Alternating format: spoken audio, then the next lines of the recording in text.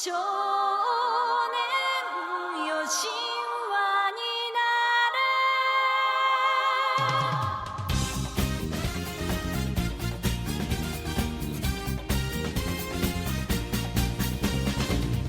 青い風が今胸のドアを叩いても私だけをただ見つめて微笑んでるあなたそっと触れるもの求めることに夢中で運命さえまだ知らない痛いけな瞳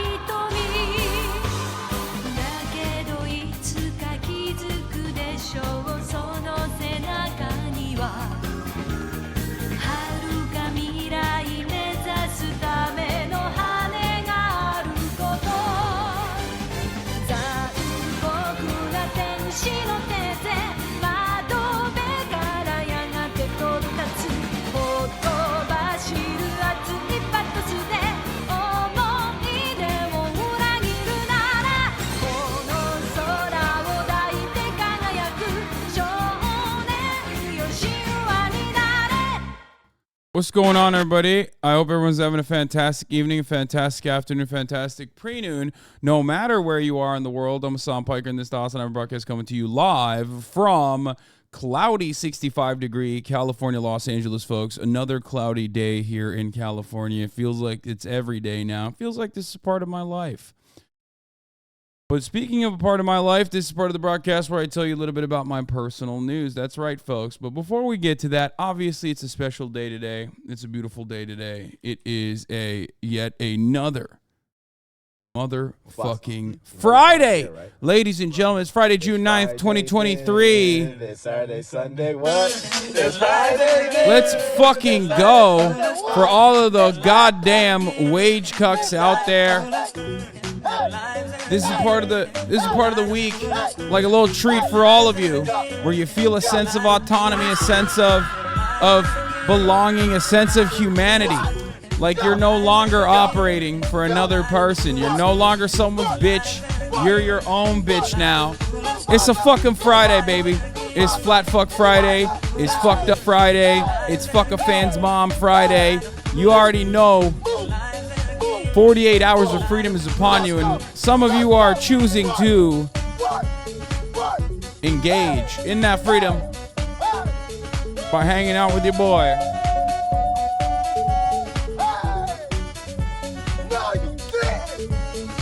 The DOJ is live with a Donald Trump indictment. We have one set of laws in this country, and they apply. But of course, that shit's boring. And I'm not going to do that right now. Instead, I'm going to give you guys my personal news because that's what I do. That's what I do at this time of the broadcast. So we're going to do that. Don't worry. We're going to get to all of that. There's so much juice and so much sauce. Politics is fucking back.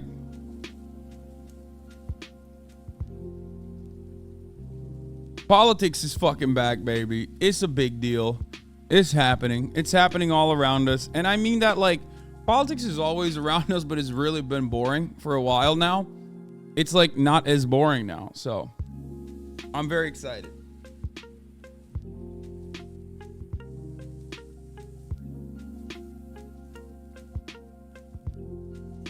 Folks, we're politicking.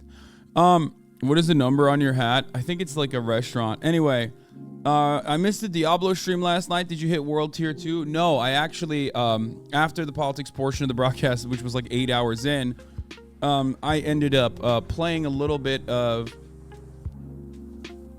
Nice hat. How long do you have to wear it for free food? That's funny. I just took a shower and my hair is wet, so that's what this is. Oh! Here's some fun personal news for all of the doctors. This is your favorite part of the broadcast. I got a fucking rash, and I don't know what it's about. I never have rashes, but I have a rash. So I guess it's cancer. I guess I'm dying. It's probably like a heat rash. I have one on my like waistband too. I have it on my waistband as well. a bit itchy. It could be a fucking allergy. I don't know. As a doctor, it's from beating off too much. No shot. Then I would have died when I was younger. I'd be rashed up. Anyway, are we a pro or anti-cancer community? After yesterday's shenanigans with conservatives straight up having people who are literally ride or die cancer fans, I'm afraid I am a pro-cancer kind of guy.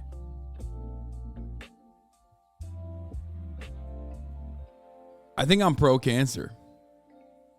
Yeah, I've joined the war on cancer on the side of cancer. Anyway, so yeah, I played Lies of P last night, which is like a Bloodborne type. It's actually a lot of fun, and it made me kind of want to play Bloodborne. So for all of the Bloodborne fans who have been demanding, Hasan, you haven't played Bloodborne on stream, I think I might do that now. So get excited for that. For all the Blood Boys out there, I'm going to finish Lies of P today, and then the demo, I mean, and then I might actually venture on to like different worlds, possibly Bloodborne. But anyway, I did that last night, and hung out with my dad. My mom left.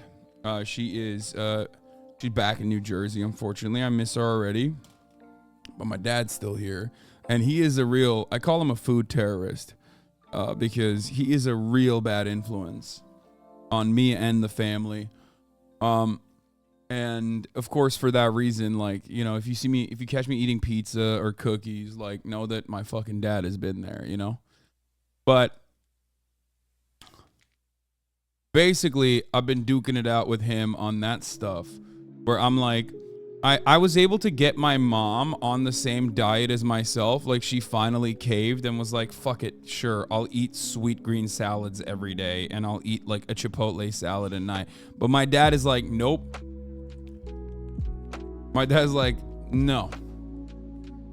I was like, he asked me last night, he's like, what are you eating? And I was like, Chipotle salad. He goes, bokye, which means eat shit. Like, why? He's like, a fucking same thing every day.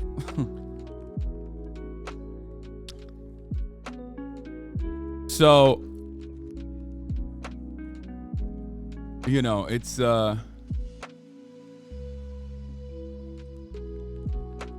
he's a food terrorist.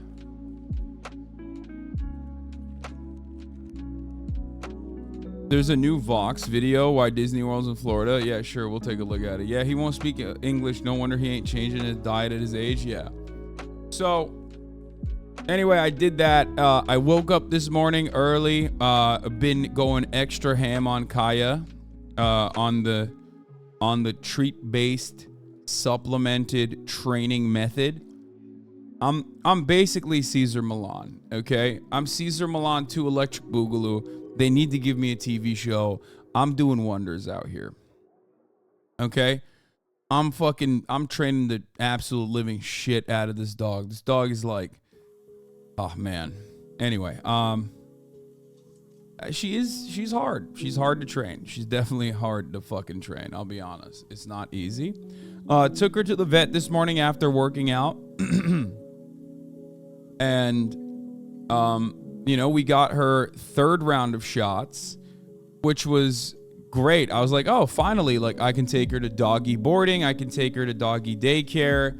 I can take her to the dog park. And the vet was like, no, your dog is not autistic enough yet. Like, your dog is not gay enough yet. Your dog is not autistic enough yet. We need to do certainly a level 4 puzzle / level 4 vaccine. So I didn't realize that there's another, like, the parvo one is coming up. I thought it was 3 rounds of vaxes over the course of, you know, in 3-week intervals. I was wrong. They want her to get level 4 autism, so she can, you know, absolutely eviscerate level 4 puzzles, which means she is going to, you know, she's going to need another round of vaccines, unfortunately. So, yeah, the parvo booster is what we need. So that's 16 weeks. So, unfortunately, there's another 3 fucking weeks of her staying indoors when we should be socializing her around other dogs. So, you know, What is this? Oh, someone else went to the most racist town. This is so funny. This town is getting so much clout off of white supremacy. It's not even funny at this point. So, you know, I'm waiting on that. I'm waiting on the last round. So unfortunately, she's not cleared for the park yet. So that's where we're at as far as the Kaya stuff. But you know, she was actually pretty decent. She got like a fuck ton of vaccines earlier today. She's gonna be a little shaky on the legs. You might have noticed that when she was walking around in the gate, because she got 4 shots on each leg. She got like an oral vaccine as well. But she's doing the damn thing, you know? She's doing her damn best. She got that Pfizer. She's getting a Pfizer shakes, brother. It's not that, but her legs are going to be a little sore apparently for like maybe 1 day or 2 days. So that's it on my end. That's it on my personal news front. That's it. That's everything that's going on. I feel very excited about Japan. I feel very excited about going to Japan. I think it's going to be great this time around. We're going to be a little bit better prepared, I hope. And I'm going to try to maximize that trip as best as possible. Dog's going to be A-worded now? Yeah, 100%. Oh, yeah, I saw this Rainbolt shit. Another thing I gotta mention, and this like kind of pairs into like what we were gonna talk about, with respect to like Call of Duty, NickMercs, that saga, that drama basically. But like, Twitter is, it's official, okay? Twitter never had like a full-blown slant for any particular kind of politics. I mean, it was probably more liberal leaning for sure, but that didn't necessarily mean it was like leftist or anything by any measure. And now it's official. Twitter is literally just so fucking far right, dude. It's so, it's basically Gab. It's literally basically fucking Gab. My For You page is constantly inundated with like dumb motherfuckers who are just like so insanely fucking transphobic, so insanely homophobic. It's wild, man. It's actually fucking wild. It's so...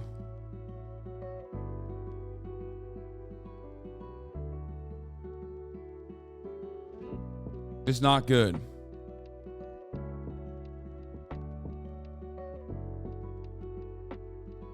It's gotten even worse. They prioritize blue check replies to show up first. Yeah. It's gotten dumber. Like, that's the other part of it. Like, right-wing content is like not exactly the brain trust over here, you know what I mean? A lot of these guys are fucking stupid, but like lately it's been even worse. When is Blue Sky dropping? Bitch, Blue Sky is owned by a guy who just endorsed RFK Jr. and Elon Musk.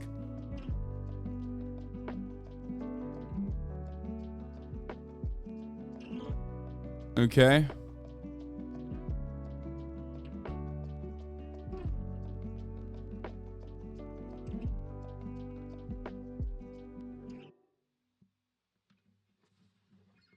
The top replies on most tweets are now someone for crying, laughing emoji from someone with 2 followers and 0 likes instead of actual good content. Yeah.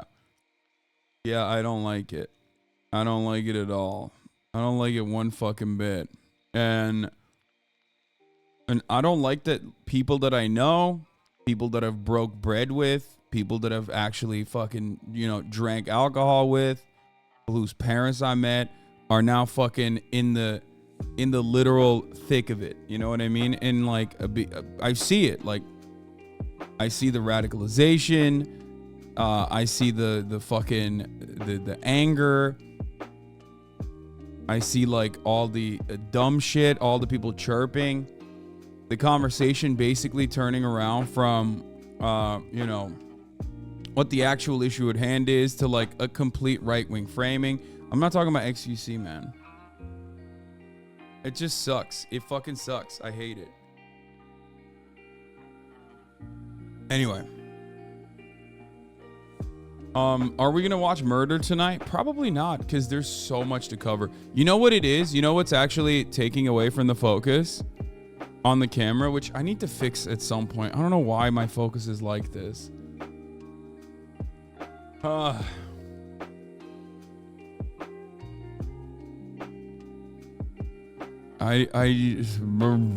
can't even talk.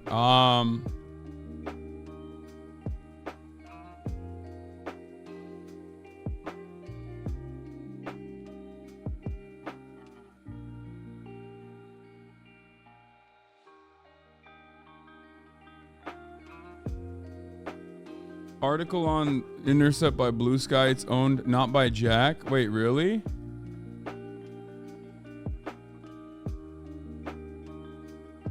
Oh, okay. Well, regardless.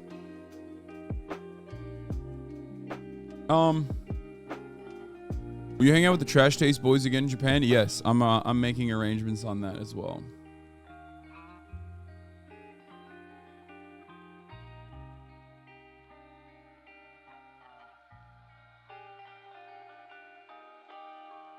We'll get to like the dummy Trump Mar-a-Lago shit in a second, because there's so much fun content on that front. I just wanted to like briefly talk about this thing.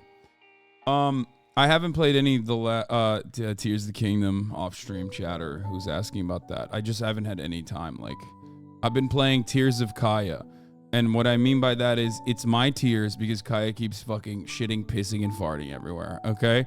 Or being a bad girl. That's my tears, okay? Those are real tears on my face.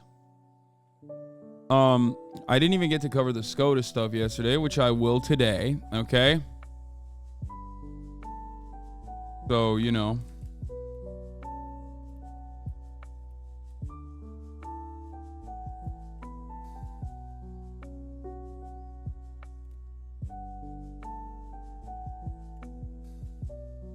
Second indictment time. Trump is so back times 2. Second indictment time. COD. Pride. Decision. Sparks. Controversy. Dude, it's not a new rant on OnlyFans, okay? It's an old rant from Ben Shapiro on OnlyFans, Weeby, because you sent it to me yesterday. And I didn't watch it yesterday because I didn't have time for it yesterday. But you fucking love Ben Shapiro so much, dude. Holy shit. Dial it back a little bit, Weeby. Goddamn, Weeby. Crazy. Anyway,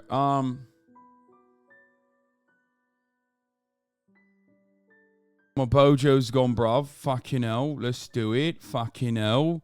Not bad. Anyway, I'll start off with the I'll start off with like the right-wing content commentary and how fucking seemingly endless this chaos is on your timelines. And what I mean when I say it's not like it's not the end of the world as far as like how like transphobic or how homophobic like random people are in the real world. You know? You have to see the new Geopold video. I already watched it. It's crazy.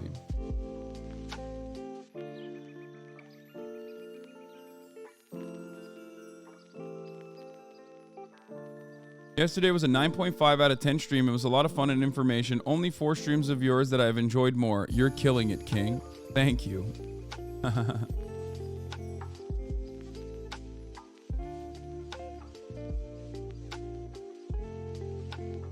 Yeah, Twitter For You page is fucking awful, dude. It's so awful. Like, I see Robbie Starbuck tweets. I'm like, I don't ever want to see that, man. I don't ever, like, I look at fucking brain diseased weirdos on a daily basis professionally. I'm a professional watcher of, like, the most schizo posting right-wing content creators. And even then, I'm just like, I'm dumbfounded when I see another one where I'm like, why is this on my fucking For You page, dude?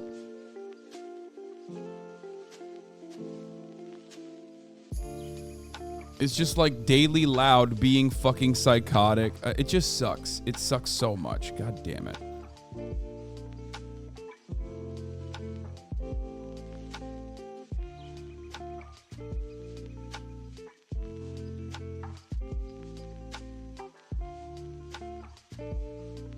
Cracker Barrel is gone woke. Folks. Finishing Life of Pi later. Might start Bloodborne.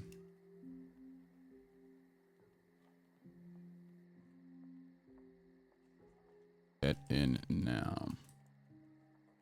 Has Kyle lost any baby teeth? I don't know. I mean, if she has, I'm not aware of it. Does anyone have a blast off meme for this? Life of... No, not Life of Pi. Sorry. Lies of P.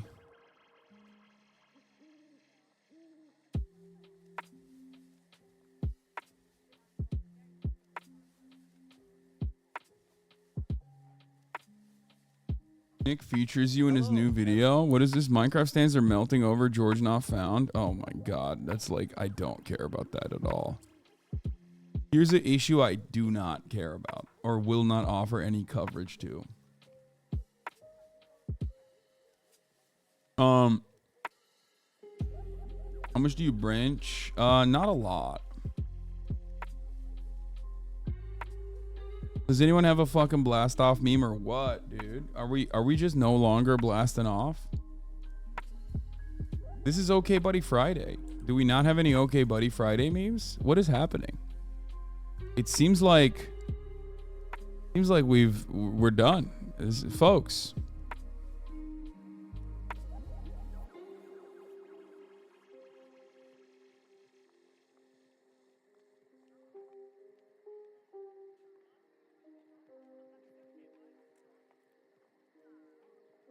So stupid. HasanAbi heads fell off. Yeah.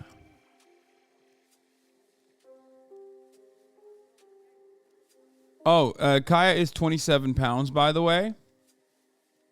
For those of you who are keeping up and wondering.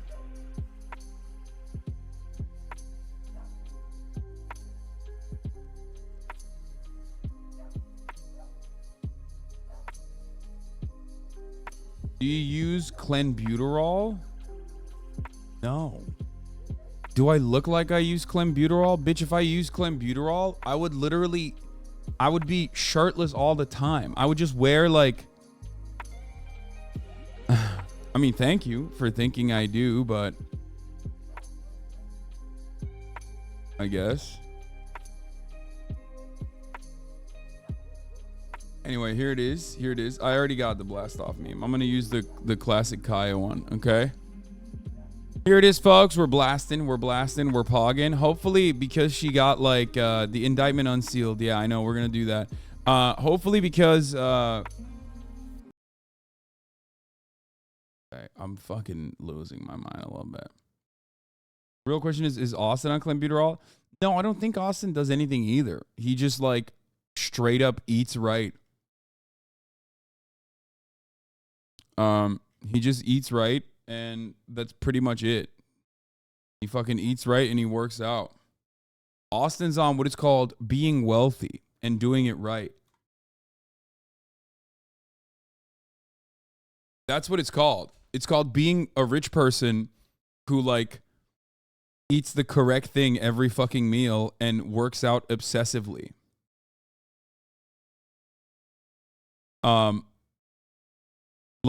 Remember, my man is, like, the reason why Austin isn't rich though. Yeah, totally. The reason why I have a difficult time, despite also being a rich person who has the capacity to eat healthy and work out, is because I am streaming 8 to 10 hours a day.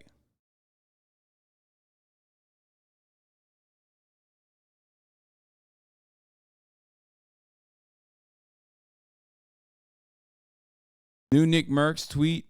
What is this? Let's go, newsman. Can't wait for the drama time. Dude, the NickMercs stuff, it just sucks to see, okay? Like, it sucks. I hate when, like, normies on this platform, like political normies on this platform that have, like, right-wing takes, just, like, pop off and get political and say shit. And then people, obviously, understandably, brands react to that. I hate it. I hate it because, like, it just goes, it changes people's perspectives. You know what I mean? It, like, gives people, it gives people, like, the go ahead. You know what I mean? And that go ahead already exists, right? It's already everywhere. So I hate to see it. I hate to see it on Twitch. You know what I mean? It sucks.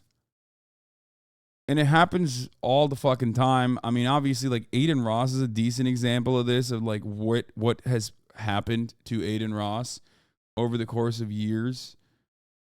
Over the course of, like, the couple years that he's been around. And anytime this kind of shit pops off, it, like, basically turns into, it basically turns into, like, ridiculous amounts of vitriol. You know? Yeah. Also, speaking of which, like, this is what ends up happening, for the record. Like, the Aiden Ross tweet, I don't know where the fuck it is. Like, I saw it earlier. I was gonna cover it. But, like, Aiden Ross's manager had a conversation with him on stream where he was like, why won't rappers come on my stream? And he was like, bro, you had Nazis on your stream. Like, where's Drake's stream? Where's Future's stream? Where's Uzi's stream? Where's Travis' stream? Get me some people on my stream, bro. Yeah, I would be getting you guests if they all weren't afraid to, like, be seen with you. It's insane. Like, your reputation is just so toxic. Like, no one wants to be anywhere near you. Like, Drake is literally streaming with, like, a guy on here who averages, like, 4,000 fucking viewers rather than getting on your shit. It's, like, really sad. Wait, so it's because of a brand risk? Duh. Why do they care, though? Oh, yeah. They don't want to be associated with a guy that's saying, like, fucking having, like, Nazis on his stream. I stopped having Nazis. I stopped doing it. All right, but you still were doing it, dude. And you were fucking, I mean, you were very... yeah, like, no shit, dude. No fucking shit. What the fuck were you thinking? This is what I mean. He's like, oh, man, you get a Nazi on your stream one time, and then everybody knows you as the Nazi guy. And it's like, it's so much more than that. He's, like, telling people to fucking kill themselves on the timeline non-fucking stop. He's just like, this is what it is. This is, what do you expect? Like, what do you expect? If you can't think about this, and this is my message to all fucking content creators out there. If you can't think about this from the perspective of, like, if you don't want to think about this from the perspective of political ideology, think about it from the perspective of kindness, okay? Brands are, of course, not going to want to be associated with people who are unkind, okay? I like to cover it from that angle sometimes. It's like bullying, okay? Brands are not going to want to associate themselves with people who are bullying entire swaths of the population. If you fucking turn around and say, like, oh, this gay stuff is just grooming. All fucking LGBT are grooming people. When there's, like, you know, gay ass marketing managers out there, they're gonna be like, what the fuck? I don't want to associate with this fucking guy. It's like, that's it. That's the whole point. Same goes for, like, having Nazis on your stream. Same goes for constantly being fucking insanely toxic. Like, you're gonna turn into fucking Leafy is here, and it's not all that hot. You know what I mean? That's not a great position to be in. My perspective on this is, like, even if you have some unhinged ass, stupid ass fucking takes, unless you're going to turn into a right-wing content creator and that's what you want to make your entire livelihood off of, stop saying this dumb shit. Okay? That's my, like, purely selfish way of trying to advocate for this kind of thing, because it's not good. It's not good for your money. You're hurting your own bag, okay? It's not good for your collaborations, and it's not good for money in general. So that's number one, okay? Number two, it's not good for fostering a community like that anyway. It's just like, You don't want that. You don't want that. There's a reason why so many content creators are like, oh, I'm going to not cover politics. I'm not going to cover politics. I'm not political, whatever. The real reason is because, of course, they have political perspectives. A lot of content creators do. Not many of them want to openly say it because it's inherently polarizing. And a lot of them are afraid of coming across like they are hateful, okay? That they are bigoted. And sometimes when it fucking seeps out and you don't know how to manage your way through that conversation, through that dialogue, you can come across like a person who is a toxic brand that no one wants to be involved with. Okay? Fucked up thing is you're also considered a brand risk for sure. Yeah, I don't really care about that. My situation is very different. My situation is very unique because I am a political commentator. Okay? People have already made up their minds about who I am and what I represent, even if it is completely untrue. Okay? My point is, be fake. It's better to be fake than be a fucking bigot. Okay? Be fake. Plenty of people do it. You should do it too. So if you want to be a bigoted person, be fake. I'd rather have you put on a fake face, a fake front, and not be a fucking bigot. Unless you want to basically turn around and become another Ben Shapiro or another Matt Walsh. You know what I mean? If that's what you want, then great. Very closely affiliated with Andrew Tate, so a lot of people are afraid of that. Just in general, like, you know, these guys are afraid of their reputation. Yes, bro. This leftist shit is eating in the profits. Cut it. Yeah, I'm not supposed to be brand friendly. I don't care about being brand friendly. That's why I have made sure that my monetization structure, my revenue generation structure revolves around fucking subscriptions, okay? Like real human beings that say, oh, I like what this guy's saying, so I'm going to give him fucking $5, okay? That's it. That's the main reason why I've also been one of the most subscribed content creators on this platform for a couple years now. And the reason why I do that is because I can maintain a level of editorial independence and don't have to fucking hold my tongue when I have to talk about issues that brands would possibly consider to be unfriendly, or even the fact that I talk about issues like Nazis, even if I'm not obviously aligning with them, is seen as like toxic from a brand perspective, which is fine. That's it. That's what I have made this decision. Thank you, QA Streams, for the 50 gifted subs. And that's why I say what I say. And I'm not worried about this kind of stuff. I don't need to be brand friendly. But plenty of other content creators need to be, and want to be.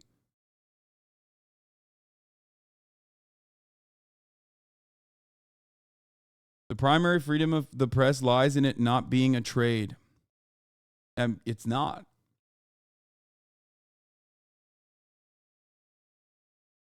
Chica4273, thank you for the 10 gifted. Derek Runs, thank you for the 5 gifted. Like, do you want to get your news from someone who is cutting content along the boundaries of their revenue streams? Or do you want to get your news from someone who already has that revenue built in? Okay? That's it.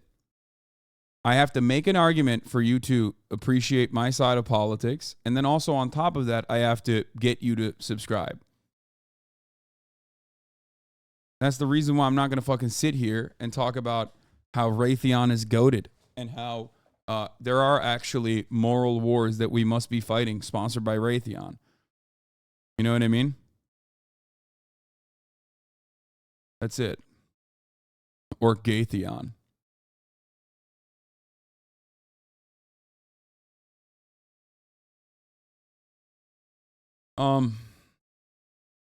Yeah, Raytheon, Northrop Grumman, love those guys. It's the exact reason people voted for Trump. He didn't need the money, although he did. Yeah.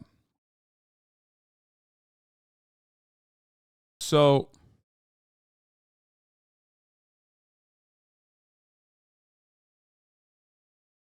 your Jeff Bozo friend because Amazon owns Twitch. In case you weren't aware, bought and paid for. Yeah.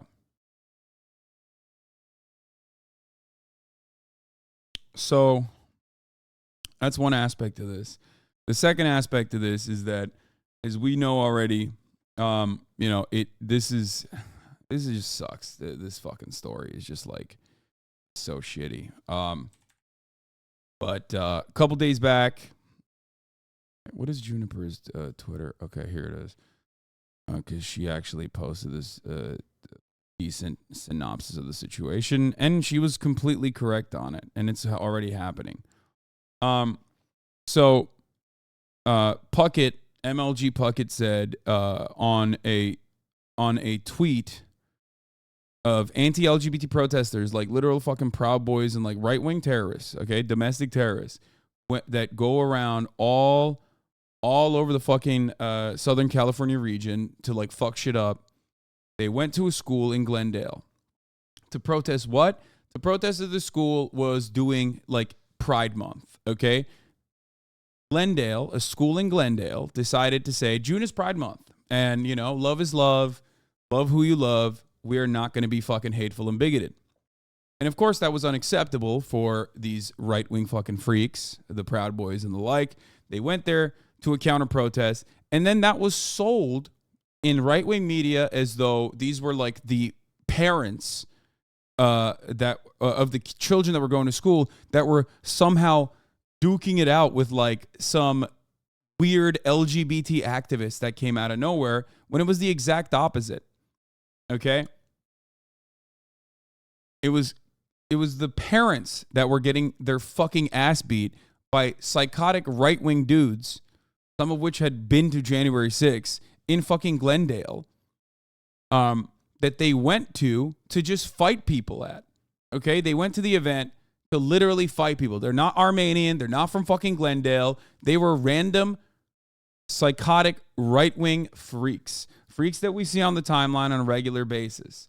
They go to these places to do brawls. Someone like NickMercs doesn't know that. He doesn't understand that. He just sees right-wing commentary, and he fucking freaks out about it because he's inundated just like you are, just like XQC is, just like everyone else is. Well, not you in particular because you're in this community, but most normies are inundated if they're on Twitter with this insane amount of right-wing fucking agitated propaganda claiming that like any mention of like homosexuality or queer shit in front of children is actually grooming them. They're pedophiles. They're trying to fucking groom your children. They're trying to sterilize your children. They say some unhinged ass shit.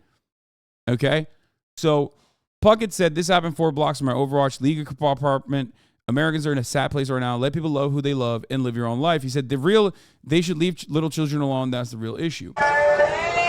And Call of Duty obviously reacted to that and took away Nick's in the most obvious thing that was going to happen.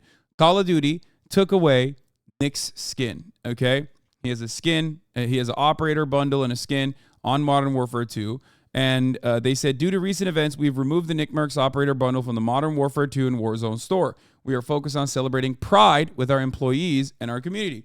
There's a fuckload of gay people that work there, obviously, like, and they're a brand. Of course they're going to do that.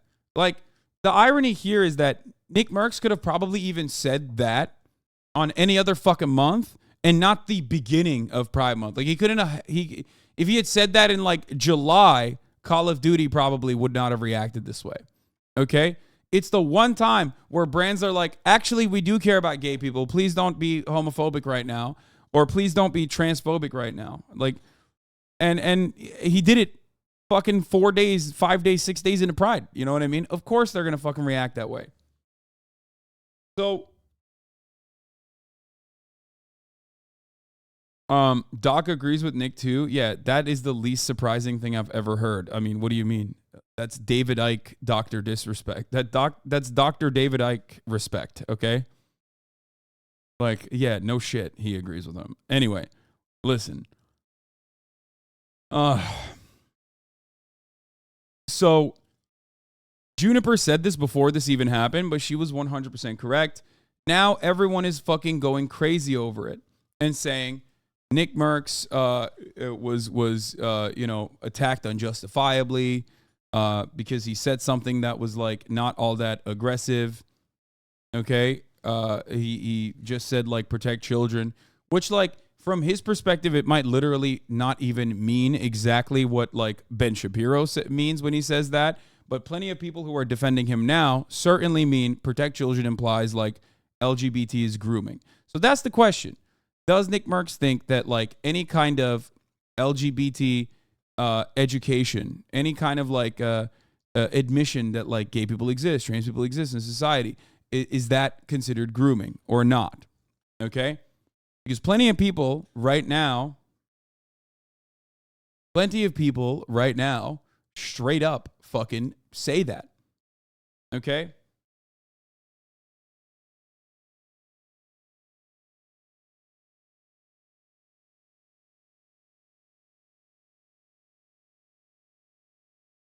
But of course, the right is going to take on any kind of fucking thing they can. They're going to take on any kind of opportunity they can to fucking literally run throw the book at this and turn this into a major news story, because he's a gigantic content creator. He's a very normie focused content creator with right-wing perspectives. Okay. So now everyone on the fucking right, all the way down to the fucking far right, are going off on this and saying Call of Duty has gone woke. Call of Duty needs to be boycotted. And then there are people like Dr. Disrespect, who otherwise are also relatively seen as like apolitical. But if you know Dr. Disrespect's background, you already know what he's about. Okay. I mean, that's Mr. Shungite, right? So there are people in our space that are rushing to defend, and then there are people outside of our space, like the people in my arena, the right wingers like Tim Pool and whatnot, that have basically turned the story into, and they're going to turn the story into a national news story. People have gone. Of course, people are doing the regular thing that they do. Modern Warzone has been getting DMs. I'm not Call of Duty. I'm just a guy named Doug who tweets about Call of Duty and likes to stream video games. Please direct your anger elsewhere. Removing NickMercs because he voices his opinion and he said nothing hateful. You are the issue with this country. Pathetic. Congrats on your incoming loss of revenue/sales. Hey, Chris. I'm just a dude named Doug who talks about the game on Twitter and streams occasionally. I'm not the company. So that's where we're at with this kind of situation. Okay. That's where we're at. It's not good. It's really fucking awful. It's really shitty. And it's going to get even shittier, because anytime things like this pop off on the timeline, anytime things like this pop off in our community on Twitch and on the live streaming space in general, it becomes incredibly hostile, because there are outside eyeballs that want to also take advantage of the situation and weaponize it in whichever direction they want to.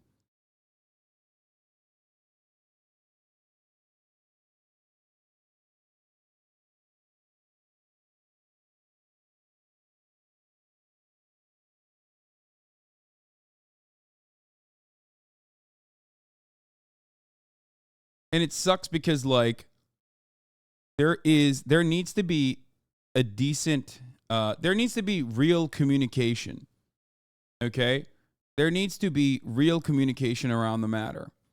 Like, I don't think streamers understand that they're fucking brands. Like, I don't know why they don't understand that they're fucking brands until actual other brands decide to no longer associate with them. Okay? Like, once you can't say stuff like that. That is insane. You know what I mean? I don't think what Nick said was bad, to be honest. If it was, Nick said something that every fucking right winger and every Matt Walsh fan says on a daily fucking basis. It is a hidden way to basically state it's a hidden way to basically say LGBT are grooming your children. Okay? It's a dog whistle. Do I think NickMercs knows that it's a dog whistle? No, I think he believes it. I think he has been captured and completely fucking had his malleable side persuaded into believing, and maybe even in a fearful way, believing that like fucking this shit is real. This is actually happening because of all the right wing shit on the timeline. Okay? That's it.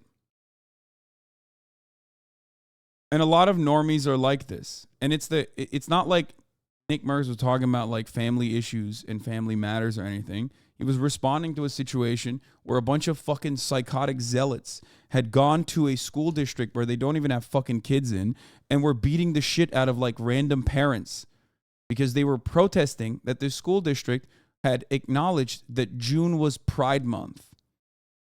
Okay?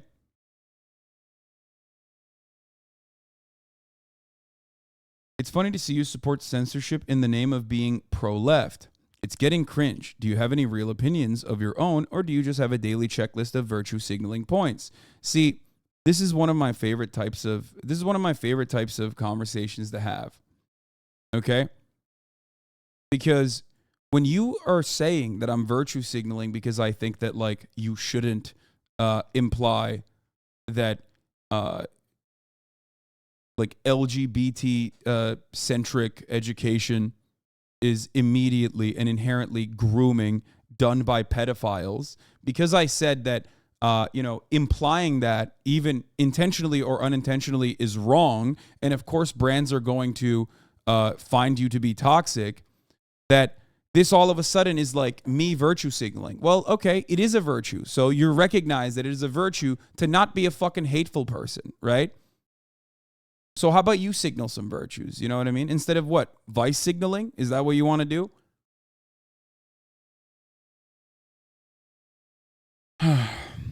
It's just like classic fucking anarchist who's like a single issue weirdo. You know what I mean? Oh, abolish cops and problem solved. Trust government. I hate the government. Yeah.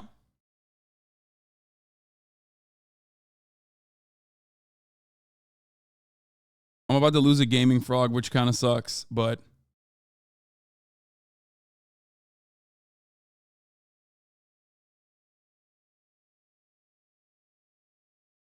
in the name of being pro-left is getting cringe. Do you have any real opinions of your own, and do you have a daily checklist of virtue signaling points? You used to actually think before you spoke, Lamafayao. I mean, I've been in this, if you've been watching me since July 26, 2020, for the past 3 years, I think you've probably heard me speak on trans issues and where I land on trans issues and where I land on, like, queer issues probably 1,000 times. Okay? Probably 1,000 times. This is not new. It might be new to you, but this is something I talk about quite frequently. Okay? Not everyone who agrees with Nick is right-wing. Stop being cringe, bro.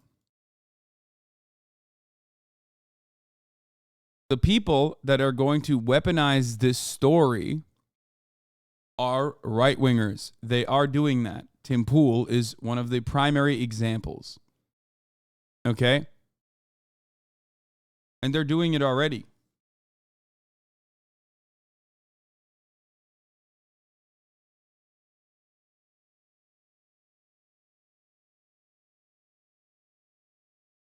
But regardless, when this kind of thing happens and people are basically saying like, oh, dude, Call of Duty is defending grooming, you're just tripling down, quadrupling down on the right-wing narrative. I'm not going to ban that person. Shut up. Stop. Trying not to be as trigger happy with the bans, okay? Unless he starts saying like unhinged shit. Call of Duty defending grooming is going to be pride discourse for a while now, but the reality of the situation is they removed merch from someone who defended a white nationalist event where Proud Boy members assaulted parents and women, which is true. That is what happened. Does NickMercs know that that's what happened? I don't think so, but it doesn't matter because now everyone thinks that about him and he's not clarifying it personally. And not only that, but his reaction to it, it looks like he's just doubling down, and especially because the statement in and of itself of like, oh well, this is actually we got to keep that shit away from our children. Well, that inherently is a right-wing fucking narrative. The idea that like any kind of love is love, pride, and any kind of like, no matter how fucking silly or no matter how like inconsequential any kind of mention of gay people or queer people in general is in media or in fucking schools or anywhere else, if you consider that to be grooming, then it's straight up, that's right-wing shit. Okay? That's it. Because it's not fucking grooming. Okay? NickMercs gave a statement on the recent drama, thanking his supporters. Friends are created in good times, but families are built through adversity. Appreciate all of you that have my back. Understand my position as a new father and recognize the love I have for y'all. Ain't no hate in this heart. Peace and love. Like, this kind of attitude, by the way, also existed for Black History Month. Okay? Like, this is the same exact nonsense. Okay? Nowadays, if you made that comparison, you would literally fucking be like, oh, dude, it's not the same. What are you talking about? Because it already passed. Because conservatives gave up on fighting against that. Okay? This kind of shit would happen literally with MLK Day. Do you understand? Like, even marginal acknowledgments for Black people was met with an entire wave of reactionary content creators and reactionary politicians that straight up did everything they can to not allow it to happen. Okay? That's it. That's the point. It's the exact same thing. You are reacting to changes that are happening around you, and you're not liking it. And you're lashing out. When those changes oftentimes are simply just accommodations made for marginalized individuals that are getting attacked unjustifiably. Okay? This is also just recycled anti-gay discourse from 20 years ago, but less people know are trans people, so it's more effective. Yeah, I agree.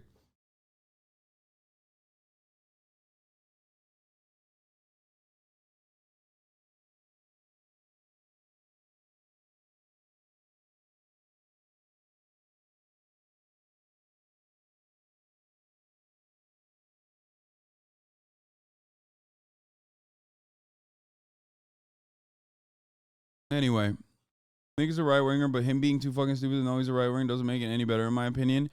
I don't care what content creators like personal politics are. I do care when they are letting their personal politics become their fucking main output. Okay? I think like Ludwig and I have talked about this before, both on stream and on podcasts and in general. I don't give a shit. If you're like fucking hateful, if you're like a bad person, if you're a hateful bigot in your fucking life, in your personal life, as long as it doesn't fucking seep through. If I know you personally and you do that kind of stuff around me, I'm going to tell you, don't do that. That's ridiculous. You're a fucking ridiculous person. But your output is what I care about. This is basically just harm reduction. Okay? Because when you are letting that kind of shit fly, when that's becoming like your main point of contention, your main communication, all of a sudden, you're giving a green light to a lot of people in your community to also be super fucking toxic and super bigoted. Okay?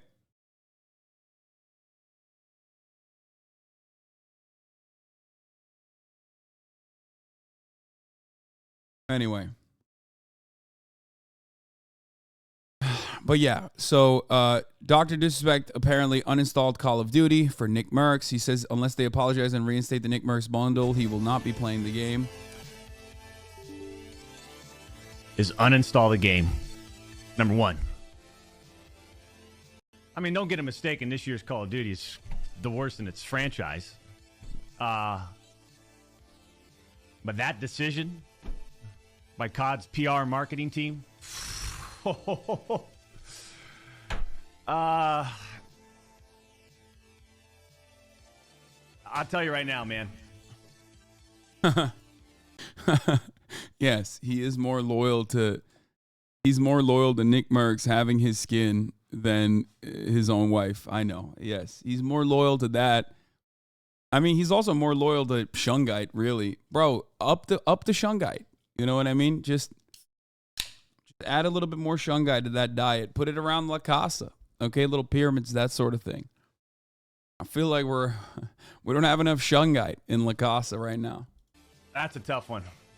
That's a tough one to digest for the two-time.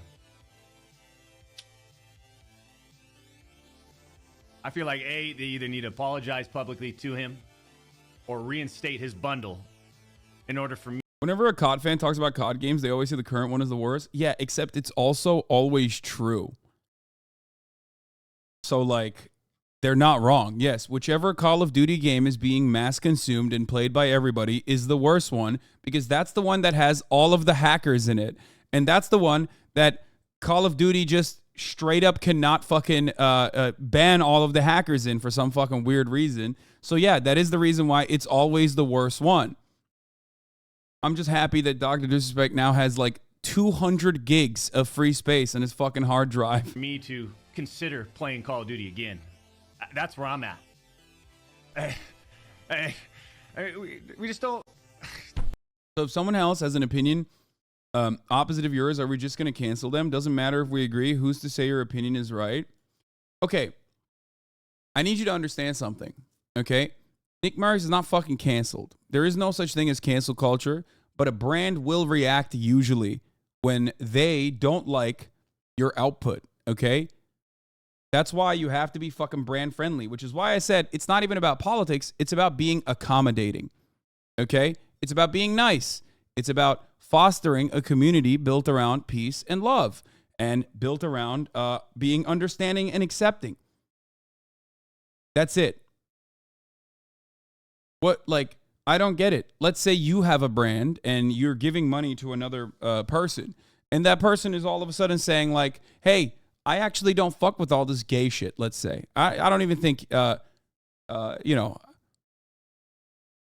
don't fuck with this trans shit, let's say. Okay, let's not even say gay, because I don't think NickMercs is homophobic. Okay? Do you have to keep working with that person? No. And by the way, while we are defending a particular content creator, okay? While we're defending a particular content creator, how about you say that kind of shit at your place of work?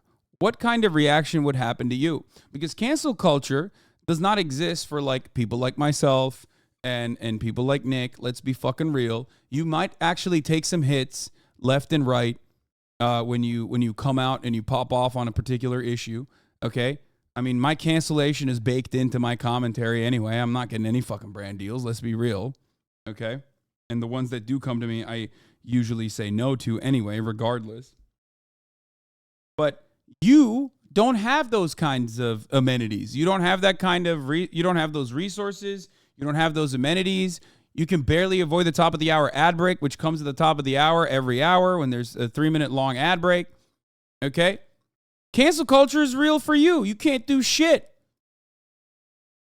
Okay? You can't do shit. You can't even fucking avoid the ads at the top of the hour without subscribing for $5 or for free with a Twitch Prime by connecting your Amazon Prime account to your Twitch account, or by getting gifted a sub if you're lucky. Thank you, Ironsides, for the 5 gifted subs. We need to be accepting on his opinion. No, you are accepting of his opinion. That's why you want others to be accepting of his opinion as well. That's different. Why? Like, what do you mean? Why would a brand which has like trans and gay consumers of the brand, which has trans and gay developers and shit inside of the company, why would that brand on the 1 month, the 30-day, 31-day fucking month of the year, where they act like they give a fuck about gay people, why would that brand not actually do something about that? Of course they're going to do something about that. Like, do you understand where you're coming from? Do you know why? Like, do you know how fucking ridiculous that is?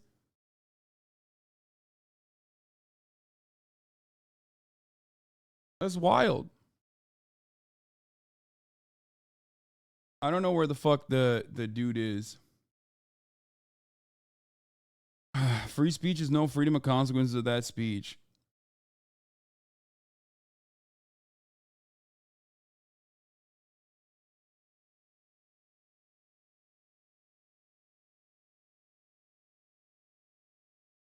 The dude. Okay. I agree. We need to be accepting, but we can't just take something away from someone because they took away his skin. I work with people I don't agree with all the time. We differ in opinions, but we all learn to get along. Accepting is a two-way street.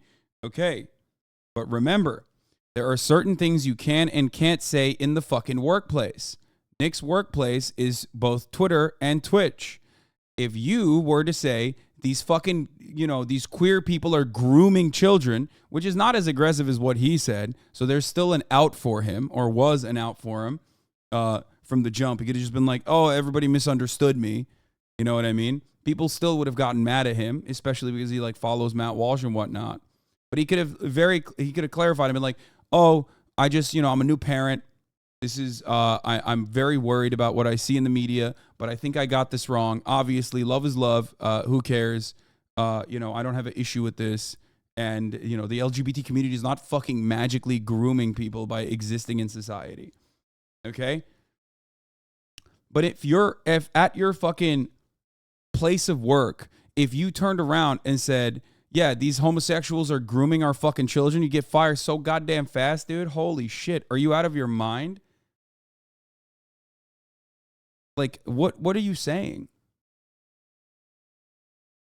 We need to be accepting of his opinion. I accept everyone's opinion. I accept your position, and his being accepting isn't. I am right here. I am a parent, so I understand his position. I want to teach my kids certain things. Yeah, but he didn't say that.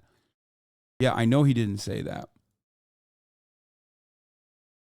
I don't think you're understanding what I'm saying. He repeated something, whether willingly or unwillingly, that right-wingers have been saying since the beginning of fucking Pride Month, or even before. And they've said it about every other fucking marginalized identity in the past. It's an intolerant perspective, okay? It's one that is also objectively incorrect. And at a time when there is so much fucking anti-queer legislation being passed, left and right in fucking states where the people themselves are not even asking for this, and the right-wing legislators are doing it on their own volition, of course, that kind of fucking rhetoric is going to cause a brand to say, no, I don't want to work with you anymore. What the fuck are you doing?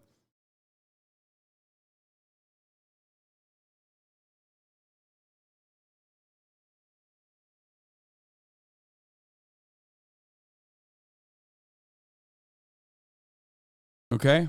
You get that? Being a parent doesn't automatically change that. You can teach your child whatever you want to teach your child, okay? You probably shouldn't teach your child that like being gay or being trans is wrong, obviously. And you should probably teach your child that, trans and gay people exist in society and it's perfectly normal and it's perfectly fine. Teach them acceptance so they don't become fucking dumbasses later down the line, hateful dumbasses later down the line who don't understand why things are the way they are and are just like, lashing out at the fucking world because their parents taught them wrong. But as far as this kind of shit goes, okay, you can't say I accept everyone's opinion and then simultaneously say, but I don't accept schools. I don't accept schools teaching kids that LGBT people exist.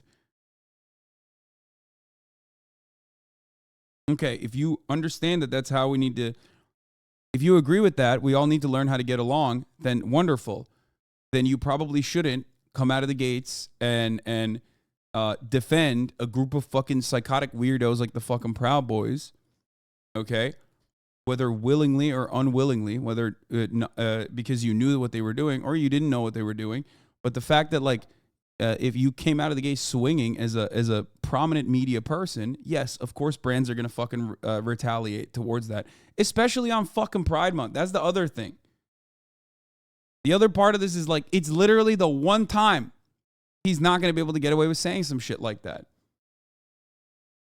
That's actually the kind of funnier part about this subject matter is that what's happening? Is this what we're doing? We're just fucking, we're just gonna channel the narrative that gay people are groomers actually? That's insane. That is a fucking insane thing to say.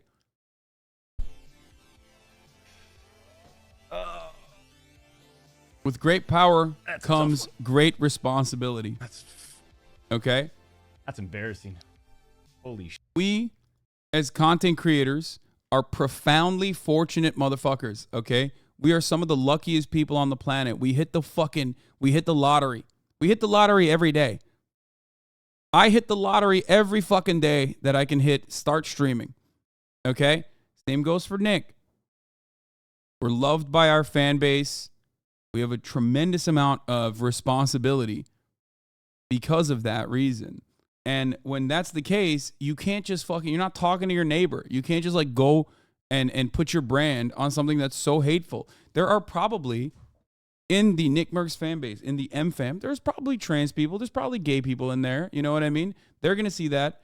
Maybe some of them are going to go, well, I just want to see this in the most charitable light possible. Maybe he didn't mean that like he, you know, hates people. He hates people like me and thinks we're automatically grooming people. Okay? Stop saying not many. When you're that big of a fucking normie facing content creator, like there's plenty of people. It doesn't matter. I'm sure there are. You know what I mean?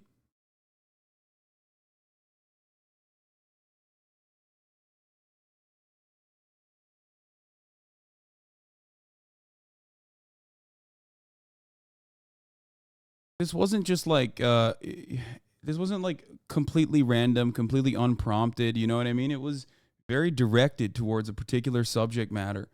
And it was like, it painted him in the worst possible light that he could have been painted in. I don't think you understood that.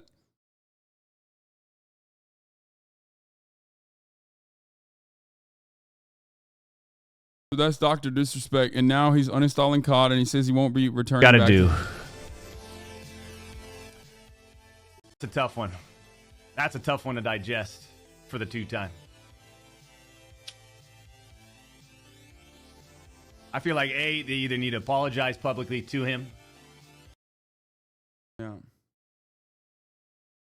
Here's one of his trans fans talking about it. I don't even know what to say. Nick is someone I've looked up to so much in this scene ever since he stepped into it. I've always respected his grind to get better. But this just fucking sucks to see, knowing this is how he really sees people like me. There you go. There you fucking go, man. You guys are crazy when you think that, like, a content creator as big as Nick doesn't have any fucking trans or gay followers, man. Don't say one trans person, Lamau. Don't be fucking stupid. Don't be stupid. Okay? That's the entire point. That's the entire point of people who are, like, usually just not openly political and how they create their content. There's fucking trans gamers that probably like Ginny and, like, watch her content, and now they fucking feel like you hate them. This is my message to all the streamers who engage in this sort of behavior when they say this sort of shit. Is that you have members in your audience who fucking love you, okay? Who love you, who adore you, who want to give you money. And then when you fucking say shit like this, you literally are making them cry. You're hurting them. You're hurting their fucking feelings. And you're denying them of their humanity pretty much. Like, you make them feel like fucking shit. So if you're not going to do it out of being kind, just think about it at least from the point of view of, you know, making money, I guess, or not harming someone in your community. Especially because when you say stuff like that, you don't love the spirit of it justice. then makes that stream a toxic place for people. And that continues. That toxicity continues off the fucking... Yep. That was more than 3 years ago at this point. That was actually 4 years ago. Yeah.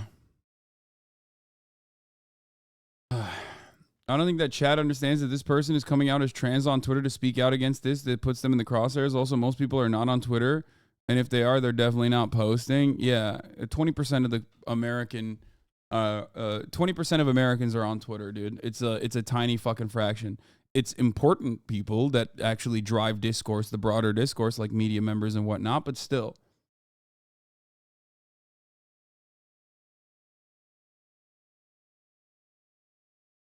What about you with your MAGA friends you insult every day? That's actually a great take. Don't you ever worry about hurting the feelings of your MAGA fans? Yeah, being trans is not the same as being a conservative, dog.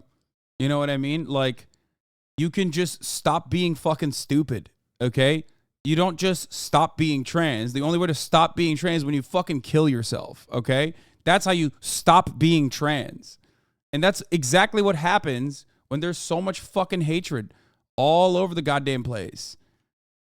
Like, I know you're joking, but come on.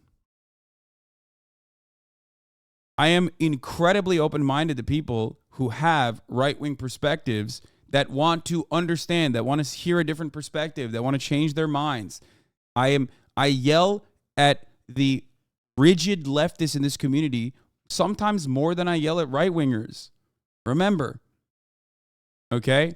Because I am a firm believer that plenty of Republicans out there, Republican voters out there, are just duped, okay? They think that this is the right thing. They're angry, they're duped, and you have a party that is basically channeling that frustration at least at a vector, whereas the other side is basically saying, no, nothing is wrong, and we're going to actually do nice things, but then they don't end up doing those nice things at all. We have a feckless, ineffective, cowardly Democratic Party, and then a aggressive, violent, reactionary Republican Party that actually does get shit done and does tell you, here's what's wrong in society. You're feeling the hurt, and the reason why you're feeling this hurt is because gay people are grooming your children. It's because trans people are grooming your children. It's because there are demonic pedophiles. Okay?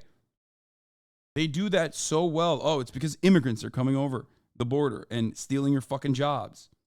It's never the business owners that are at fault here. Do not worry. Those are the good guys. It's the fucking random immigrants, the random asylum seekers that are at fault here. It's all built around lies. Okay?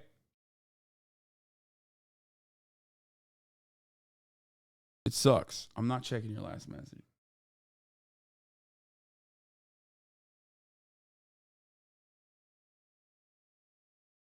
Do you think calling the guy a Nazi and wishing harm is the right move here? Or should we be trying to... Wait, what? Which guy? Who am I calling a Nazi? I'm not calling anybody a fucking Nazi. I've been very careful in the way that I've talked about this. What do you mean?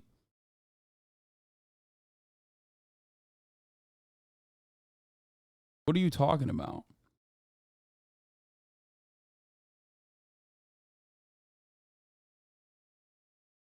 There's a whole month of Pride, but veterans only get one damn day. To hell with Pride Month. Yeah, dude. You know there's fucking trans and gay veterans too, right? You idiot. Shut the fuck up. You don't give a fuck about veterans, okay? Leave this stream right now and go suck the cock of a veteran and don't come back until you are full of his cummies, okay? I don't want to fucking hear from you. What have you done for a goddamn veteran? Suck my dick.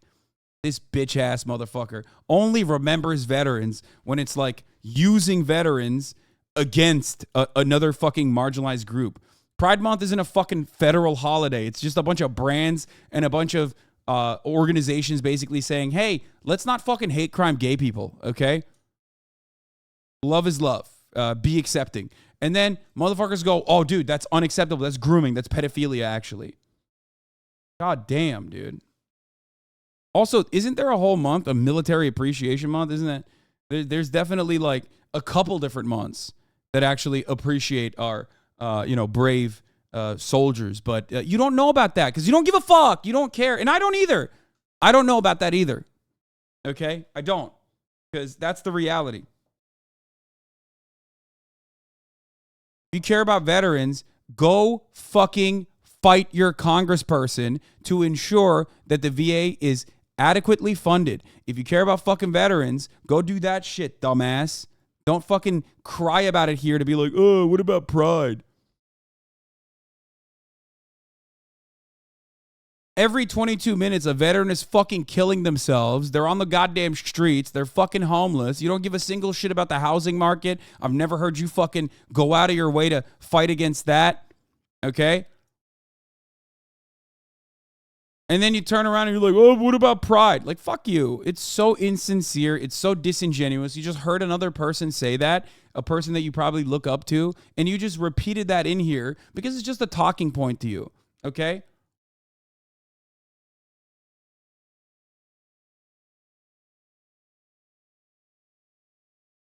November has Veterans Day. May has Memorial Day. The whole month of May is Military Appreciation Month. Yeah. They this country doesn't give a fuck about veterans, okay? Just like they don't give a fuck about gay people and trans people and shit, okay? You understand that? They don't give a fuck. They do not care. But the difference is no one loses their mind when the MLB or the NFL actually at least trots out a fucking vet to be like, we love you, sir. Thank you for your service. No one fucking loses their shit at that, okay? But even then, it's still nothing. Like, it's nothing. That's nothing. We love our veterans so much. That's why we send them fucking overseas to get their dicks shot off, okay, while defending a goddamn opium field in Afghanistan that they shouldn't even fucking be there. They're broken. They come back, and like what? We give them thank you for your service every now and then and maybe 20% off on Veterans Day. Wow, man, it's so sick. We really do care about our veterans. Like, shut the fuck up. You don't give a shit. These motherfuckers are getting cancer because of the goddamn burn pits at the forward operating bases, and the American government's not even funding their fucking healthcare. Suck my dick, okay? Again, every 22 minutes, a veteran's fucking killing themselves. If you gave a shit about that, you would try to stop that, okay? And the most effective way to stop that is by undermining the American military-industrial complex. But you don't care about undermining that because to you, veterans are just a talking point, okay?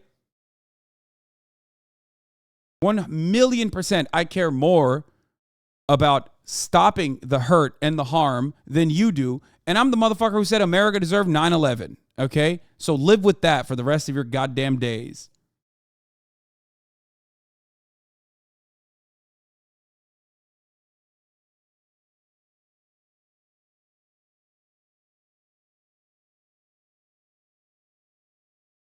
Anyway.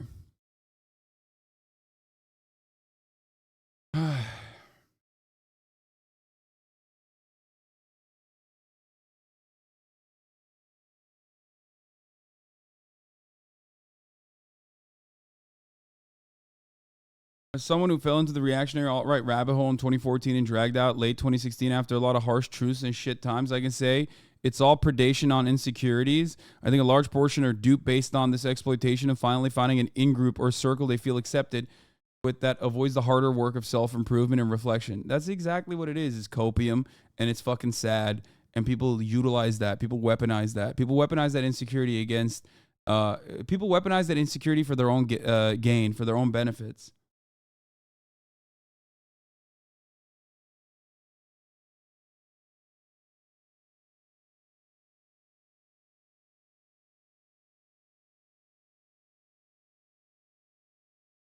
Anyway.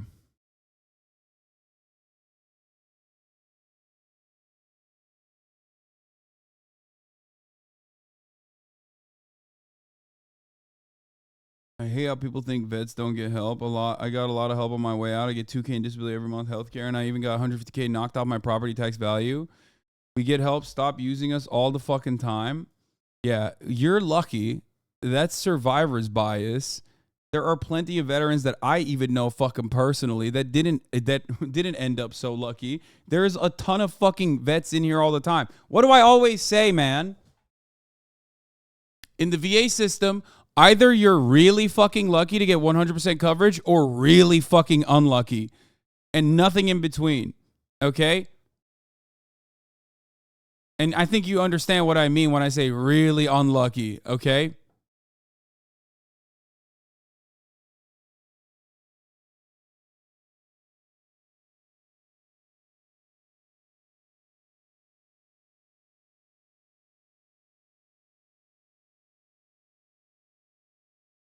And there's plenty of coverage that rarely gets addressed as well, especially like psychiatric evaluations, like, you know, being able to get the adequate treatment necessary.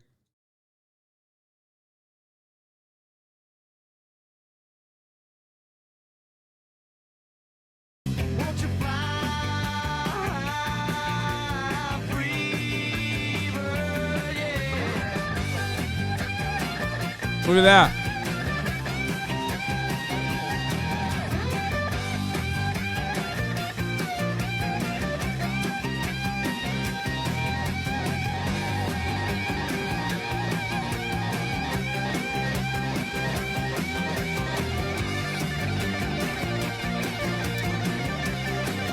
Thank you for your service, dude. Thank you for your fucking service. Hey, you want to know how we stop both of these numbers, dude? Stop fucking going to war for no goddamn reason, okay? That's it. That's fucking it, okay? I'm a veteran. I withdrew one semester while using the GI Bill. The IRS hunted me for 3 years and began garnishing my wages, $600 a month for a year. I had to sell my 401k and refinance my mortgage. This country does not give a fuck about veterans. VA hospitals are also trash. Yeah, it's wild that like we found the one vet who was like, well, I actually got a pretty good deal from the VA, so we're good. Everybody calm down.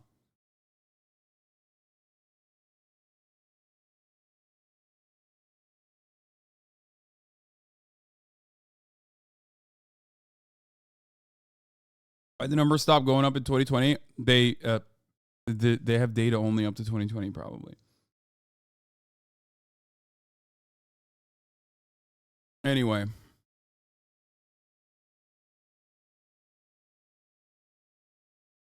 Hasan's dominatrix. That's a rarity. I'm a combat vet and I'm unemployed and my electric gets turned off at 7 a.m. Plus I'm having PTSD episodes and I'm fucking brain malformation from a goddamn IED and can't have surgery until February. Like, and half of the fucking people that did this shit wouldn't even do it if fucking healthcare was free and college education was free. That's the other part of it. If you truly want to fucking, tackle those goddamn numbers, it's not even about funding the VA. It's about shutting off the faucet on the one hand, okay, stopping these insane, unnecessary wars for profit, okay? And then also on the other hand, make sure that veterans are adequately taken care of. Everyone's adequately taken care of. It's not just about fucking vets either. God damn it, I hate this like politicized nonsense. Like, it's so stupid.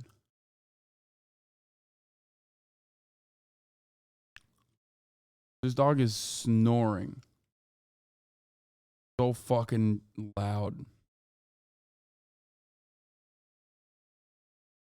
It's identity politics, like the veteran shit. It's just like right-wing identity politics. And I'm not going to have that in here. Let's be fucking real, okay? Don't ever come at me with that dumb shit again. Anyway, is there anything else I didn't cover about this? Doc says he won't be playing COD again. Let's see. Ironically, LSF had like a decent take on this for the record. Like, it was actually surprising. It's not really meaningful, Doc, considering he uninstalls the game every week. Lamount. Nick was done with the game too until his skin came out. He was all in on Apex. Weird he's playing a game with arguably the most diverse of cast characters in any FPS. Oh, diverse cast of characters. Yeah. That's the other thing. Like, Nick's playing Apex. Apex is even gayer than Call of Duty. Call of Duty is like more fucking... Call of Duty in and of itself is like more fucking hoorah, American imperialism, blah, blah, blah, all this shit. Apex is so fucking gay. You have to suck a dick to get better at it, okay? It's like wild to me that like the most bisexual game out of all the fucking shooters, and that's the one he's playing and he loves it, and it's like he's saying this kind of shit. Like, Apex literally is a trans character, dude. Remember when COD put you in the game? Yeah, it wasn't very nice when Call of Duty put me in the game. I was the villain of the story.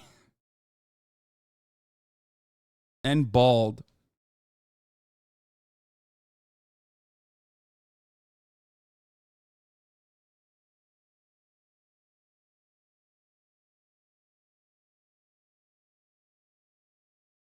Who's only talking about children, though? That's Cope. Now, the question I ask you is this. What do you think he meant? Okay? Because I want to know that as well. I wish he had addressed that. Okay? That's the thing. Like, what do you mean by that? Like, is something happening to children? Because it's not like he just threw that out there randomly in the void. He said that when he was talking about literally Proud Boys beating the shit out of fucking parents at a school, at a protest for a school in Glendale, a school district in Glendale deciding to say June is Pride Month. That's it. That's the fucking reason why there's so much controversy.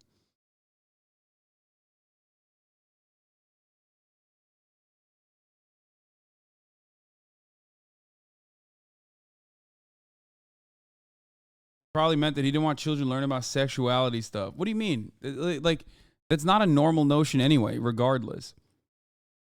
Okay? You can have an opinion on sex ed. It can be the wrong opinion. But when you're describing it, when a school is saying, like, we're doing fucking Pride Month, look for the clip I think people are linking. I know he addressed it.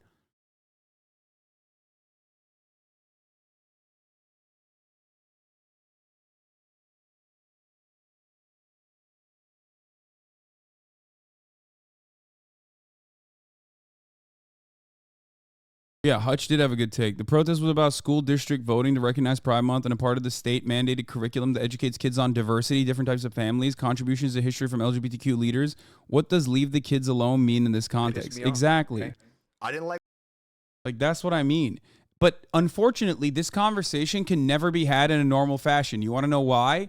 Because the right wing has dominated this fucking space. Whenever you speak about this and you say, what are you talking about? Like, this is not what you think it is. The other side goes, no, this actually means they're grooming the children and they're doing pedophilia. Okay? And not the good kind of pedophilia that the Catholic Church does, by the way, because that kind of pedophilia is perfectly fine by us, the conservative side. You know what I mean? So, like, that's the entire point of this conversation.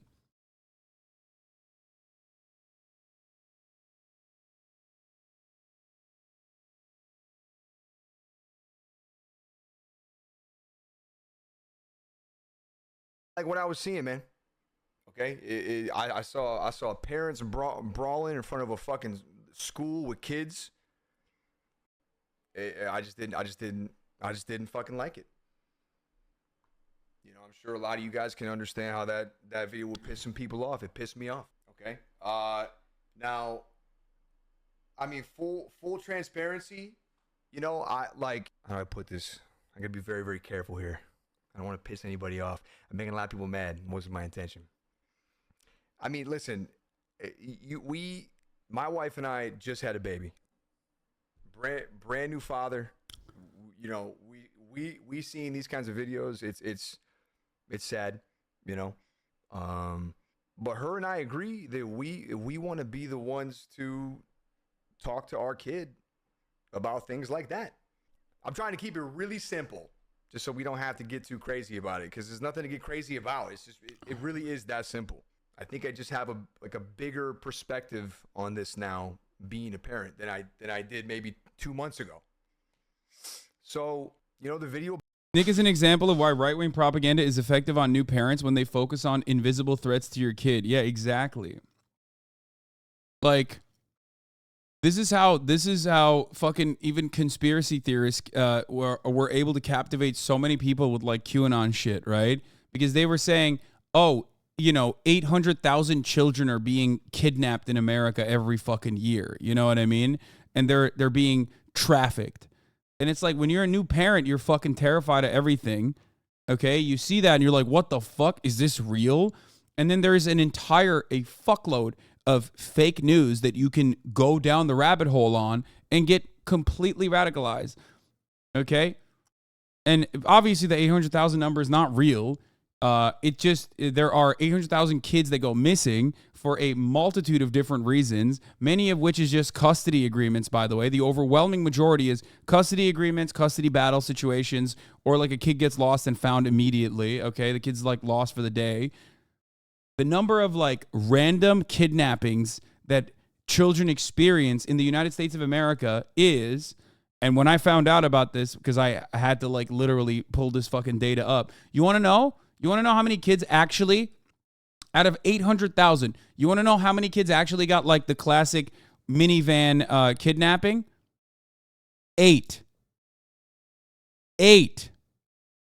Okay? And obviously, any number above 0 is still unacceptable. But there's a big difference between 8 and 800,000. Okay? But that's how right-wing propaganda works.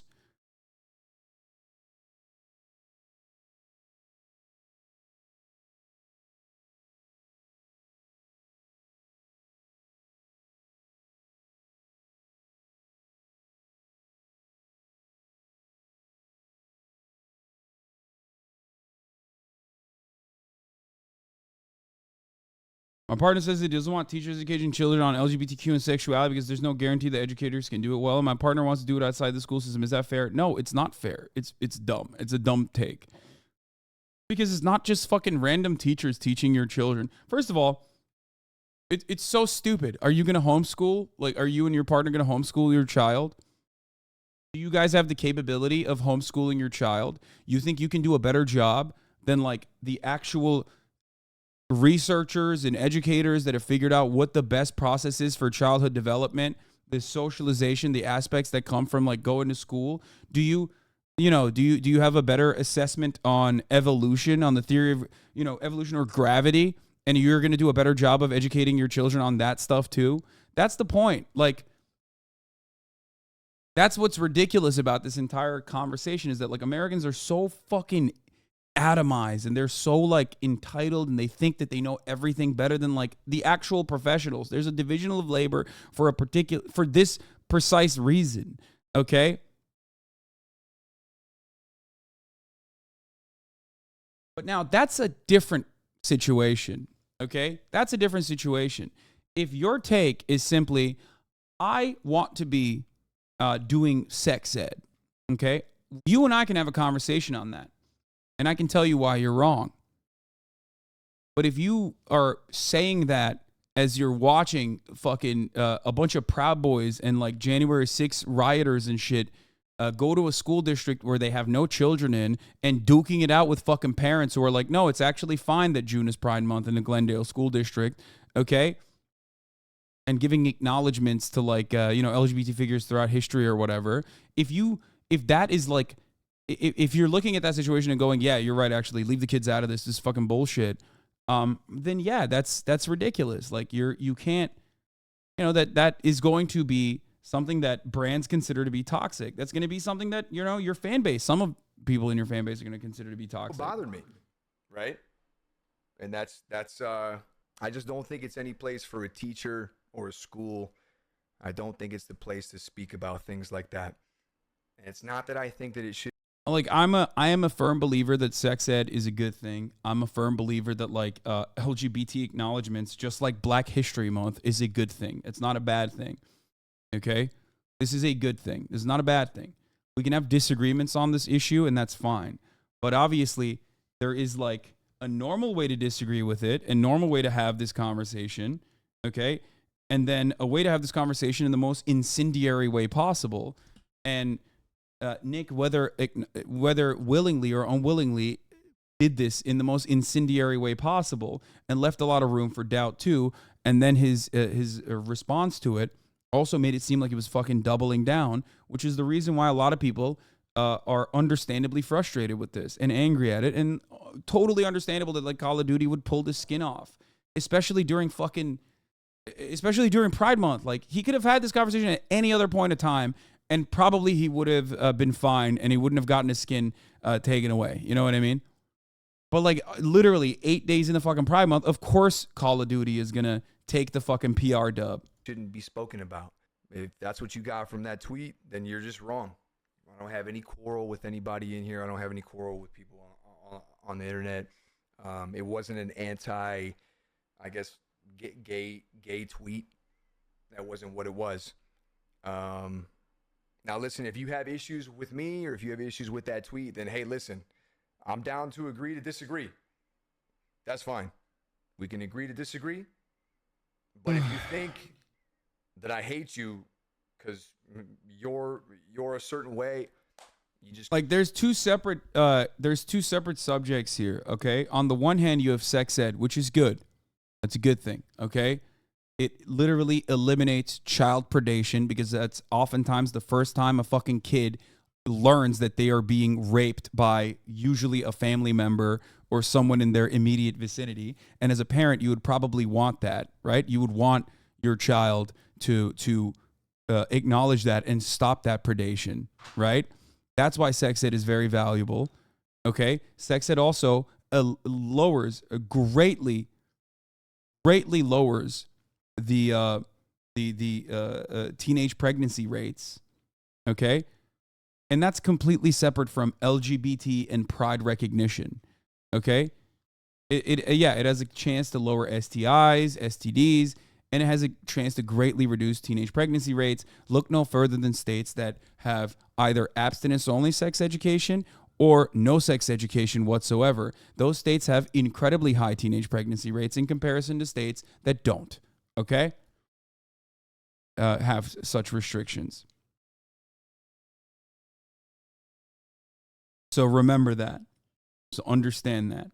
So it's already a good thing. But this is a normal conversation that we're having. Now, that's also disconnected from the LGBT and pride narrative here, okay?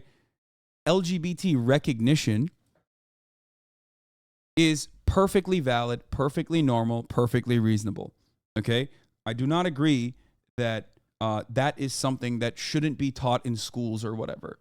It is no different than saying Black History Month shouldn't exist, or it is no different than saying, like, I don't want children to learn about, like, you know, Martin Luther King or Malcolm X or Harriet Tubman, okay? Like putting Harvey Milk in there or other LGBT figures throughout time and LGBT recognition for one fucking month is not a bad thing. These people have existed throughout history. They still exist in society. And it doesn't matter. Like, your child is not going to turn gay or anything when they find out about it. Okay? And obviously, if you were to say, I should be the one who's teaching my child about Black history, like, that, people will go, no, that's insane. That's an insane thing to say. It's more acceptable to say that about trans people right now because there's not that many trans people to begin with. And a lot of trans people are often invisible for safety reasons. So the only time you hear about trans people is when right-wingers who can't shut the fuck up about trans people are showing trans people in the worst light possible. That's the reason, okay? Because they are dedicating entire fucking, like, they're dedicating countless hours to saying trans people are predators, pedophiles, groomers, villains, murderers, and freak athletes.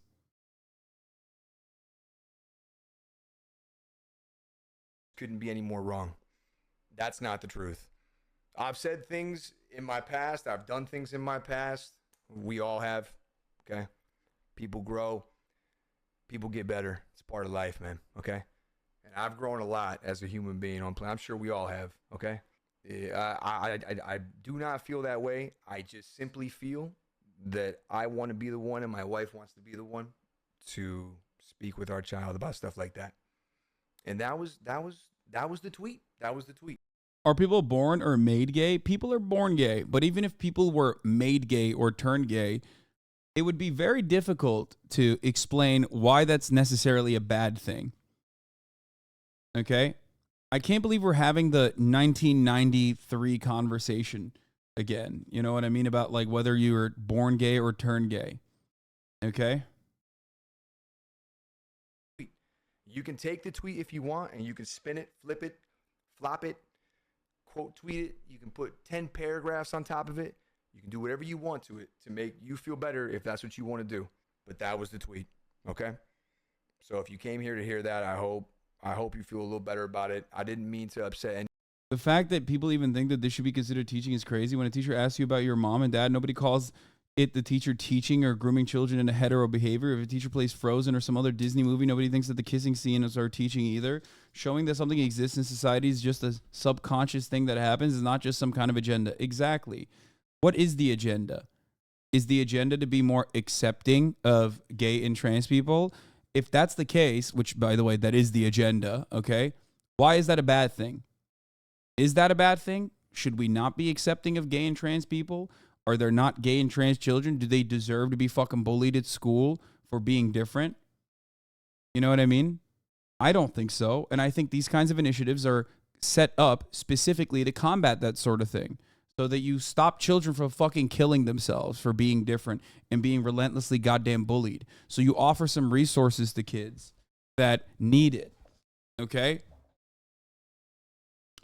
But unfortunately, we can't sit down, take a deep breath, and have this normal ass fucking conversation.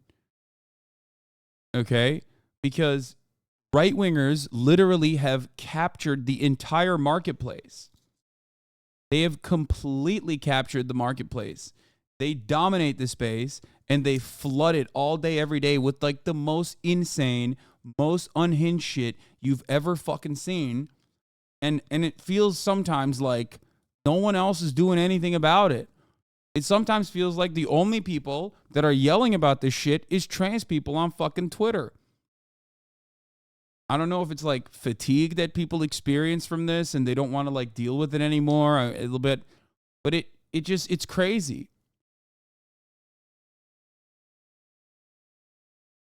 Anybody, I know that I did. I'm not apologizing about the tweets. I don't feel like I'm I don't feel like it's wrong. I'm going to stand by what I said. I'm not going to delete the tweet. You know, I just want to make sure everybody understands exactly the point I was trying to make by tweeting my response. You know, and I do want to apologize to Puckett though. I feel like I might have brought a little bit of shit his way, man. I didn't mean to do that.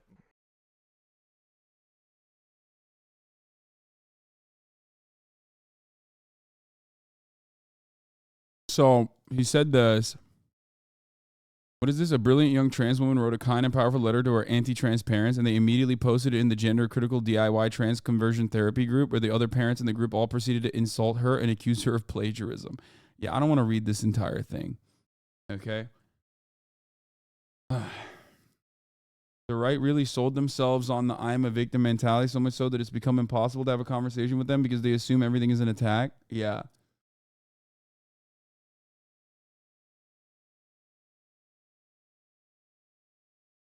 By the way, the irony is that like Nick has a lot of like, you know, the Spartan stuff, like his skin. This is not lost on me, okay? Well, I guess it's like more Roman legionnaire shit. But like he's got a lot of like Greek, Spartan. I mean, he's a Michigan fan too. Like these guys have been historically some of the gayest motherfuckers. Okay? Like literally some of the openly gayest homosexuals out there. Okay? Just butt fucking left and right. Butt fucking so much they were like, oh man, I can't do war right now. I'm butt fucking. I'm too busy fucking ass. Okay? So the idea that like, you know, oh, I don't want children learning about this shit while you got this going on with your skin is, you know, is hilarious. Greeks were gay, but Spartans were mega gay. Spartans were the gayest. What's wrong with being a Michigan fan? Well, I'm saying that like a lot of these, you know, a lot of the imagery invoked, I think wasn't like, isn't Michigan, what's Michigan sports? Like, don't they have, yeah, Michigan State is the Spartans. Like, Michigan State University is, oh, fuck, how do I do this every fucking time? I don't even understand how this happens.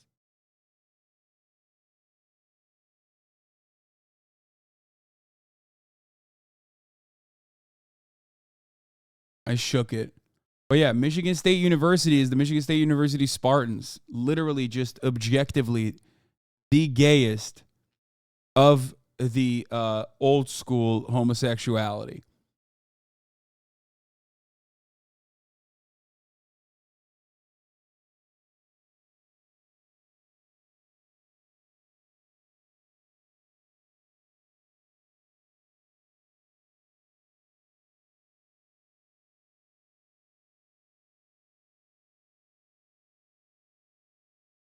A Michigan fan and their Wolverines probably hates Michigan State.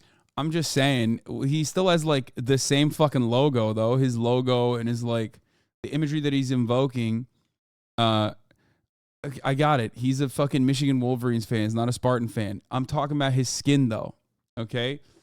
His skin in the fucking Call of Duty game is invoking the imagery of either the Romans or the Greeks and the Spartans. Okay? So that is, no matter which way you cut it, some of the most objectively gayest warriors. Okay, his branding is all Spartan armor. Those guys, they love fucking each other. Okay, they love fucking and sucking. All right, that's my point. Like, how are you failing to understand that?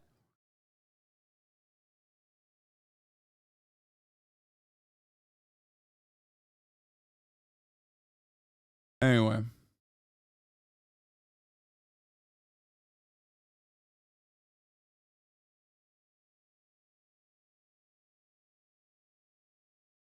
Yeah, and Ann Arbor is like also, ironically, a very accepting area as well. Very, very fucking progressive.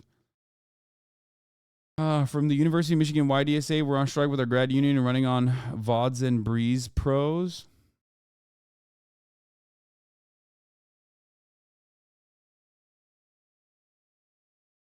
Yeah.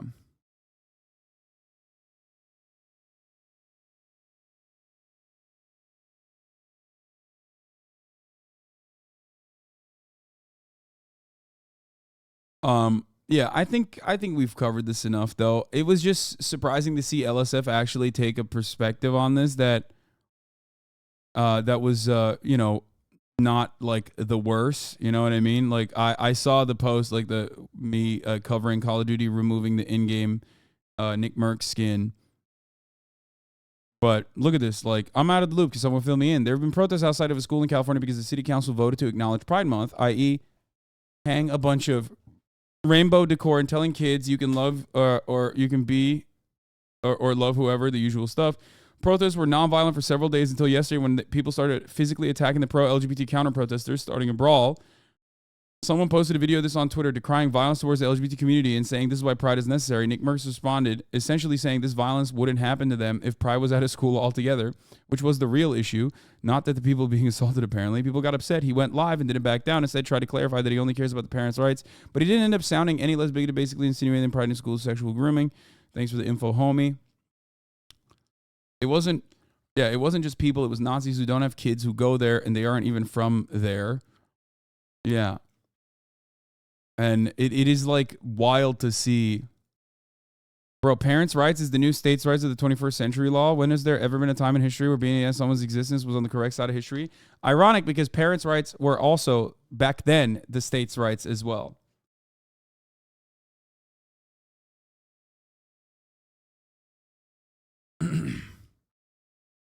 But it is interesting to see so many people just like, especially on Reddit or especially on LSF, not immediately rush to be like, this is fucked up.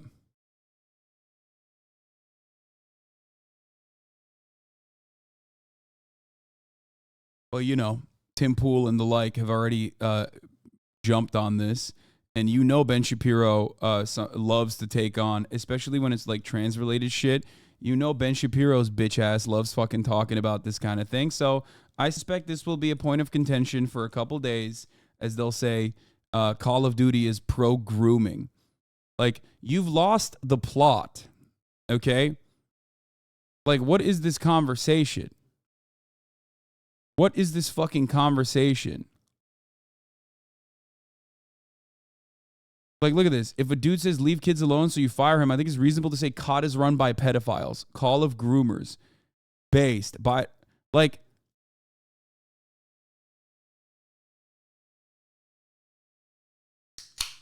I said this before, like maybe a year ago, where I was like, something is shifting in the aftermath of COVID basically shifted in American politics, which was already shitty, okay? Like, it was already shitty. It was always shitty, okay? But something got worse. Conservatives just basically decided, oh, if you disagree with me, you're a pedophile. And they just started throwing that accusation around, which is ironic because we very quickly found out usually the loudest voices that kept saying, oh, if you're gay, you're a pedophile, were literally pedophiles. Like, actually pedophiles. I'm talking charged in a fucking court of law pedophiles. I'm talking can't be near a fucking school within 500 yards of a school type pedophiles. Okay? That is what's insane to me. Like, you would probably want to, I don't know, stay away from calling every single person a fucking pedophile if you yourself or a lot of people in your movement have directly been charged with sexual misconduct towards minors.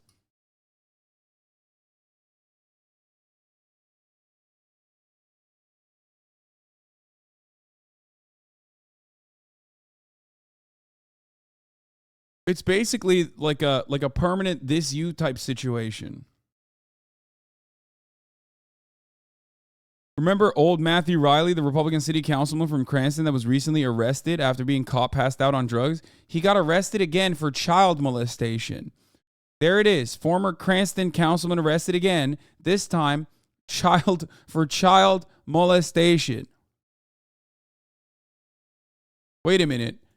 Sorry. Is this guy actually arrested for child molestation? Because it doesn't say anywhere that he is a drag queen. You know what I mean? And if you look at the mainstream narrative here, the only people that are supposedly apparently engaging in that is supposed to be drag queens and trans people, right? No, it's not. It's always motherfucking politicians and churches, okay? Especially politicians on the Republican side. Conservative politicians. Is that a good source? I don't know. You mean the Providence Journal? What are you talking about, dude? It's just a local news article. I fucked up. Trump supporter and GOP candidate for college board allegedly caught masturbating near preschool while watching interracial porn. If you remember, we covered this. This was a really funny arrest video. He said, officer comes up. He says, I saw your phone out while you were doing what you were. What was going on with the phone? He said, I was watching porn. Officer goes, what kind of porn were you watching? Which is so funny. It's like, I was interracial porn. When you look around here, what do you see? The child center, but I didn't notice it until you came up and I got out of my truck. Are you going to put that in the report? Don't you see how alarming that is? That there are children nearby, people passing on bikes and in cars where they can look and see what you're doing? I fucked up.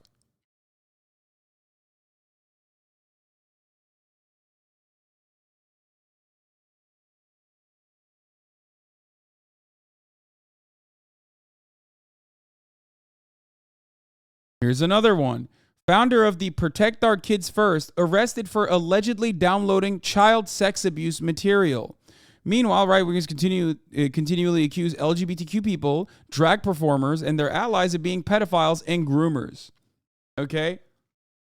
Like, Aiden Ross was fucking saying this shit to me the other day. Why? For the crime of fucking saying that you should be more accepting, okay, of gay and trans people existing in society, that I was a groomer for that reason, right? Which is really weird of Aiden Ross to say, because he very openly showed his audience of predominantly minors pornographic material, like deliberately and openly. What the fuck is going on?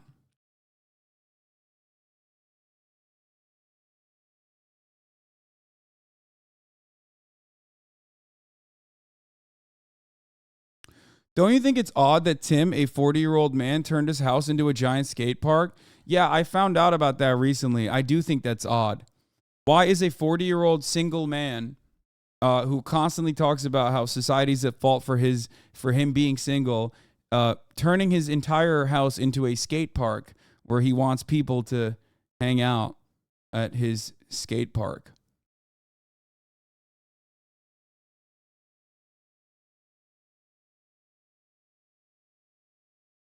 Anyway.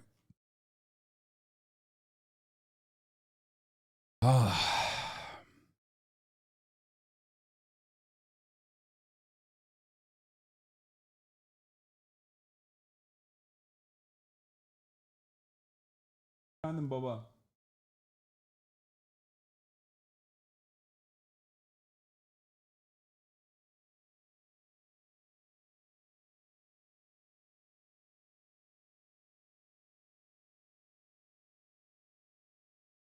Sorry, I gotta send an Uber to my dad. Classic. Oh, this was it, right? Simple literally has an in-home skate park he uses to lure and groom little boys. That's why he's eternally single, but right-wingers have a lot of practice turning a blind eye to that sort of thing because of the church. Like, I don't know how, look, I don't know. Maybe it is real. I don't know.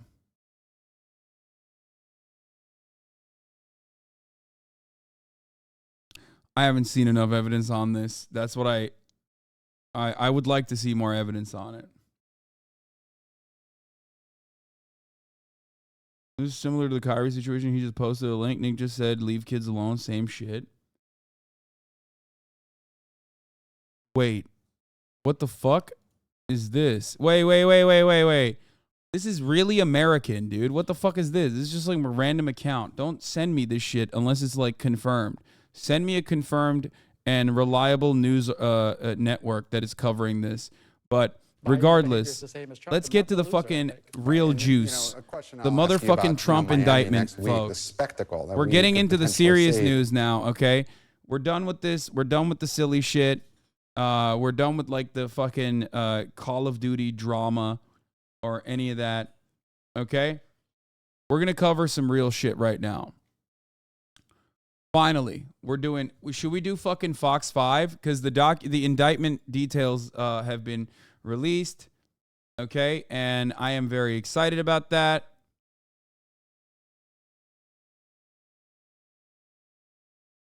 Anyway, my point is this. One final note on that. One final note on the LGBT shit is that, like, you're not a brave or bold fucking hero when you go out of your way to, like, be bigoted, okay? Primary season, it's not. Nobody thinks you are. Only fucking losers think that is the case. What he could do, so don't do it. Let's say he's found guilty, then what?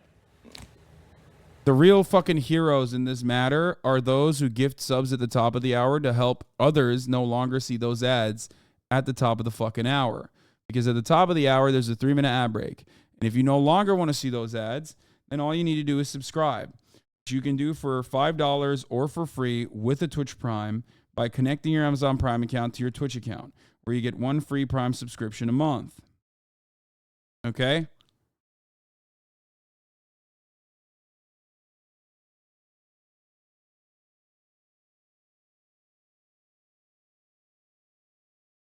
Right. You can also get gifted a sub if you're lucky, though. Angry Bull and Colonel Not the Fossil. Angry Bull to Mana, thank you for the 10. Allowing many people to no longer see the ads. Here's the 3-minute ad break now. Mama2210. Shot Down 007. Thank you for the 10 gifted. Alienated Quebecois 666. Thank you for the 10 gifted. It's Fox and 5 time.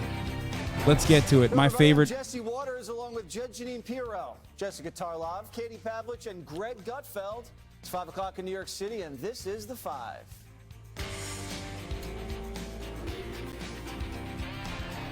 For the record, before we get to this, remember what I told you? Trump is the only type of dude who will openly fucking get arrested for shit like this.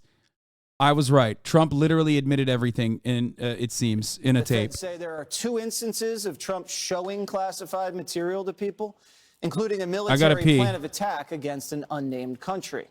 Trump's accused of directing an aide to move documents out of a storage room before an FBI subpoena. Why is this so loud? The DOJ loud? also claiming that Trump suggested to his lawyer that they should hide or destroy the documents.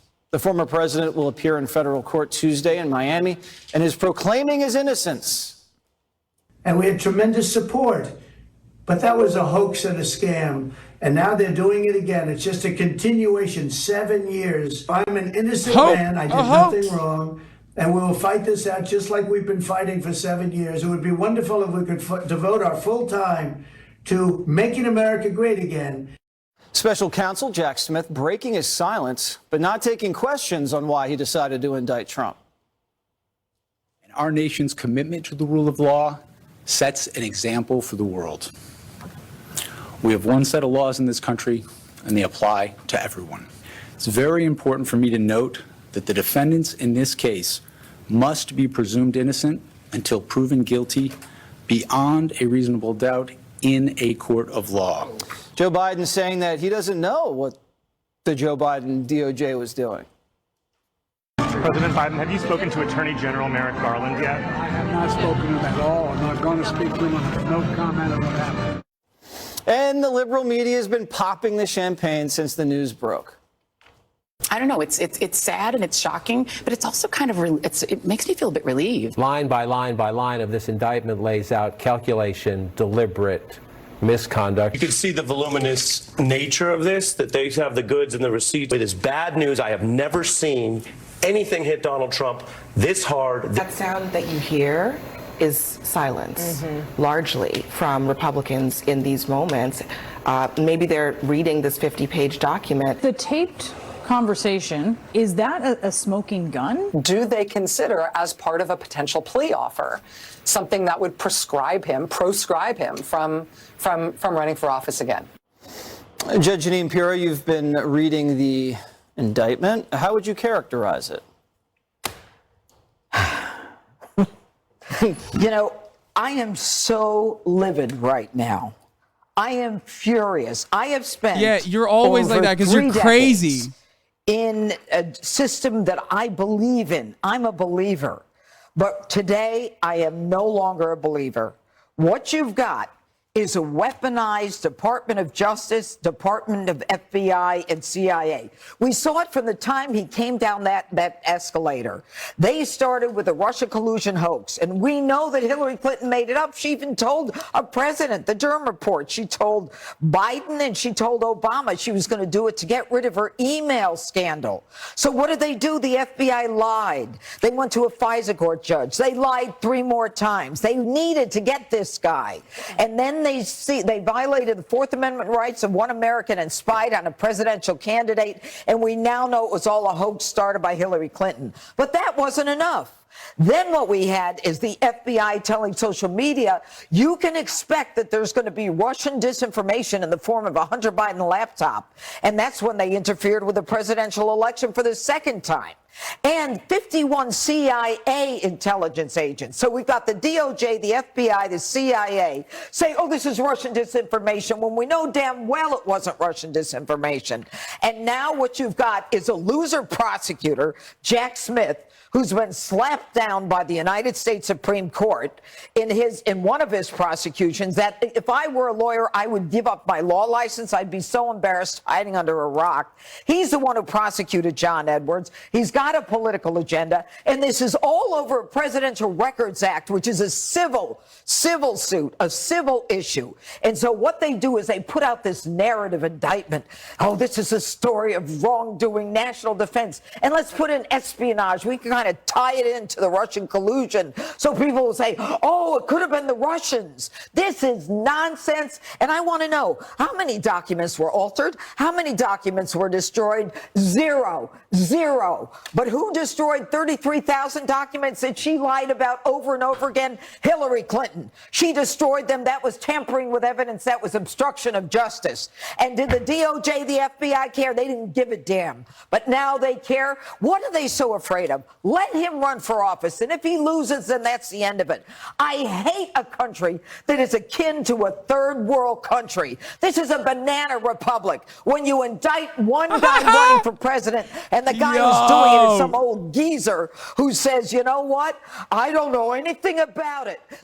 Dude, she is going off, Queen. I love Judge Jeanine Perot, whose name is Judge Jeanine Perot, by the way, talking about how someone should be embarrassed to continue the legal profession. It's like, you should probably take the name judge off of your off of your branding, okay? Ukraine, why the heck is everybody going to Ukraine? Why do we put billions and billions and billions of dollars into Ukraine? What the heck is going on over there? Randy Weingarten going to check out education. And Joe Biden goes over there in January of 2018, and he says, if you don't get the prosecutor off that company where my son makes $80,000 a month, and if you don't get rid of him, I'm not going to give you the $1 billion that the United States promised you. Well, Joe, that's called pay to play. It's an organized criminal. Yeah. Okay, yeah, lock him up. I am in agreement, okay? But listen, let's you're probably wondering how we got here, right? Cuz you're maybe a little unfamiliar with what happened. So I think it's good to do a little refresher on the matter, okay? So Donald Trump was indicted, and those indictment charges were unsealed earlier today for 7 counts. Some of them were espionage. I think one of them was there was obstruction of justice, conspiracy to mishandle classified documents and whatnot.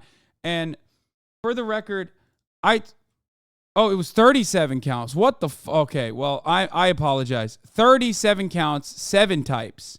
Okay? So let's do the timeline real quick. So Donald Trump has been indicted on 7 charges relating to the storage of classified national defense documents dating from his presidency at his Mar-a-Lago mansion in Palm Beach, Florida.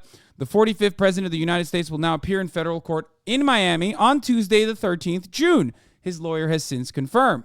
Should he be ultimately convicted, he could face the maximum combined sentence of 100 years in prison.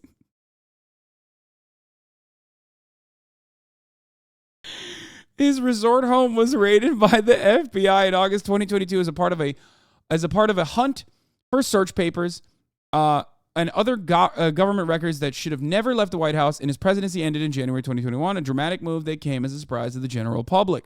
However, legal filings have since shown that the investigation into possible violations of the Espionage Act that triggered that unprecedented action was months in the making. The documents made clear that Trump had ample opportunity to return the material to the government requested and then subpoenaed and revealed the sheer quantity of highly sensitive documents he was keeping at the club. Now, I want everybody to understand something here. There's a big difference between this and Michael Pence, for example, his situation. There's a big difference between this and Joseph Robinette Biden, for example. And that major difference is Donald Trump refused to comply with the authorities and even acted like he was complying, acted like he was actually listening to the demands from the authorities, while simultaneously keeping some documents to himself. And that is what the major point of contention here is, the major difference between, Joe Biden being investigated and immediately saying like, oh yeah, take all the documents you want, whatever. So that is what is hilarious about the circumstance. But here is a timeline of the notable developments in the case so far. On the 28th of January, 2021, then President Donald Trump left the White House for Florida ahead of President-elect Joe Biden's inauguration. According to the GSA, the General Services Administration, members of the Trump transition team were responsible for packing items into boxes, putting those boxes on pallets, and shrink wrapping those pallets so they could be transported. And we saw those boxes, if you recall. That was done very openly. Prior to shipping, GSA said it required the outgoing transition team to certify in writing that these items being shipped were required to wind down the office of the former president and would be utilized as the office transitioned to its new location in Florida. GSA, however, did not examine the contents of the boxes and had no knowledge of the contents prior to shipping, according to an agency spokesperson. Okay? GSA was also not responsible for the former president's personal belongings, which were transported by a private moving company. On May 2021, after the National Archives and Records Administration, NARA, realized that documents from Trump's presidency were missing from the material that it received as he left office, the agency requested records from Trump on or about the 6th of May, 2021. So on the 6th of May, NARA's like, oh shit, we need some documents from your presidency that have gone missing. Okay? On December 2021, NARA continued to make requests for records it believed to be missing for several months. Around late December 2021, a Trump representative informed the agency that an additional 12 boxes of records that should have been turned over had been found at the former president's Mar-a-Lago club and residence and were ready to be retrieved. Okay? So they were like, oh, we need some of these documents. We figured out that you have these documents. Can we please have them back? Please, please, please, please, please. Right? They said it kindly. They said it gently. Because these are nerds. They're fucking, number crunchers, pencil pushers. They're not interested in fucking pissing off the former president who is, known to regularly fly off the fucking heels, fly off the handles. I don't know what the term there is, but he's a crazy guy. They don't want to fucking rock the boat. These guys are basically librarians, okay? They're not trying to fight Donald Trump.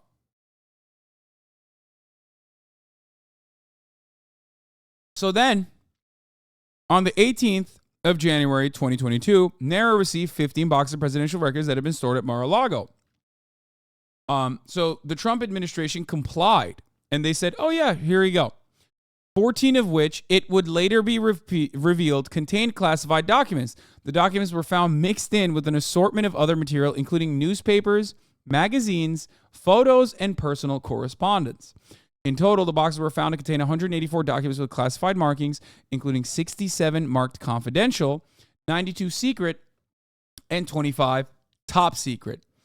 Agents who inspected the boxes also found special markings suggesting they included information from highly sensitive human sources or the collection of electronic signals authorized by a court under the FISA court, the Foreign Intelligence Surveillance Act. On the 9th of February 2022, the special agent in charge of NARA's Office of the Inspector General sent a referral to the Justice Department via email after a preliminary review of the boxes, which revealed numerous classified documents. Okay? Of most significant concern, they wrote, according to a heavily redacted affidavit released last week, was that highly classified records were unfolded, intermixed with other records, and otherwise improperly identified. After an initial investigation of the NARA referral, the FBI opened a criminal investigation into the matter. Okay? On the 10th of February 2022, Trump's Save America PAC released a statement insisting the return of the documents had been as routine and no big deal. Trump insisted the papers were given easily and without conflict and on a very friendly basis, and added, "It was a great honor to work with NARA to help formally preserve the Trump legacy." God, it's so funny. NARA revealed in a letter to a congressional oversight committee that classified information was found in 15 recovered boxes and confirmed the Justice Department referral. Trump's Save America PAC released another statement insisting the National Archives did not find anything but were given upon request. Presidential records in an ordinary and routine process to ensure the preservation of my legacy and in accordance with the Presidential Records Act. On the 12th of April 2022, NARA informed Trump of its intent to provide the documents to the FBI at the request of the Justice Department, and a Trump representative requested an extension until the 29th of April. On the 29th of April, the Justice Department sent a letter to Trump's lawyers seeking immediate access to the material, citing important national security interest. Access to the materials is not necessarily necessary for purposes of our ongoing criminal investigation, but the executive branch must also conduct an assessment of the potential damage resulting from the apparent manner in which these materials were stored and transported, and take away any necessary remedial steps, the department wrote. Trump's lawyers requested an additional extension. On the 10th of May 2022, NARA informed Trump's lawyers that it will provide the FBI access to the records as soon as the 12th of May. On the 11th of May, the Justice Department issued a subpoena for additional records.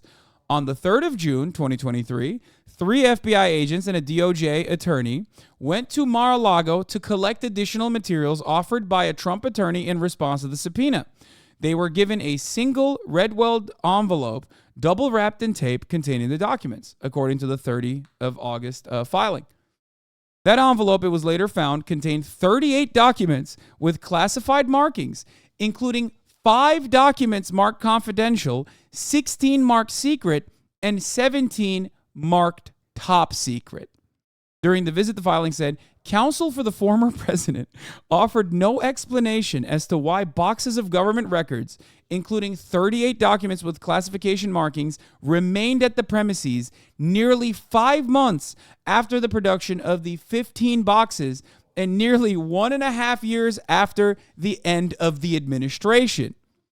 Why did they not give all of the materials back to NARA when it was asked for multiple times, kindly and gently?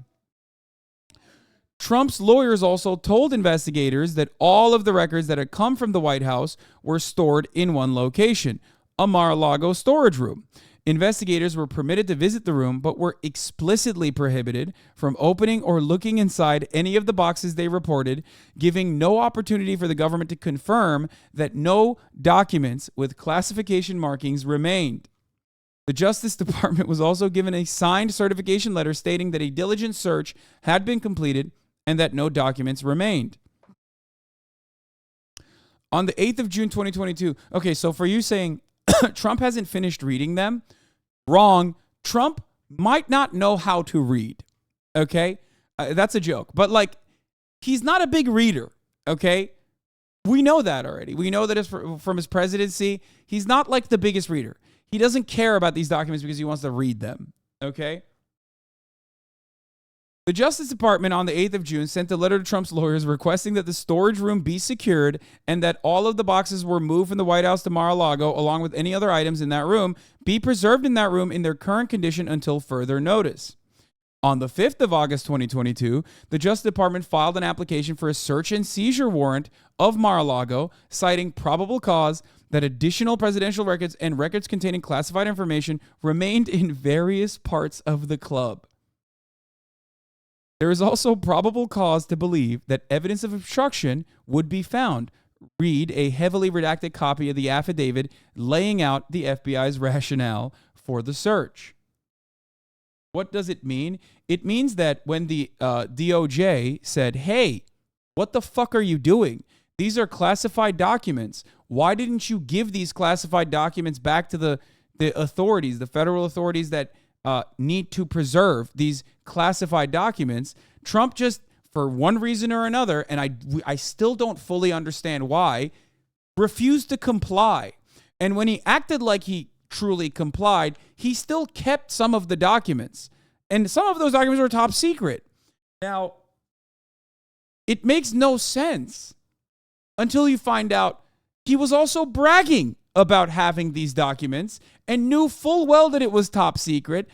So we're going to get to that. I'm running ahead of myself, okay? I don't want to spoil it. I don't want to fucking give you I don't want to give you the juice here, okay?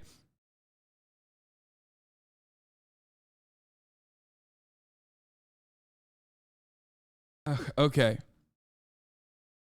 The Justice Department also revealed in the 30th August filing that it had found evidence that government records were likely concealed and removed from the storage room and that the efforts were taken likely to obstruct the government's investigation. The U.S. Magistrate Judge Bruce Reinhardt in South Florida approved the application that same day. On the 8th of August, the FBI executed the search at Mar-a-Lago, seizing 36 items of evidence. There was, by my count, and I'm not entirely certain here because there's a lot of stuff here, I believe 5 or 6 different points in time where this Mar-a-Lago raid could have been avoided, okay? Not only could it have been completely avoided, but it also did not have to be considered a raid whatsoever. Trump was the one who called it a fucking raid and made it a major point of contention and a major issue because that very same process happened with Joe Biden and Mike Pence as well. Okay? Baba, kapıyı açtın mı arka gate'i? Açtın, sağ ol.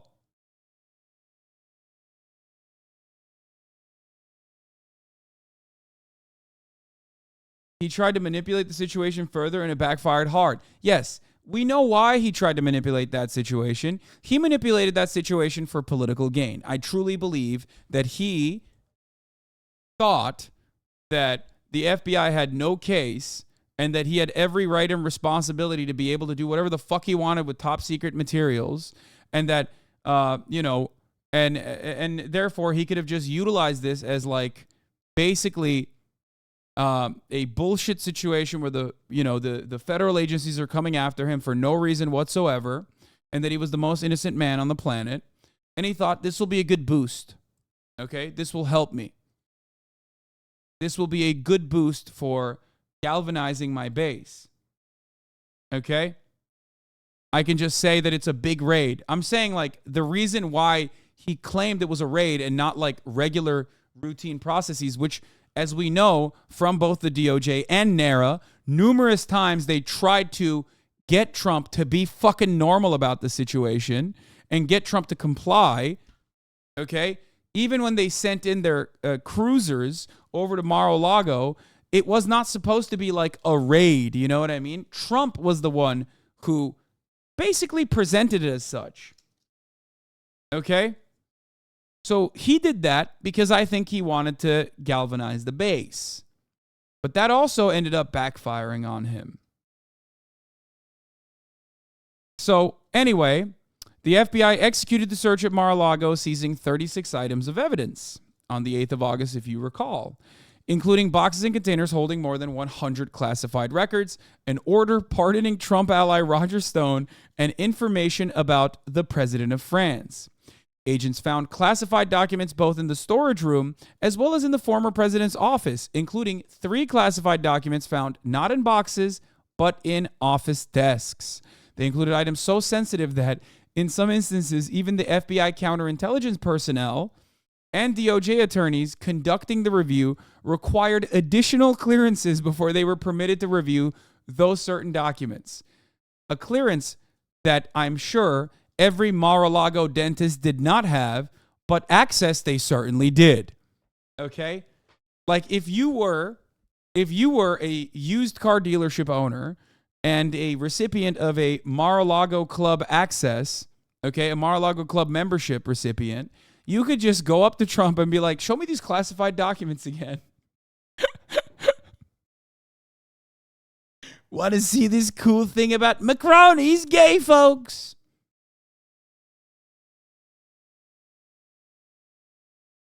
That the FBI, in a matter of hours, recovered twice as many documents with classification markings as the diligent search that the former president's counsel and other representatives had weeks to perform calls into serious question the representations made in the 3rd of June certification and cast doubt on the extent of cooperation in this matter. That's what the Justice Department said. Trump and his allies, meanwhile, cast the search as a weaponization of the criminal justice system aimed at damaging him politically as he prepares for another potential White House run. On the 12th of August, 2022, Judge Reinhardt unsealed the warrant that authorized the FBI to search Mar-a-Lago, which details that federal agents were investigating potential violations of 3 federal laws, including the Espionage Act.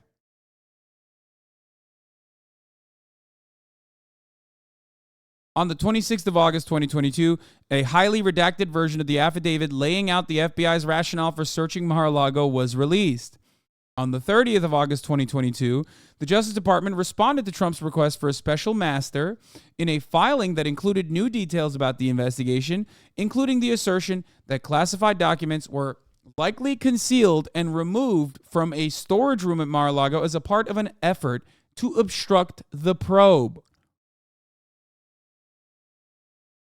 It included a photograph of some of the material found at the club, including cover pages of paperclip-bound documents, some marked as top secret SCI with bright yellow borders, and one marked as secret SCI with a rust-colored border, splayed out on a carpet at Mar-a-Lago. Terrible the way the FBI, during the raid of Mar-a-Lago, threw documents haphazardly all over the floor, perhaps pretending it was me that did it, said Trump. And then started taking pictures of them for the public to see, Trump responded. Thought they wanted them kept secret. Which is an incredible own. Like, it's not I that's mishandling the documents, it's the FBI.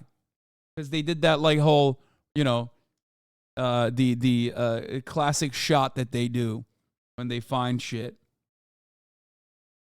Here's how the documents were being stored, by the way. For the record.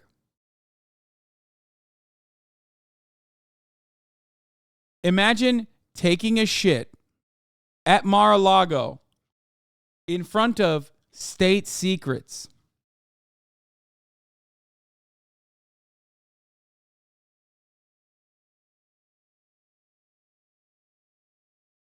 I'm losing my fucking mind.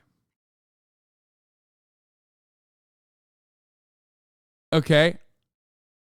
It's just reading material, folks. Light reading material.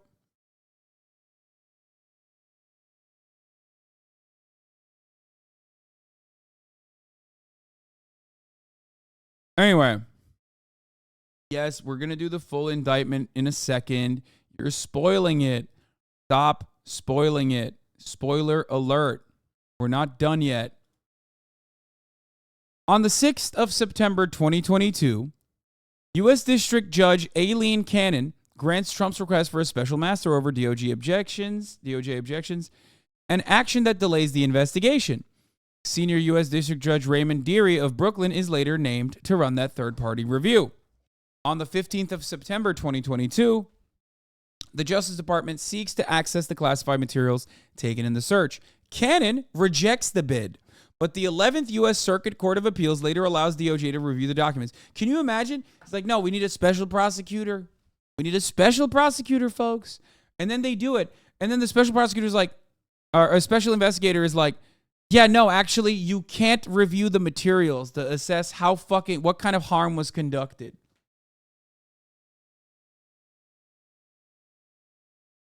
On the 16th of November, Trump announces that he will run for the Republican nomination in 2024, which, of course, he thought was like an AOE shield. You know what I mean? Like, that's it. I said it. I'm running for president. Now you can't investigate me. Bye-bye. I win. And he did that famously early, for the record. Okay? He did that very early. He was like, everyone was like, this is unceremonious. This is weird. Why is he doing it early? I believe it was because he wanted to, again, like I said, an energy barrier. He thought, I'm running for president. Now this is a political case.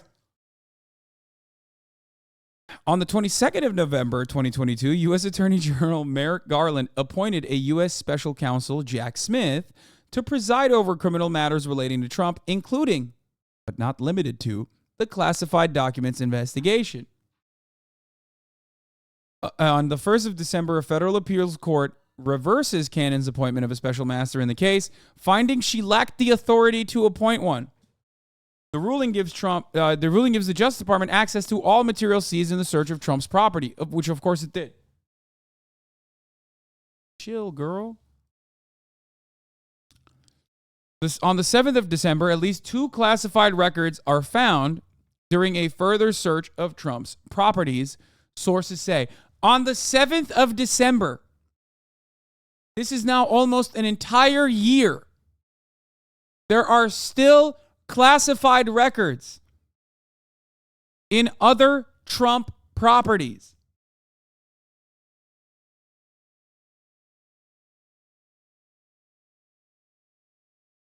On December 22, Trump lawyer Tim Parlatore, another one of Trump's, crackpot lawyer teams, like his legal team, which is WASP-free, by the way.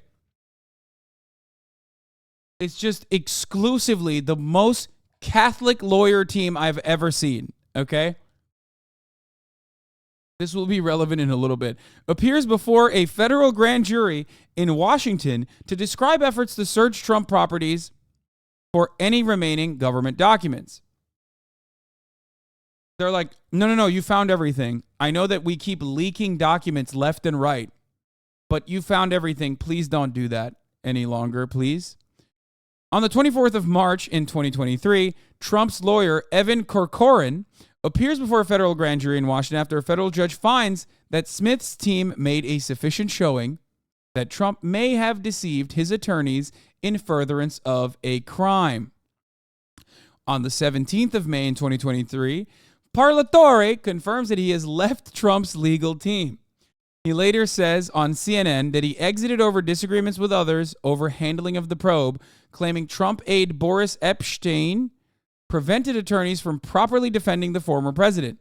A Trump spokesperson denies the claims. On the 8th of June, 2023, Trump fumes on Truth Social that he has been indicted over the case, insisting, I am an innocent man. Now, that was yesterday. He said the corrupt Biden administration has informed my attorneys that I have been indicted, seemingly over the boxes hoax. He seethed in a separate post. The most innocent man in America. Now, today, we found out more information. That brought us up to today. The indictment has officially been unsealed as of today. Okay? So now we're going to get to that. Now we're going to get to even more details. This also happened as Donald Trump, they don't know how to classify documents. Yes, we do. They are on stage literally behind you. Okay. So this is the indictment. Now, it's boring. I'm not going to fucking go through piece by piece. We'll just watch a video covering the indictment. But also, simultaneously, while the indictment was unsealed, because a lot of these charges that they have, okay, a lot of these charges they have are, you know, all over the place. It's just, you know, mishandling documents, all this shit. But is it illegal?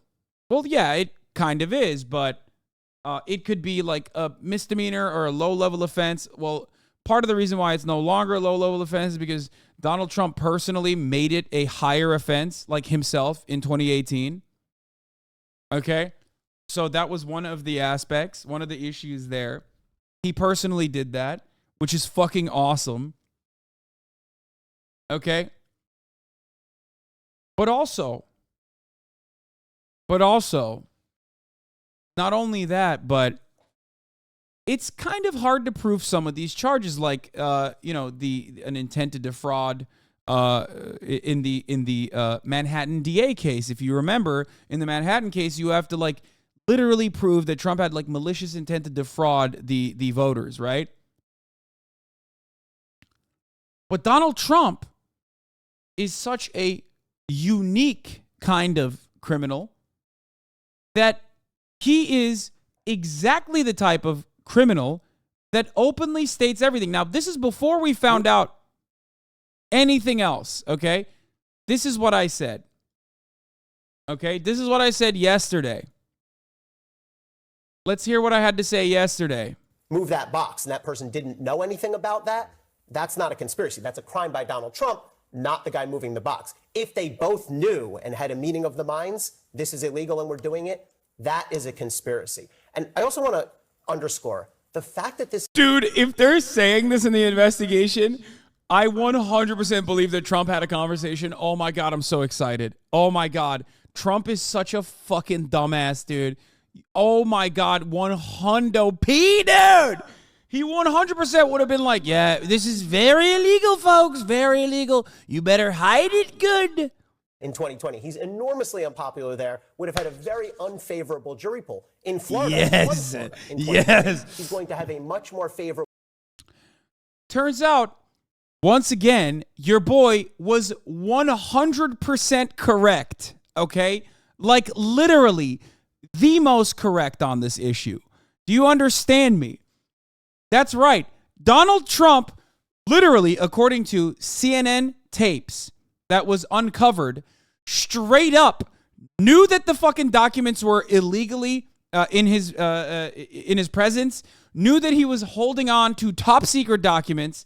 Let's take a look. Let's go to the fucking tape.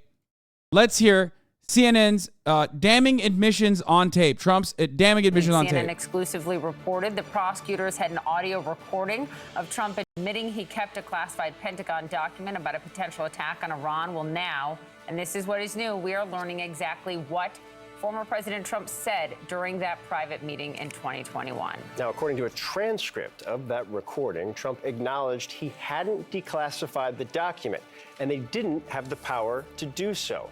He told people in the room, quote, "As president, I could have declassified, but now I can't." You'll note that goes completely against what the former president has been saying.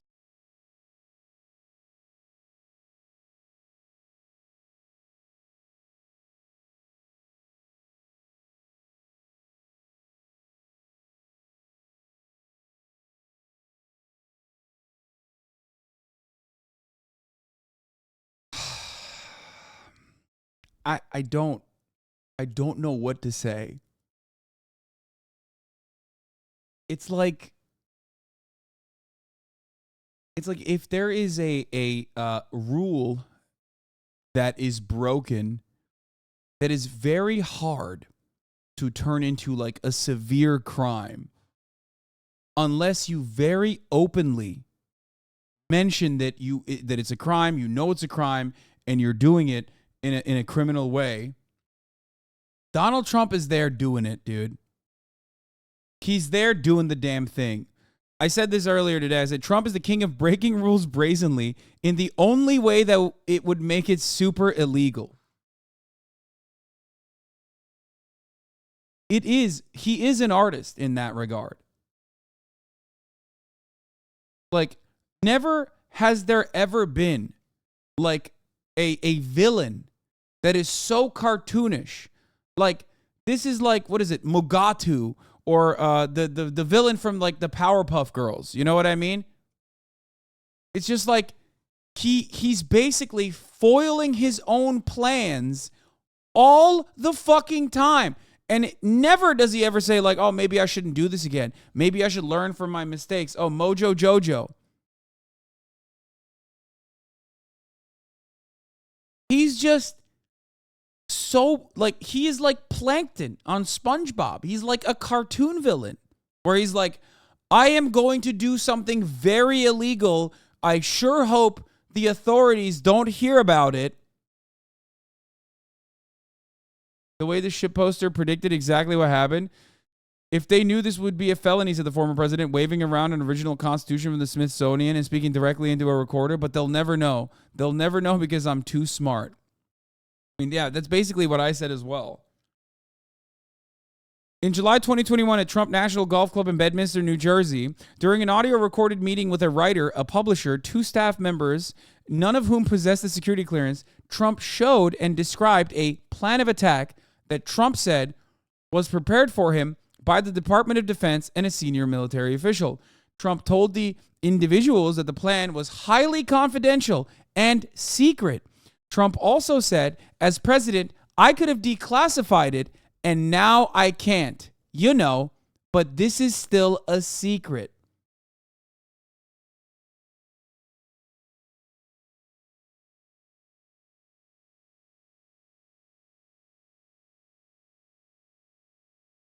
In August or September of 2021, at Bedminster Club, Trump showed a representative of his political action committee who did not possess a security clearance and a classified map related to a military operation, and told the representative that he should not be showing it to the representative and that the representative should not get too close.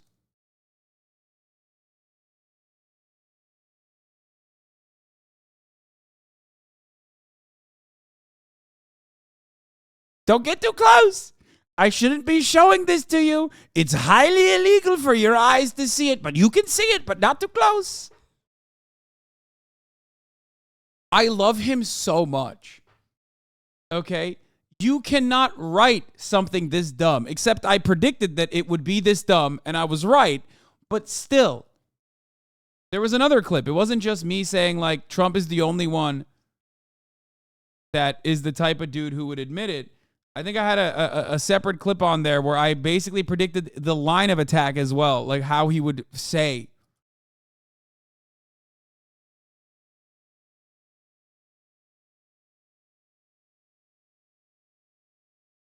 Is Trump just trying to impress people? Like, why the fuck is he running around showing people these docs?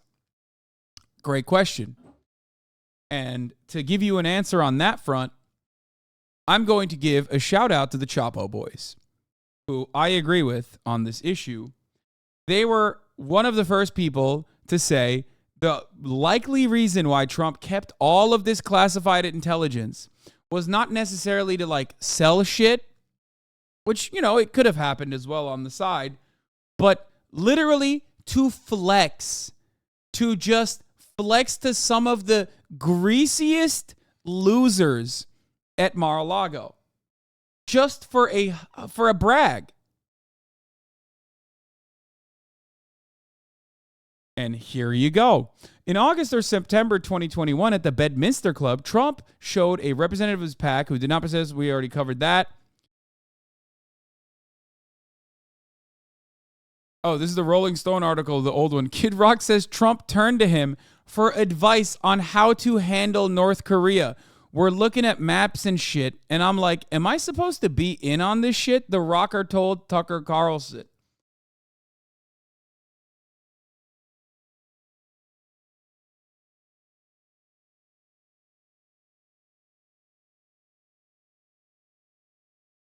He wanted to impress Kid Rock with like top secret classified intelligence on North Korea.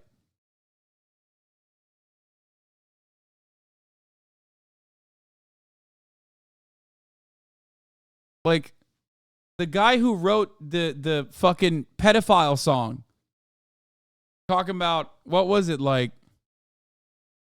Was it grass in the field, play ball? What was his line in it in Osmosis Jones?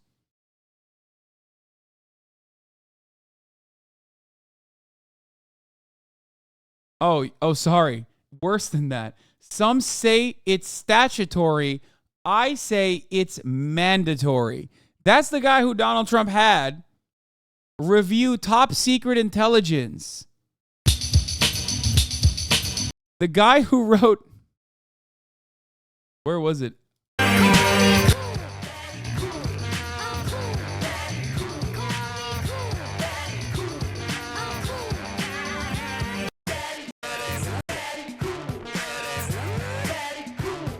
Oh, I think it was right here.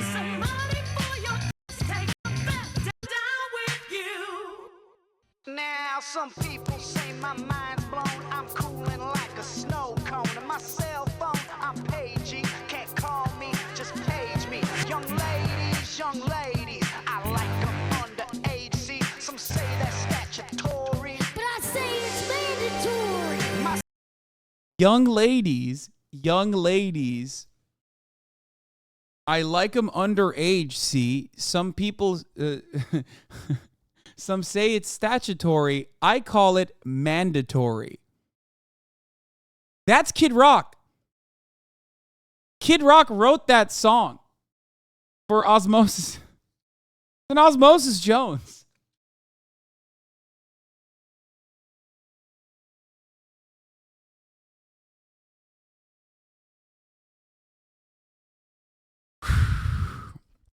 Donald Trump gave that guy top secret documents to look at.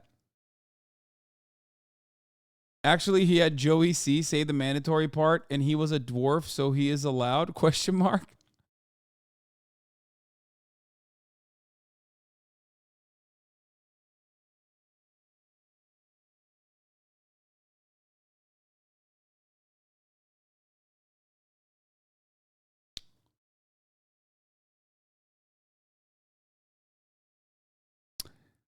Yeah.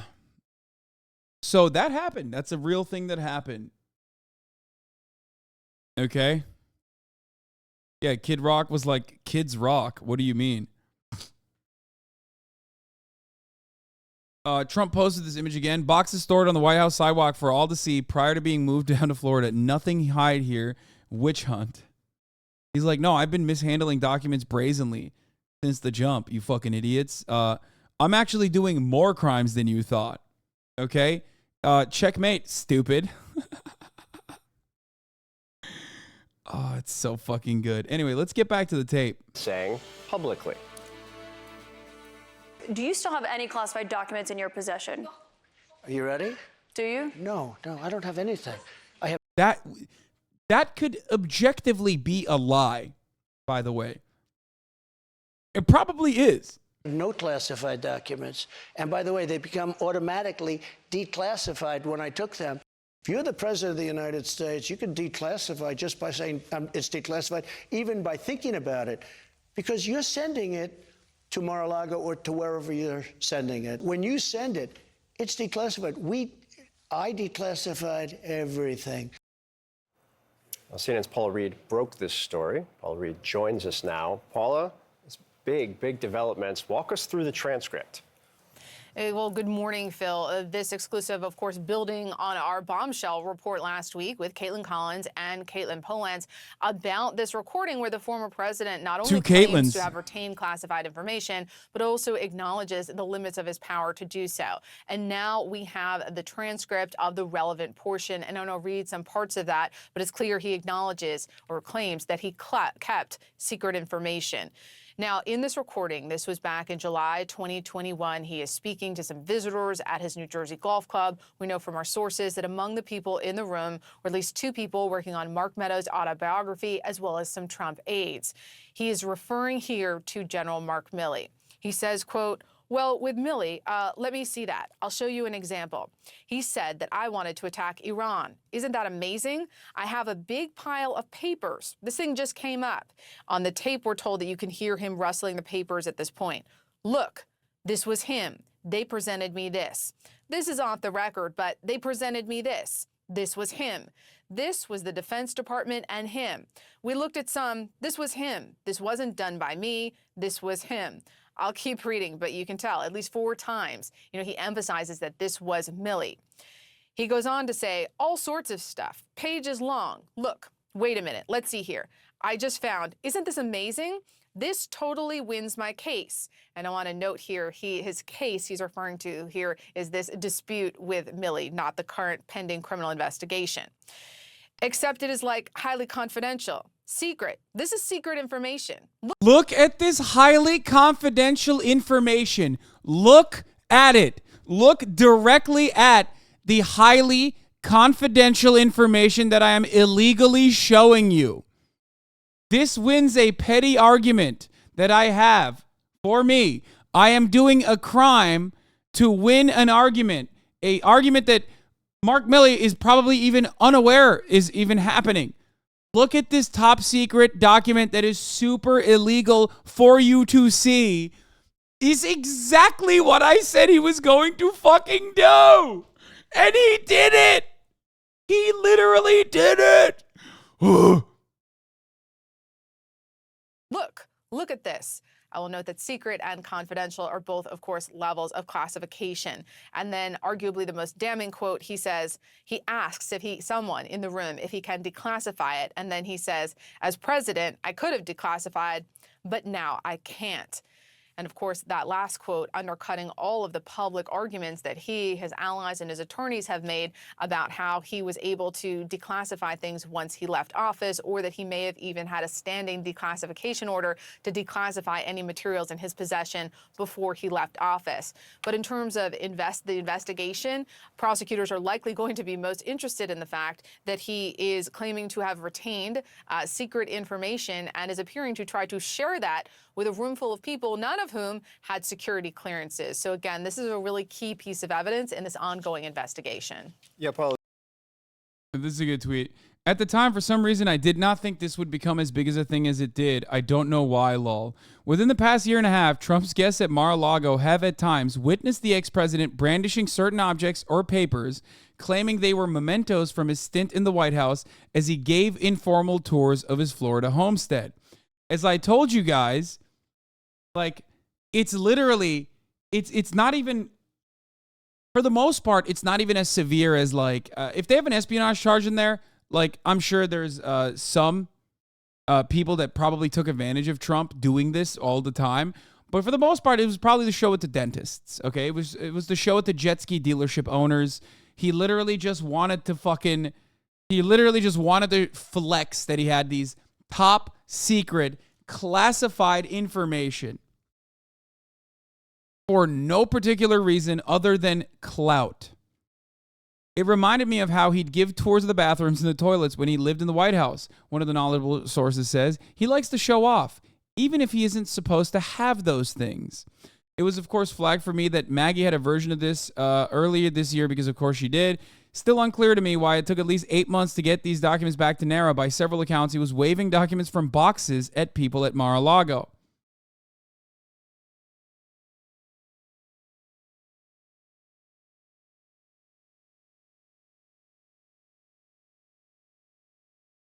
It's so good. It's so fucking good. He's like Mr. Bean, dude. He's off the bean.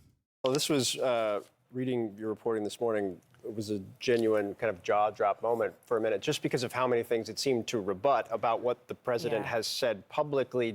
You kind of got at this a little bit, but what is your sense of how this will factor into things going forward or into the indictments that we haven't seen yet? When we were doing our reporting on the existence of this audio recording last week, I mean, one source close to the legal team told me, look, this audio recording, this is a problem. And the former president's legal team only learned about this a few months ago in March when a witness was asked about it before the grand jury. I also want to note that prosecutors subpoenaed the document that he refers to, and they still don't have it. It's unclear, one, what this document was. If it was indeed a real document, though it appears by this transcript, he does clearly think. Honestly, hope nothing happens to him so more people share secret stuff in the government with no consequences. If you think that would set a precedent for like random people who are whistleblowers, you're out of your mind, okay? Like, I think that he might actually get into trouble for this, but also on top of that, there's no way that you know, this level of allowances will be given to like actual whistleblowers. Even that Texaria dude who basically was doing the exact same thing that Trump was doing, just weaponizing his security clearance to like groom his little Discord kittens, okay? Like, that dude's going to jail, dog. He's 100% going to jail.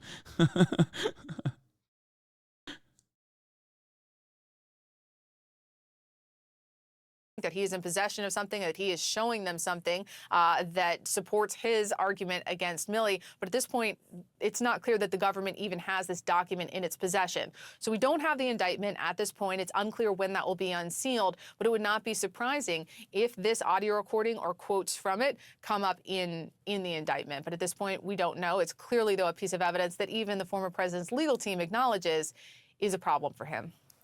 This is remarkable in every way, Paula. Everyone should go on CNN.com right now and read through your report because you have all of these stunning quotes in there. Thank you for this. Stick with us. Let's also bring in Caitlin Polantz, live out at the courthouse in Miami, where Trump will appear Tuesday afternoon.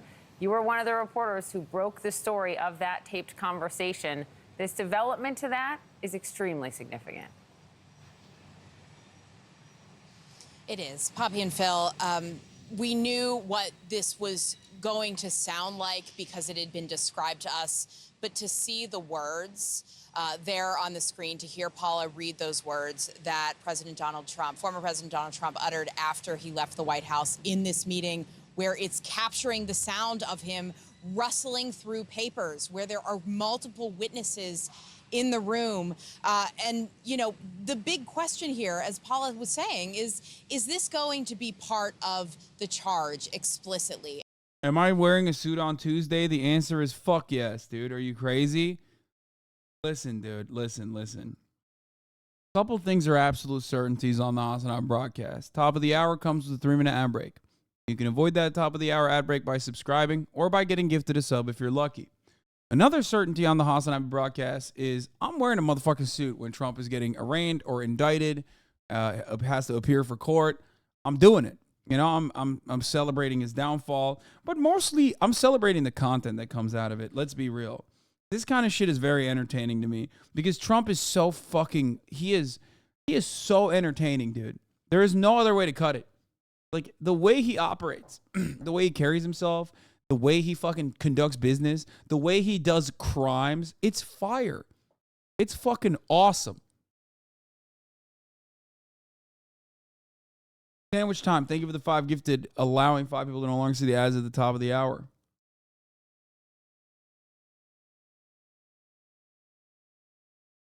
It's crazy.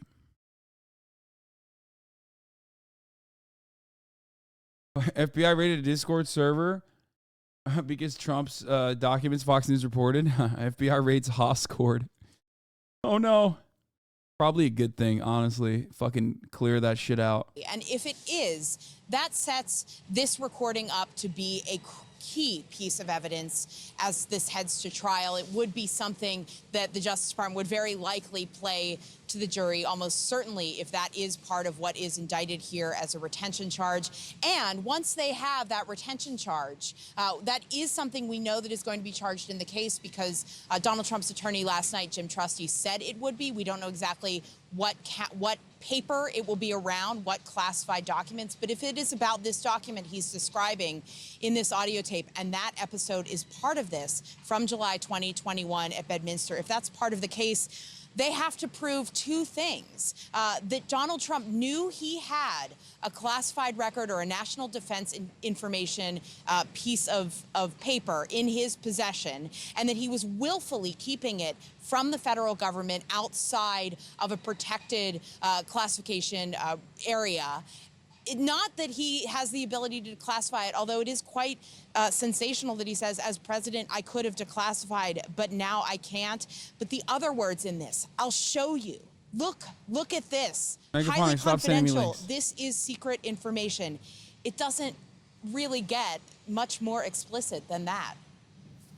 It really doesn't. Caitlin Polantz, also, stay right there. Let's bring in our colleague and friend, CNN anchor Caitlin Collins, who was also on that team that broke the stunning reporting last week. CNN senior justice correspondent Evan Perez also joins us, and CNN legal analyst and former federal prosecutor Elliot Williams is with us, and CNN political analyst and senior political correspondent for the New York Times, Maggie Haberman. Paula Reed also back with us. I want to read part of this transcript. Quote, as president, I could have declassified, but now I can't. Wait, what?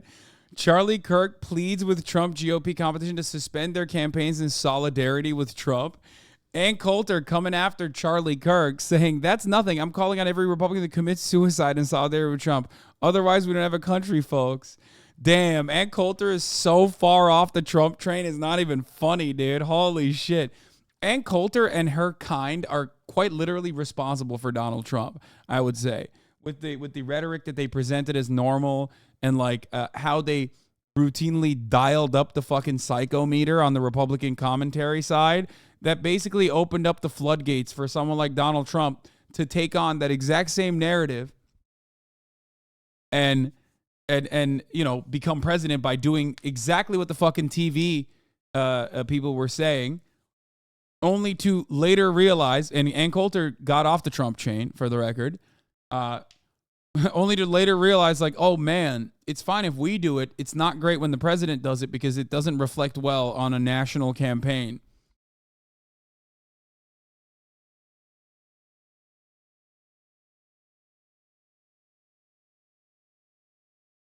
Law tip. I've met murderers with a better instinct of self-preservation than this motherfucker. I'll talk to cops and clear this whole thing up type beat.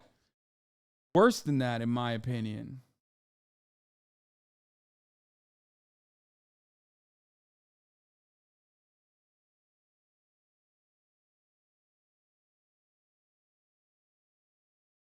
Worse than that. Perhaps the most stunning line of all of this. Caitlin Collins, let me go to you for your thoughts, given you were a key part of this team that broke the original reporting. I did call Ann Coulter old one time in a televised debate where I owned her. Expect that that would be a key part when She refused to look me in the eyes this while we were indictment debating. is unsealed. Everyone will be looking for, was this tape a key part of it? Because this was, again, about Iran. This was about a key national security issue.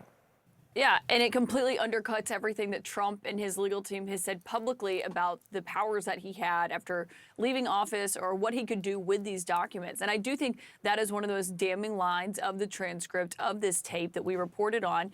And there's a reason this tape has caused so much consternation in Trump's legal team. They didn't learn about it all that long ago. It was only in March when this recording was played during testimony from another Trump aide where they heard it. And then Trump's legal team was alerted to the fact that prosecutors did have this audio in their hands. And having Trump on tape admitting that he doesn't have the power to declassify it, which we all knew because we've read the Presidential Records Act, we've looked at what that declassification process is, but it completely undercuts any of the defenses that you've seen Trump's legal team offer up publicly. And so that is why this is such a central piece in this reporting, of course, in the bigger context of what we saw last night with the former president being indicted in this, of course, now going where Caitlin Polantz is on Tuesday to that Miami courthouse. This is going to be something that is a real problem for his legal team to try to defend in court and explain. And it's something that they are pretty candid about behind the scenes when it comes to just how crucial this tape is. Elliot, as a lawyer, when you look through or listen to that transcript, there's, yes, him acknowledging that he can't unilaterally declassify things by magic or after the fact.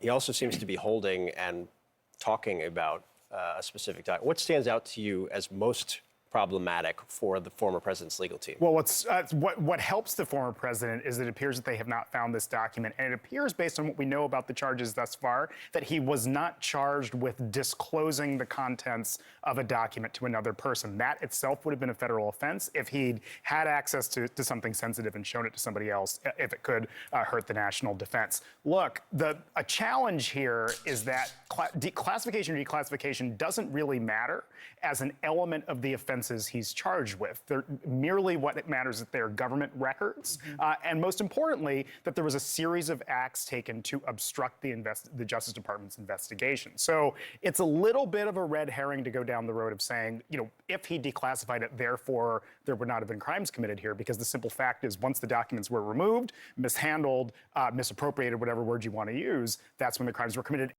Attorney James Trusty, one of the members of former President Trump's legal team, with us now. Mr. Trusty, good morning to you. Morning. Mr. Trusty, just first of all, what was the president's response to the charges? And when did you first learn that this grand jury in Florida was being used? Yeah, well, on that last part, fairly recently, and it's a really intriguing kind of shift of events. I mean, there's been endless grand jury dragging people up from Florida to Washington, D.C. for many months. You know, everyone from the vice president of the United States to groundskeepers to maids to Secret Service agents to lawyers that supposedly hold privileges. So there's been a real bum rush in D.C. in terms of using an awful lot of grand jury and getting a lot of rulings that are historic and perhaps very bad for the country. Recently, we started to hear about witnesses going down or staying down in Florida to appear in front of the grand jury. And it could be a reflection of an acknowledgement by DOJ they had some venue problems, that they really never should have venued it in D.C., but they were very happy to get the kind of rulings and home cooking they got. Or it could be something where they want to sanitize, I guess kind of related to that, sanitize all of the proceedings from D.C. and kind of repackage, remarket it for consumption down in South Florida. So we'll see. As to the president, look, he's a resilient guy. You know, this just in. You know, he's a pretty tough guy. It's a difficult conversation when you're talking to a client who's actually factually innocent of these charges. I mean, and it's a long story we can get into there about the Presidential Records Act. He's trusty, guys. Yeah, Don't so that worry. part, you know, he was upset for the country. But in terms of him, he's a fighter, and he's going to come out swinging, and he'll be fine. But, I mean, that was really, to me, kind of the interesting inside part of that is to see him almost immediately start talking about what it means for this country and our criminal justice system and not just about himself. Is he going to appear on Tuesday? And Jim, do you think he'll that's also definitely face not just charges his in DC as well? defense. He will appear in court on Tuesday, no doubt. You know, he's not afraid of this thing. It's a ridiculous criminalization of a non-criminal dispute. So he'll be there, you know, and and so will Secret Service, and we'll coordinate with U.S. Marshals and make sure that it is as efficient and safe as we can make the whole situation. As to any other charges, I don't think so. I mean, look, we think this whole investigation is an overreach. Again, something that was never criminal for any other president in history has suddenly been weaponized by this Department of Justice. It would be, you know, another bridge too far for them to try to break up charges for some reason to kind of hedge their bets and charge him in Washington, D.C. as well. So we think that this is it. We'll see the indictment sometime between now and Tuesday afternoon, and we think that's the only indictment that we're facing. You're his lawyer, so obviously you're going to maintain his innocence, but... Not anymore. Not anymore. As of 5 hours ago, Trump lawyer Trusty and Rowley have both resigned. Jim, I think a lot of folks have a hard time understanding how like he went on the Today Show and then fucking resigned. The president can maintain he did nothing wrong when the fact of the matter is that the president had documents at his home that were classified. As we understand it, there was a subpoena issued to turn over those documents. In August of last year, the lawyer maintains that all the documents were overturned. The FBI then shows up at Mar-a-Lago and finds roughly 100 classified documents. How can the president maintain he did nothing wrong? Yeah, well, the starting point is up until the Presidential Records Act, any former president could possess anything they want. I mean, that was just kind of the nature of the business. We've entrusted them under the Constitution with the nation's secrets. So if they want to keep stuff, they can keep it. The PRA, the Presidential Records Act, kicked in because of Richard Nixon. And what it anticipates is nothing criminal. There's no criminal statute within the Presidential Records Act that says it's a violation to possess any of these things, even the most sensitive documents. What they say is the world is presidential or personal, and the president, of all people, the former president, makes the call if the archivist disagrees, it doesn't turn into a criminal case. They can sue civilly in Washington, D.C. So the whole system anticipates that we've entrusted our former presidents with the nation's secrets, documentary or otherwise. Yeah. And if there is any sort of fight, it gets resolved civilly, not with raids, not with a leak campaign, Jim, not with what we've seen in this case. Jim, I know you spent a number of years at the Justice Department. You know the special counsel, Jack Smith, pretty well. Even if your client did nothing wrong, why not tell your client to at least knock off the personal attacks on the special counsel? Look, you know, this guy has lived through 7 years of misplaced aggression, of ridiculous impeachments, of accusations, of, you know, Michael Cohen, Stormy Daniels lawsuits or criminal cases being revived by politicized prosecutors. You know, you can't, when you look at what we've seen in terms of the conduct of this investigation, he has every right to be offended, as should all of us. I mean, it's just broken in the last couple of days. We've known about it for a while, that one of the deputies for Jack Smith extorted an attorney to try to get him to flip his witness. Jim, to be clear, and I've heard you make this claim before, we don't have any independent evidence, and so far you haven't produced any independent evidence to back that up. But that's awesome. They're classic. I love that when they're just like, oh yeah, by the way, every single person, isn't it crazy that every single person that happens to find Trump, like happens to investigate Trump, is always just a bad guy somehow. You don't even need any evidence for it though. Just take my word for it. It's just always like, they just always happen to be a bad guy. Okay. I don't know how. I don't know why, but they just always somehow, I guess they must be bad because they don't like Donald Trump. To your point there, twice impeached, now twice indicted. The president plans to campaign this weekend to those who would say that we like the former president. We like some of his policies, but now the guy has too much baggage. What would you say to those Republican primary voters? Look, I'm not in the Wait, this is a fucking lawyer. Why are you asking him that? Lane, I'm in the legal lane. But to go back to your kind of dismissal of what I just said, there is a statement by an officer of the court, a very well-respected attorney, submitted to a federal judge detailing exactly what I just said, the extortion, the violation of the obstruction statute by those who are trying to pin an obstruction charge on President Trump. That is a momentous moment, and nothing I've ever seen in the Department of Justice in my history, and it will play out. This is not just lawyer talk. This is the real thing. You're talking about a sealed letter to a judge there. Jim Trusty. Jim, thank you. Thanks for your time, sir. All right, thank you. All right, let us bring in NBC senior legal correspondent Laura Jarrett and our chief White House correspondent Kristen Welker.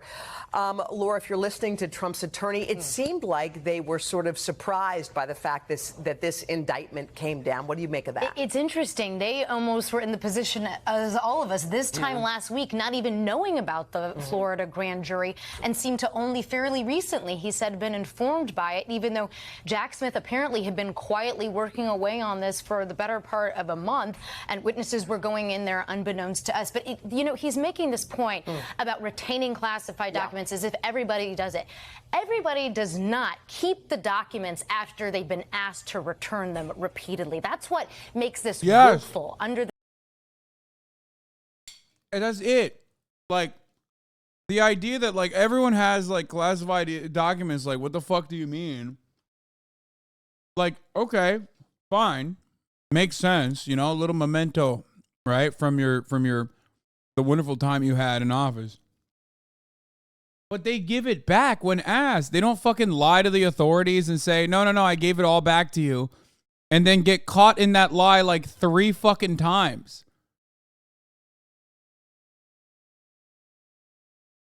The hilarious part is this probably would not have become as big as a controversy. I mean, it would have been a controversy regardless, but like, Trump cooked himself a little bit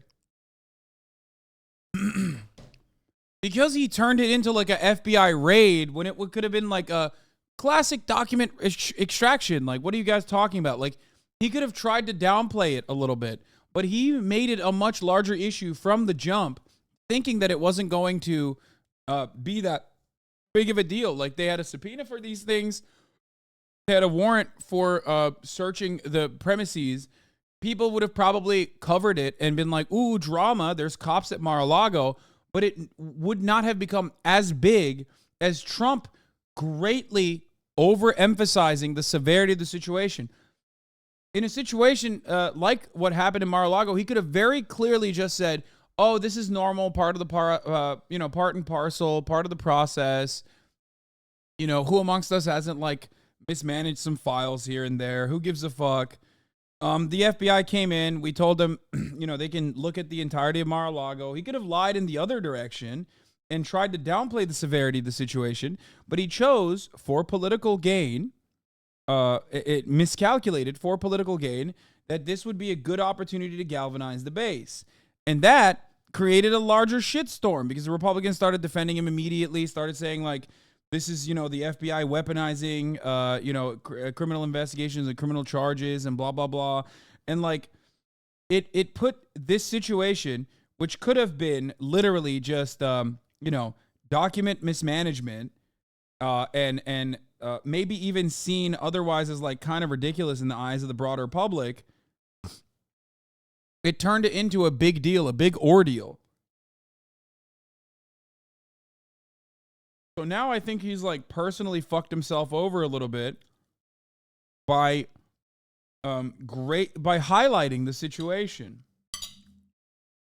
The statute, and that's why this has escalated into a criminal case. It's very different than finding some documents by accident and then immediately turning them over. That is not this case. So just to be clear, so for a year, Trump has had these documents. He was asked repeatedly to return them. So in these charges, which we don't know what they are because they're sealed, it has something to do with the retention of them, right? It has to do with the retention of them having no authority to keep them. He's no longer president, and he's keeping them in an unclassified setting. All right. So, Kristen, let me talk to you for a second. Which he so had you full wonder, knowledge is this over. going to help Trump or hurt Trump? Well, moments after the indictment came down, he was fundraising on it. So it seems like former President Trump thinks he can't even claim he didn't know. He literally openly on tapes said, oh, this is very illegal. Shouldn't be showing it to you, but I will. Bye-bye. this is going to be something that's going to help him out. You're right, Hoda. In the short term, there's no doubt this is emboldening him yet again. We saw this in the wake of the New York indictment as well. You have a number of his Republican rivals rushing to criticize the process, accusing DOJ of being weaponized by the Biden administration. But I do think there are a couple of differences here. One, you do have some challengers who are criticizing him. Asa Hutchinson saying that he has too much legal back. Okay, let's get to the motherfucking juice here. Okay, let's get to what the freaks are saying. Now that you know what you know. Okay, well, leaked social security number and phone number on Fox News. Has DeSantis responded? Yeah, like a little dog. Okay. Oh God, this guy's back. Distance between him motherfucking, and the obstructive action. It's just motherfucking Kellyanne Conway's husband. And with Nixon, it took a long chain of don't know why they keep posting this fucking Nixon. guy. Nixon was way up at the top of the pyramid, and he really was the last to know. Trump is here in the boxes, messing with the boxes, moving them around, and it is at his home, in his bathroom, over a toilet.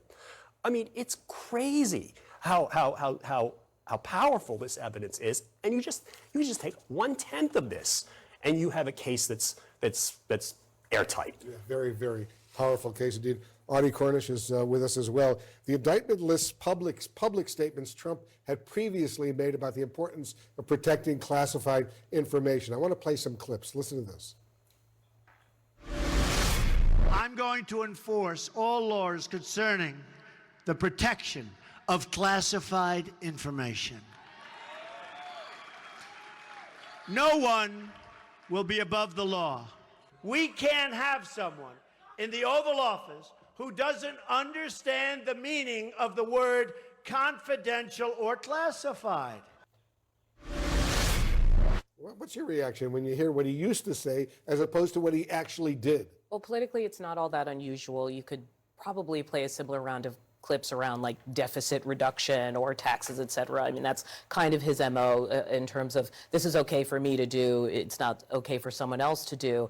I think the question I have going forward is what are the other candidates going to have to do over the next couple of months to kind of mitigate the effect Cum of spammers this are so on fucking the cringe, entire dude. campaign, because it means that It's cringe. instead of talking about any It's of cringe. the political issues you want to It's talk like about, funny or the when I'm economy, et when cetera, I'm, you know, you won't only be asked about Trump in this when I don't have indictment. fucking You'll be bandwidth. asked, should a future president pardon? When I don't, when a I'm former like president? Should a future accidentally president do getting X, Y, and knocked Z? offline or something Everything instead of becomes a spamming kind of F, litmus but test for the voter, while they're balancing the old litmus test in the party, which is Cringe. to back Trump no matter what. And George Conway, I'm curious, 37 felony counts included in this lengthy indictment, including conspiracy to obstruct justice, which carries a maximum prison term of, 20 years. If he's convicted of conspiracy to obstruct justice, which you think there's a strong case he was involved in a conspiracy to obstruct There's no justice, question. will he wind up in jail? Well, I've always hesitated in the following sense. I think he will be convicted of multiple felonies.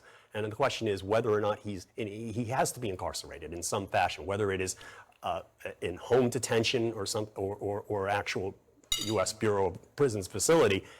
I don't see how he does not serve some kind of a sentence for this. It's just too much. If he doesn't go to jail or be put in house arrest, then we might as well just give up on enforcing the laws protecting classified, sensitive national defense information. You think he's going to wind up in jail?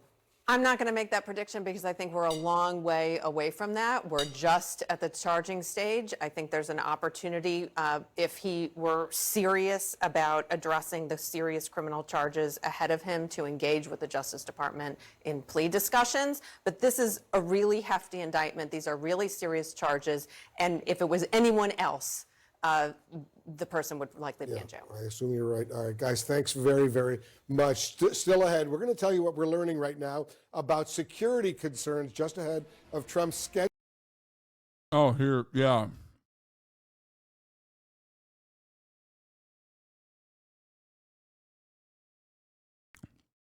I mean, we talked about this already, but this also is like hoist it on your own petard situation, where Donald Trump, in an effort to do the lock her up Hillary Clinton shit, basically approved the law increasing penalties for mishandling classified information.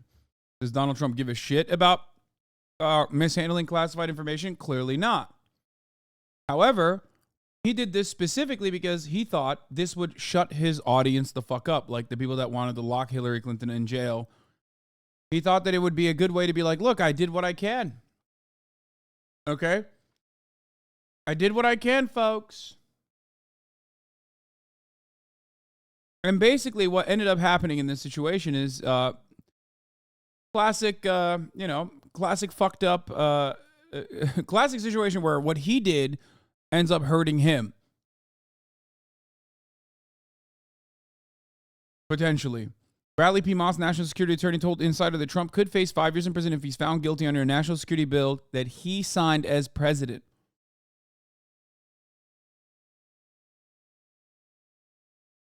Here it is.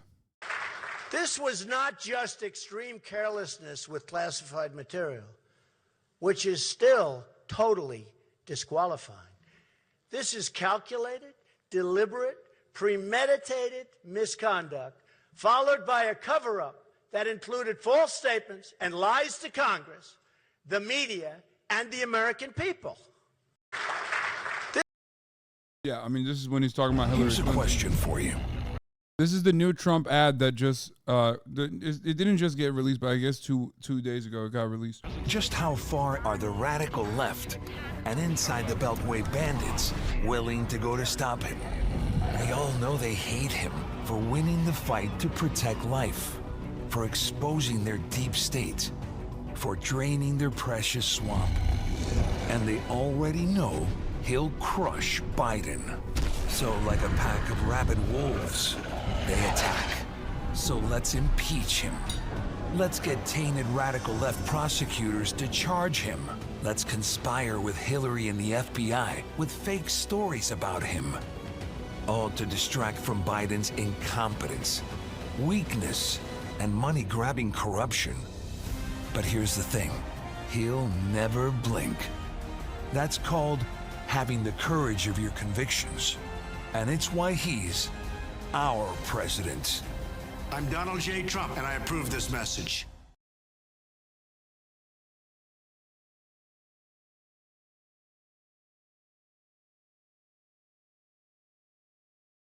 I always wish that like the Democrats were as badass as the way that the Republicans present them as. Jack Smith and his team are coming out. So let's Anyway, here's the statement on the Trump indictment.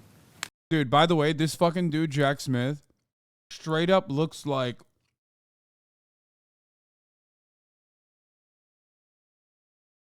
one of those guys that you have in every movie, like the one guy who's like a radical prohibitionist, okay, but also simultaneously is like a good cop.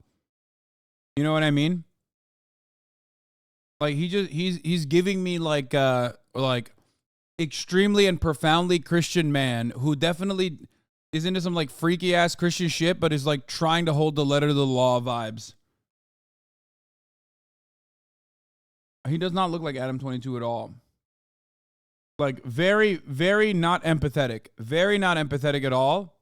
Like ruthless, but both in his pursuit of justice, while also simultaneously just like not the type of person that you want to be around. He's very boring.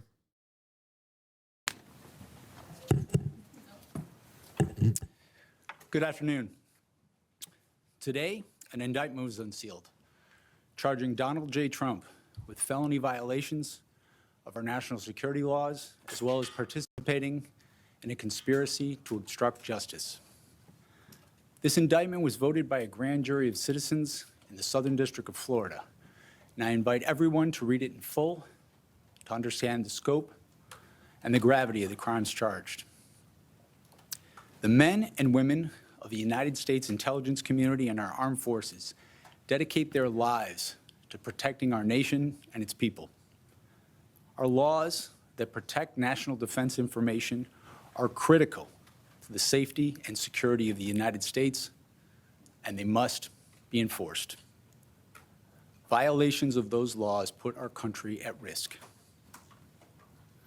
Adherence to the rule of law is a bedrock principle of the Department of Justice, and our nation's commitment to the rule of law sets an example for the world. We have one set of laws in this country, and they apply to everyone. Applying those laws, collecting facts, that's what determines the outcome of an investigation. Nothing more and nothing less. Told you he's fucking boring. The prosecutors in my office are Bro, this motherfucker's name is Jack Smith. Like this dude is just, he's like the type of dude, I don't know if he's Mormon or not, but he seems like the type of dude who just like lives and breathes like the ethics committee like investigations that he conducted. You know what I mean? That's all he cares about is like following the fucking rules to a goddamn T. Among the most talented and experienced in the Department of Justice.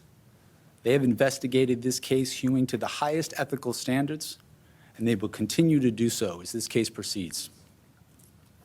It's very important for me to note that the defendants in this case must be presumed innocent until proven guilty beyond a reasonable doubt in a court of law. To that end, my office will seek a speedy trial in this matter, consistent with the public interest and the rights of the accused. We very much look forward to presenting our case to a jury of citizens in the Southern District of Florida. I can't tell if he's Mormon, but it doesn't seem In like conclusion, it doesn't seem like he's Mormon because he's okay, there you go. John L. Smith, or Jack Smith, is an American attorney who served in the United States Department of Justice as Assistant United States Attorney, Acting United States Attorney, and head of the department's Public Integrity Section. He was also the chief prosecutor at the Kosovo Specialist Chambers, an international tribunal at The Hague, tasked with investigating and prosecuting war crimes in the Kosovo War. In November 2022, he became an independent special counsel responsible for overseeing two pre-existing DOJ criminal investigations into former President Donald Trump, which include the January 6th attacks and mishandling of government records, including classified documents.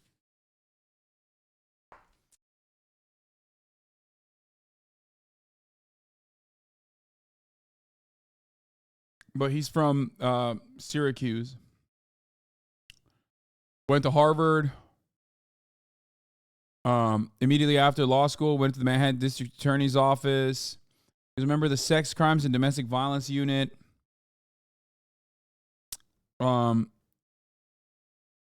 He was a competitive triathlete. He married Katie Shavigny, a documentary filmmaker known for becoming an award-winning 2020 documentary on Michelle Obama.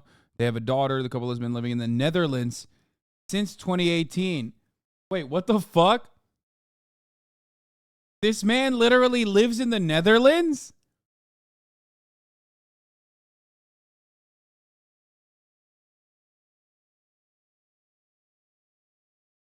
That's kind of fire. Why haven't they hit him with that? He worked at The Hague, I know. But why haven't they hit him with that? Like, oh, this guy's gay. He lives in Amsterdam where, you know, where he's making LGBT decisions. Like that type of shit. This guy likes riding bikes, folks. Isn't that gay? He's riding around in little bikes in Amsterdam. I call it Amsterdam. Some call it Amsterdam. Many people are saying Jack Smith, gay folks. He's driving a tricycle wearing spandex. Big bike guy. Can we not give the bigots campaign ideas? Hello, welcome to the HasanAbi broadcast. This is like 90% of my commentary is like doing a shitty Trump impersonation, hoping that he will hear me and repeat the things that his team hears on this broadcast. Okay? I would like to thank the dedicated public servants of the Federal Bureau of Investigation, with whom my office is conducting this investigation, and who work tirelessly every day upholding the rule of law in our country. I'm deeply proud to stand shoulder to shoulder with them. Thank you very much. Why Florida, sir? Why did you decide to That's hilarious. That's the only statement he gave, and he just fucking walked away. We knew he wasn't going to take questions, even though one eager reporter attempted there. Speaking at the Justice Department, talking about the federal charges facing former President Donald Trump and one of his aides. The indictment released this afternoon detailing 37 charges. Yes, I am a right-wing. I am fucking saying it. That's precisely why no one has to say the full N-word, because everybody knows what that is. Not a single person is like, oh, I wonder if that means like nuclear. No.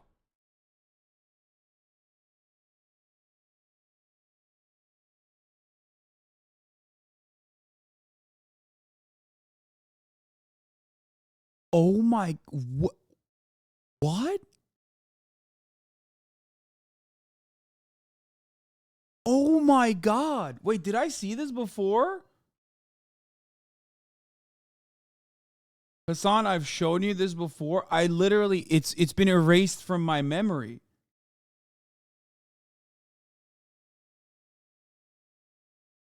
The N-word stands for nuclear is something I said in what? Like, this is like 2020.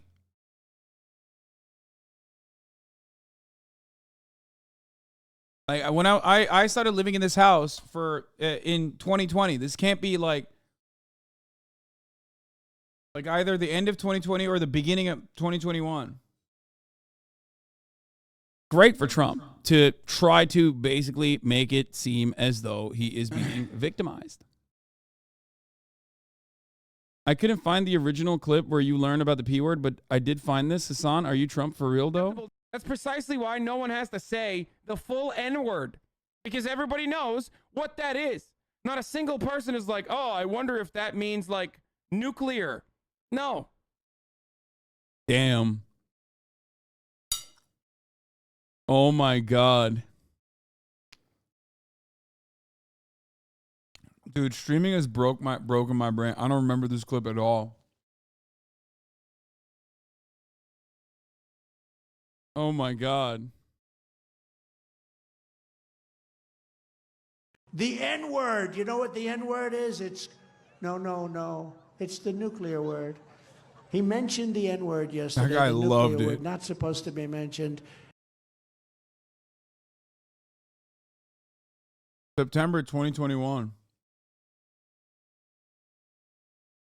Trump a HasanAbi had confirmed? I mean, yeah, confirmed.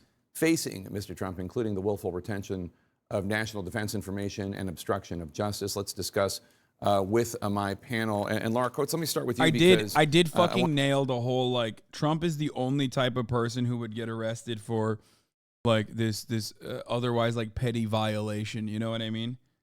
Because he will openly state that he is doing crimes. Like, that was yesterday when I said that. And then CNN released the tapes, and he said exactly those things. I want you to translate for us when Jack Smith says that they are going to pursue a speedy trial pursuant to all the rights that the accused has. What does that mean? How soon might this trial begin? Well, he obviously is aware that the Department of Justice has a policy. They don't want to do anything that might interfere with an election. We know we are 500 some days away from the presidential election. And 2 months from the first debate. And 2 months from the first debate. And of course, primaries ahead of that and after that as well. He's aware of that. And the talking point is obviously out there. And he tried to undermine the idea of the adherence to the law as a bedrock principle, and nothing else was actually the reason to do this. He's aware of that. And so with an eye towards that notion, he is trying to confirm to the people of the United States who are hearing him right now that they are going to do everything that they can. Now, that does not mean that the judge or everyone else in this case will do everything that they can to do this before any of those timelines, because as you can imagine, if, for example, Donald Trump somehow secures the RNC nomination, and if he is able to become the president, I haven't even, like, we've been celebrating this stuff, but I haven't talked about, like, why it's actually not great yet, because, like, there is a little bit of a scary situation at play now, because, like, the whole, like, Donald Trump is being attacked by the FBI could very quickly turn into, oh, he can't be a viable candidate any longer. He's literally a criminal.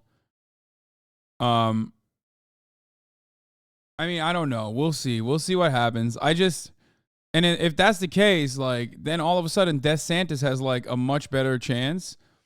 And that would be not great. the United States yet again and win over the Democratic incumbent, then that would mean that any period would actually toll at that point, because now you can no longer continue to pursue a case against a sitting president based on DOJ guidelines. And so the speed and the timing will both be a friend and a foe of Jack Smith. And Andy McCabe, let me ask you, as a former FBI official, is it unusual that the Justice Department decided to release the indictment today? You want to know why DeSantis has the capacity in some cases to be worse than Trump? Trump will be worse from the bully pulpit. DeSantis would be worse from the legislative side. What do I mean by that? Because the unfortunate reality is you don't really need to garner popular support to be able to push legislation. You just need to be willing to do it. And you've seen what has happened with many, many state legislatures all around the country basically acting on their own desires, not even necessarily for any kind of like constituency that they care to appease or anything like that, as they have pushed forward some of the most like criminally discriminatory laws against trans people in every fucking state in the nation, when there isn't even like a real interest in that. There's no single issue voter that's like, we need to kill trans people, please. Like, that's the only thing I care about. They're Matt Walsh fans. That's it. Right? And Ron DeSantis has basically done that as governor in the state of Florida. So if he were in any kind of position of power, I could totally see him. Utilizing that exact same thing, but nationally through state legislatures across the board. Whereas Trump's more so in the game for his own thing. Bro, I saw what you said about Dr. Disrespect. Nagalite is why no one likes you and you'll get smoked by anyone and everyone. Why didn't this guy molest a 14-year-old? If I get timed out, fuck the mods. What? Wait, didn't this guy molest a 14-year-old? If I get timed out, fuck the mods. And may you all die young. Bye. I'm unsubbing. Following since 10 minutes ago.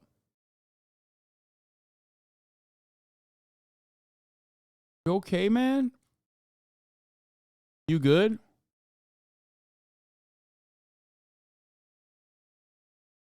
Take your medication, brother. Thanks for coming. They sort of posted a clip of you shitting on Dr. Disrespect. Yeah, I know. Of course they did. Because now I'll get fucking ass clapped by not only the Shungite lovers or whatever, but fucking Dick Cerdo, dude. God damn it. I hate it.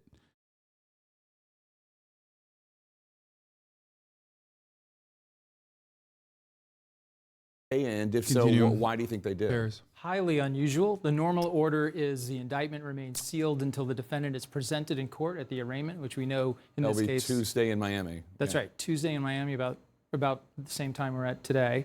So that's how it normally happens. I'm a little bit surprised that they released it early here, simply because I think it would have been in their advantage to be able to say, we followed the normal process with respect to this remarkable defendant in every possible instance. However, I think that DOJ capitulated in some respect to the enormous pressure that's been put on them by we in the media and some political figures saying, like, this thing is so volatile, people are so interested in it, the American people need to see these facts today. So that's what they did. But this press conference, very clearly, this was like a cover letter, right? There was. Why are we looking at these old clips? Bitch, it's from 2 hours ago. This is from like when I started broadcasting. No substance here. What Jack Smith wants us to do is read. I'll smoke all of you. Drop all your postcodes. Who the fuck says postcode?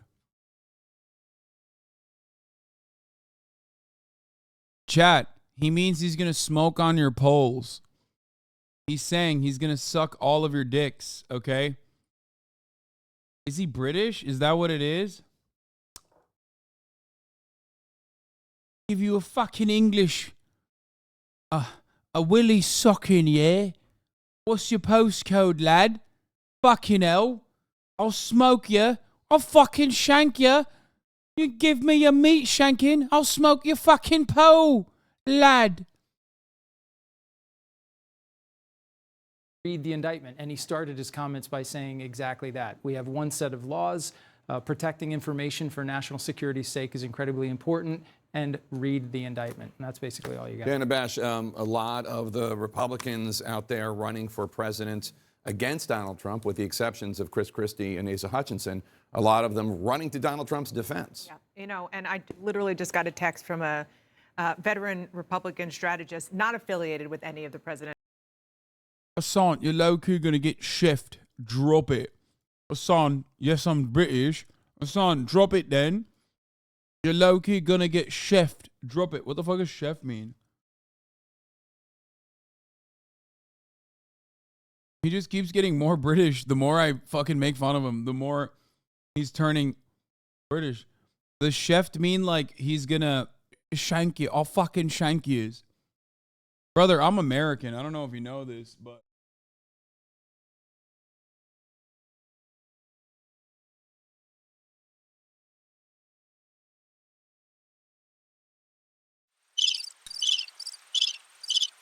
I'll be fine, I think.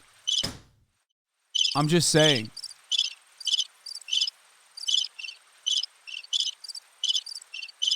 I got the fucking blunderbuss, yeah? You get fucking shanked, lad. I pity you. Fuck the verbals. Oh, you're gonna do chefing at, lad? You're doing a little chefing? All you're gonna do is just the fucking kitchen, lad. I'll fucking shank yous. Wait, what's happening? Is it too loud? You think you're tough with a gun? You get wiped, lad. True, threatening Americans with British knives is amazing. Yeah, I know. You're not a proper bird, bruv. Come to Tottenham. You won't be fucking speaking these loud words. I'll tell you, I'll fucking shank yous. You come to Tottenham, you'll see. Don't talk like this. It's like there's a cricket in your mic. Wait, still? Is it still? Wait, what the fuck?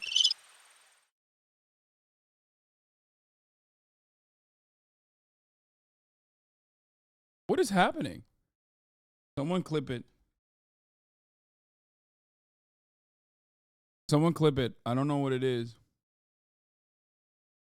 Why is the Rodecaster making a random noise on its own? I'm just saying.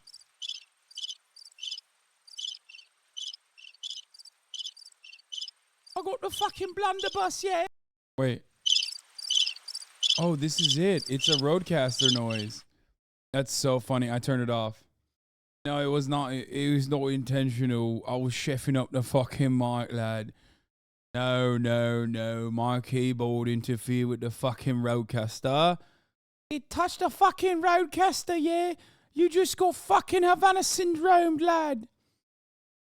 Fucking hell. Fucking hell, lad.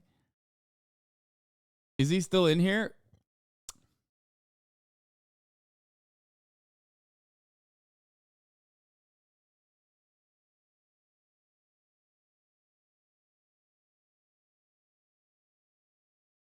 Keep on with a British accent. You're taking this for some cartoon ting. Ah, fucking hell.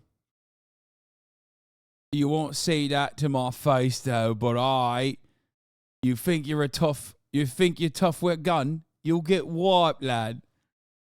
Posse is here. You fucking think so? You fucking think?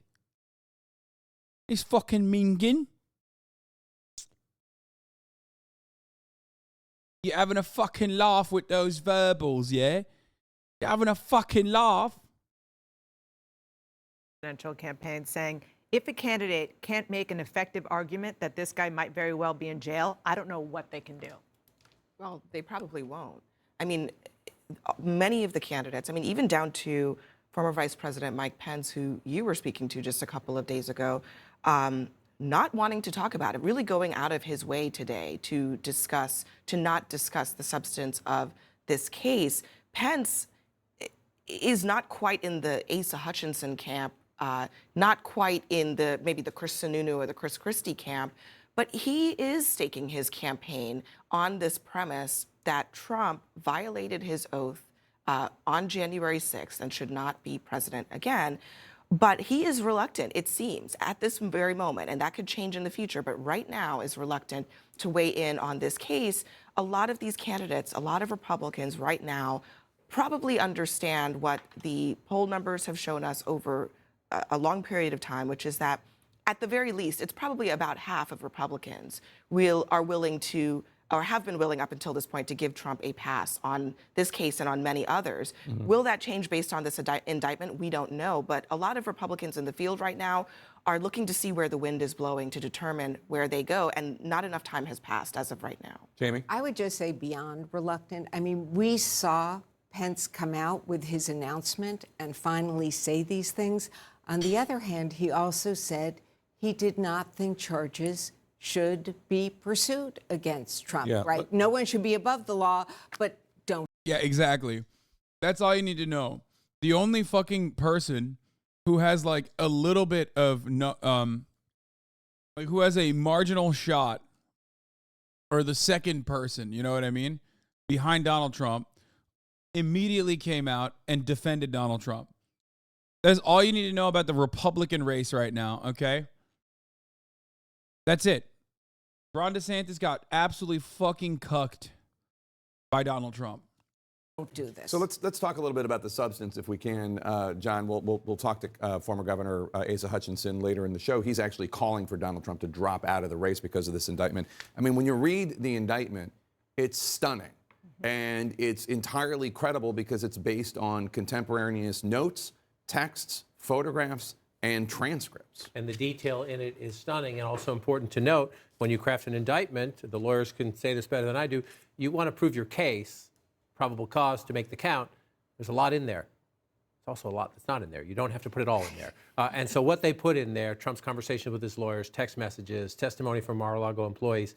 Again, Donald Trump wants to make this about anything but him and the people around him. This is him and the people around him. I want to quickly talk about what we just heard from Jack Smith, though, because we've never heard his voice before. Mm-hmm. And he took this job, and he is now bringing a historic case against a former president and a current frontrunner for the Republican nomination. That was an economy of words, but I think they were very important words. Number one, He said Donald Trump put our country at risk. He's trying to break through to all Americans, but especially the 33, 35, what's the number, percent of Americans who believe anything Donald Trump tells them. Donald Trump says this is a boxes hoax, this is casual, this is not a big deal. That was the special counsel saying Donald Trump put our country at risk, put the men and women in the military at risk, put the intelligence services at risk. And then, yeah, dog, I don't know if you watch Fox News or not, John King, but let me tell you, they literally have already started talking about how John King is like insane. He's crazy. The Supreme Court overturned one of his decisions. He's, you know, he's partisan. He's a partisan hack. He was brought in as a hatchet guy. Like, no American is looking at this and going, wow, well, how brilliant. Well, this guy seems like a good egg, you know, maybe he's right. No, this guy's name is John King. The fucking prosecutor is Jack Smith. John King is, oh my God, this person right here on the fucking stage that I'm replying to.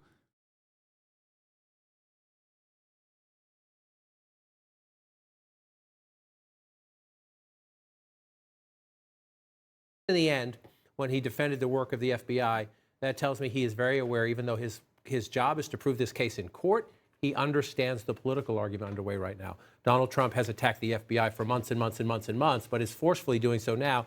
And a member of the House Republican Party, Andy Biggs, says this is the time for an eye, and that we have reached a war phase.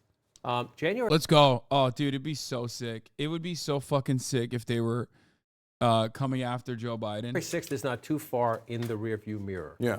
And you have people who put their hand on a Bible or swear an oath to the Constitution who are now saying things. I'm sorry, Donald Trump, as the special counsel noted, is innocent until proven guilty. Absolutely. However, the words of elected officials, leadership officials, people in positions of authority and standing in our country are incredibly important always, but all the more so at this moment. And you have you have Republican officials who, even before they saw this indictment, said these charges were baseless. The special counsel, his test is in a court of law, but he was trying right there to shake people to say, at least please read the damn thing. Well, and also just, I mean, an obvious note, but Donald Trump was elected in 2016 in no small part because he was taking issue with Hillary Clinton's treatment of classified documents on her email server. Lock Her Up was about her recklessness with classified information, alleged recklessness. To your point about the details, you're making a great point, because look at the photographs in that. Right. They lock her up because of the email server. Right. Hundreds of documents, maps, And they military information, nuclear information about a foreign country, and control in room, boxes in a ballroom. Show the one of all the documents spilled out that have the Five Eyes labels. Five Eyes is the five. Yeah, throw Hillary Clinton in jail then. Like, I'm so on board. God, that would make it so much funnier if Hillary Clinton was also being investigated for document mismanagement, and then simultaneously Joe Biden was also being investigated for, like, his son having a fat cock or whatever the fuck they're saying Joe Biden is doing with Hunter Biden. It would be sick. I am on board. Please do that. I have allies, the United States, Australia, New Zealand. You think I give a fuck? And others, UK. Go ahead, make my day. And these are documents that are only accessible, only allowable to be seen by people in the intelligence community in these 5 countries. And there's a photograph. God, I that love I'm this. sure This is such a funny fucking photo, man. Like the fact that they just like put the fucking, and these were supposed to go to the, wait, does it say Mar-a-Lago bathroom or bedroom? Because if they also wrote Mar-a-Lago, like MAL bathroom on it, it's so much funnier. Like they were like, yeah, these are the shit files. Put them in the fucking toilet.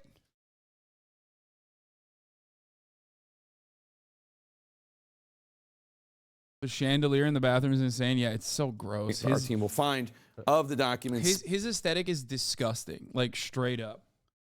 Spilled all over the storage room. In a facility that is not secure. It's the. Yeah, fuck, man. I'm so happy.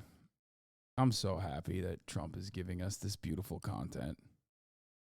having any type of primary challenge, or do you All right, think now that we he's gonna know the run in details of what 2024 and that happened, this- let's hear what these fucking psychos are saying. First of all, Trey Gowdy, you should be arrested. You can't have a haircut like that, okay? Arrested, jail. Over a fully lucid Gavin Newsom. So, I mean, even if he is slightly debilitated, I mean, who the heck says that we'd rather have Gavin Newsom over that? Here's what I wish y'all What have had you done to asked. Kaya Hey, the past Gavin, 2 days? I work her out a lot in the mornings. And also today she got 4 vaccines. So she's probably really tired from that. That's what the vet said. The vet said she would be lethargic. President, I mean, it's not just Gavin Newsom or Joe Biden. Well, you know what? We've got a full interview with Sean Hannity. It's exclusive. It's airing Monday. Maybe he asked that. I don't know. I haven't read the transcript yet. But it should be a good one. Tune in on Monday night for that. We'll change gears a little bit here. Focus on the former president. Big indictment news came out today. Oh, boo. President Mark Levin goes scorched earth after the indictment of Donald Trump, says Benny Johnson. Trump is 76 years old. If the Department of Justice gets his way, he will die in federal prison. Just by one of these counts, conspiracy to obstruct justice, which has a 20-year maximum sentence. This is a disgusting mark on American history for the future to come, by these bandits in the White House, by the Democrat Party that don't play fair anymore. They don't want to just win elections. They want to take control of this country. They want one-party rule. And they have used the Department of Justice and the FBI to get what they want. I just remember, guys, Mark Levin is saying this, but like he did it. Like, we don't need additional information, even at that stage, to know that he was obstructing justice, right? Like, there was an investigation, and he absolutely refused to cooperate with the investigation. Like, we know that already.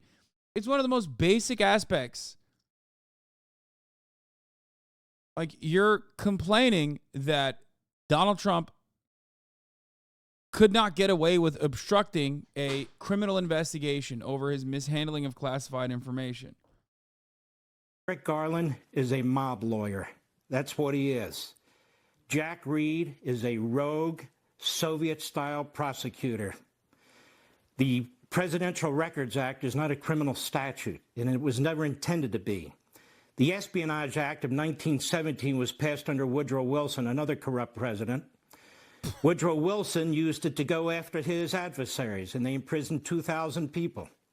So I suppose over there at the Department of Injustice, and this clown prosecutor spent a lot of time at The Hague, they probably figured these laws could be used to try and entrap Trump. All these obstruction issues that they claim, where the former Attorney General, Bill Barr, comes up here and bloviates about it, and all the formers coming on talking about obstruction. They have them on obstruction. There'd be no obstruction issue of any kind, not even in anybody's imagination, had they not criminalized this case. This is a document case. A document case where a president of the United States or a former president faces 100 years in federal prison. Is this some kind of a sick joke on the American people? Joe Biden says he never told them what to do. Joe Biden had to sign off on that's becoming a National Archives case to have it go to the Department of Justice. Who does he think he's lying? Whoever. Number one. Who? Number one. Who? Who's number one? I don't know. You don't know because you went to a farm, you imbecile. Get back here. You cost me my one chance. I got diabetes and cancer because of you. Just now getting this? But it's not like we were buds or anything. You want him to repeat that? No, I heard Well, it. thanks for joining us now. This? It's literally Master Shake, dude. Here. Hold on. I'll do it. I'll do you one better. Okay. This is a guy that's got documents from the time he was in the U.S. Senate, for God's sakes, in his garage. I don't want to hear from the legal analysts the technicalities about false statements and obstruction. This should never have been a criminal case. Willful retention of documents. Well, what's the unwillful retention of documents mean? They're throwing all these process crimes and all these crimes. You saw this on Twitter. I I think Brendan Carrot, who is my friend, compared his voice or someone else's voice to Master Shake a long time ago, if that's what you're talking about. Yeah, like a couple of years back. See? The president was elected president, obviously, and we're now being told by Nancy Pelosi and her hand-picked radical Democrats from these dark blue cities that you and I and 320 million other people don't get to know a damn thing about this CIA operative. You don't just flop that on TV and flop it out there in newspapers. And I pointed that out, and it's being repeated all day, and that's great. A guy like me has been raising these issues, leading the battle for constitutional integrity. It's so perfect, dude. It's perfect because that is actually, it's not even a joke. He's the voice actor for Master Shake. To grow out of the criminal investigation against Trump. You can't unsee it now. What did he do with the documents? Did he sell them to the enemy? No. That's why we have an Espionage Act, not to trick up a president. What did he do? Did he burn them all? No. The government has all the documents back. So there is no violation of the Presidential Records Act at this point. But they throw the book at him. They go after his attorneys. They make them testify. They're attorneys under the crime fraud exemption to attorney-client privilege. That means he didn't have due process. His own lawyers were being subjected to interrogations. And they had hundreds of in-person people testifying in front of grand juries. Thousands of collections of documents for what? For what? And they indict him today? They indict him today in Miami? All of a sudden it's in Miami? All of a sudden we have a Florida grand jury? Because the moron in Washington figured out that there are venue issues that could lose him his case. This guy, this prosecutor, he lost 8-0 in the U.S. Supreme Court when they overturned the conviction of the former governor of Virginia because this jerk took a statute and expanded it. A jury in North Carolina wouldn't convict John Edwards because this jerk took a campaign statute and expanded it. And he's taken this case and he's undermining the country and he's interfering with a presidential election.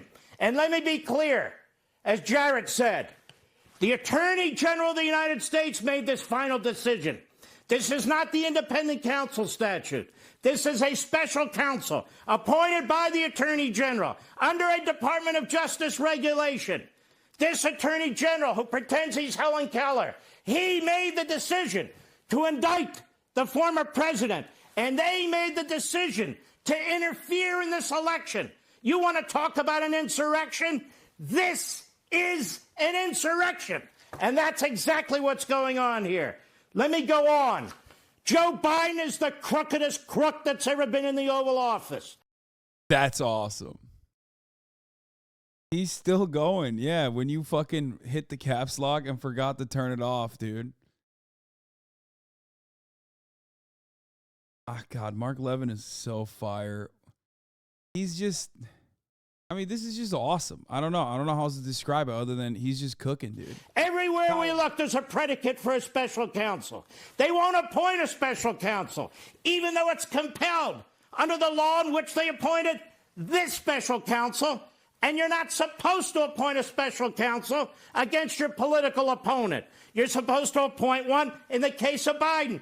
20 shell corporations.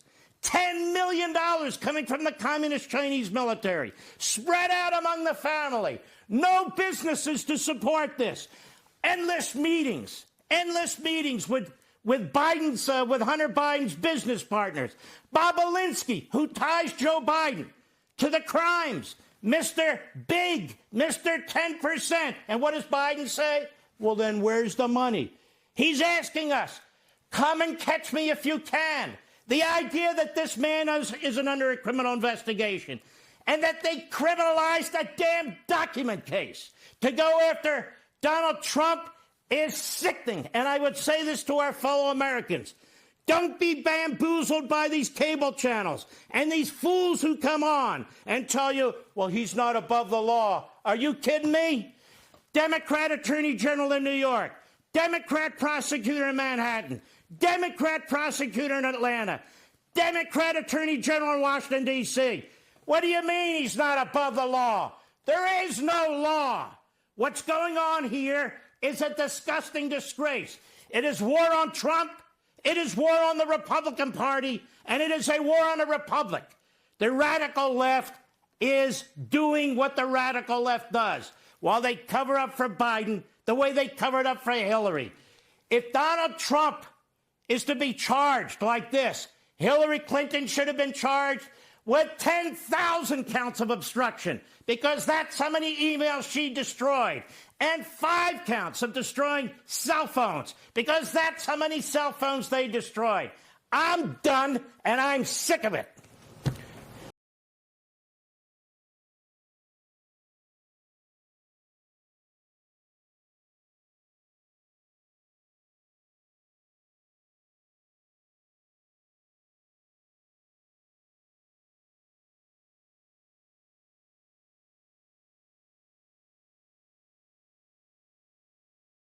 I love this guy.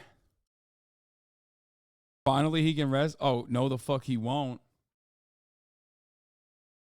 I'm so glad I did the fucking, Master Shake shit in the beginning because I know for a fact that once you see that, you will never unsee that.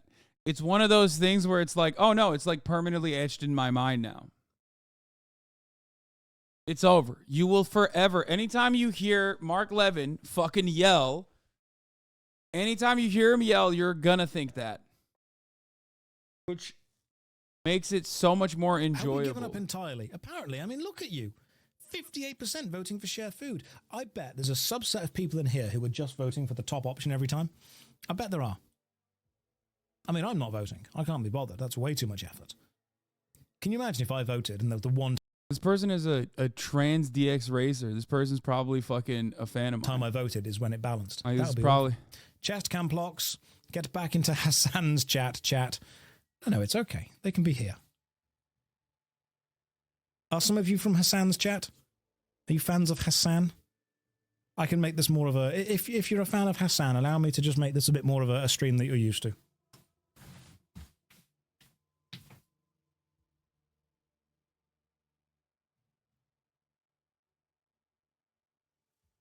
He is a pet cam as well. The creator of Master Shake cartoon know about the ad break at the top of the hour? Fuck. Got your ass good? Yeah, I know.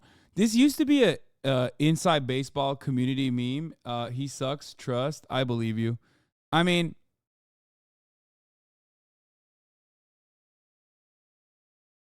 it's internet culture appropriate to clown on Hasan. Yeah, I was gonna say, I got fucked over by the ad break. It's the chair joke used to be a intro community meme, and now it's like become just like the easiest of owns. I think Josh is fine though. I mean, it's just whatever. I don't really give a shit. Who cares? Josh is fine. He just only hates Hasan, and that's his one L take. Yeah. It's a low-hanging fruit staple, dude.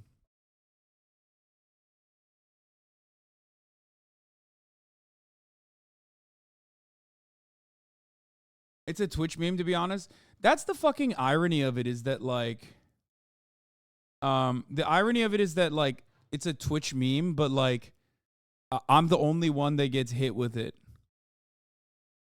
You know what I mean? Where it's like, oh, dude, Hasan is fucking always leaving his desk. And it's like, motherfucker, that's every Twitch streamer does this. I've never heard a single person make this joke about XQC. Ever. XQC will just straight up leave SpongeBob on for his audience to watch while he goes and grabs his food and shit. And there's nothing wrong with that. But like, I'm the only motherfucker where everyone's like, dude, you suck so bad. You suck so bad. Every community has it for their own. Every community has it because they have like chair memes. You know what I mean? Every community has a chair emote that you deploy. But outside of Twitch, I'm the only guy who fucking leaves his chair to pee over the course of 8 fucking hours.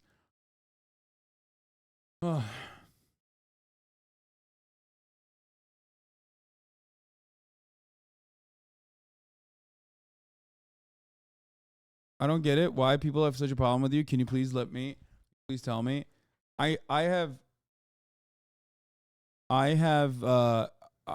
made the gravest mistake, the biggest mistake of all time, which was to address haters at first. And I cultivated like a diehard fan base of haters for doing so because they had a place to like congregate, basically. And I also am the only streamer who does have like other relatively sizable streamers who have made it their lives mission to just like shit on me every single time I do something, or more importantly, when I don't do anything, really. Like to turn things that I don't do into issues is the lives mission of like plenty of other content creators that do have like a relatively sizable audience. So when you do that, if you want to be a content creator in the future, chatters, if you want to be a content creator in the future, remember, like, don't ever fucking address the haters, or don't tell people that you're a leftist that wants progressive policy. Like the idea that I am the face of like the React meta on Twitch is hilarious because every fucking Twitch streamer does this.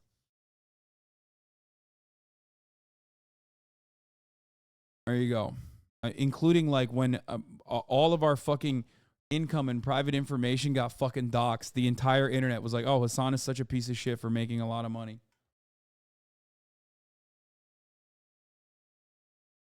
It's just how it is.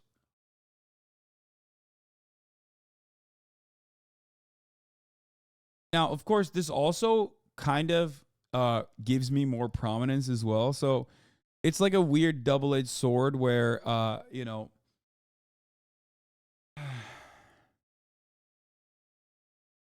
it's a weird double-edged sword because, like I said, on the one hand, like it creates like a lot of fucking animosity amongst other content creators.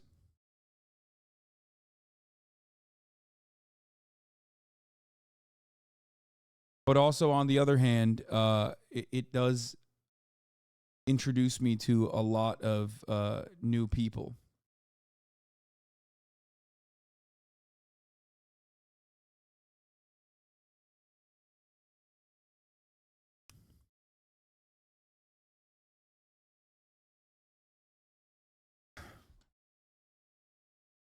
Anyway.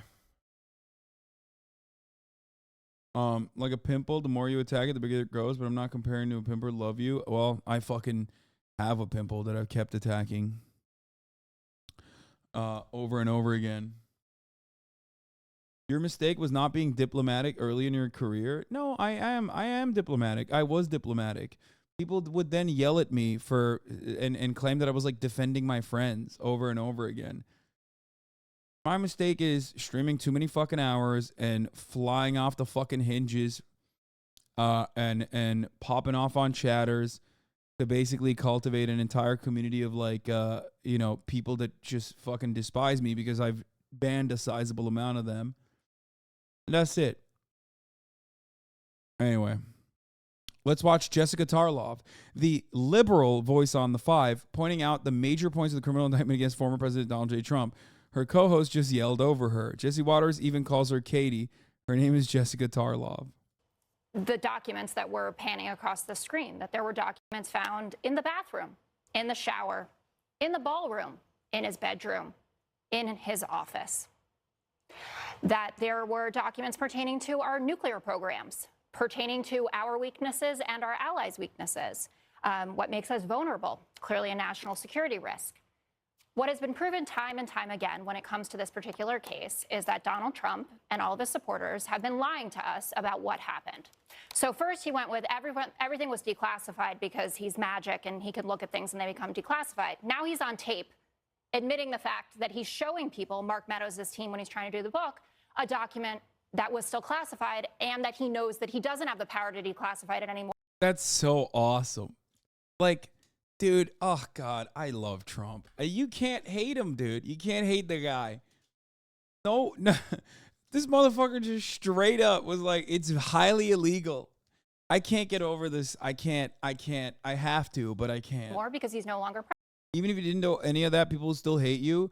You're a socialist, successful, and for many people, that's hardcore to paradox, and their capitalism is the only system that works world. Yeah, no, my biggest mistake was saying that. My biggest mistake was revealing what my political perspective was instead of just claiming that I was a centrist and then just doing the same exact commentary. I could have consistently claimed that I was a centrist and done the exact same commentary. I probably would have even been more successful if I did that.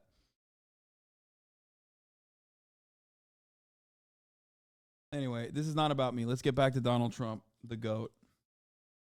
President. He said they were properly secured. I don't think a toilet is a skiff. Maybe I'm wrong. Better than a Corvette. Yeah. Or here you go. Misdirection. Misdirection. That's Just not take. misdirection. Yes, it is. Horrible fake virtue signaler is all you are. Yuck. Yeah, thank you. Thank you for telling me that the ideals that I represent are virtuous. You can say I'm, fake signaling to it, but it's fine. As long as you admit that the ideals that I'm signaling are virtuous, I'm happy. We're on the same page. You and I are in agreement. I do think it's virtuous. I guess you would like me more if I, was signaling vices, but. Because no, it's not. Because in the B block, we'll talk about Ukraine, and then I can hear about Viktor Shokin all over again. He also said that he complied with everything. We know he flouted subpoenas, and now we know that he asked his lawyers to get rid of things. It seems, and yes, I'm not a lawyer, but I'm decently smart. I know some viewers don't necessarily think that, but I'm telling you, and a few of my teachers would agree, that this seems like a pretty clear case of obstruction. And Jonathan Turley's been on our air all day talking about this and saying that these charges are the darlings of what they're looking for because they are easy to prove, especially when you have pictures of them. So if Hillary actually does get rid of things. Here we go. This has nothing to do with Hillary Clinton. No, it doesn't. If you want to argue and you want to talk about, again, the difference between gross negligence and extremely careless, a lot of people have that conversation. But today, you are looking at boxes of classified documents strewn across a public place, also that were transported to another location, even to the point whoever the family member who texts, I won't be able to fit all the boxes on the plane. Whatever shall we do? Come on, Katie, but as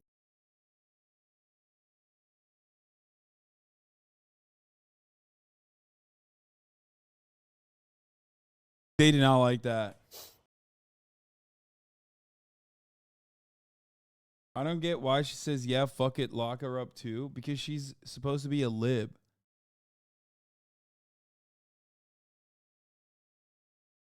We're going to find out that Trump hid documents in his ex-wife's grave. I'm calling it. No, man, that's too much. I know that's a liberal take that I've heard before, but that would require Trump to care about something more than just himself. Okay? It's too much initiative for Trump. Do you get it? Trump's not the kind of dude that does shit like that because he doesn't think about things beyond action reaction. How does this impact me? You know what I mean? He's not he's not the type of person that would hold he would he's not the kind of person that would turn around and fucking engage in a poetic act of vengeance or something. You know what I mean? No, he's the kind of dude who literally keeps classified documents because, he's the fucking president. So we can show it to the greasiest dentist in West Palm Beach, okay? That's the kind of dude he is. He's also the kind of dude if by mistake or deliberately would be interested in flexing not only on Kid Rock, but literally a fucking Saudi royal too. So, I could absolutely see him. Can't wait for you to give all of your wealth away. Fascist mods. Fascist.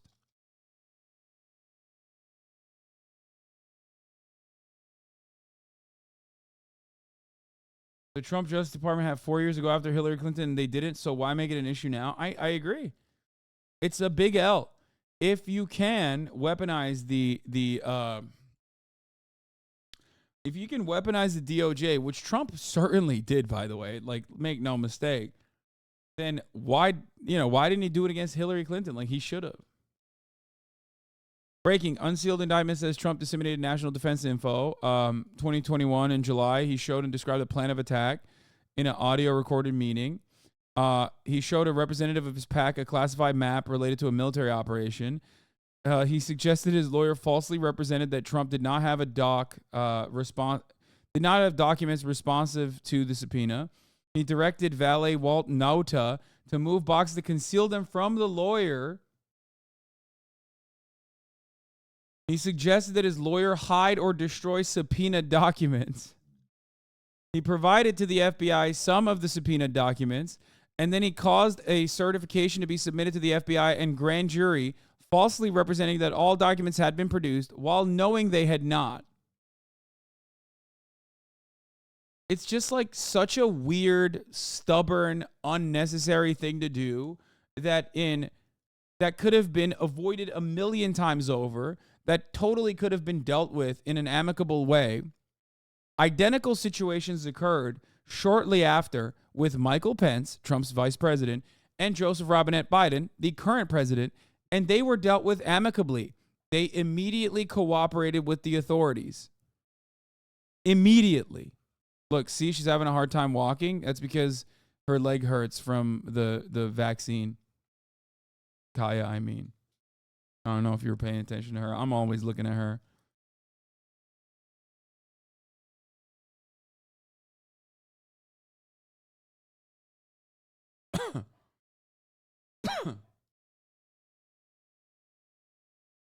Ryan Goodman, former special counsel for the Department of Defense, says, "This is devastating. I have looked at all prior prosecutions under the Espionage Act, and I've never seen such egregious facts like this. Trump stored his boxes containing classified documents in a ballroom, a bathroom, a shower, an office space, his bedroom, and a storage room, meaning all cases of Espionage Act for retention of such documents. Special counsel alleges that the Iran attack plan is indeed a classified document that Trump shared. Extraordinary risks to U.S. national security. Foreign advisories would pay tens of millions for that info," which, by the way, again, during the Donald Trump presidency, there was routine coverage on how many foreign adversaries sent people to Mar-a-Lago, because it was like a known secret that Trump would very openly talk about presidential shit within like hearing distance of whoever the fuck just had access to Mar-a-Lago.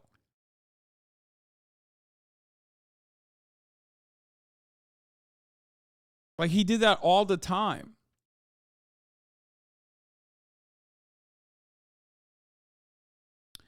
Nauta is going to jail. He may well still flip and cooperate with his open and shut case. Nauta found several of Trump's boxes fallen and their contents spilled onto the floor of the storage room, including marked secret and for 5 eyes only. He texts photo to employee number 2. This is the photo that he texted another employee. Any hope that Trump may have had to claim advice of counsel defense will not work. Trump, in sum and substance, made the following statements, among others, as memorialized by Trump Attorney 1.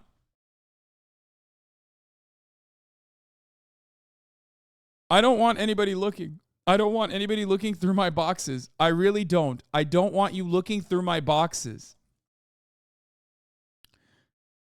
This is Donald Trump's like, well, that doesn't work for me either moment. I don't want anybody looking. Don't look through my boxes. Well, what happens if we just don't respond at all or don't play ball with them? Wouldn't it be better if we just told them we don't have anything here? Which is like to lie. He's saying, isn't it better to lie to the federal authorities? Well, look, isn't it better if there are no documents, as in, like, I'm going to make them disappear? While meeting with Trump Attorney 1 and Trump Attorney 2 on May 23rd, Trump, in sum and substance, told the following story, as memorialized by Trump Attorney 1. He was great. He did a great job. You know what? He said that it was him, that he was the one who deleted all of her emails, the 30,000 emails, because they basically dealt with her scheduling and her going to the gym and her having beauty appointments. And he was great. So she didn't get in any trouble because he said that he was the one who deleted them. So it turns out in private, he's like also saying He's also saying how Hillary Clinton worked with another person who deleted all the fucking all the emails, and that was like a good thing. She did a great job in private. Trump to turn over all documents with classification markings. Trump endeavored to obstruct the FBI and grand jury investigations and conceal his continued retention of classified documents by, among other things, suggesting that his attorney falsely represent to the FBI and grand jury that Trump did not have documents called for by the grand jury subpoena, directing defendant Waltine Nauta, his valet, to move boxes of documents to conceal them from Trump's attorney, the FBI, and grand jury, suggesting that his attorney hide or destroy documents called for by the grand jury subpoena, providing to the FBI and grand jury just some of the documents called for by the grand jury subpoena while claiming that he was cooperating fully, and causing a certification to be submitted to the FBI and grand jury falsely. So now Trump can't even use advice of counsel because all of this information is out there. That, like, he didn't actually act on the advice of his counsel to do such things, that he actually tried to mislead his own counsel. What's going to be really funny is when Republicans look to, like, unique ways of defending Donald Trump. Okay? And then, like, one of the ways that they will creatively try to concoct this thing will be to say, he has a psychological, like, stress disorder, and he's a hoarder, and therefore he, like, medically wanted to keep these boxes full of information as a hoarder, not because of some nefarious purpose, but because he has autism. If they go with, like, this is something that he didn't intend to do, but he had to do because he couldn't fucking help himself, I will lose my mind. Okay?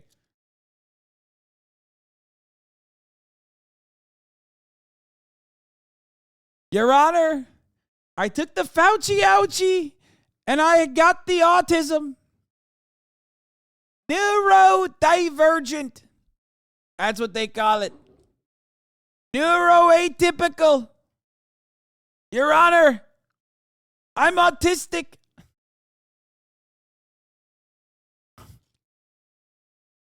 Anyway, let's get to some other good news, okay? Supreme Court rules Alabama's congressional maps actually violate the Voting Rights Act. The Supreme Court giveth and the Supreme Court taketh. Now they're on their woke shit, okay? They're doing the whole, like, oh, fuck, we went too far. We got to restore some confidence in the Supreme Court. Let's make it seem like we're actually, not a grossly undemocratic institution that refuses to champion civil rights. Let's get back to that a little bit. The Supreme Court issued an unexpected ruling yesterday in a case involving black voters in Alabama. The mostly conservative court ruled 5-4 that the... Not going to click on your dumbass name, see your profile picture, and get banned? Damn, man, that sucks. That sucks for you, Porfies, with your fucking streamer mode. Streamer mode cooked you, dude.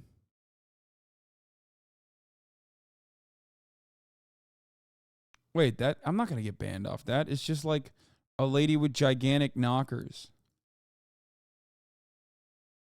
I looked at the profile picture. There's no titties in there other than, like, there's some big ass knockers, but it's not bannable. That guy's just weird, gross, and horny. He's just saying he's, like, jerking off to my face. Hasan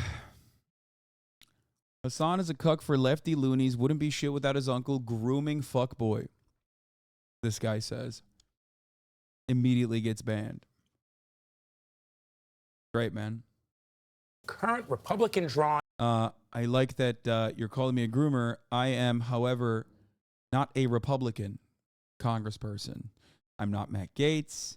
I'm not the guy who was in charge of Saving Our Children campaign. I'm not the guy that went to the parent-teachers conference with the fucking big ass FedEx King Code postcard showing that children were being groomed by gay shit.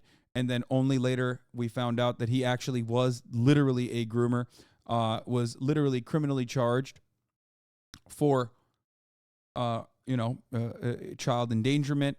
I'm not the longest running Speaker of the House, Dennis Hastert, who was a Republican again. I am not running for Senate in Alabama. I'm not Roy Moore. I am... It's definitely a Dixerto tweet directing these weirdos in here. I know. I'm not Quarter Pounder. Congrats, buddy. Start the clock, boys. Congratulations on the news of the daughter of Count Dankula. The age of consent to any form of sexual activity for 16 for both men and women. Wow. Damn, Quarter McNugget Chicken Pounder is also a fucking pedo. Dude, that's crazy. Why is it? Why the fuck is it that every single goddamn Republican, every single goddamn conservative on the timeline has said some fucking creepy ass shit? It's like crazy, dude. It's crazy. It's got to be projection. Oh, wait, that's right. Matt Gaetz may have trouble ahead. House Ethics Committee quietly reopens its probe into his conduct. I feel like the FBI and federal law enforcement agencies that are tasked with handling child predation would have an easier time literally immediately checking the PCs of anyone that has ever logged on to twitter.com and launched an accusation that claims that like gay people are pedophiles. Like you would have a around 75% success rate in finding pedophiles. Okay? It's like, it's crazy. It's crazy. Pedocon is no longer a theory. It is an objective fact of life.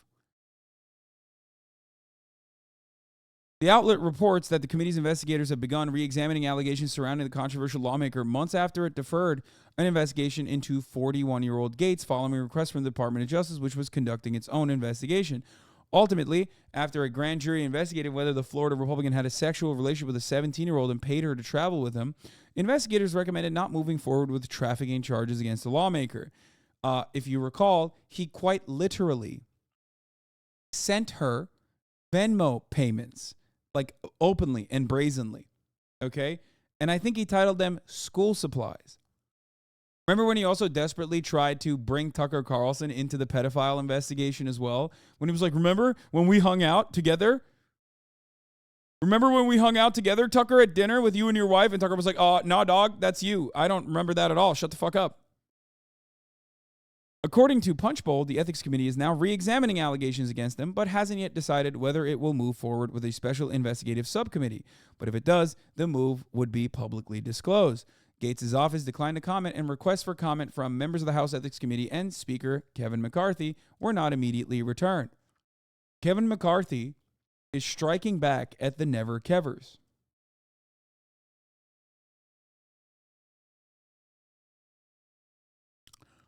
Committee first announced that it had begun an investigation into Gaetz in April 2021, saying in a statement, the committee is aware of public allegations that Representative Matt Gaetz may have engaged in sexual misconduct and or illicit drug use, shared inappropriate images or videos on the House floor, misused state identification records, converted campaign funds to personal use, and or accepted a bribe, improper gratuity, or impermissible gift in violation of the House rules, laws, and other standards of conduct. But a January report, the committee said it had not completed its investigation into this matter and had deferred consideration of the matter in response to a request from the DOJ. Gaetz, who assumed office in 2017, was reelected to the House in 2022. News of the investigation into the Florida lawmaker first broke in March 2021. According to the New York Times, it was opened in the final months of the Trump administration under then Attorney General Bill Barr. Sources told the NBC News at the time that Gaetz was being investigated for 3 separate alleged crimes: sex trafficking the 17-year-old, violating the Mann Act by taking a woman or women across state lines for prostitution, and obstruction of justice.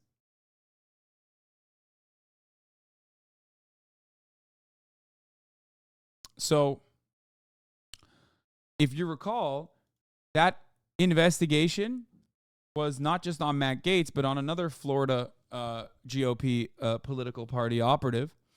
And that guy, I believe, is in prison now. One of Matt Gaetz's besties, quite literally, was charged with sex trafficking minors. Gaetz denied any wrongdoing, previously insisting to multiple news outlets that the overarching case was rooted in an extortion effort against him. The probe involving Gaetz reportedly spun out of another investigation into Joel Greenberg, his friend and former GOP official from Seminole County, Florida. Never mind, I should have just kept reading the paragraphs. Greenberg was indicted on a range of charges, including sex trafficking of a child in 2020. In May, he pleaded guilty to multiple charges, including sex trafficking a minor, and was believed to be cooperating with authorities. Greenberg and Gaetz have been photographed together in the past. Gaetz was allegedly among those who asked the Trump White House for a pardon, according to several witnesses who testified in the January 6 hearings.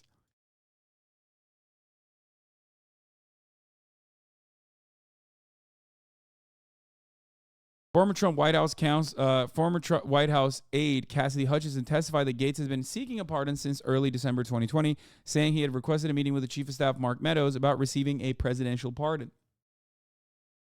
Why? Hutchinson's testimony was backed up by several others in Trump's orbit, including former White House senior advisor Eric Hirschman, who said the pardon that Gaetz was requesting was as broad as you could describe, from the beginning of time up until today, for any and all things. Why are you requesting a pardon if you haven't even been charged yet and there is an active and ongoing investigation? Yes, the pedocon theory is a theory in the same way that gravity is a theory. We live it, we experience it every day, we feel it, okay, in our bones. It is as real as the ground itself. On congressional districts in Alabama likely violate the Voting Rights Act by not fairly representing black voters. The state legislature will have to redraw the districts before next year's election. Joining us now to discuss this surprising turn of events is CBS News election law expert David Becker. David, good to see you this morning. So explain to our viewers, why was the state's congressional map so controversial in the first place? Well, the Republican-led legislature in Alabama had drawn the districts, the 7 districts in the congressional map in Alabama, to include only one district in which black voters could meaningfully participate, in other words, to elect candidates that they chose. And that was a little unusual here, where black voters proved, in a state with 27% black voters, that they were entitled to more than one, likely 2 districts. And the lower court agreed with them. And in a state like Alabama, where we see what we call racially polarized voting, in other words, whites vote in such a way as to defeat black candidates of choice, it was determined that indeed black voters were entitled to that additional district. And here the Supreme Court agreed with them. 27% of the state is black. So, David, the state legislature will have to redraw. Almost a third of the state is black, and they get 1 representative. At least now they will get 2. The maps going forward. However, the 2022 midterm elections, they're already in the books, so there's already been an implication in this case.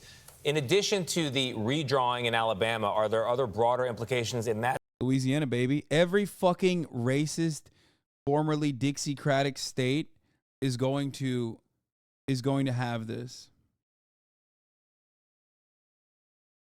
This is like low-key, not even a joke. This is actually a big deal. That state or nationally as a result of this ruling? Yeah, one of the things that was really unexpected in this ruling is that we had seen this court erode and weaken and even eliminate some of the key provisions of the Voting Rights Act over the last decade. I feel like it's crazy. This is an open admission that gerrymandering is a straight-up racist policy. Yeah, no shit. I mean, everyone knows it. It's just that in the case of Alabama, they went a little too far with it, so much so that, I mean, right place, right time, because the Supreme Court is trying to, like, clean up its image. So I think that probably factored into it. Like, I'm thinking about this because the Supreme Court is you know, a conservative supermajority. It doesn't matter. Permanent supermajority at this point. They've done a lot. So I think like they wanted to come across as like impartial a little bit. You know what I mean? Kavanaugh after Republicans went to war against Bud Light.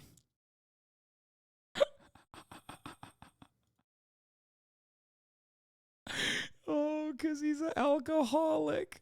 That's true. I forgot about that. And Bud Light is his favorite. That's true. That's a good one. That's fire. He likes beer, man. Don't fuck with him. Ay, ay, ay.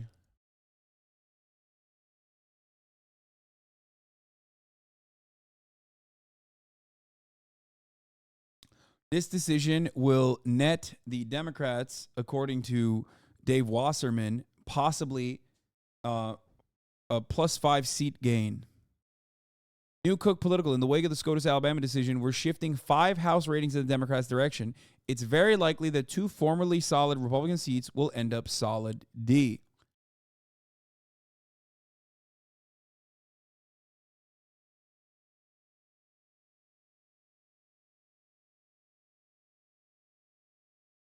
The vote was 5-4, not 9-0. This isn't all the conservatives making this choice. It's like 2 who are concerned about their image personally. No. Their image is insignificant. Their image is the image of the entire court. You know how, remember what I told you? Remember what I told you about, like, for example, the negotiation for the debt ceiling? And how Republicans and Democrats both play this game of theater. Biden will negotiate the debt ceiling conditions, right? And Biden's team will negotiate the debt ceiling conditions. And then certain members in the Democratic Party, especially ones with seniority, will get to put a protest no vote on it, right? Because there's a certain allowance of Democrats that can say no to it and the bill will still pass. So, yeah, kayfabe. Kayfabe? I don't know how to fucking say that word, but it's theater. So the Supreme Court works in a similar manner. It doesn't mean, like Bernie Sanders, for example, got to vote no on this fucking debt ceiling renegotiation. Because he has seniority. He's maybe he was gonna vote no regardless, right? But that's kind of how this works, and the Supreme Court works in a similar by a similar principle as well. Like this way, Clarence Thomas gets to fucking mauled over this shit, while while the court overall will work to change the media narrative about how the court is partial. The arguments in the Supreme Court largely mean nothing. You're right. Yeah, I don't know if you're saying this sarcastically, but this is a firmly held belief of mine. It's probably my most, I would say, crank political position that I think is objectively true, which is that the Supreme Court is a political instrument of whichever party holds the majority, and the idea that constitutionalists that it's just the notion that like there are Supreme Court justices out there that are interpreting the intention behind the founders on the Supreme Court is just legal jargon to mask the reactionary opinions that they have, or mask the reactionary policy changes that they want to make, that they want to implement. They literally taught us this at my law school. How is it a crank opinion? What do you mean? Constitutional law, I took constitutional law classes. In my classes, they literally made it seem like it was not a show at all, and that absolutely there are different and unique and very real ways to interpret the Constitution. Maybe that's undergrad con law, possibly. I mean, but I'm pretty sure that they don't. I don't know. Do they actually fucking openly admit that like textualist interpretations are just like are complete hackery and relatively new interpretation that was just basically created to make it seem as though there's a unique difference in opinion amongst Supreme Court justices? Not hating at all, but there was coverage of the different interpretations, but it was also implied that it was bullshit. Okay, so they did teach it to you, but you had a woke ass fucking college professor. That's it. Yeah, get the fuck out of here. Get the fuck out of here, dude. Come on. I mean, just look to like literal constitutional law professors in the media and how they talk about the Supreme Court. Rarely do you ever hear people openly. Rarely do you ever hear any like prominent constitutional law professors written multiple fucking books say that like everything that they wrote books on is just bullshit. If anything, I would go so far as to say that there are some law professors, there are some constitutional law professors that that will say it and will even write about it, but it's definitely not the majority.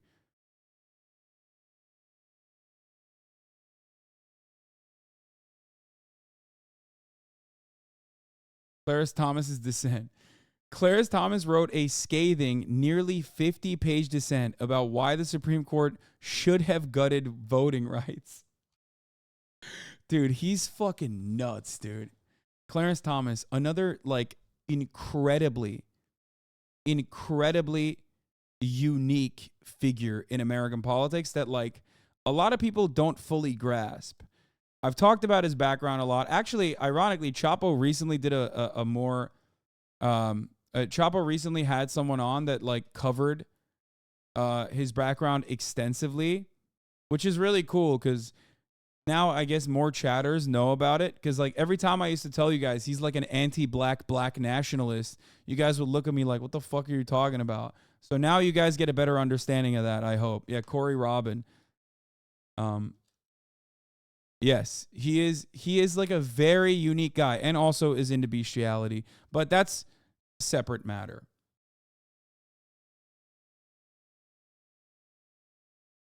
It's like it should be illegal to have someone sit in the most prominent, like most powerful legal position, the most powerful judiciary position, the most powerful position as a judge, okay?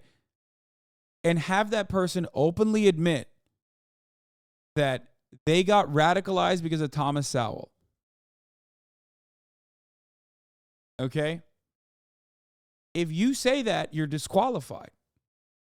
Like, what are you, fucking a Sargon of Akkad fan? Like, what do you mean? You read Thomas Sowell and you got radicalized? That's crazy. I personally think it should be absolutely illegal for someone who openly states that Thomas Sowell in any way, shape, or form contributed to his radicalization. You should not be allowed to have any position whatsoever. Certainly not a position of prominence such as the Supreme Court.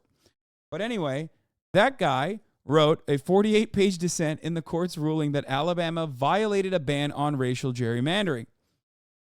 Supreme Court ruled 5-4 on Thursday, holding a lower federal court's decision that Alabama violated the Voting Rights Act with congressional districts that discriminate against black voters in the state by largely clumping them together into one district.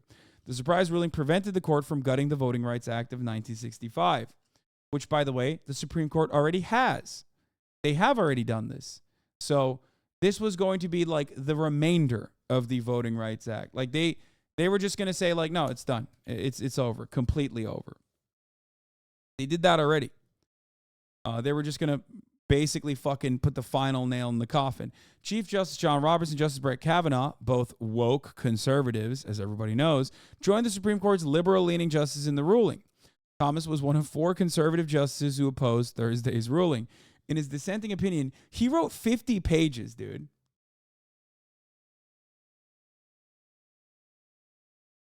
He wrote a manifesto.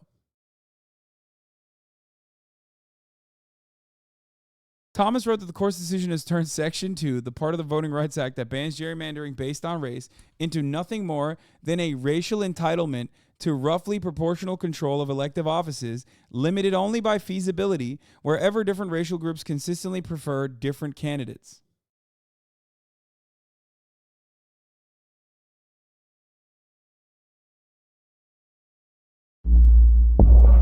PBS Frontline did a documentary on him. Maybe we should watch that.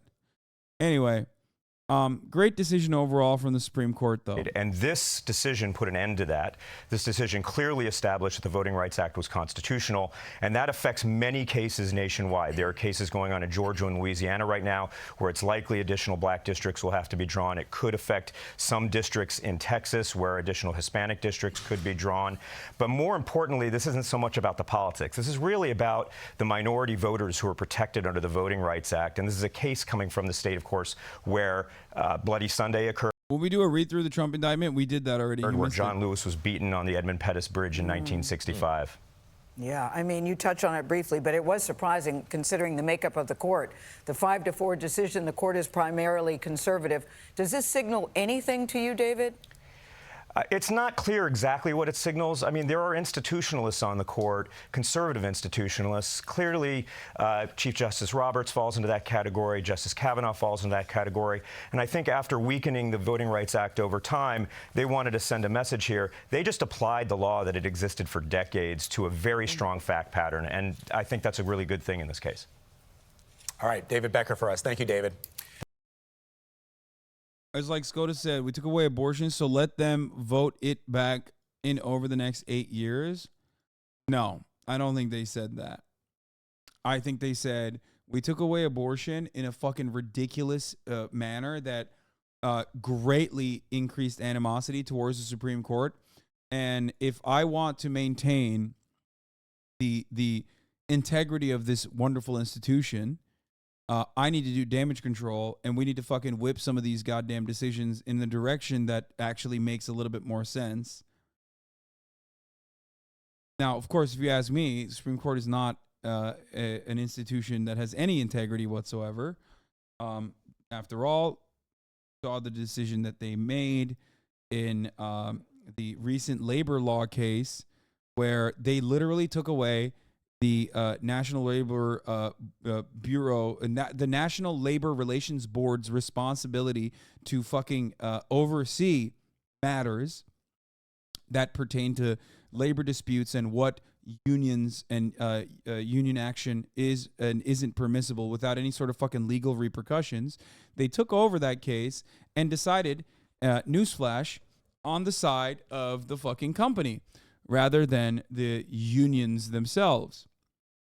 This decision is going to have a devastating impact on striking permanently, forever. And that wasn't just, for the record, the conservatives in the Supreme Court. That was also the liberals as well. It was an 8-1 decision.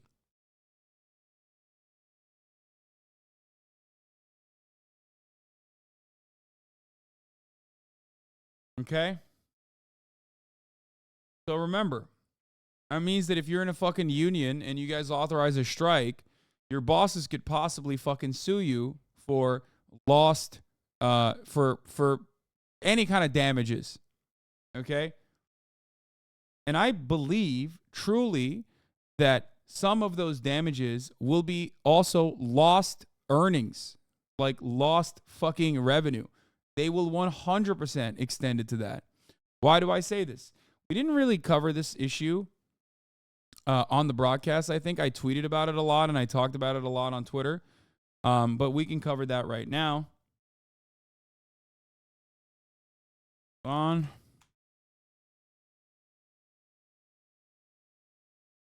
Let's see. Let's see if there's a video on it.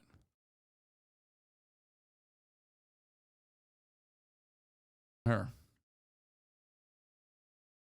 Court deciding against a union at strike. So this case pitted a cement mixing company against its employees who they allege caused destruction of property during that strike. CNN's Jessica Schneider joins us now. So Jessica, break this all down for us. What happened here?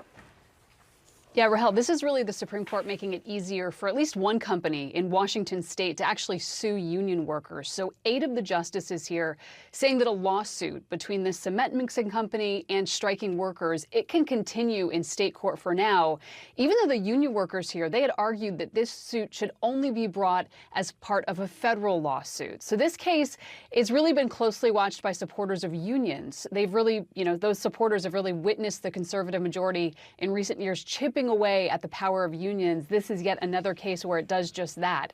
So the cement company here wanting to bypass federal labor law and sue this union in state court for damages the company claims were caused by those striking workers. So to give you a little background here, this is a case stemming from a strike in 2017. Concrete drivers at this company in Washington state, they went on strike, and when they did, they returned their trucks fully loaded with concrete, so obviously rendering the concrete useless. The company was actually able to save the trucks, but they lost the concrete, so the company turned to sue the union in state court for property destruction. Now, the union obviously... Yeah. So they left the trucks running, okay, when they authorized the strike. They left the trucks running so that the cement would not fucking, the cement would not turn into full-blown concrete if it kept turning and harden and brick the entire trucks. Now, it's not cement, it's concrete, whatever. It's just like, it's concrete, not cement. Well, as far as I understand the details of the case, they didn't actually fucking do anything other than stop working, which is what a strike is. Okay?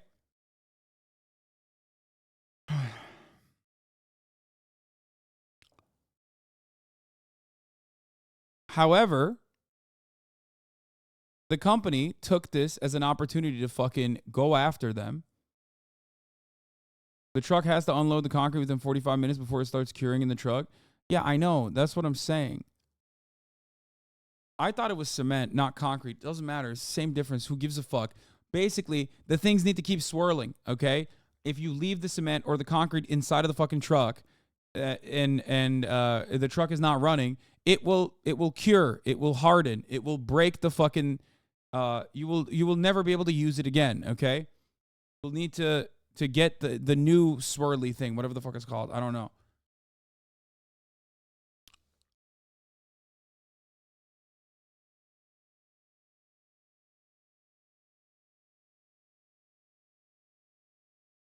Oh my God. The swirlers. Yeah.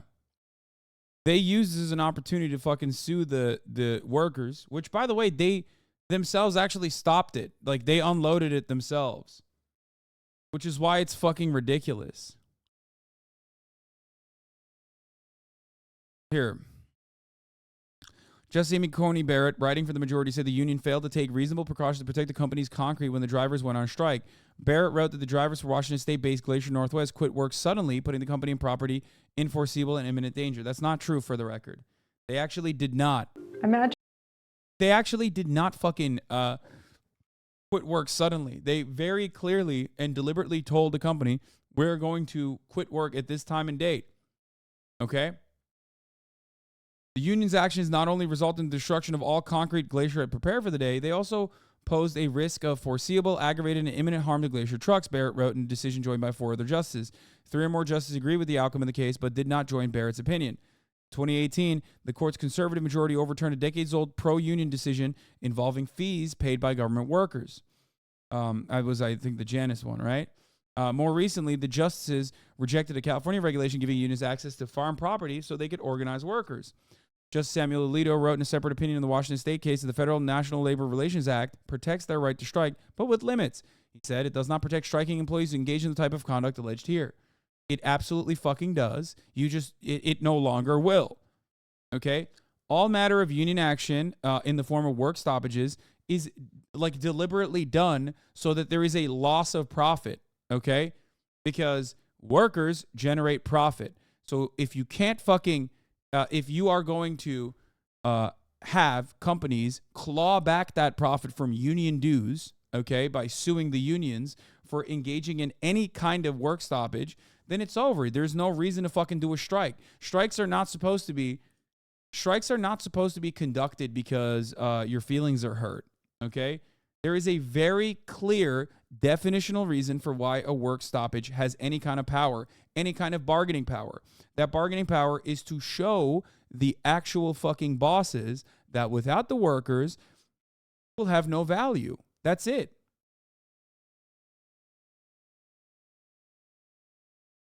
If you're striking not on work hours, then you're not striking. You're just literally not working. You know what I mean?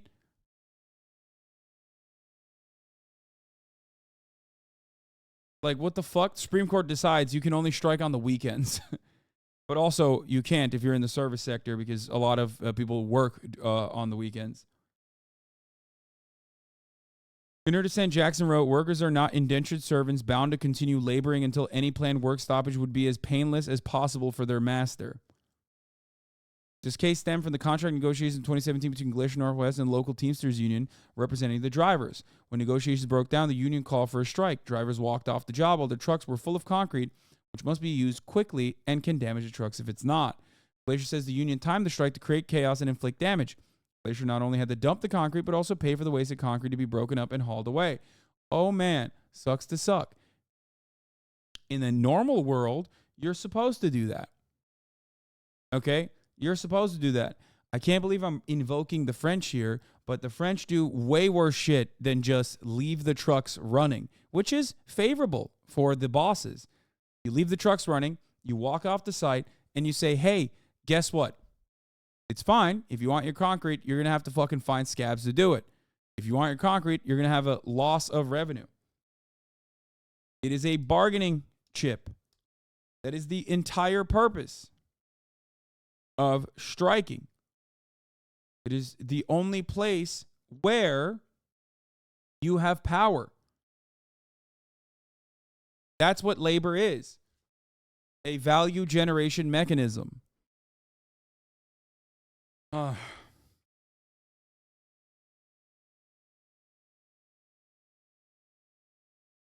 No shop fucks with their own equipment. No one. That doesn't hurt the company's profits. That hurts the company's ability to make money, which hurts us. We stopped wrecking equipment in the late 70s when the Teamsters cough dad went overboard wrecking trucks and fucked themselves after negotiations. Well, once again, they didn't fuck the company. They did not actually fuck the company's ability to make money because, hey, guess what? The company could have turned around and said, you know what?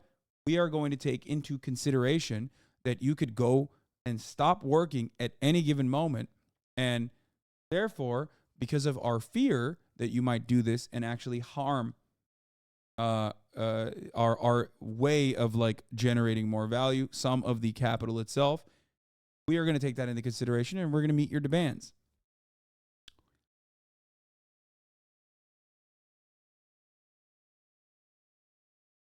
That's it. The company sued the union in state court for intentionally damaging its property. The lawsuit was initially dismissed, by the way.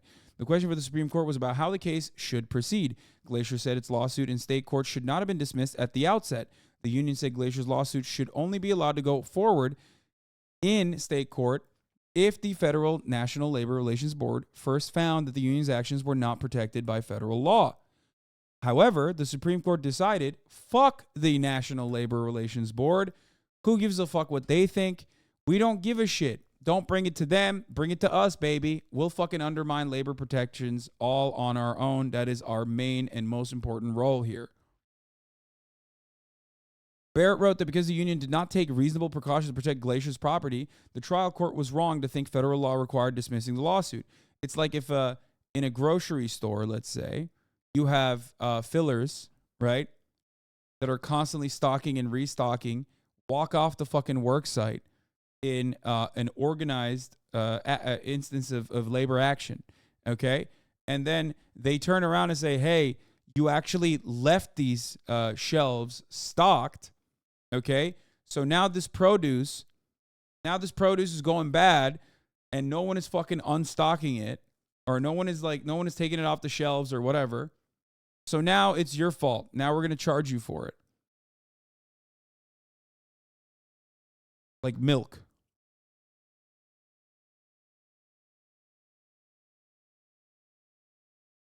You can do that for anything. You can literally do that for any particular work site now. Because, like I said, like definitionally, the entire point of a fucking strike is work stoppages. And work stoppages are so that the company meets the demands of the union faster. So you're literally striking at capital. You're showing capital owners that without you, there is no way to generate value, and sometimes even a lot, not only just a loss of profit, but sometimes directly a loss of the pre-existing capital to begin with.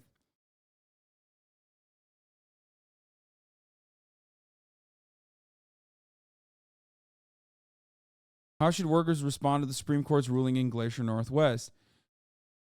The court's ruling could have been much worse and soon will be. Workers and unions need to be prepared.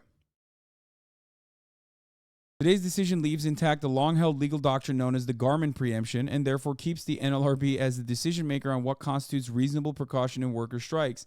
Cheerleaders for free enterprise were hoping to replace that long-established federal jurisdiction with state-level tort law. Those cheerleaders didn't get all they wanted today. The bad news, a harbinger for the future, is on full view in Justice Samuel Alito's concurring opinion, where he makes clear that he is ready and willing to kill Garmin as soon as the court can get a better case with which to achieve this Chamber of Commerce objective. He's joined by the other hardcore anti-labor ideologues on the court, Justices Thomas and Gorsuch, in a second concurring opinion, revealing their hands clearly so we can count. 3 justices are ready to totally eviscerate the NLRB as a part of their determined campaign to gut the administrative state.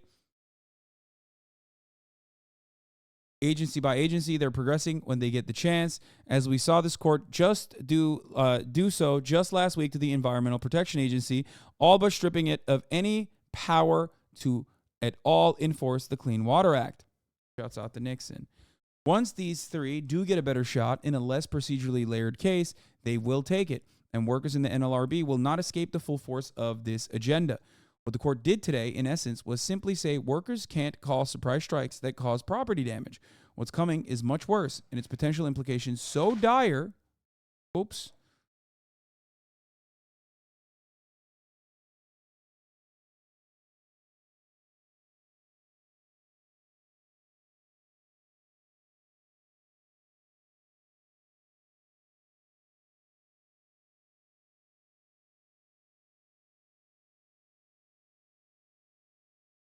She kicked the diaper photo of mine. That it's worth not only unpacking this ruling's highlights, but also focusing urgently on strategy for the labor movement as a whole on what the workers can and should be doing right now. Like at the top of the hour, workers should be organizing together to get gifted subs, maximize those gifted subs because a 3-minute ad break is coming. And if you no longer want to see those ads, well, then all you need to do is subscribe, which you can do for $5 or for free with the Twitch Prime by connecting your Amazon Prime account to your Twitch account, where you get 1 free Prime subscription a month. You can also get gifted a sub if you're lucky. Like I said, use your favorite gifted subs on your favorite streamer. Here's a 3-minute ad break now. Absent, thank you for the 5 gifted subs. Glacier has its origins in the 2017 contract dispute. We already covered all that. On its face, Glacier is about whether the Teamster Union owes money to a Washington concrete company, but the real purpose of pushing this case was to append the nearly 100 years of legal precedent and congressional intent by stripping power from the NLRB, the federal agency charged with protecting workers' rights to collective action at work. Exactly.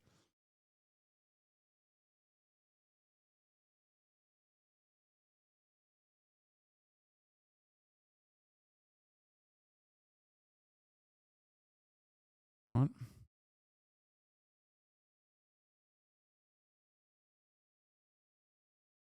Mind if I hit my pen right now? Do it. Do it, Brody.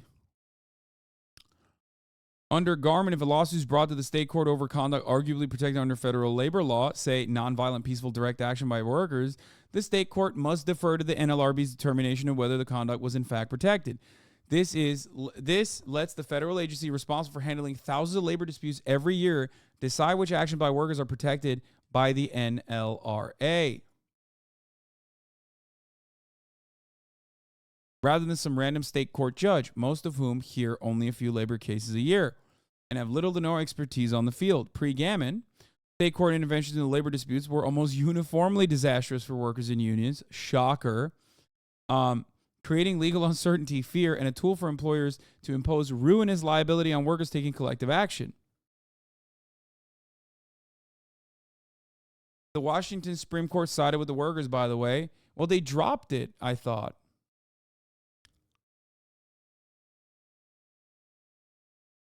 Yeah, they said this needs to be dealt with not by us, but by the NLRB, which is what is supposed to happen. That is quite literally the fucking law. That is the rule. You know, back when Congress did like every now and then some shit, this is one thing that they fucking decided. You know? Your take on Nick was an L. This cancel culture getting out of hand coming from your people. Dude, we've moved so far beyond like Twitch streamers such as myself or Nick having a loss in revenue due to things that they've said. We're actually talking about an issue. If you had more than 3.5 fucking brain cells, you would sit here and learn about a decision that will impact you, okay? That will impact your future. As someone who is a working class individual in the United States of America, I know you probably sit around and fantasize about how you're going to be an entrepreneur one day by doing drop shipping schemes, but the reality is you're probably relegated to the workforce for the rest of your life. And the Supreme Court gutted or tried to effectively destroy a very effective, perhaps the only measure that you have under our current capitalist structure to push back against your bosses. And you're over here talking about fucking, oh my God, holy shit, NickMercs lost potential revenue from the overlords at Activision Blizzard because it's Pride Month, and you know, they decided to make an example out of him to say, hey, we love our gays. Okay? This is petty squabble shit. It's drama. This, what I'm talking about right here, okay, that will actually harm you. But, however, if you go down the pipeline that you're going down, you are never going to recognize that this kind of shit harms you. That's actually the entire purpose as to why you even have an opinion about what gay people are doing or what trans people are doing to begin with. Okay? That's it. Go ahead.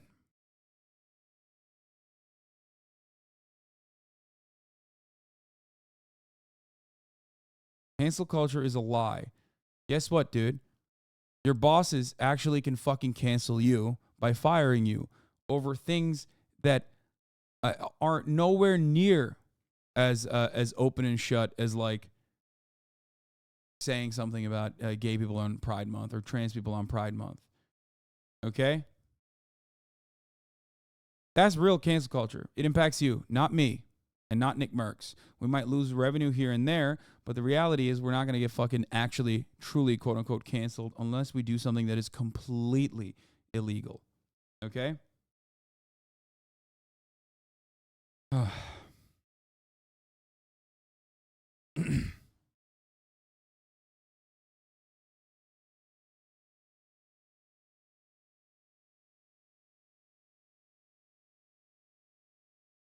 No, he actually was very reasonable. He said, okay, Hasan, I understand. Thanks for your take.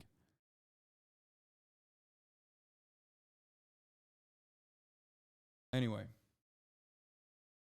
So, situation is dire.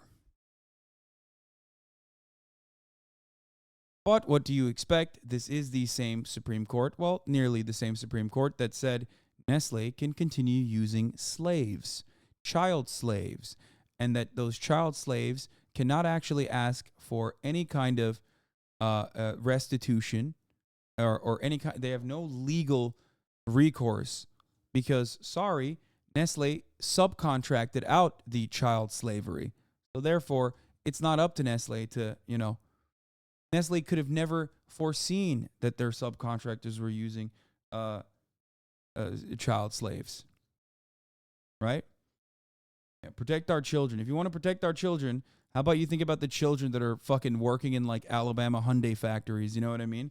How about you protect the children that are going to be working legally in places like Arkansas, where they are currently unwinding child labor regulations?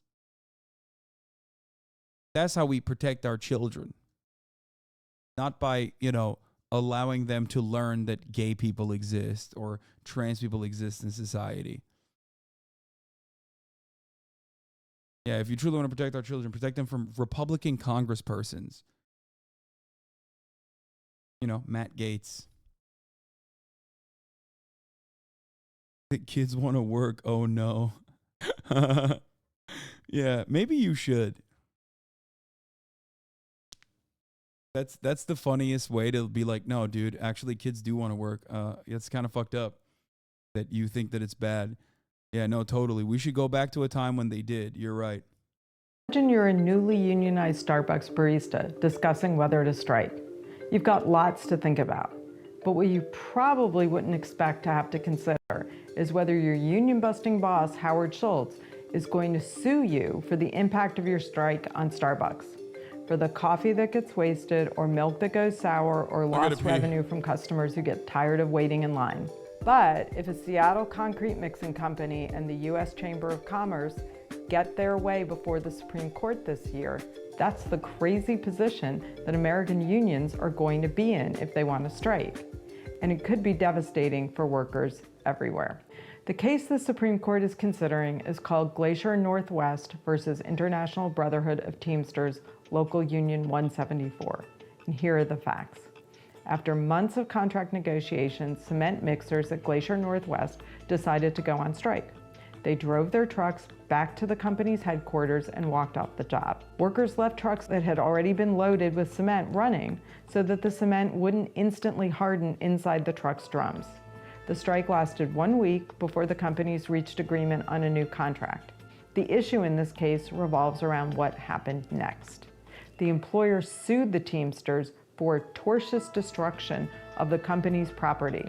Glacier asked a Washington state court to make the Teamsters pay for damage to their trucks as a result of cement hardening after the strike began. The Washington State Supreme Court threw out the case, finding that it wasn't appropriate to apply state law to a labor dispute covered by a federal law, the National Labor Relations Act.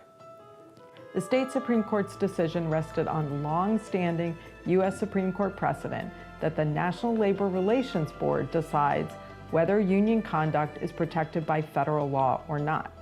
This should have been the end of the story. Unfortunately, it wasn't. As we've seen with the supercharged conservative majority currently sitting on the Supreme Court, no precedent is safe.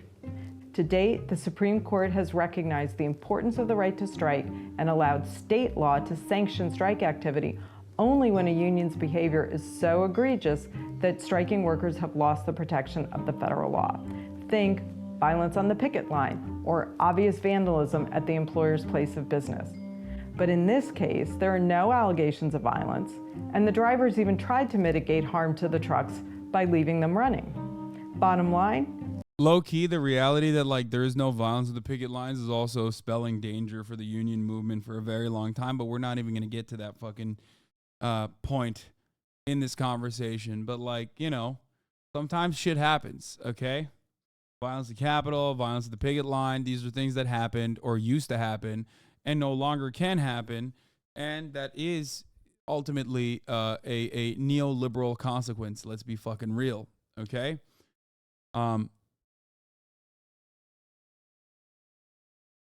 Violence is a constant in society, exactly. It's just the only violence that is allowed is state violence.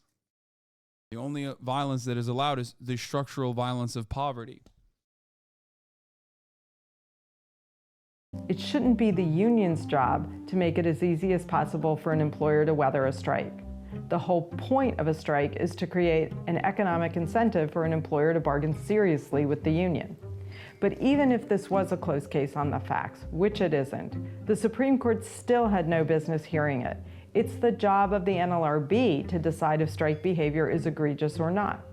So why is the Supreme Court getting involved to open the door for companies to sue unions that strike? Because this court has shown a sustained hostility to workers' collective bargaining rights. Just a few years ago, it reversed decades of precedent to make it harder for public sector unions to collect dues. And 2 years ago, it made it impossible for union organizers to talk to farm workers in the fields of California. And now conservatives are plotting to make it easier for wealthy corporate bosses to be able to sue union employees just for asserting their constitutional right to strike. At a time of historic levels of worker organizing and public support for unions, it is exactly the wrong time for the Supreme Court to make the right to strike harder than ever for workers to exercise. But for the Roberts Court, it seems to always be time to side with corporate employers' efforts to undermine workers' rights.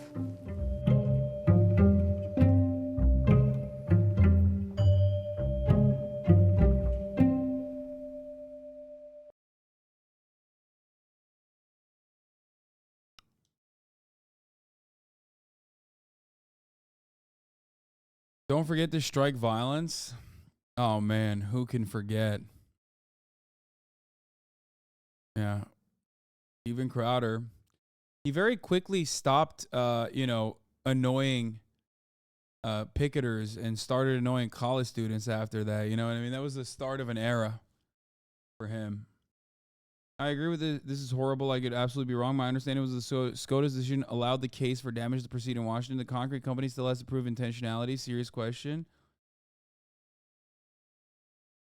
No, I thought they ruled they ruled in favor of the concrete company.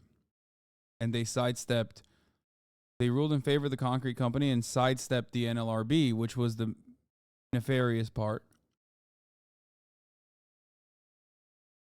They sidestepped the decision of the lower court, which relegated it back to the NLRB, and they basically said, fuck the NLRB, we're making a decision on this.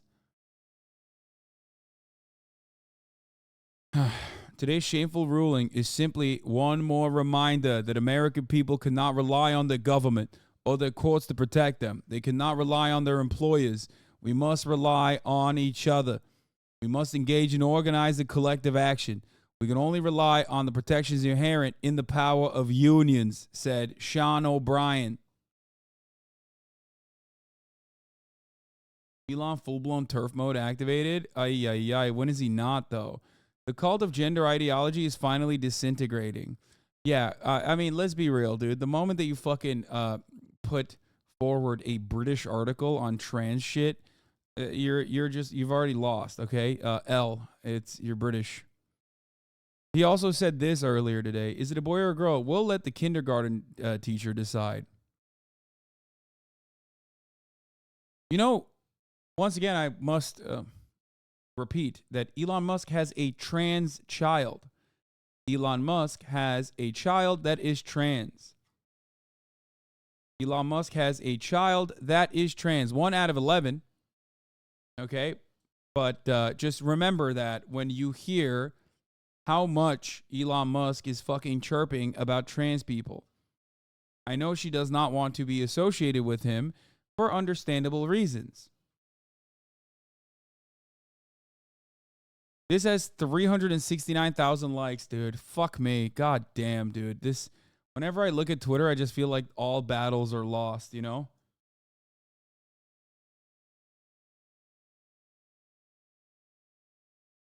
He also liked all these tweets recently from Dave Rubin. There's no such thing as the LGBT community. The T's want to cut the wangs off the G's and boobs off the L's. They don't seem very community-like to me. Have a nice day. Truth about puberty blockers. Matt Walsh exposes target trans healthcare provider in the U.S. after they approve his producer for sex change surgery after just one 22-minute call. Fast girl in Connecticut suing state after losing transgender athletes. But this is really funny. I think it was Juniper who maybe addressed this, but I saw somewhere that like she's not the fastest girl in Connecticut. She just calls herself that. No, like she literally came in 6th place. Like it's not like she was in 1st place and then she lost to a trans person. No, she was in fucking 6th place or some shit. Okay? She just called herself the fastest girl in Connecticut, and Daily Loud is literally going along with it because they're run by fucking Ben Shapiro looking goobers, dude. It's always like this. It's always like this. There's like, okay, so you want to be in 5th place? Is that what you want? You fucking loser. Shut up.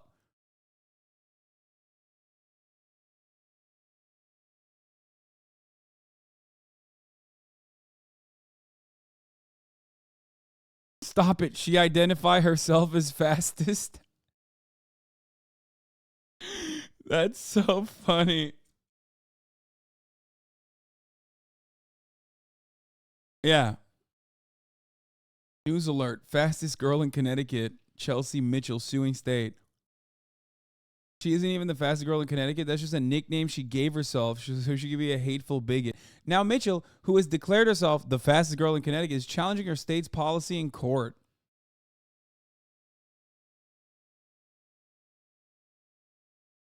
The fastest 6th place finish in Connecticut is way less catchy, though.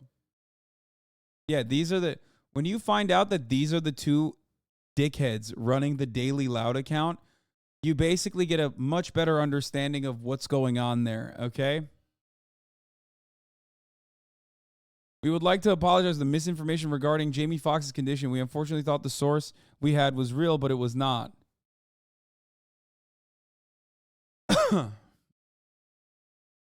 She went to my high school. She's been at this for the last few years. Yeah, instead of being a fucking dumbass, hateful idiot, she should have just, like, been faster.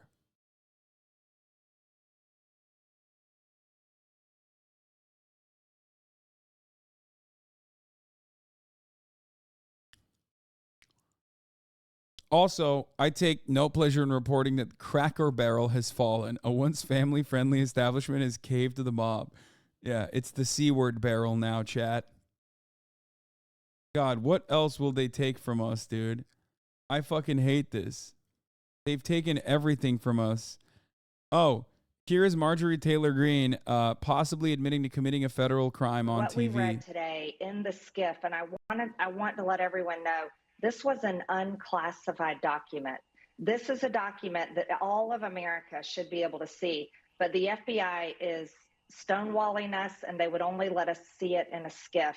Well, what I did after reading the document is I made notes when I walked out, and I went to the table and I wrote down everything that I had just read so that I could come out and tell the American people what I read. And what we read today in the skiff, and I want to let everyone know, this was an unclassified document.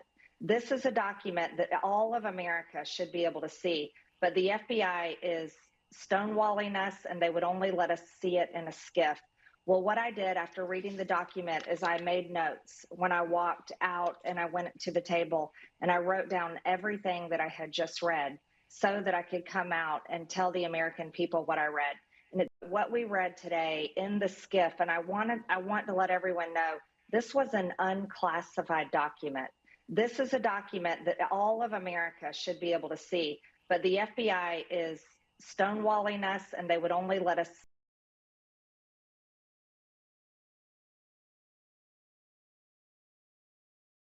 Took notes on a classified document. That makes the doc she took notes on classified too. It's okay. She declassified it in her mind. It's fine. She wants everyone to know she indeed can read. I mean, remember when they forced her to fucking write an article after visiting like a Holocaust museum? Will you lead the charge in reapplying the Glass-Steagall Act of 1933? I was born in 1974, so I'm not familiar with that. But I can have my staff look into it. Anna's back there. Anna's going to look. That's awesome. That's fun. Dude, that's so sick. That's so sick. No, that's great. No, it's fire. Well, you don't need to know about it. Don't worry.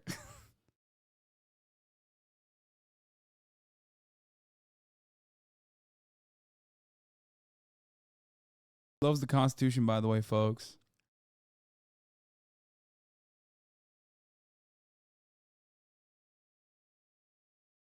Any particular reason why you haven't talked about all the woke smoke in New Jersey coming in from Canada? Do you hate your motherland, Hasan? I did actually talk about the woke smoke.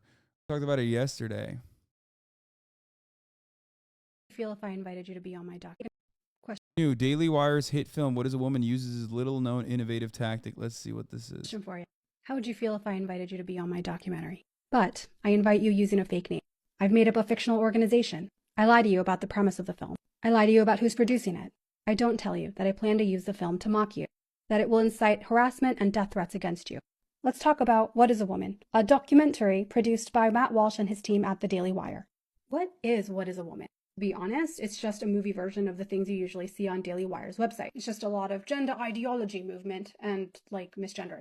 That's all just table stakes with these people, so let's just leave that aside. What you do need to know about this movie is that the Daily Wire and its employees created this elaborate ruse of fake names and fake organizations to trick people into being in the film. We're not talking like, oh, they exaggerated or lied by omission.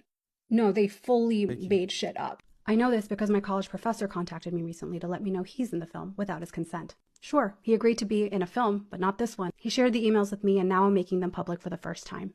Let's look at a Daily Wire interview request. My professor didn't hear from the Daily Wire. He heard from a woman named Rebecca Dobkovitz. She contacted him about an independent documentary about transgender and LGBTQ communities.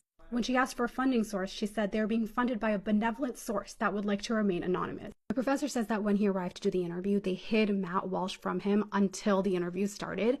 That way they could still capture some footage, just in case he recognized Matt. The key thing here is that my professor revoked consent in writing once he found out what this film was really about, but they just ignored his emails. All of this, by the way, squares with what a trans activist named Eli Ehrlich shared with the public last year. Last February, Eli said that she was contacted by someone named McKenna Lynn from the Gender Unity Project. McKenna represented herself as a curious and well-heeled grad student who was self-funding her own documentary about the LGBT community. But Eli did some digging and learned that McKenna Lynn was really McKenna Waters, a producer for Matt Walsh. She also learned that they didn't just make a website for their fake organization, they actually registered it as a I mean, they do this too. Like Sacha Baron Cohen did this too, except, you know, he was doing it for parody purposes and not just like to fucking create like intense harassment campaigns under the auspices of a fake documentary. Real LLC. That LLC is registered to Justin Folk, the director of What is a Woman. Daily Wire hasn't shut the fuck up about this documentary since they launched it last year. But this they never mentioned.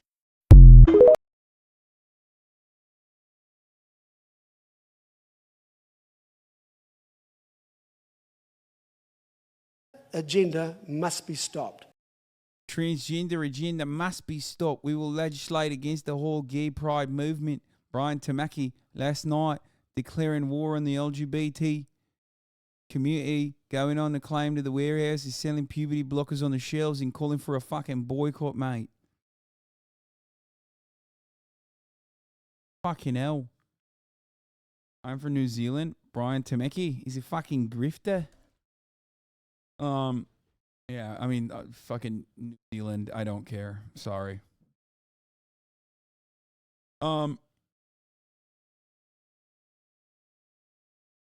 What is this? You guys should play this on Fear and the Woke board game. My name is Paul. I'm the founder of Woke News Report podcast, wokenewsreport.com.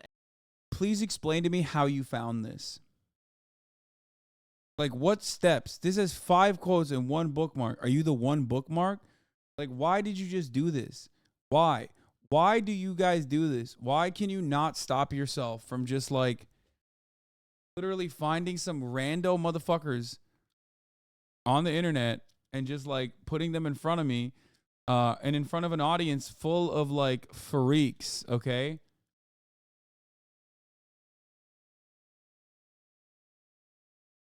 They got Nesua.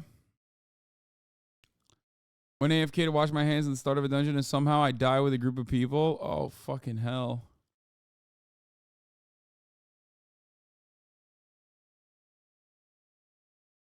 Should I remote into my PC while I'm washing my hands, dumbass? Town portals are free, you know. No, this guy is saying you should have fucking TP'd back to the town instead of being in the dungeon. Which is, you know, mean. Very unkind. The shit I've seen on my For You page has turned me into a religious man. Dude, the For You page is awful, dude. Look, especially if you're like a prominent left-wing figure online. Oh my God, dude. It's like every day I wake up and I turn on Twitter and it's like, I feel like the world is attacking me non-fucking stop. It's gotten so much worse. Remember when I said I love that Elon actually fucked up the trending tab, so now I never see myself trending? Ever since I said that, I've been trending nonstop on my trending tab. I'm not even kidding. Like, I gloated about it like multiple times on multiple different podcasts. And now it's like, it's all I fucking see. And my trending is awful. It's literally people being like, it's Dixerto tweets. Okay. It's people being like, Hasan should kill himself. Like, so many motherfuckers, dude.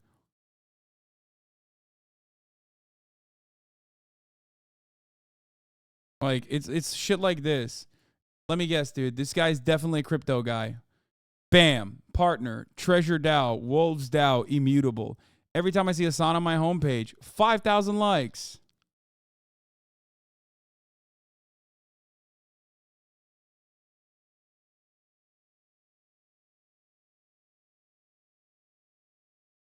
It's just the worst fucking content. Holy shit. Yeah. Here, let's talk about the OnlyFans conversation that Piers Morgan had with the OnlyFans content creator that talked to Piers Morgan and Ben Shapiro's analysis on it. Reaching the end of Western civilization when women parade around naked on OnlyFans and then justify that activity by saying that, sure, mom was a prostitute, but now you, child, you'll have a nice car. Okay, so Piers Morgan. I'm gonna right off the bat, I'm gonna say something, okay? What Ben Shapiro does for a living is 1 million times worse on the planet than any OnlyFans content creator, including like, you know, foot fetishists and shit like that. Okay?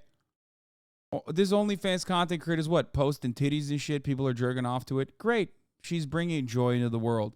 Ben Shapiro, on the other hand, is quite literally spending every fucking waking moment making the world a worse place for his own children. Like, even on, you know, even something as simple as like denying climate change. Like, your children are going to you live in that world, you fucking idiot.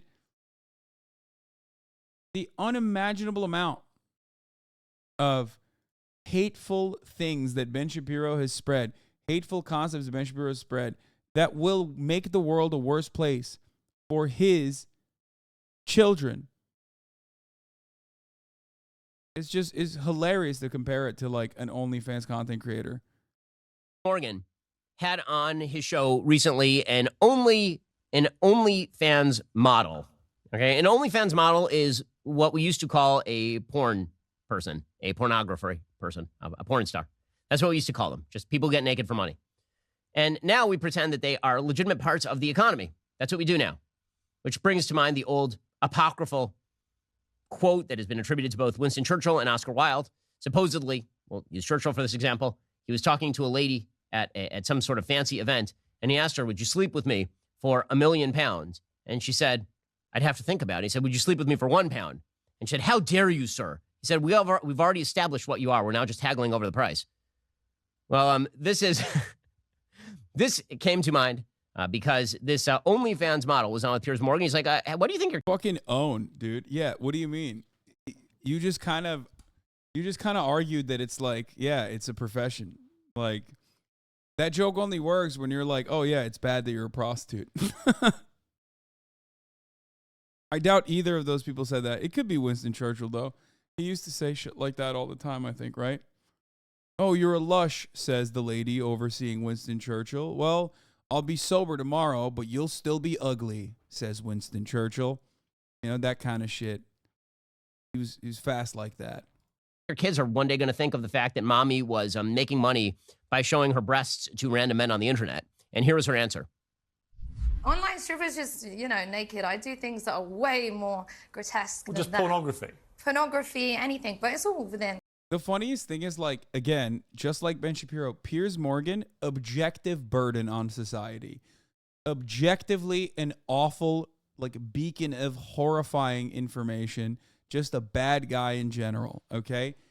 Your net output is making society worse, okay? If you went away tomorrow, society would be better. If all OnlyFans girls went away tomorrow, society would be worse overall.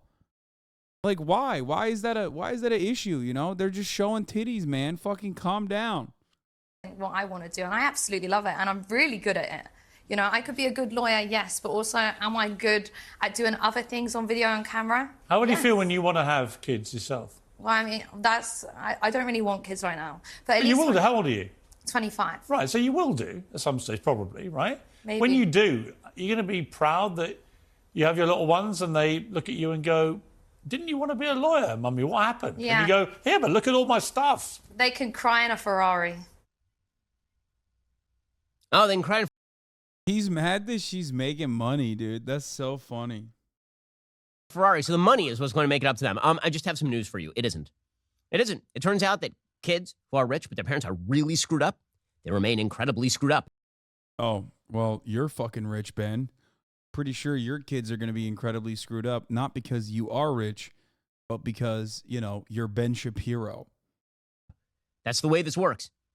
And there is something wrong with the idea that a woman should value her own accomplishment in getting men to be aroused as they are at, their intellectual accomplishments. Not to sound like too much of a... That woman, I think, literally went to law school, by the way. I don't know if Ben will talk more about the interview or instead we'll just like endlessly ramble. But I saw bits and pieces of that Piers Morgan interview, and I'm pretty sure she fucking went to law school and then chose to do this instead because this made a lot more money and she likes doing it.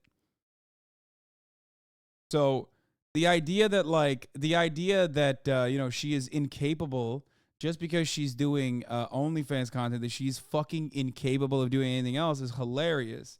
A feminist here, but it turns out that women are more than their body parts. I know, it's crazy. Women actually have inherent dignity as human beings. And when they simply unclothe themselves for the perverse pleasure of random men sitting in their pathetic basements and perverse pleasure of random men sitting in their pathetic basements. Man, not everyone can fucking watch like Palestinian teenager gets trick shotted by IDF sniper compilations to fucking jerk off, okay? You freak. Again, significantly worse on society. It's like, shut the fuck up, dude, okay? Jesus Christ. and paying the money, they are doing harm to their souls. They are doing harm to their very beings. They may pretend that it's a matter of just personal freedom and all of the rest, but it turns out that consent is not the only value. People consent to do bad things to themselves all the time. Yeah, again, it's like, dude, you already said your wife's pussy is fucking drier than the Sahara Desert, okay? You probably after the entire fucking internet clowned on you for your lack of sexual prowess, should have decided to never talk about sex again. But here you are, talking about sex again. So what will we do? Well, we'll remind everybody that, you can't get your wife wet, and you unironically once tweeted out that your wife, who's a doctor, by the way, if she was wet, that would be a medical condition. You know what I mean? It's like, I know the immediate counter always is, you're porn sick. You're defending porn because you're like a gross pervert or whatever. Like, no, okay? I've had more sex than most of you will have for the rest of your fucking lives, okay? And I still consume pornographic material from time to time. There's nothing fucking wrong with that. Calm the fuck down. It's always dudes who are just like on this psychotic edge where they're talking about how like their porn consumption got so out of hand that it ruined their fucking lives. And now they got to make it everybody else's problem. Like, chill out, dude, okay?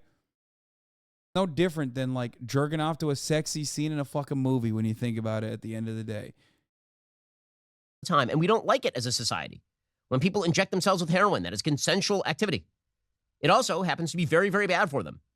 A society that basically boils down its morality to the virtue of consent is a society that has lost all notion of good and bad. People have consented to evil activity for literally all of time. And it isn't evil to unclothe before random men for money. It is bad for you. It is bad for them. It undermines the very idea that women should be looked upon with anything more than simple lust. It's a perversity. And the fact that she says, oh, I'm really, really good at it. Okay, I check. Seriously, as a dude, let me tell you what it takes for a beautiful... This dude just has an issue with consent, okay? That's what it is. That's what it is. Why is it bad, dude? Explain why it's bad. Beautiful woman to be good at being naked. Being naked. That's what it takes. Wow, she's amazing at it. Wow, look at her extraordinary skill in being naked. She's amazing at being like, come on. Come on. I'm not a fan of the comedian Amy Schumer because frankly, she hasn't been funny for a very long time. But she did have a line at one point that I think was accurate and speaks to this. She said, you know the difference between girls and guys? A guy goes to the bar and he's lucky if he can pick up a girl. She says, I'm overweight. Dude, I would, I need a compilation of Ben Shapiro trying to describe jokes. Ben Shapiro trying to retell a joke is like a fucking alien. It's like me trying to constantly explain what a joke is and why you should laugh to this fucking chat anytime someone says something remotely edgy. I don't look amazing right now, but I can, this is her phrase, catch a dick anytime I want to, right? That was Amy Schumer's phrase. And let me just be realistic about this. That is absolutely true. The CEO of Innovation Refunds and GetRefunds.com has been on TV See, very significant differences. That you cannot find a man to have sex with you is absurd because the differences between the male sexual instinct and the female sexual instinct are incredibly large. Yeah, those are very significant differences. Porn is a danger to men and women. Yeah, I'm not as weak as you, I think. That's what it is. Get stronger, nerd. If porn is a danger to both men and women, you're just basically telling on yourself. You're just a fucking weak person. You got soft hands, little boy. Okay? That's a skill issue, my man. As I've said before, when it comes to sex, women need a reason. Men just need a time and a place. So the notion that she is like somehow freeing herself. Now, maybe it gives her a sense of control over these men. Maybe it gives her a sense that she has more power in the universe. But that power belongs to pretty much any woman. It's just that she is the only person who is willing to subject herself to vile gazes in order to make money. Vile gazes. Which is a bad thing to do. It makes you a not particularly good person. Why? So when people say things like... Why? He hasn't said why. He just exclusively keeps repeating that it's bad. Why is it bad? Why? At least like most fucking tanky swerves on fucking Twitter make like a decent argument about why sex work is like inherently exploitative and, you know, it's bad. And, you know, there's like people are coerced under capitalism across the board. And in this circumstance, they're coerced to do sex work to make ends meet and all this shit.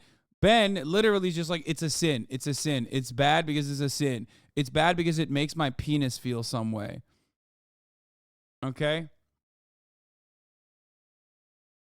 It's bad because it gave me a boner. It's bad because I say so. And yeah, here. We knew on this cover. Then you'll also have Hillary Duff, who is on the cover of Women's Health. Now, Hillary Duff looks like a sort of stereotypical model beauty. She's on the cover of Women's Health magazine, totally nude. And she looks like a model. Right? I mean, there's not an ounce of fat on her. Yeah, Ben doesn't have a problem gazing at the fucking female body in the nude when he is making an argument against like fat women, okay? That's the point. Yeah, he has no like real consistent take on the matter. He's just like, he's exclusively in it to just be like women bad. Women having some kind of autonomy over what they choose to do with their own bodies is a bad concept. I don't like it because porn is bad. Someone who embarked on a law career was... Oh yeah, here, this is the law career moment. I swear, y'all see women as incubators because why are you asking her about hypothetical children that do not exist? She is not just a pre-mom or pre-wife. Yeah, 100%.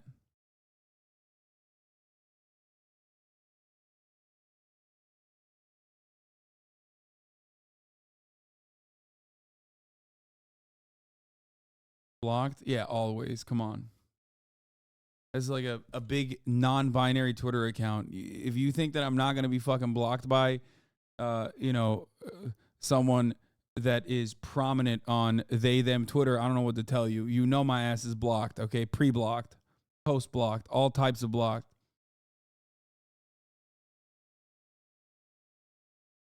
Account named non-binary booty, 100%. They saw something and were like, oh, this person is the worst person. This person is a fascist. Block. Who cares?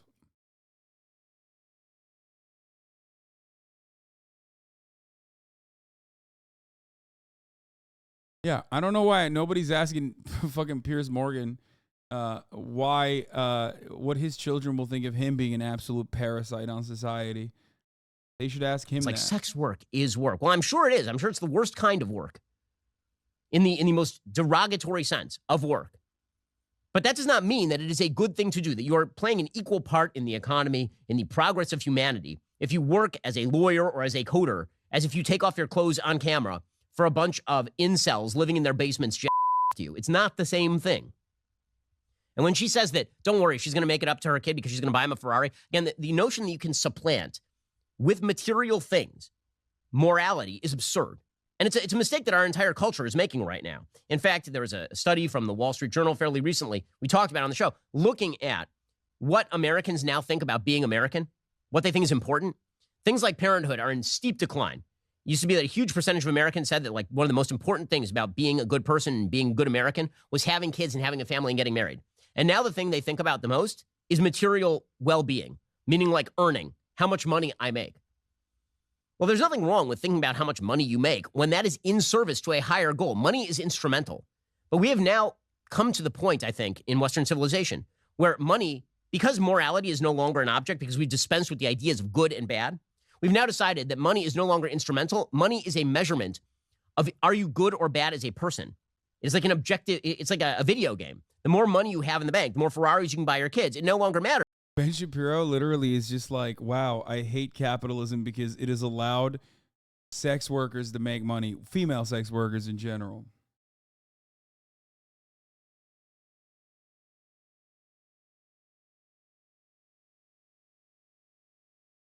Matters whether you are being a prostitute on camera. What really matters is that you can buy the Ferrari for your kid. Materialism has become its own goal. The money, which... Dude, you're literally like an omega capitalist. What the fuck is happening right now? I genuinely do not understand how... Oh, God. If you want to know what a conservative... if you know how quickly a conservative free market capitalist will drop every fucking thing, just, you know... Ask them how they feel when, like, a sex worker makes money. Immediately, they're like, well, the work conditions are bad, actually. It's like, no, OnlyFans models, not really. They get more autonomy than they would in any other fucking job. And also, money isn't everything, actually. What the fuck? Gelmedi.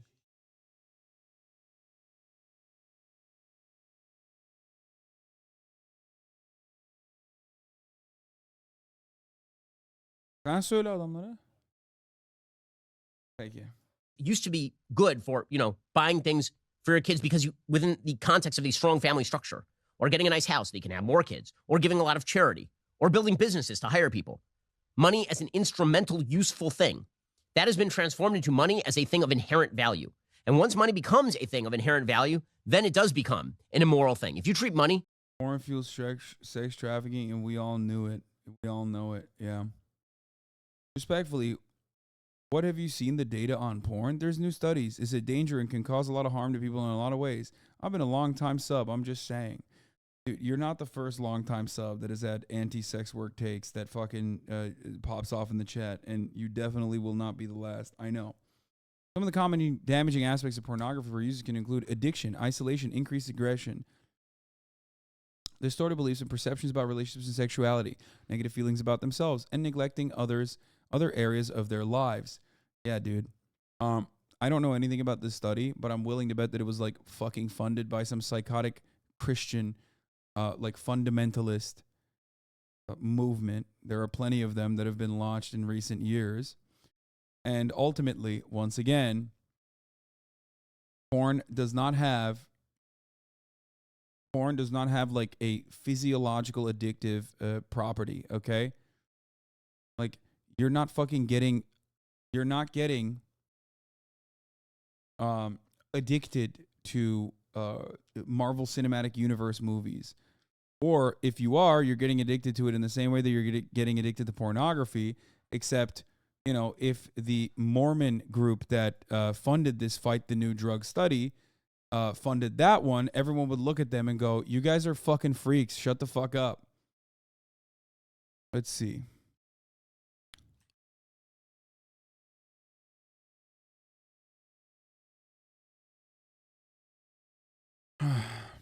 They always call themselves, by the way, they always call themselves nonprofit and secular, but they're not secular, okay? Fight the New Drug. Nonprofit, secular, non-legislative anti-pornography organization that's based in Utah. Oh boy. Huh. Interesting.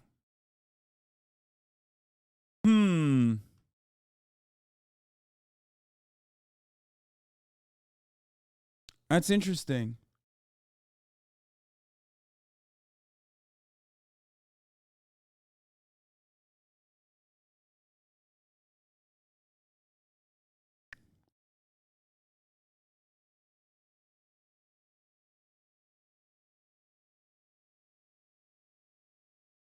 The root of harmful effects resulting from consuming pornography comes from religious beliefs that give moral disapproval. Then people without a religious affiliation, including agnostics and atheists, would be free from struggles with porn, right? Wrong.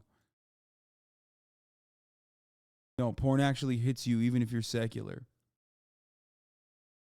FTNT has been criticized as holding an openly ideology-driven strategy. In the group's message, in particular, its categorization of porn as a drug, as pseudoscience, contradictory to neuroscience research. The group has been alleged to be an example of continued influence by LDS church members over social issues. For example, in their use of billboards in San Francisco intentionally to target a progressive region.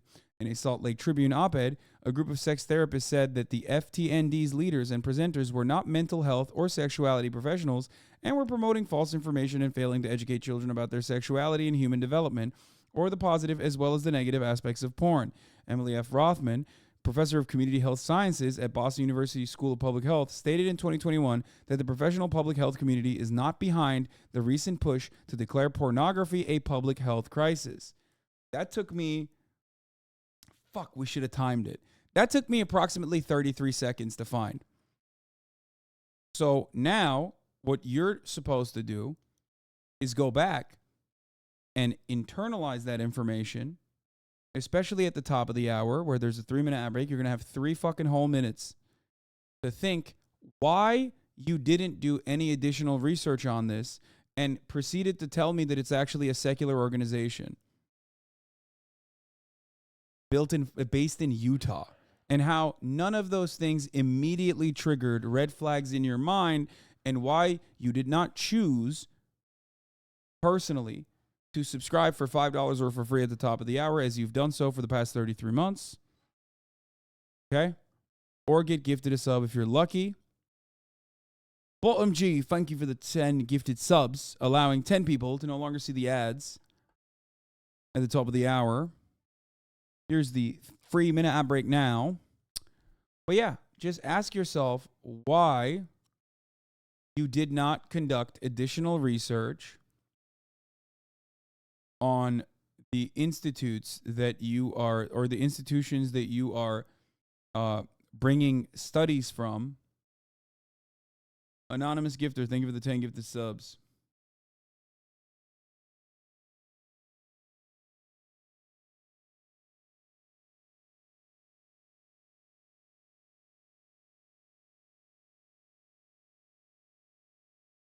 Okay, so this alcohol, so does alcohol. Does that mean we should criminalize alcohol? Like the fuck, Lamau? It's one of those, that's a you problem and you need help. Not let's criminalize it. LMFAL. I mean, we did try doing that one time and it fucking demonstrably was a failure. So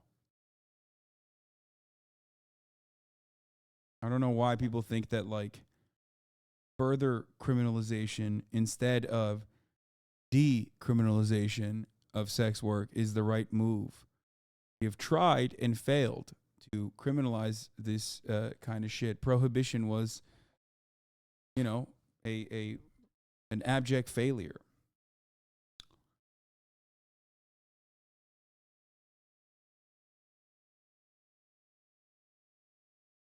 Where's that guy? I want to know what he has to say about this. Hopefully, this is a learning moment, a learning opportunity for you instead of, you know, can't afford, sorry, and I mean it in all respect, as someone who was personally impacted by the porn industry and abused, but it is what it is. Sorry for voicing my own concerns. I won't again. Okay, don't do this thing either. Like, I'm not, you know, belittling you or anything like that. First, you said it was a non-religious organization, and then you said, so when you realize that it is a religious organization, that implies to me that you have stopped adding this person and saying L nerd or whatever, okay? Stop.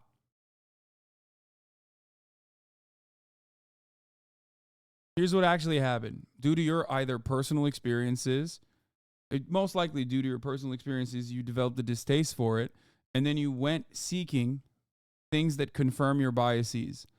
You went seeking information that confirms your biases without actually doing additional research on these institutions, additional research on the possible, you know, on the actual data that might completely eviscerate whatever this thing is, okay? Whatever this data is that you're showing me. And And that's how you justify it within yourself that you're absolutely correct.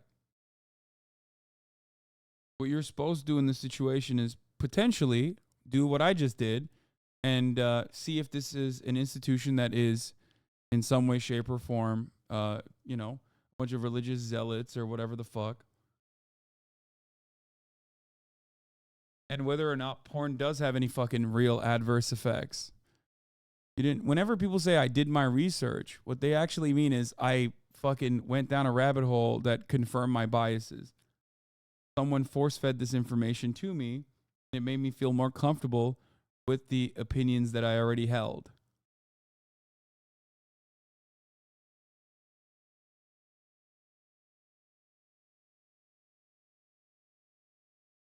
I was genuinely wondering if you always thought this way about this topic. Fuck no. Are you kidding me? I was a fucking teenager. I was a young boy once, dude. I was absolutely the very same hypocritical teenager that most young men are. Consumers of pornography who literally fucking belittle the sex workers that create it, who think that they're like lesser than, who use it as an own, who think like, oh, dude, you're a fucking whore. You're a prostitute. 1,000,000%. Are you kidding me? Of course I was. And then I grew up. Well, I also dated a sex worker, which genuinely helped me develop a better understanding of it. But sex workers are just people, just like anyone else, making a living. They go through the same shit.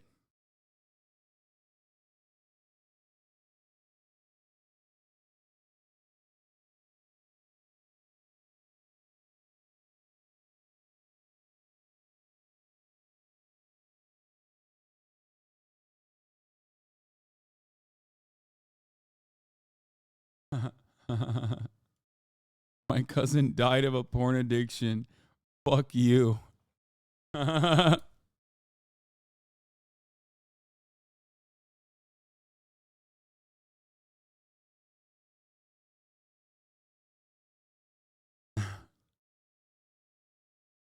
last fap, dude. I bet it was a glorious one though. You know what I mean? That was the most glorious nut that he could have ever dropped. He jerked off a little too close to the sun. This is terrifying. Friend of the show, Rainbolt, is at it again. This is the greatest sandwich I've ever had. And I'm not telling you niggas where it's from. I will. It's an egg, cheese, and avocado bagel from Bagel Market on 168 William Street in New York City. You walked approximately 300 feet north and ate it at this table. This is the... Dude, I was following this saga on fucking...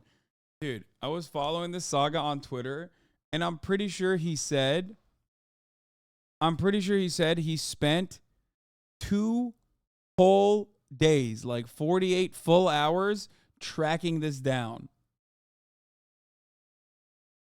Oh, more than that. He spent 80 hours.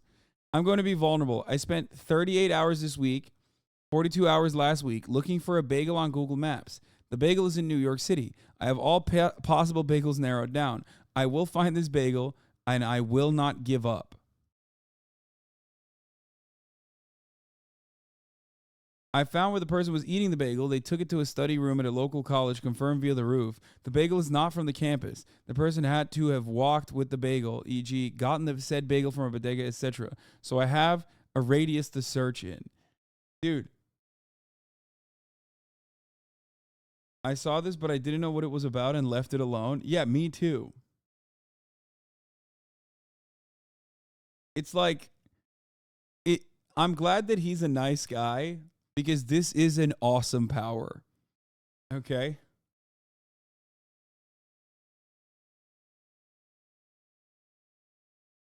Yeah, here's the whole saga. Is there going to be a payoff of some sort once you find it? Is this a missing persons case, or is this like for a TikTok? It's literally just for a TikTok, and the dude is gatekeeping food, so I want to make sure there's a 30-minute line if he ever wants to eat his bagel again. Why would you be able to get it by asking for the Rainbolt? Because I got the bagel shop to name the bagel after me. So if he ever wants his bagel again, he will have to order in shame. Like, food gatekeeping is annoying. RIP to all these dudes in this thread. The company just went into liquidation. I got the last order. Chefs were forced to sign NDAs so they can't ever reveal any recipes or updates. Then how a nigga can get on this app and ask another nigga for a handout. Y'all niggas gotta do better, bro. Real shit, bro. You looking bad right now, bro. You down terrible right now, bro. Get off your ass and get it, nigga. Why you asking other niggas for shit, bro? Get your head in the fucking game, nigga. Get off my dick. Like, you really interesting, bro. I ain't gonna lie. This spot is kind of like a personal thing to me. You get what I'm saying? The worst part is they're eating while they're fucking ripping into you, okay? Like, I helped with this, and it was an insane process. Jesus Christ. Yeah, Zach Fox is the one that, like, exploded this phenomenon, and now everyone's doing it. And honestly, it's annoying, isn't it? Do you understand now? No, of course I know it's annoying. That's why I do it. But I do it also as a joke. Like, I literally flash wherever the fuck we get our food from, dummy. If you can't figure out what it is, then it's your fault.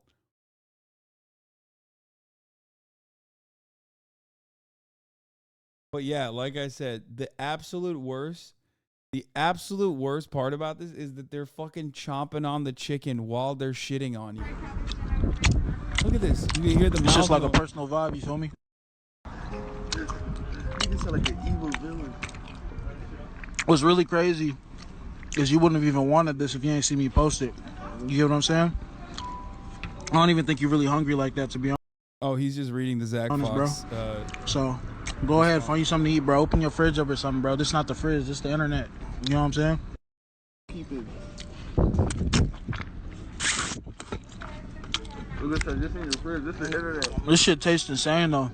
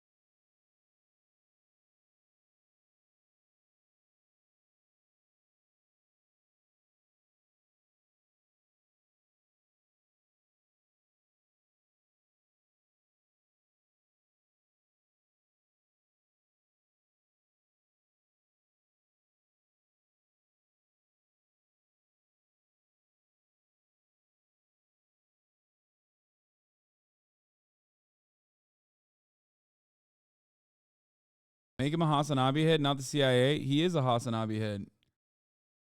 He's in here from time to time. He might even be in here right now. Terrifying. Terrifying man. I mean, we got a CIA Andy in the chat as well. MHUD. He's a part of the community. He's a part of the community of dudes who do this, you know, professionally almost.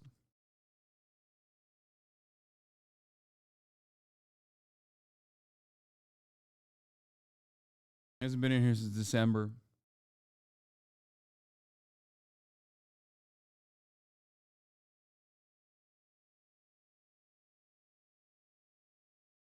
Yeah, full-blooded Italian.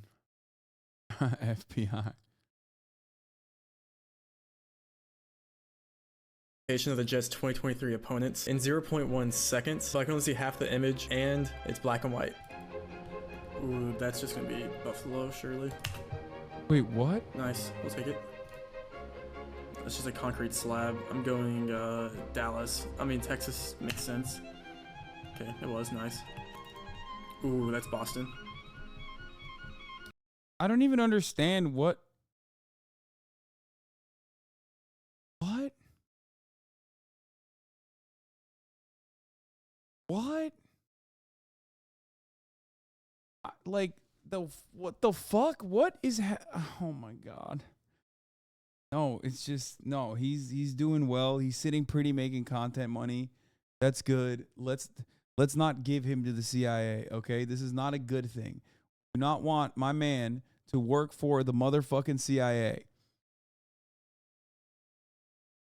He's literally that meme where people trash talk online and get reply with their IP address, Lemafayal. I mean, this is just the ad, okay? But yeah, like I said, MHUD is already in here. He does that all the time.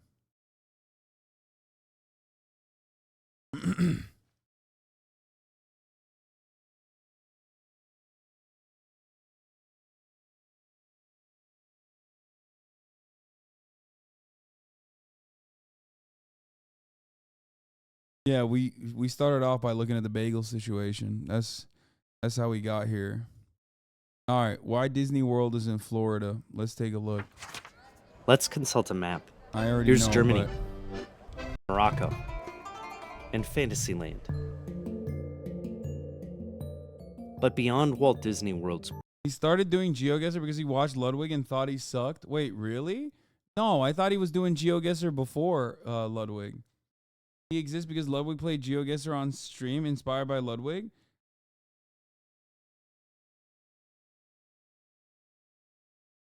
borders, you find a larger boundary, the Central Florida Tourism Oversight District, that's been at the center of a feud between Disney and Governor Ron DeSantis. There's a new sheriff in town. But this district started way before the DeSantis-Disney war. It explains something about the history of Florida and the lost city of Epcot. It will be a community of tomorrow that will never be completed. And most importantly, why Disney World is here and isn't moving anytime soon. This isn't Disney World, but Disneyland. And the key thing is not the park, but the surroundings. Downtown Anaheim, a 40-minute drive from Los Angeles. Disneyland opened in 1955. In an internal publication, Disney showed its belief that the site provided sufficient land for present and future growth. Period photos show the area didn't start as densely developed as it is today. But this 1965 map shows how quickly things changed. Everything from schools to shopping centers limited Disneyland's control over its future. Walt Disney needed more, and he wanted to get more from a new park.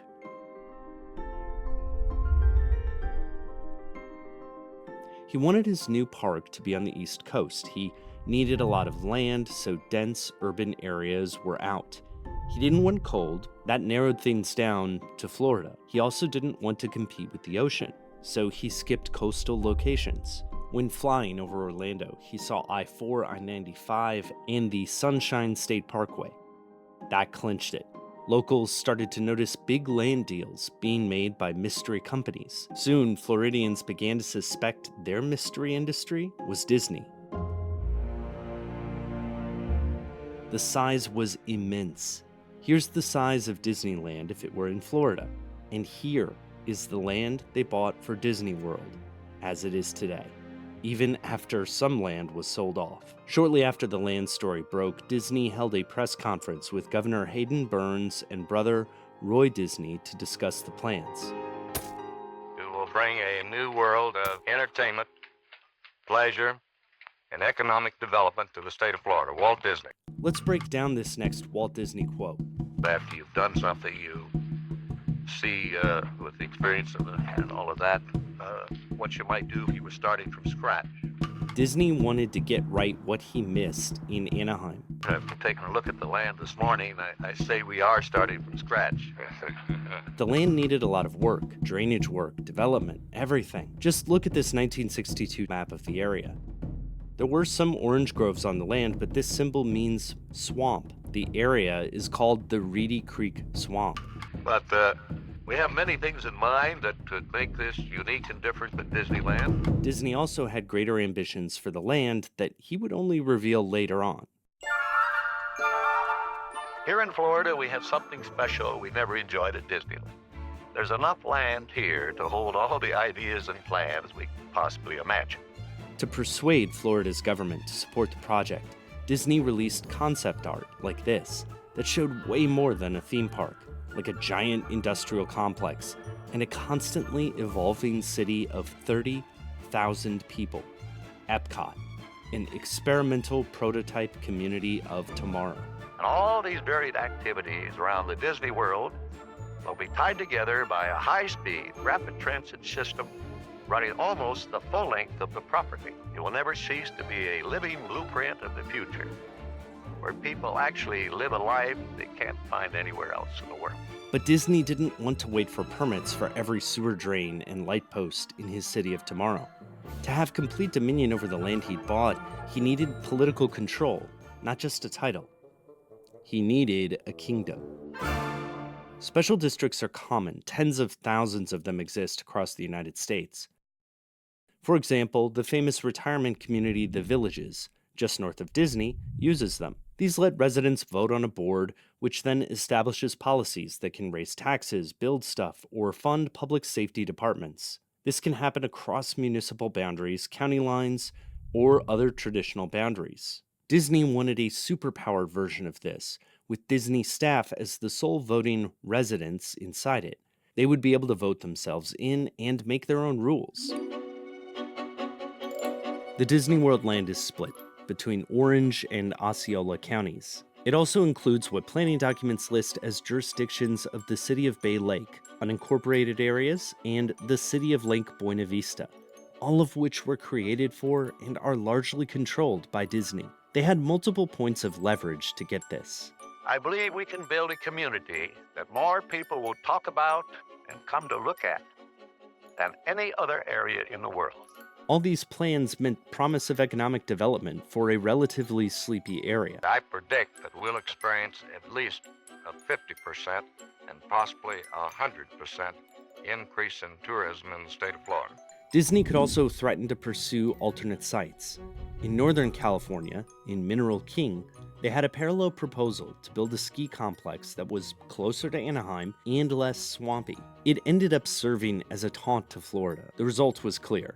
In the same issue of Disney's internal magazine, in which they announced the biggest surprise of the decade, Florida's VIPs were already flying out to begin working on project problems. Other places didn't grant big powers like Florida. There was no ski resort in Mineral King because the Sierra Club fought it and the state never approved it. All that is why Disney World is here. In May 1967, the Reedy Creek Improvement District was chartered as an entity that could regulate across counties like its own government. It could control sewage, generation of power by nuclear fission, airport facilities, railroads, and construction, and Disney used its powers. The company created an underground tunnel system for their utilities called utilidors. Each tunnel had spots for ventilation, water, and transportation. They built the monorail, and they created their own lake, the Seven Seas Lagoon, so the parking lot wouldn't sit too close to the castle. They did it all because they could.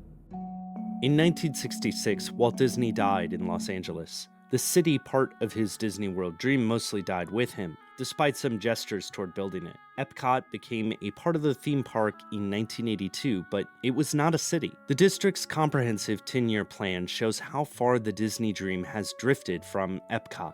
Undeveloped land is labeled green for conservation, not as the foundation for some future city. Mass transportation consists of buses and the monorail line, rather than the intricate transit network that Disney envisioned.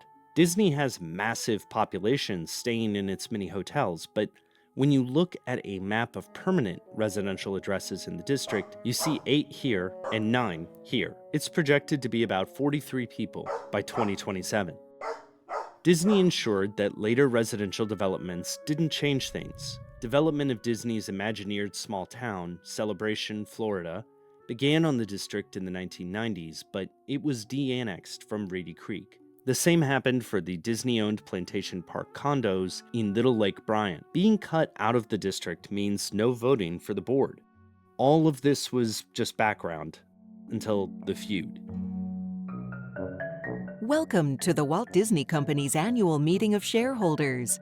I called Governor DeSantis this morning to express our disappointment and concern. Disney's CEO called to protest Florida's Don't Say Gay law, which restricts classroom instruction about sexual orientation. We believe being joined at the hip with this one California-based company was not something that was justifiable or sustainable. And promised. The corporate kingdom finally comes to an end. But the taunting continued. Second quarter 2023 financial results conference call. So this is plainly a matter of retaliation while the rest of the Florida special districts continue operating basically as they were. Someone even said, maybe you need another state prison. Who knows? I mean, I just think that the possibilities are endless. Still, the state would struggle to actually dissolve the district. The charter gives the district the power to finance the projects and activities of the district through bonds. If the district disappeared, hundreds of millions in bond debt would probably flow to taxpayers in Orange and Osceola counties. And on the other side, Disney has already made noise about a $17 billion Disney World expansion. In the end, Disney's district has had a name change, and board composition and process may slightly change. But Germany and Morocco aren't going anywhere. The kingdom will probably stay a kingdom.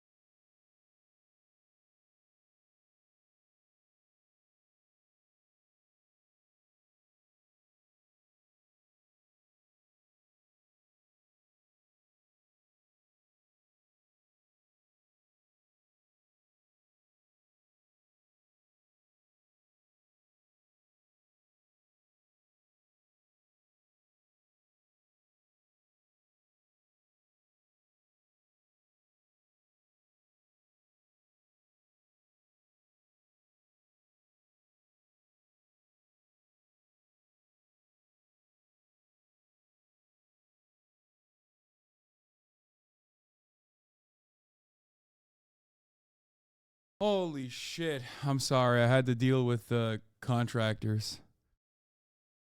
Bears, because sometimes I read chat, but I usually watch your VODs on YouTube. Hope you're doing good, Hasan. Hope your doggy's happy. Gonna be happy. Terrible stream etiquette. Wow, dude. Yeah, I know. I just burned through a goddamn entire fucking Vox video. I haven't tried playing my VODs while I sleep.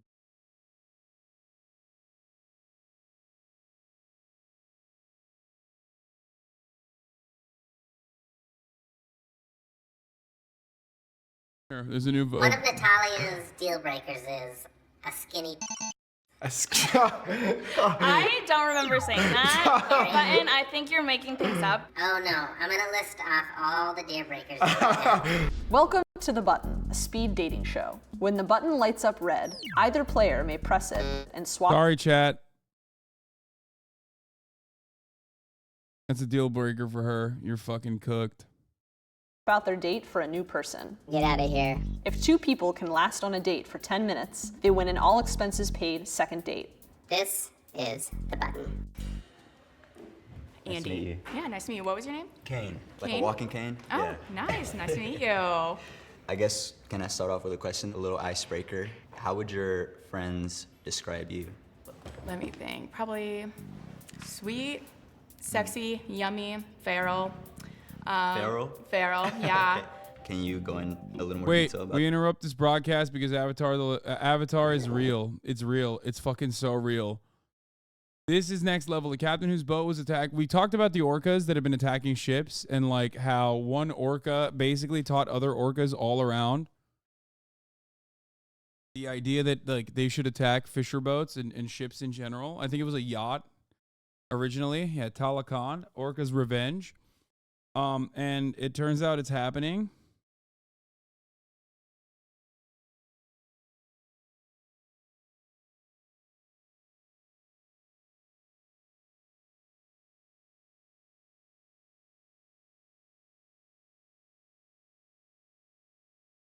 Obviously we're Team Orca here. Orcas rise up. I don't like fucking around in the water anyway. So this is very easy for me, okay? It's incredibly easy for me to avoid these motherfuckers because I don't want to be in the water to begin with. So here we are. Orcas are fighting, and they're fighting back, and they're fighting big. This captain whose boat was attacked by the orcas off the coast of Spain got footage of them going directly for the ship's rudders.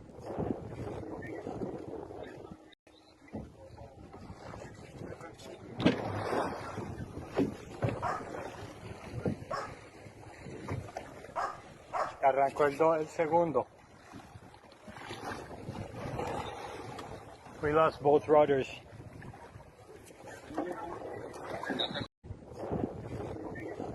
Even the orcas are protesting. I hate Newsweek now, but you should all see this. It didn't take them long to destroy both rudders, he said. Looks like they knew exactly what they were doing. They didn't touch anything else.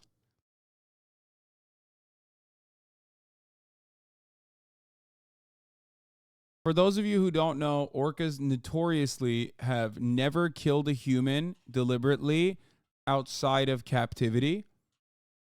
Okay? And it seems as though they are now rising up.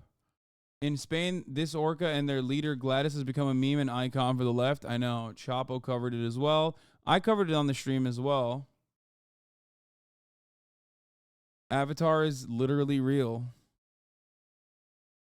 The organization treaty has been broken. War has begun.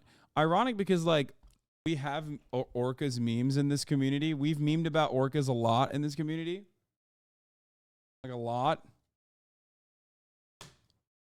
And how, like, orcas are fucking brilliant and shit like that.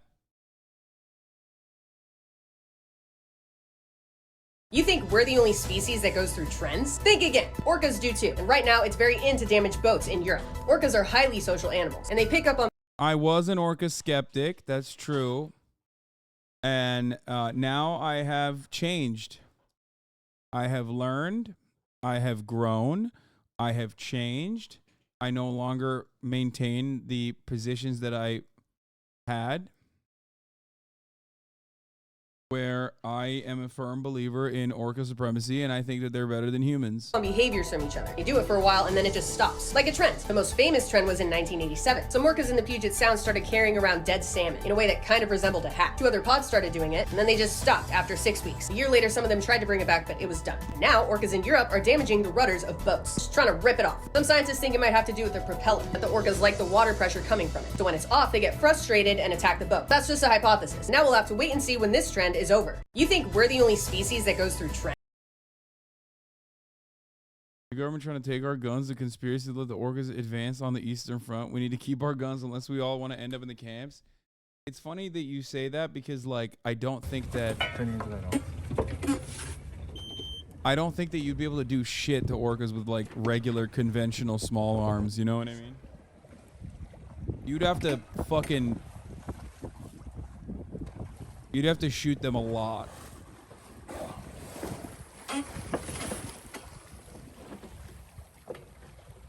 They were fucking hats, dude.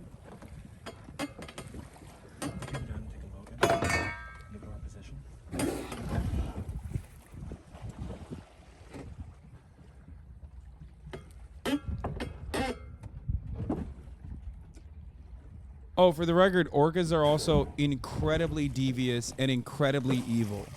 For those of you who do not know, they are fucking monsters, okay? They toy with their food notoriously. They, like, oftentimes will hunt to just maim, not to eat.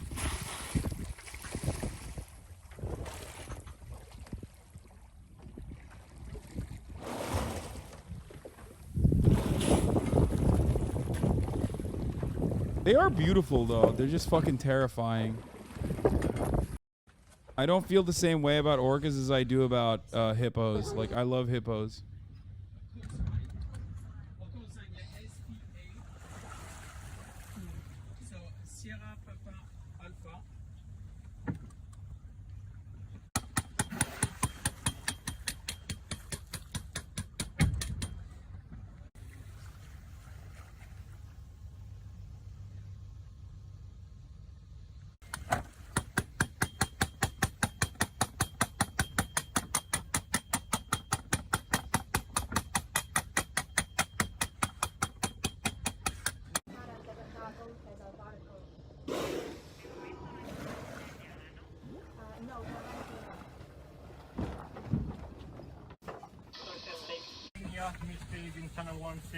We need assistance immediately. We need assistance Orcas or killer whale. We are sinking.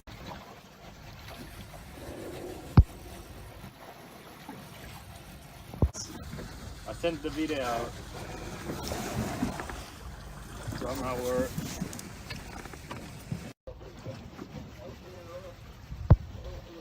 This Bagel Shop is doing an amazing job.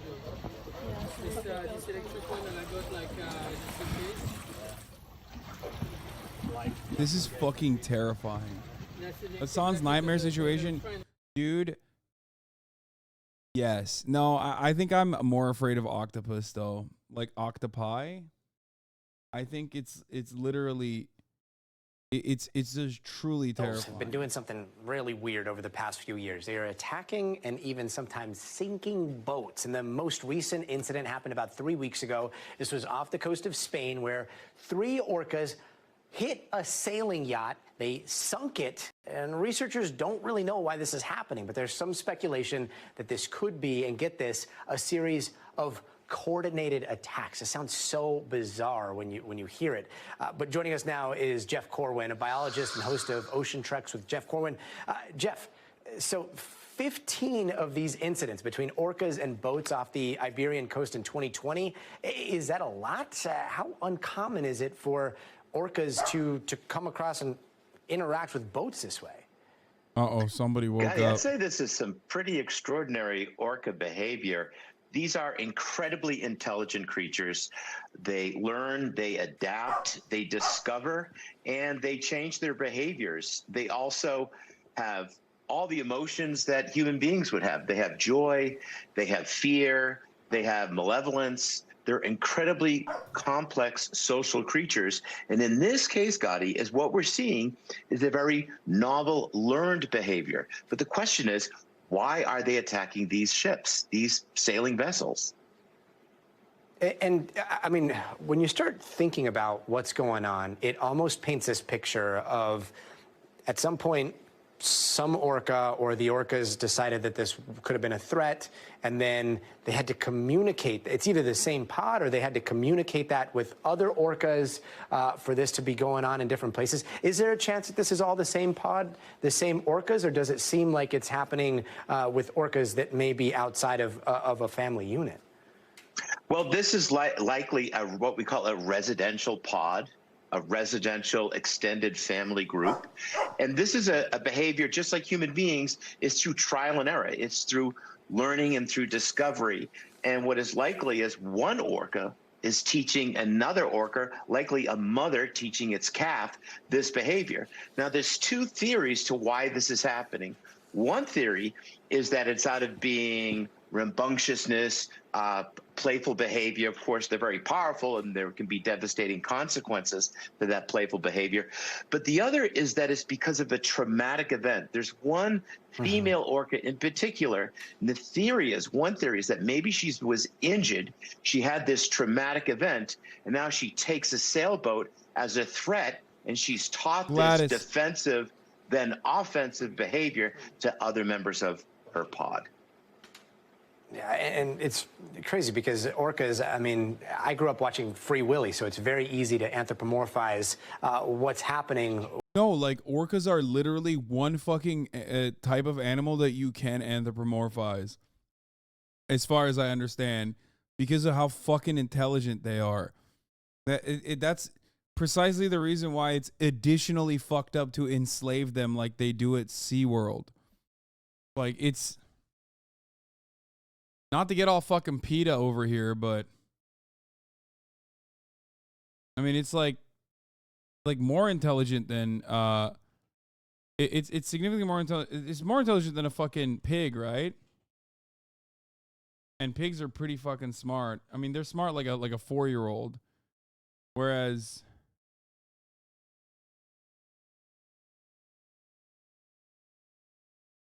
orcas, I think, are like an adult. With a whale in the ocean and their interaction with humans. You are such an incredible resource when it comes to whales. I know that there's some video that you have of a North Atlantic right whale. If we could play that, we'd love to see what we're looking at here. Absolutely, Gotti. This is so important that we all take witness of this, because we may be the last generation to see this creature before our eyes right now. This is the North Atlantic right whale. This is footage from IFA, the International Fund for Animal Welfare. They're on the front lines with a team of folks trying to save these whales. Right now, Gotti, we only have about 340 surviving right whales. This year, the population is about to collapse, flip to what could be extinction, because they only produced 11 living calves. They're on the brink of disappearing. You can see right now in that footage, Gotti, one of the reasons why they're disappearing. It's ghost nets. They get entangled in fishing line, and they suffer tremendously. They also get hit by ships when they wander and migrate into shipping lanes. So those factors, along with climate change, is driving this species to the brink of extinction. Different distinct cultural groups of orcas have different cultures. They hunt with unique strategies and have different accents. Apparently, a group of killer whales in New South Wales literally cooperated with human hunters in southeastern Australia between 1840 and 1930, where this specific tribe would help people hunt other whales. They would help whale hunters help hunt other whales.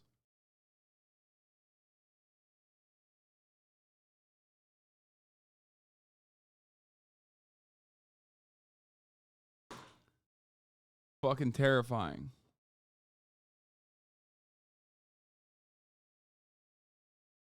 Yeah, orcas have sunk 3 boats in Europe and appear to be teaching others to do the same. But why?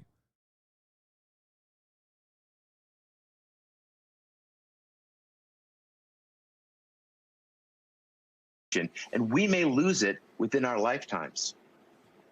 11 offspring for possibly the entire species. That is a terrifying thought. Thank you so much for bringing us. This video is brought to you by CuriosityStream. Sign up today. They pay them, Lamau? Yeah, with like fucking carcasses, dude. At curiositystream.com. Stream.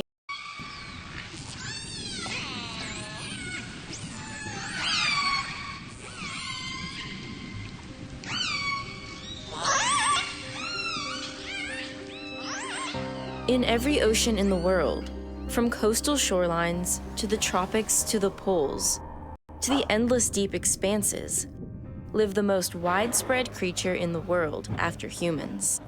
Through the centuries, it's been given many names: blackfish, grampus, whale killer. And while the seas are full of creatures vying for their place on the food chain, the orca is unequivocally on top. Their Latin name, Orcinus orca, is derived from the name Orcus, god of the underworld and champion of death, an apt reference to their fierce hunting reputation. They are the ultimate apex predator of the ocean, hunting everything from fish to seals and sea lions to humpback whales and even great white sharks. And it's not just what they hunt, but how they do it that sets them apart from every other animal. In the case of great white sharks, orcas will chase them down in packs and ram into their sides. The blow stuns the shark, allowing the orca to flip the great white over and hold it upside down, which paralyzes and drowns it. And the orcas don't simply eat the shark either. They carefully extract and consume just the livers, with an almost surgical precision. Great whites are so terrified of orcas that if a shark escapes an encounter with an orca, the shark will immediately flee their hunting ground and stay away for up to a year. Packs of Antarctic orcas use the cunning tactic of working together to make waves to wash seals off floating ice.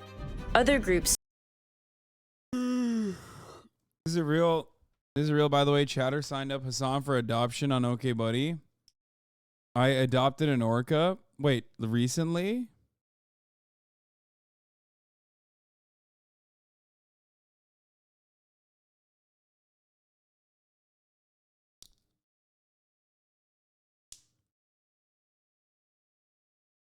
Bro, I can't take care of this fucking Tibetan Mastiff Chow Chow mix. How the fuck am I gonna take care of an orca? Swim in circles around schools of fish, blowing bubbles while slapping their tails on the water to corral the fish to the surface, where they can be annihilated in mass. They have been seen to coordinate hunts between as many as 50 individuals, and are constantly innovating new, often terrifying hunting methods.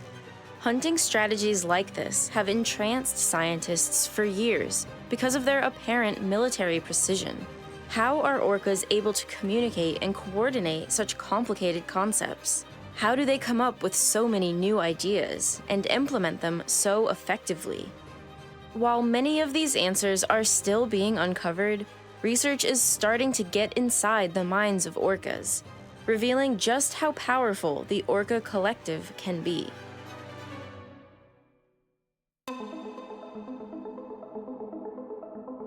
Though often called killer whales, orcas are more specifically in the dolphin family, of which it is the largest member. Yeah, they're the Today, killers they are of the whales, apex bro. predator of the sea.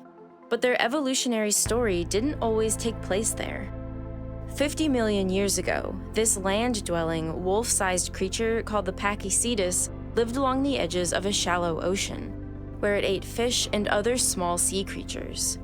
Over the next 8 million years, some of its lineage slowly ventured more and more to sea, exploiting more ocean resources. It's even more freak-like, dude. It's supposed to be the other way around, okay? Not this way. That makes it even worse. These motherfuckers were land whales, bro. No shot. That's reverse evolution. That explains a lot, okay? Supposed to be ocean to land, not land to ocean. Stay in your fucking lane, orcas. Actually, I just realized it's probably best that they are no longer on land because they're fucking super smart. Honestly, I'm glad that they're in the water. I am staying away from the water. And trading its legs for flippers. Remnants of today's whales' land-dwelling origins can be found in their front flippers, where there are arm, wrist, and finger bones, and in their vestigial pelvic bone, a bone which serves no purpose today, but is simply a leftover from when they had hind legs. Today, orcas are one of the most recognizable animals in the ocean, with their distinct black and They're so fucking pretty, dude. It's crazy. If these motherfuckers had thumbs, we'd be toast. white coloring and immense size. Males can reach over 9 meters long and weigh up to 10 metric tons, about the size and weight of a school bus. And they can propel their huge bodies through the water at a ridiculously fast clip. An orca's body is cylindrical and tapers at each end to form a hydrodynamic shape. This shape, along with the orca's size and strength, makes it the second fastest marine mammal, reaching speeds of up to 35 kilometers an hour. At times, they've been seen leaping 15 feet into the air, and you would not want to be their target. Their bite force exceeds 131 megapascals. For reference, a great white's bite force is estimated to be only 27.5 megapascals. Acting alone, their size, speed, and terrifying jaws would probably be enough to put them at the top of the food chain in the ocean. But they don't operate alone. Orcas almost always work together in deadly pods. The pod is a family unit based on the maternal group. A typical matriline consists of an older female or matriarch and her male and female descendants. These groups work together in sometimes perfect synchrony, with a precision that is hard for scientists to wrap their heads around. Likely, the basis for this teamwork is a refined and complex form of communication. We don't know yet exactly what they're saying, but researchers believe that their huge repertoire of sounds, calls, and whistles communicate complex messages to one another. In the 1970s, scientists started to record and analyze the numerous sounds orcas make beneath the waves, in an attempt to gain insight into their mysterious underwater language. First, they heard many clicks, called click trains. These are the sounds the whales use for echolocation, as they look for food sources and map their underwater environment with sound. To create a click train, the orca takes a breath, and pressure from streams of air bubbles move up the airway from the lungs. This causes two flaps called the phonic lips to slap together. The clicking vibrations are then transferred to their bulbous forehead, aptly called their melon. The melon is an organ made up of specialized fats that help sound propagate. The clicks are organized into a beam as it travels through the melon. The sound is then emitted outwards as a series of high-frequency clicks and spread through the water like a flashlight beam. Each click lasts less than 1 millisecond, with frequencies ranging from 20 to 60 kilohertz, and with levels recorded over 220 decibels.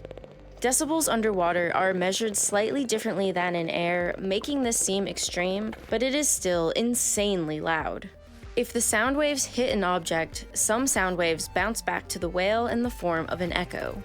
Specialized fatty tissues in the jaw area pick up the sound, and auditory nerves conduct it to the middle ear and brain, where it creates a picture of the environment for the orca. Echolocation allows killer whales to detect fish at distances of up to 500 feet, much further away than they could see in the dark, murky water. They can even differentiate This is the type of shit, which is why it's like, I think, difficult to figure out how smart a particular animal is by like the metrics of human intelligence. Because these fucking guys have like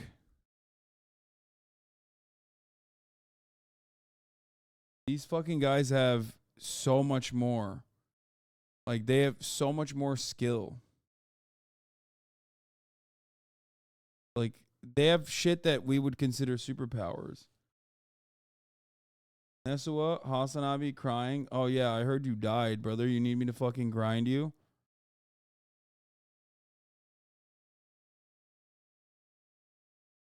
You need my help, Nesua? I'll fucking help you, bitch.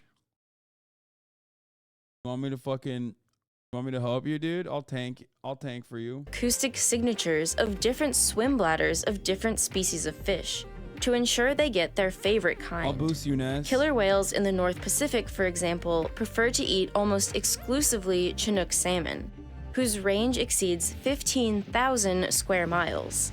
This huge area is occupied by hundreds of other species of fish, including 5 other species of salmon, whose populations are often far more abundant than the Chinook salmon. But yet, the orcas can pinpoint and hunt down. I just want to point out that I fucking finished the hardcore campaign, and I went inactive for what, 24 fucking hours, and the gapers are falling apart. Nesua died, Kaboom died, Ammo died. What the fuck is going on? Just the fish they want.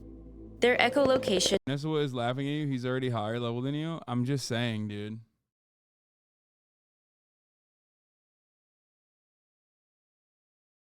And this is calling me. What the fuck?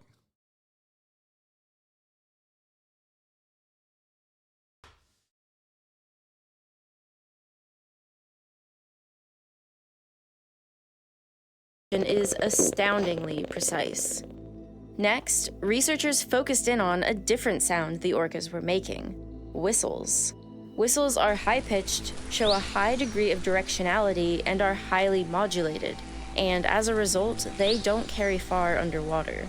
Whistles are narrow-band tones with no or few harmonic components, at frequencies typically between 1.5 and 18 kilohertz, and durations up to 12 seconds. They can even extend into the ultrasonic range, with frequencies ranging up to 75 kilohertz in some populations. And because they don't travel far in water, scientists realized that these are the sounds the whales make when they want to have close-range, private communication with their podmates, which likely helps them coordinate certain attacks in relative secrecy. And then there are the orca calls, as loud as jet engines, that echo over many miles in the ocean. These pulsed calls are the most common vocalization of killer whales. They show sudden and pattern shifts in frequency, based on the pulse repetition rate, which is usually between 0.25 and 2 kilohertz. And what's surprising is that these vocalizations are not genetically predetermined. They are learned. When a calf is born, its first vocalizations are loud, high-pitched screams that bear no resemblance to the adult's calls. But eventually, calves learn which calls to make and under what circumstances. Scientists, however, have not yet learned the exact meaning of the orca language, but know that it's important for coordinating hunts. When orcas are working together during a herring hunt, for example, the sound underwater is off the charts.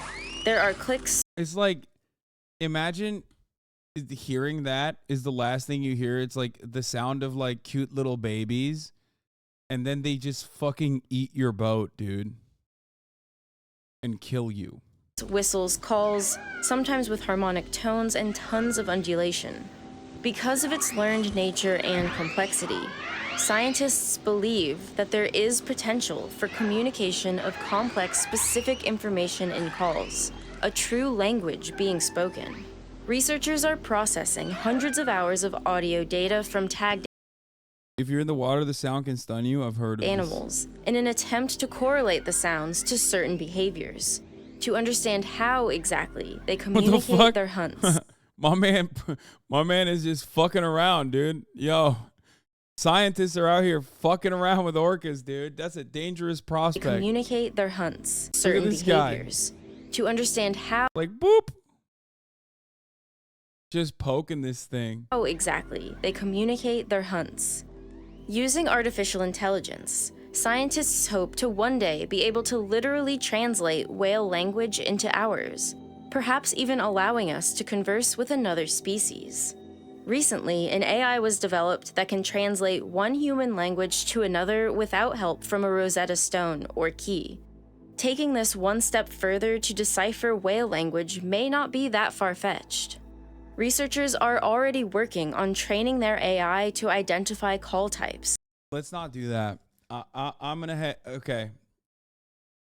I'm gonna go ahead and veto that. I think we shouldn't do that. That's a bad idea. I feel like I've seen this before. I don't know if we want to know what they have to say. I feel like,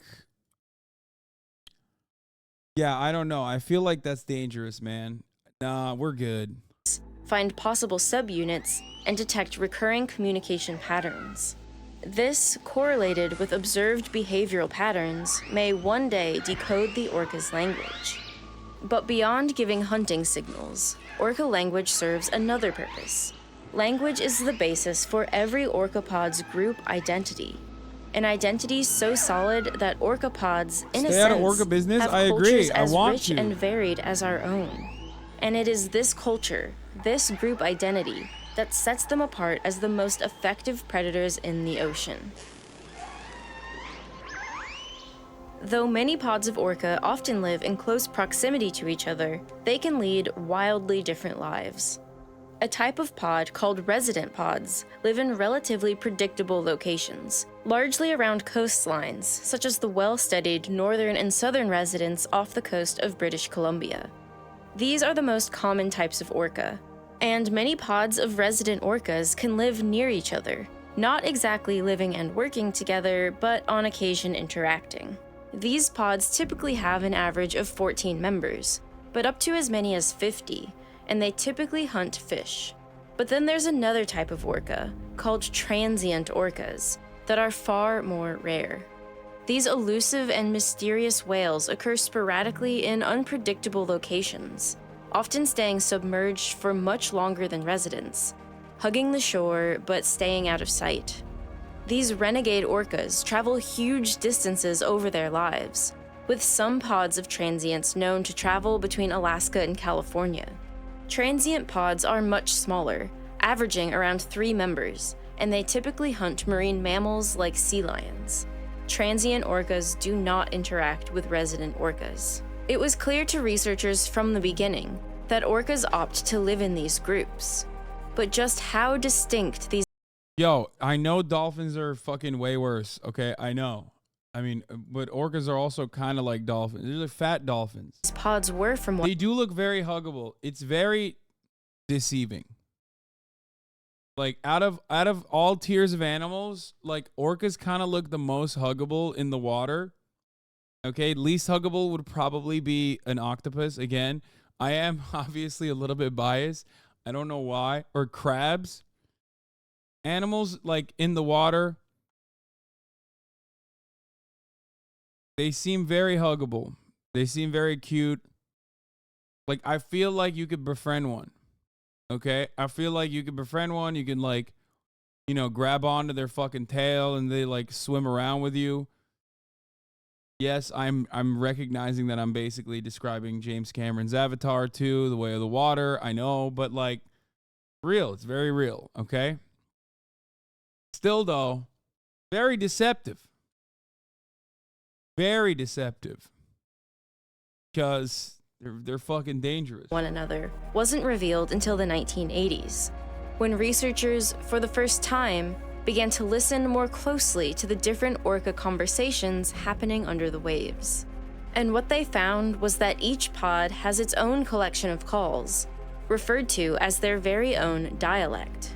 One group of resident orcas, for example, relied on calls that began with a low pulse rate burst, followed by a simultaneous narrowband tone, which begins at a frequency of 3 to 5 kilohertz and then increases to over 8 kilohertz.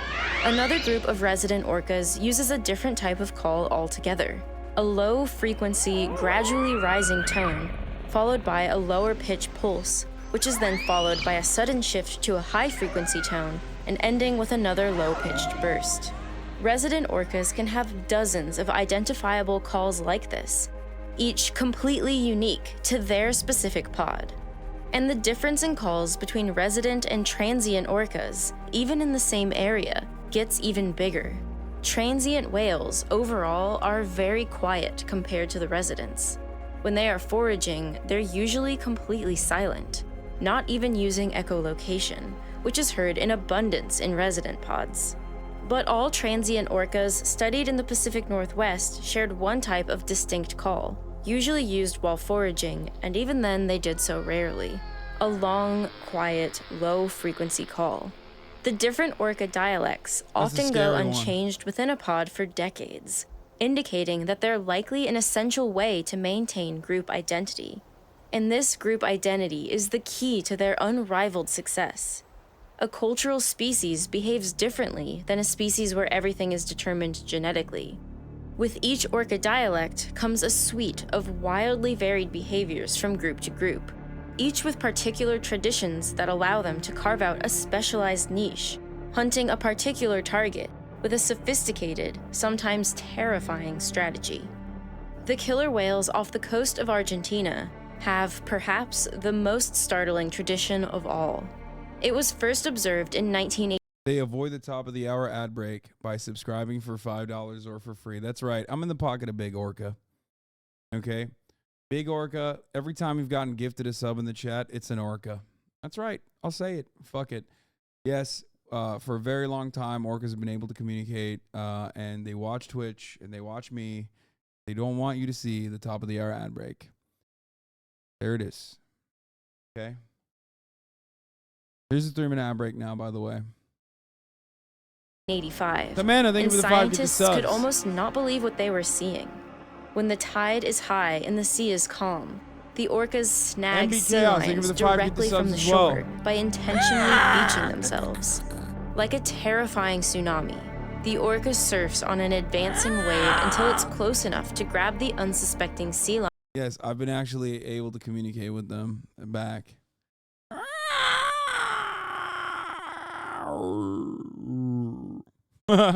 Kaya fucking heard me. Kaya's like, damn, bro, you talking to the orcas again? Chill. Deep Space of Bloom, thank you for the 5 gifted. And Astro Tiggs, thank you for the 5 gifted. Lion from the tumultuous surf zone. Sea lions are notoriously clumsy on land and during the transition from swimming to walking in shallow and turbulent water. So by the time they notice death itself approaching, it's usually too late to get away. Once grounded, the whale arches its body with its head and tail lifted and rocks sideways. This motion orients it parallel to the beach, and a subsequent wave helps to lift it off the bottom. They look so smooth, you know what I mean? I don't know what it is. I just want to pet it. I can't be the only one that feels this way, right? Like, they just have such a smooth body. Like, it just looks very cool. Bottom. The whale can then swim back into deep. You want to smack it and go, that's a big boy. You know what I mean? Or girl. Just slap it. Deeper water, carrying the prey in its mouth, where it will eat it or share it with its pod. This intentional beaching technique is a tricky maneuver. It's not easy for the orcas to synchronize their movements with the waves coming in and then back out. And if they miscalculate, they risk getting actually stuck, which can prove to be deadly. There are 30 orcas that live along this stretch of coastline, but only 30. Yeah, like I would never go in that water, okay? I see something like that on the fucking coastline. I'm like, fuck that. That's insane. Not happening, okay? No fucking shot, dude. 13 orcas have mastered the stranding technique. To get to this level of mastery, they have gone through years of rigorous teaching and training. Young orcas can be seen with older adults practicing again and again, beaching themselves repeatedly, but not yet trying to catch any prey. Sometimes the older orca introduces a prop, like seaweed, to enrich the training. It's always females who teach the young That's orcas, crazy. and they do so with remarkable care and patience. Some young whales never make it through the training. The feeling of going aground and the feeling of their entire body weight out of the water freaks them out enough to never try again. Only a few ever get the hang of it. The young orca's first attempt to catch live seals might not happen for years. And when it does, they still need the assistance of an adult to return to the water with their prey. This shows that learning hunting techniques needs a high degree of skill and requires high parental investment to reduce the associated risk. And though difficult, time-consuming, and dangerous, social transfer of skills like this through apprenticeship is one of the key reasons orcas are so highly adaptable and thus such formidable predators throughout the entire world. The culture in groups of orcas is so profound that scientists even believe that orcas are the only non-human organism whose evolution is driven by it. Just as some humans have evolved to tolerate lactose, for example, as cow milk became increasingly introduced to our diets, orcas too are evolving due to their choices and traditions. Transient orcas are even so distinct from resident orcas that scientists believe it's a matter of time until they become their own species. Not because geography separated them, but because culture did. But there's one more key ingredient, without which none of the orca's complex culture would be possible: the orca's giant brain and incredible intelligence. Orcas have the second biggest brain in the animal kingdom after sperm whales. It weighs in at a whopping 5.4 to 6.8 kilograms. But exactly how brain size translates to intelligence is not straightforward. Scientists have found that while absolute size is important, its size relative to the body is more so. The larger the brain is relative to the body, the more brain weight might be available for more complex cognitive tasks. One measure, called the encephalization quotient, or EQ, tries to measure this ratio, and is used to convey how small or large a species' brain is compared to other species with a similar body size. And orcas are near the top of the list. Humans have the largest, with an EQ of about 7. Bottlenose dolphins are next, with an EQ of around 4. And next are the orcas, at about 2.5. But beyond this impressive brain-to-body ratio, compared to other mammalian brains, the orca brain is, in many respects, highly unusual, because it has extremely pronounced wrinkling and folding in the cerebral cortex. Damn, the average brain of a fucking 9-month HasanAbi head is like so smooth. As smooth as an orca's skin. Okay? Meanwhile, orca's brains, very wrinkly. Okay? Very wrinkly. This wrinkling is called gyrification. Gyrification increases the amount of total cortical nerve tissue that processes information, making brains with more wrinkles and folds able to handle more data and process it faster. Cetaceans, the toothed whales and dolphins, have significantly higher gyrification compared to land mammals. The gyroencephaly index for humans is 2.2. For bottlenose dolphins, it's 5.6. And for orcas, it's 5.7, the most gyrified brain in the world. Yet perhaps the most fascinating structure in an orca's brain is its extremely developed insular cortex. The insula is involved in consciousness and the regulation of emotions, like compassion, empathy, interpersonal experience, and self-awareness. This means the orca may be emotionally intelligent in the same way we are, aware of the feelings of others, and aware of its own existence. And this may be the ultimate measure of consciousness in the animal kingdom. In 2001, researchers put orcas to the test, a test to gauge if orcas do indeed have a sense of self, by determining whether they can recognize their own reflection in a mirror as an image of itself. This was done surreptitiously by marking the black part of its rostrum with white ointment and the white part with a dark green ointment, and observing whether the animal reacts in a manner consistent with it being aware that the dye is located on its own body. Such behavior might include turning and adjusting the body in order to better view the marking in the mirror. And the orcas in the study not only noticed the markings, but seemed to be completely fixated on them. They had spent time in front of mirrors before, but with the markings seemed to not be able to look away. They blew bubbles at their reflection, bobbed their head, and stuck their tongue out. And all these behaviors were unusually frequent and lasted longer than at any time before the markings were placed. While this is not necessarily a sign of consciousness as we know it, Kai has a brain processing power of a fucking average TikToker, okay? She thinks the mirror is magical and that there's another Kaya on the other side. Or another dog in general, because she doesn't know what she looks like. So, she is not as smart as an orca, okay? it is not unreasonable to think that the orca mind works a lot like ours, and that they are capable of high-level thinking and feeling, and can perceive the vast complexity of the world they live in. A highly intelligent, dominant social species, where the young are taught difficult lessons over many years, and where family takes care of each other, it's hard to not see a reflection of ourselves in them. Even though we diverged from the orcas many millions of years ago, they may be our closest counterpart in the way we both experience this world. Okay, this is precisely the reason why when an orca is attacking a ship, it's doing it deliberately and maliciously, and probably for valid reasons. That's the only... After watching this for 22 minutes, that's everything I learned from the story, is that, like, they got emotions that are closely resembling human emotions, and consciousness is closely resembling human consciousness. And they are probably valid in their anger towards human beings. And now they're just fucking starting to kill boats, yachts, specifically the richest ones. Maybe they're like, maybe they literally are like, we know who is destroying the planet.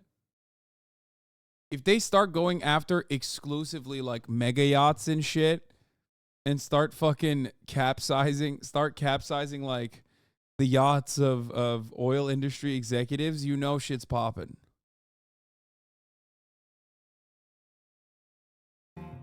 The more we observe the orca world, the more the incredible complexity of their lives becomes clear to us.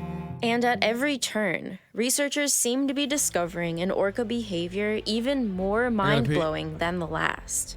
Recently, another orca behavior started to be revealed, and was also caught on film.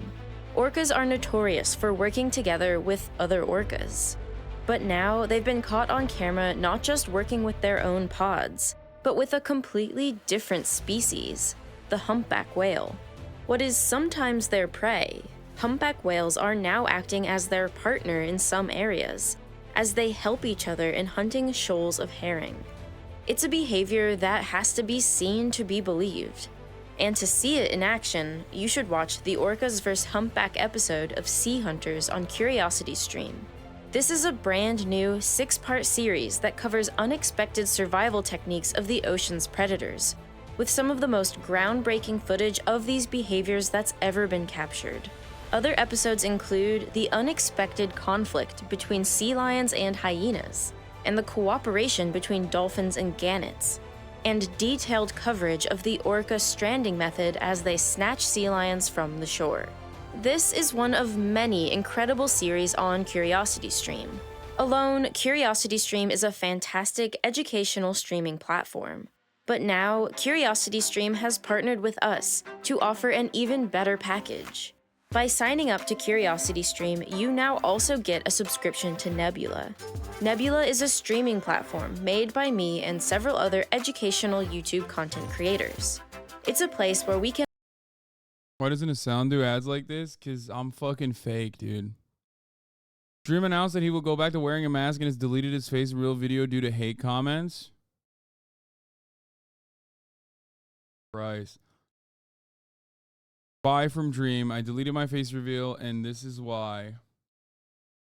After face revealing and removing my mask, I regretted the attention and hate and am walking it back. I will slowly be deleting all pictures of me online and going back to just being a gamer in a mask. Starting with my Mr. Beast video and my face reveal video, Hi, I'm Dream, I will be walking it back. I'll be getting rid of everything other than my new mask. What is this?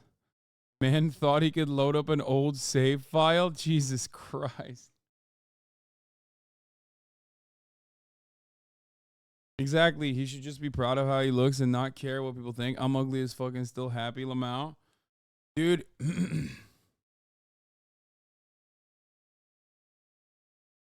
Dude, holy fuck. I mean, this is probably so depressing. Plan to keep himself in the news cycle. I think it's... Dude, people saying insecure fuck, but like... Dude, honestly, no one in this community, myself included, will ever know what that is like. Okay? Like, straight up, not a single person will ever know what that's like when you're like such a beloved figure who then did a fucking face reveal and like universally almost universally, like pretty much every single person was like, Nah, man, like, you look horrific. And worse than that, they literally compared him to Shane Dawson.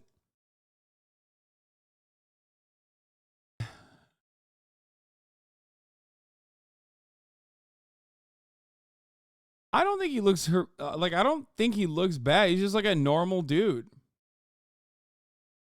He's just a very normal looking dude.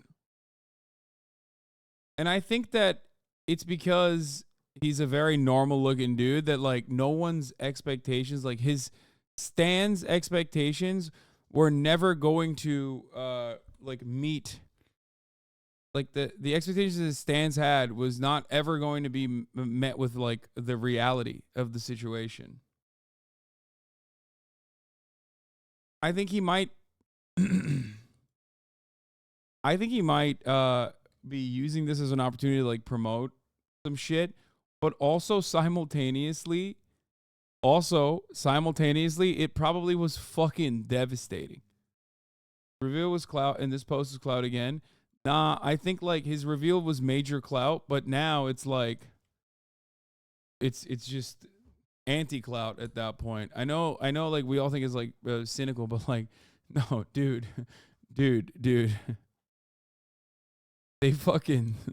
They cooked them so hard, dude. I'll slowly be deleting my all pictures of me online, going back to just being a gamer in a mask, starting with my Mr. Beast video, my face reveal video. I'll be getting rid of everything other than my new mask. The same company that made the Spider-Man mask, Batman mask, and many other superheroes made me a mask so that I can be Dream all of the time. Hide my identity, even in public, at McDonald's or any place I need to go. Thank you all from the bottom of my heart to those that supported me, even though I'm ugly. I appreciate you. That's an insane thing to say. I appreciate you all more than you could ever know, and I will be working on my face while I'm masked again. What? Dude, I think he's like... it's just...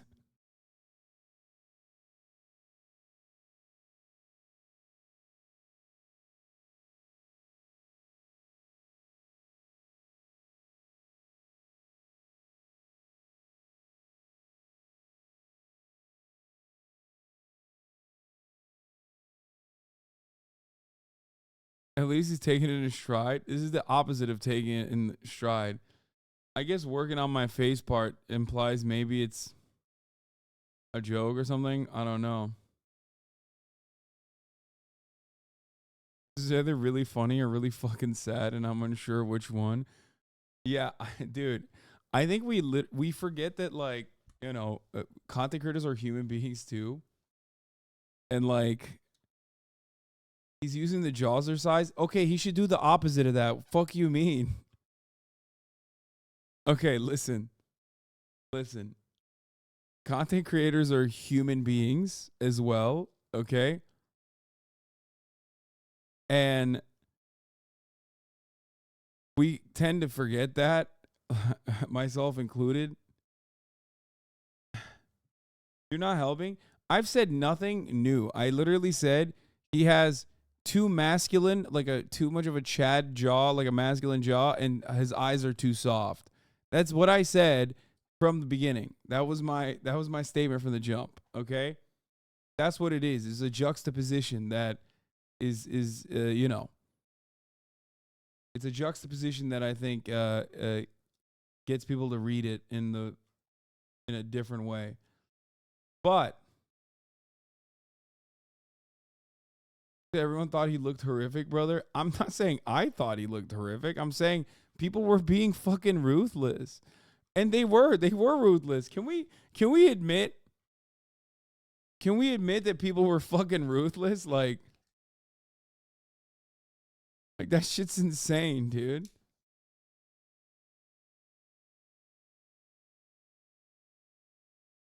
Oh, the internet is mean. I know, but that's such a cop-out. Like, we're talking about like one person. You know what I mean? We're talking about one singular individual. Yeah, he's like fucking incredibly famous, but and incredibly rich. But ultimately, you know, it doesn't matter how fucking it doesn't matter how rich or famous someone is, like they still get fucking sad, especially when like millions of people are like, "Oh man, you're ugly."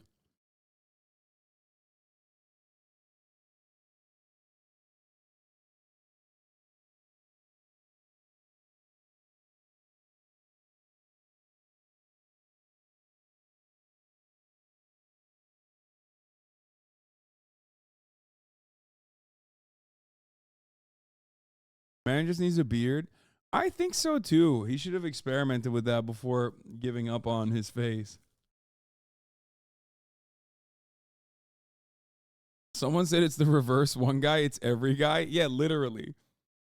It's like when one guy is the only guy in your corner and every guy is like, no, get out of there. Get out of here. Don't do that.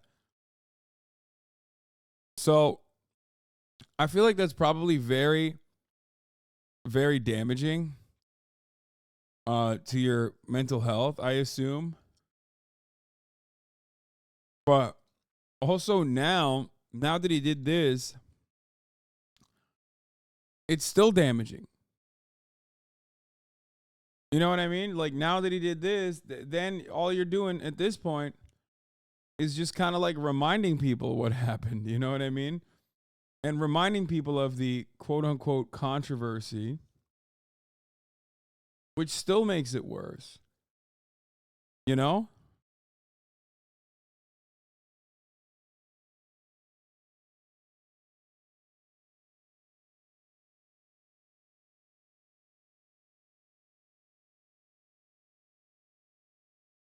Have a chat with thinking about doing self-harm after the backlash received. Oh, 100%. Like, yeah. You just got to realize you look pretty normal. Easy for me to say, I guess. People call me fugly and uggo every day. And I say, Mom, stop. Yeah. And also, he's using it as a fucking marketing op for his new song. Yeah. Yeah, I think people had, like, normalized, you know, his face. Such a weird thing to say. And now they're just going to keep clowning on him.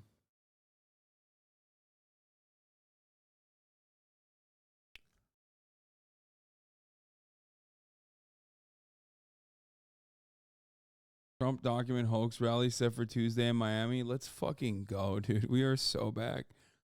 See you in Miami on Tuesday. Oh my God, they're going to tear the fucking city down, baby. I actually, you know what? I don't know. Because, like, the Trump Manhattan DA shit was a bit of a dud. I want to know what DeSantis is doing as far as, like, events around this. Is he going to allow it? Is he going to stand in the way of it? You know what I mean? Because that would be kind of interesting if DeSantis uses this as an opportunity to just, like, fucking basically not be on board, you know?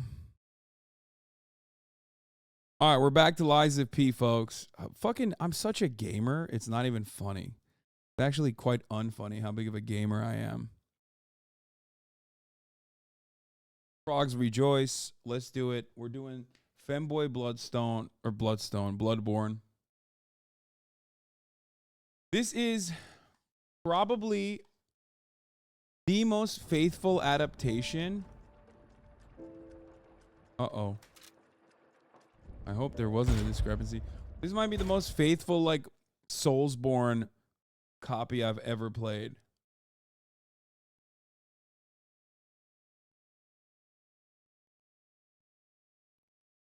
Like, even more so than Jedi Survivor. Imagine taking 2 days to beat a demo. Yeah, it is borderline copyright. It is. It literally is a copyright violation. Not that I care about such a thing, but let's fucking be real.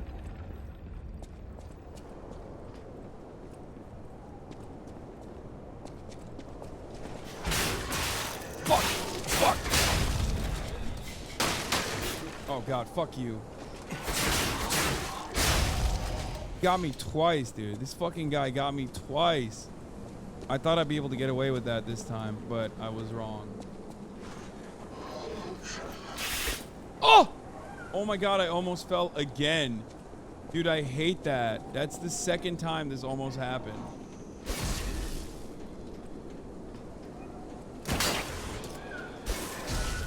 Okay, I can't. An arm doesn't work up there for some reason. I don't know why.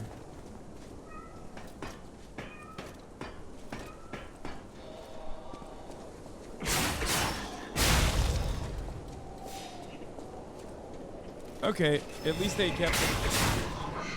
Oh god, it almost made me fall again, dude. Chat. This is where I fell last time. And it's kind of messed up that the character literally follows through. Wait, what is that? The butterfly.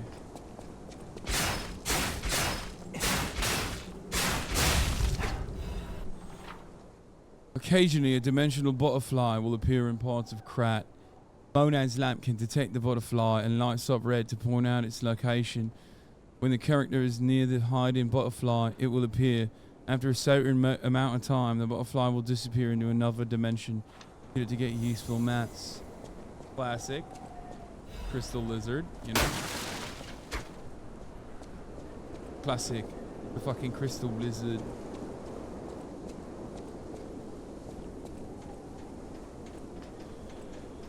We're all still streaming, mashallah. I mean, I'm not even like streaming for that long today.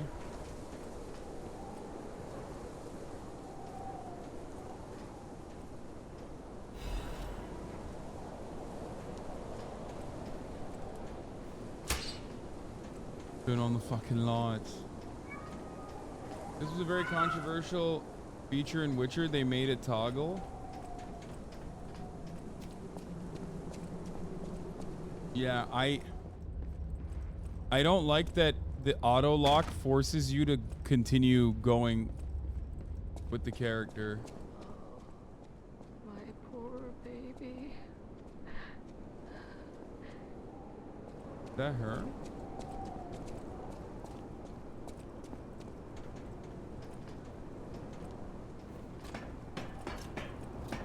Puppet string. Oh.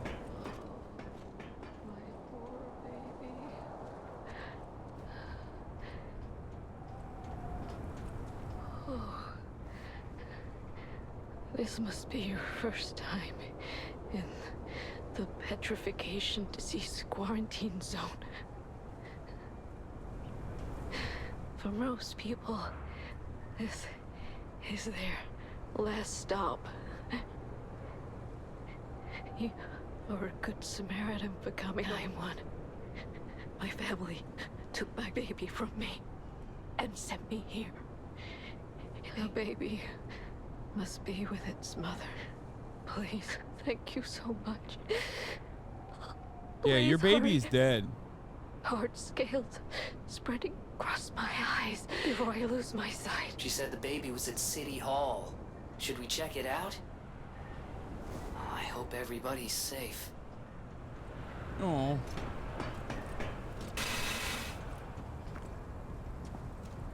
Hope everybody's safe. Oh no, it's a Bobby.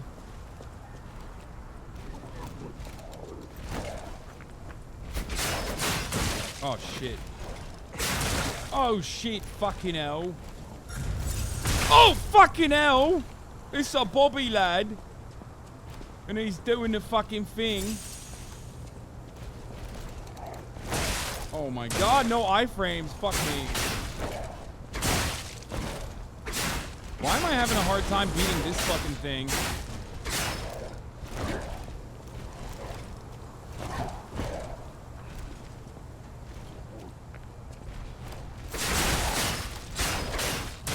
Fuck, I'm gonna die.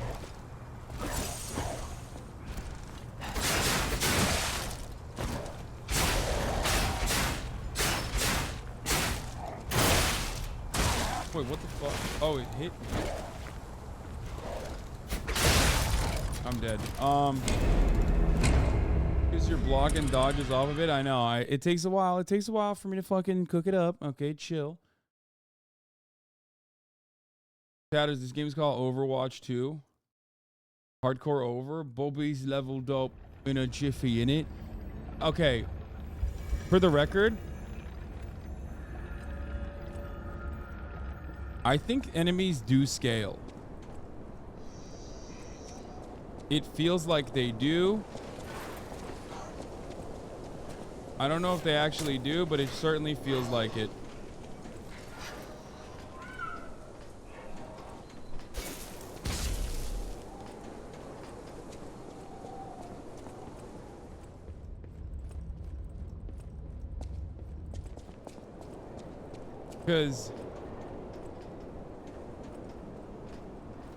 Because the damage oh shit, this fucking guy.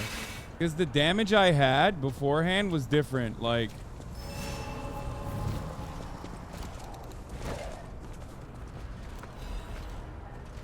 Fucking hell, run. Run, you fucking bastard. Oh, fucking hell. It's not nice. It's not fucking nice. Oh, that's a door. Okay, gotta open that. No iframes, though.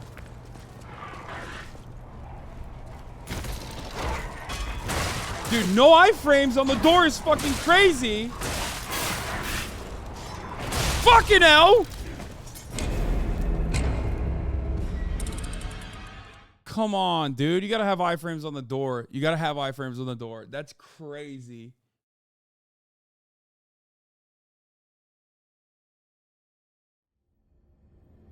It literally had iframes? Yeah, a second. The door doesn't open.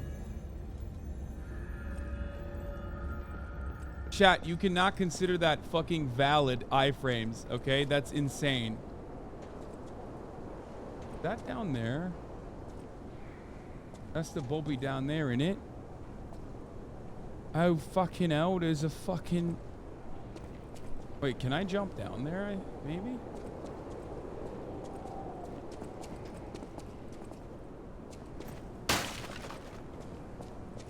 Nope, I can't. I thought maybe I could shortcut it.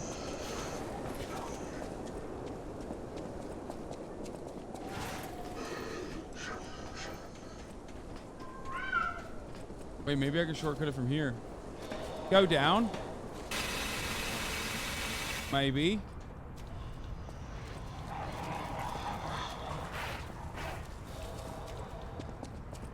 Oh no, that's my fucking Dosturgo. Dude, fuck. What the fuck? Dodge, man. Oh, I'm cooked. That's crazy.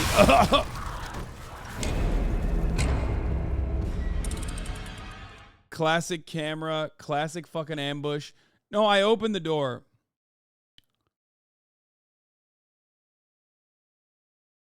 Okay, it's all right. The game is all right. The game is not as good as Bloodborne.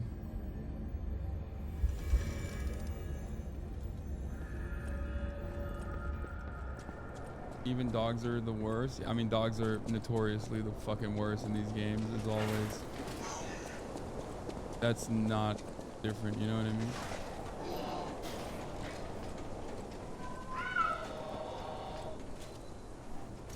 I mean? Hayır baba, sana kapat dedim.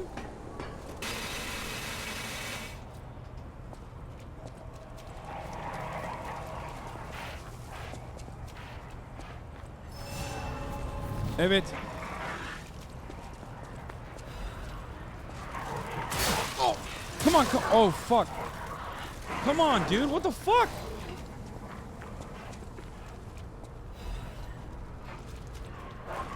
Where am I going? I don't even know what I'm cooking. What is bro cooking right now? Fuck.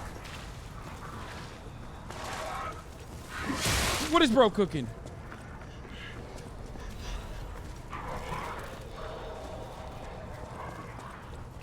Oh, please no. Oh, fuck me. Fucking hell. Oh, God. No! Yes. Fuck you, bitches. Yeah, what's up? Can you get up here? Yeah, I don't think so. You fucking idiots. Wait, can I use it? No, I can't. Speedrunning, getting all the enemies to chase them. Okay, to be fair, Where am I? Oh, we're back here. What the fuck? Oh. Shit. That didn't do shit. Wait, where the fuck am I supposed to go on this goddamn map?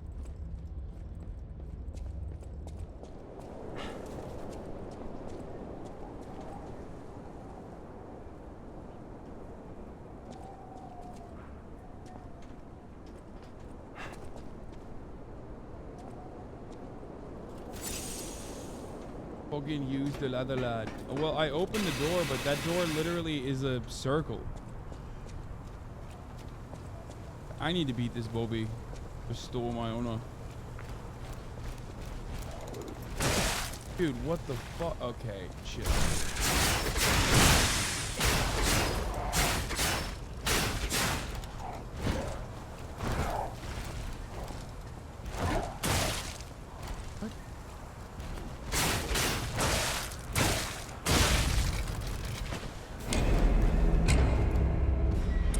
Aggro everything, that nothing that hits you is a surprise. Okay. This is not the same me that fucking two-tapped the first boss, okay? And I'm starting to get very frustrated with this fucking dumbass game.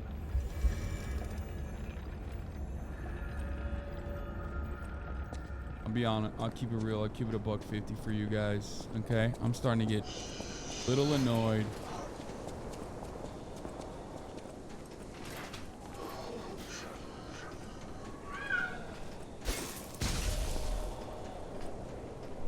Hard like Elden Ring? Nah, I truly feel like the enemies are scaling up with me.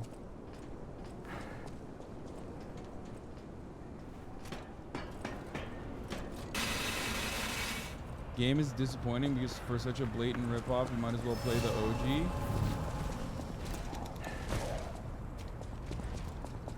Wait, I didn't go this way. Oh, there's not. Oh, there's a way here. Oh, this is the door I opened, isn't it?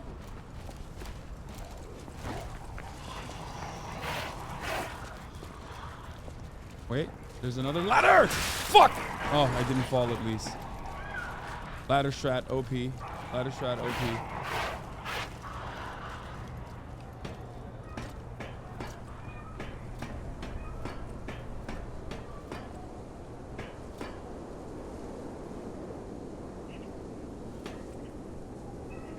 Oh, this is the same one. How many fucking ladders are on this goddamn place, dude?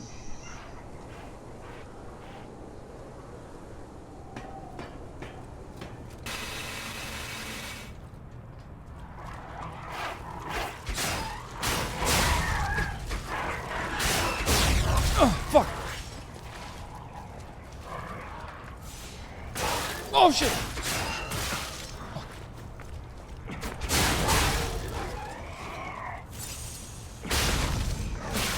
Fuck! Oh god, I'm gonna die. That is a powerful enemy.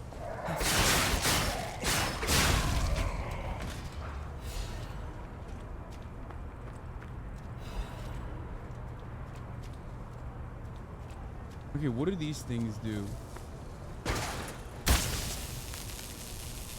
Oh. That was obvious what those things do. Oh, fuck! Oh, that scared the shit out of me, dude. Oh no, I got electric shocked myself. I thought I could set up a trap. Oh. Oh, my heart, my little heart, dude. My achy breaky heart. My heart exploded. Fuck. Ay, ay, ay.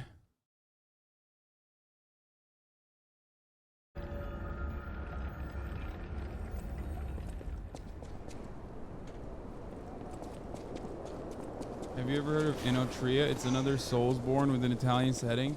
I don't want Soulsborns with other European settings. I want Soulsborne.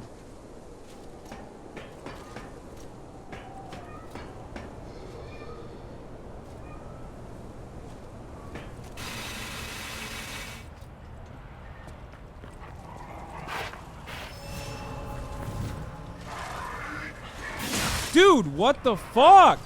Okay, the dodge shit is annoying as fuck, by the way. You can't dodge into things, which is very annoying. No! Open the fucking crate. I don't care. I'm taking it. Oh, I'm not taking it. I lied. I'm not taking it.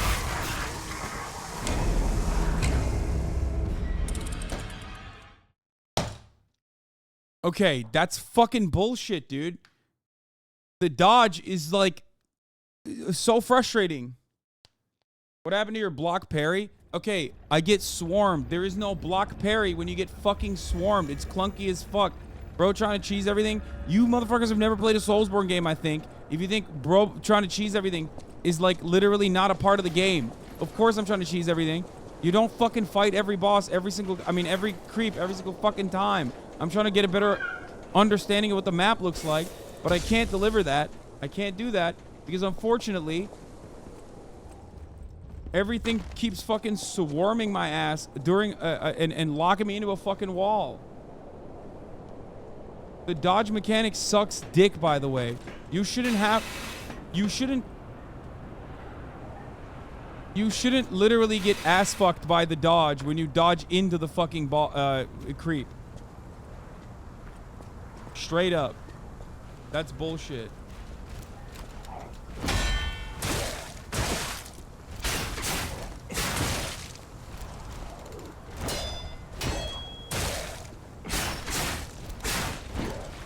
I mean, I fucked him like on I double dodge him. And then the third one, he still breaks me. So what good is the dodge at that? I mean, not dodge. What good is the block at that point?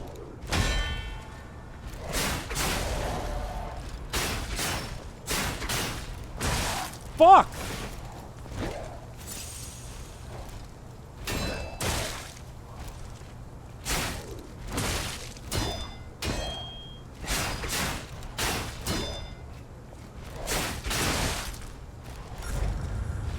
Fucking give me something, dude. Oh, I'm out. I'm fucking out. Fucking give me something. Give me something. Like, is there no like heat meter? Is there nothing like, is there no like perfect parry should give you something, you know what I mean? It should like go against his what's the term for it? Okay, if you want to know my complaints, one, my fucking dodge, okay? The dodge mechanics are clunky, it's shitty. There should be a poise system or something, because if you do a perfect parry, you literally should get poise. Like, it makes no sense. Or you just want me to keep fucking perfect parrying for no reason, and then it's just a fucking damage sponge. There's no legitimate, like, there's no poise, there's no stun, there's no crit. You basically just fucking keep hitting it until it like establishes that it's you keep hitting it over and over and over again, and then basically once it gets to a certain point, oh, that's over. I lost all my goddamn ergo.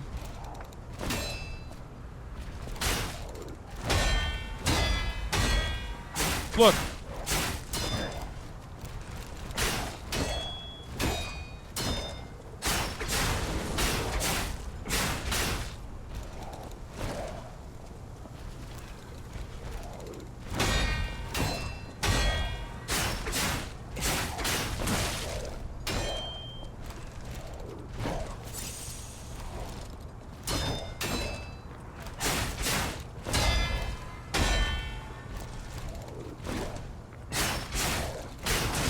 Oh, see, it's about to break, right? Look. Wait, what? Why didn't it work? Oh, shit! What the fuck? Why didn't it break?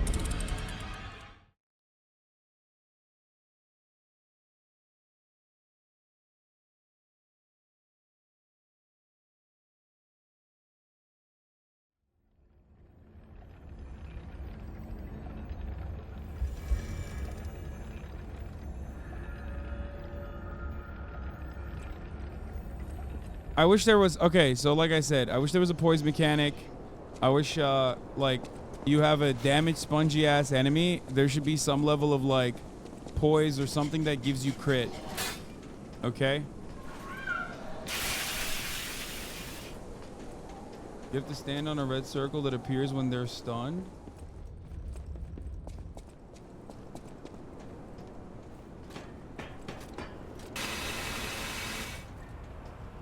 I mean, yeah, I wish I had more than 3 fucking heals. That would be fucking nice.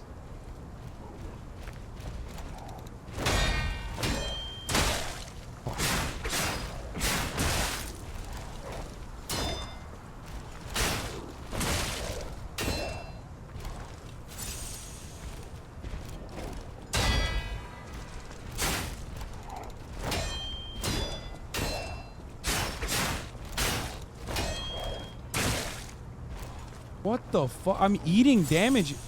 It doesn't do anything, dude. Block doesn't do shit unless it's a perfect block.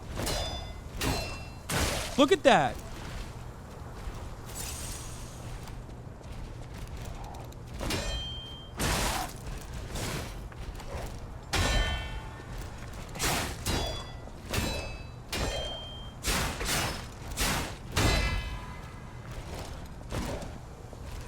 I don't have any heals left. I'm fucked.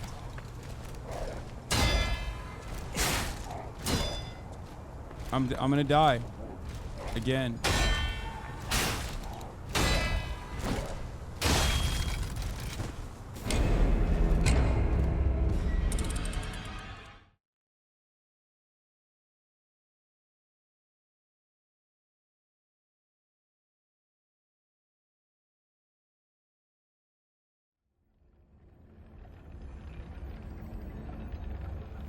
If you're playing a twink, you can't expect them to behave like a jock, man. Read chat, dude. There's some good advice. Like, no, I don't want to.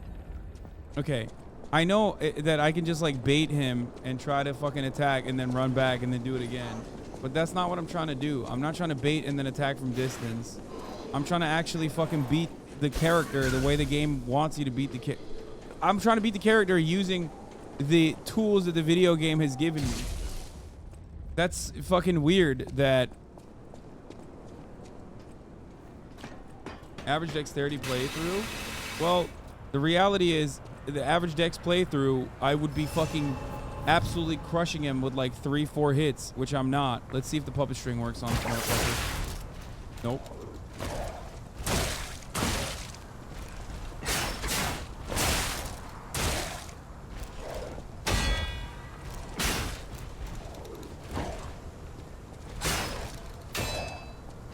Dude, I ate every single hit.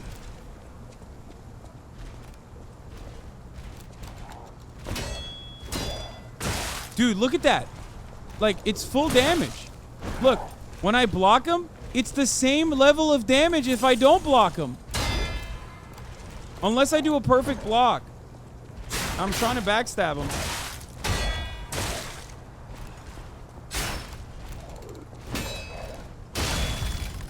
It literally does the same.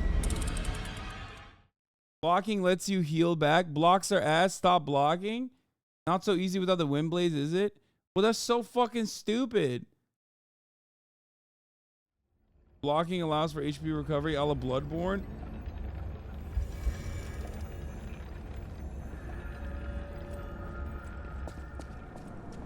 A perfect block? You mean a parry? Yes.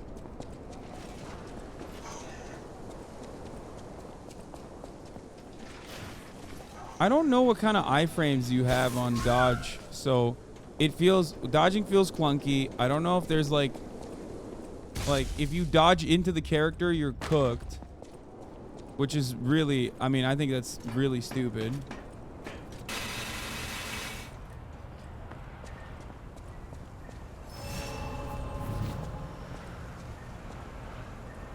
He's playing with a rapier and a...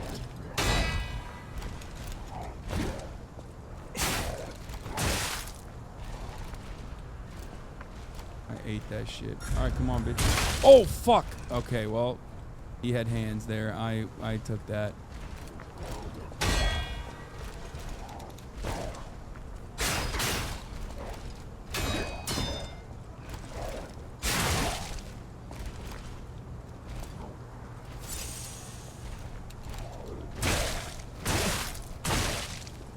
What the fuck?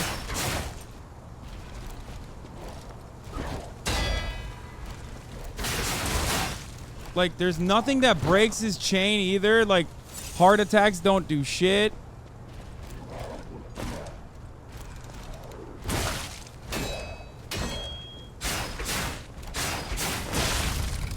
Like,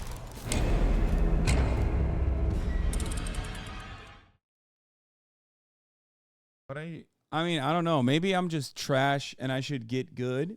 But having said that, and I am saying potentially that I am trash and I should get good.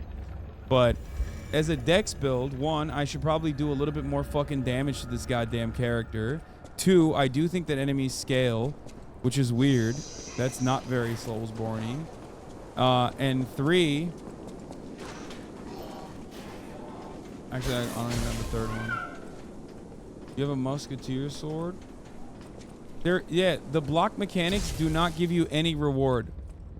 Like, if you do a shit block, you get, like, I don't even know how the health regen works, because it doesn't really work. Like, I've tried it.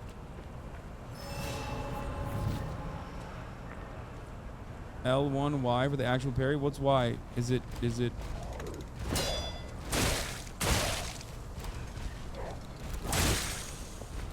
oh. Wait, which one? What triangle? Are you sure?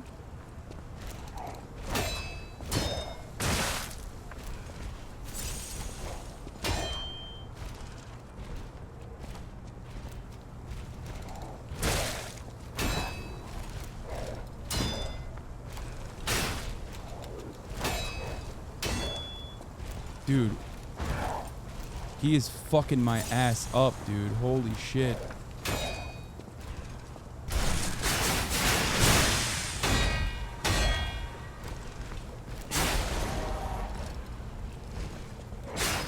What? God, what does that do then? What good does that do? What good does that fucking do? If the character is like stunned and I can't even fucking do crit damage with no backstab, what does the stun do? Nothing? What's the point of stunning a fucking character to get one extra fucking hit in when your stamina bar is depleted?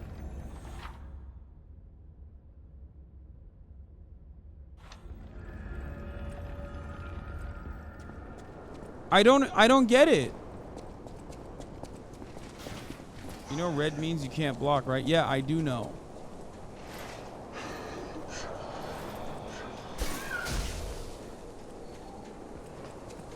The controls are the two true lies of P. That was a stun, not the same as a break. Okay, so what is a stun then? Nothing?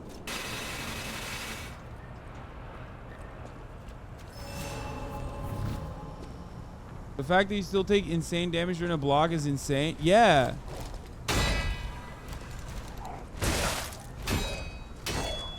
Like, look at this. Look at how much damage I just took from that.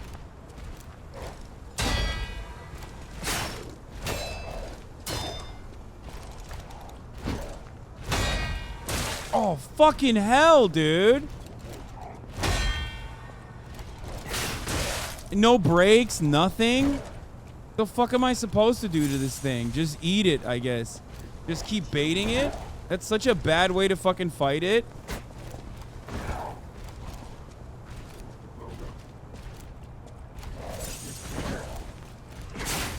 Like this. This is what I'm supposed to do. Just dodge, one hit, and then dodge, and then fucking one hit, dodge, one hit, like... And even then, it's got range too, so I can't even do that.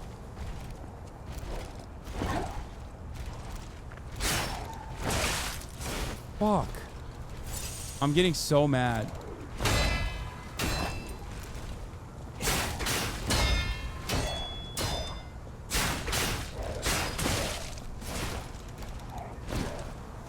This enemy is harder than the boss, by the way. I'm not even kidding.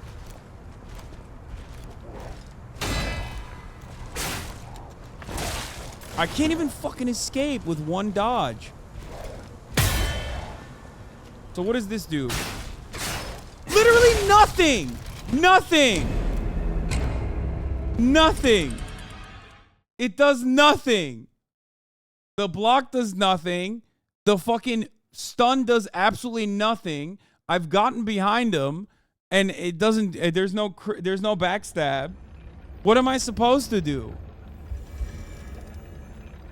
And if you dodge into attacks for iframes, you can get caught in him, for the record. So you can't even do that.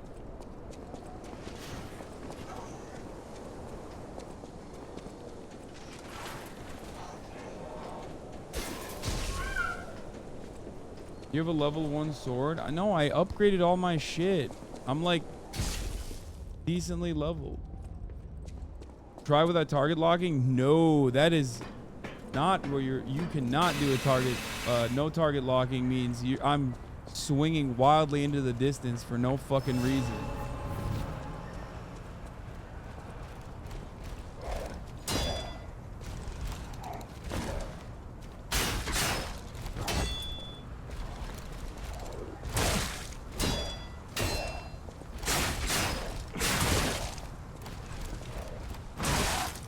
Fuck.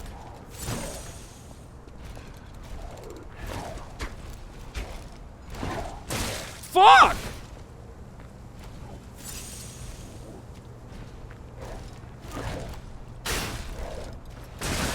Okay, don't fucking dodge back. There's just no reason for that.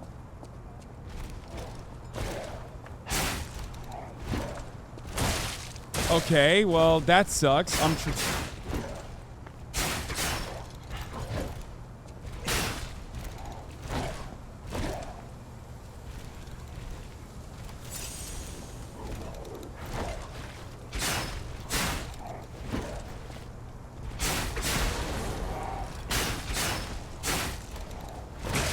Fuck!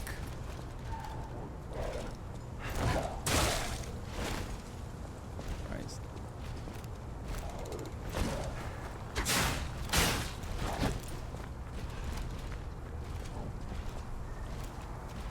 Keep going, bitch.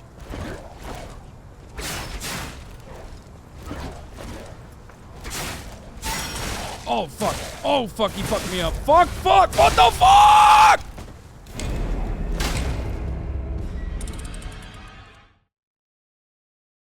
Is this a troll enemy? No, it's not. It's just like a regular fucking... Use block triangle more? What does that do? Wait, am I bugging or do you take exactly the same damage if you block the first two versus tanking all three? What the hell? Yes. Yes, it does. Yes, it does. You're not dreaming that. It literally does that. No, I'm not running past them because I want to fucking learn, like... I've already killed all these other enemies a million times. I don't want to fucking... I want to kill that type of an enemy. And...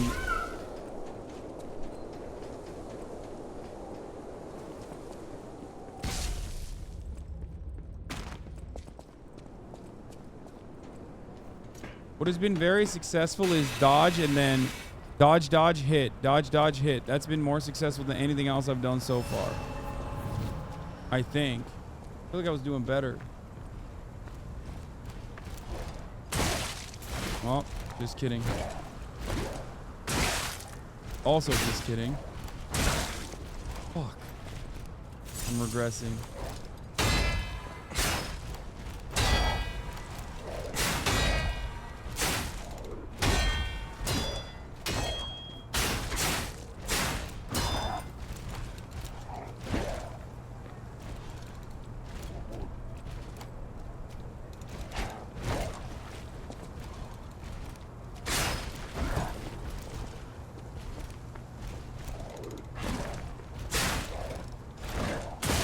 Fuck.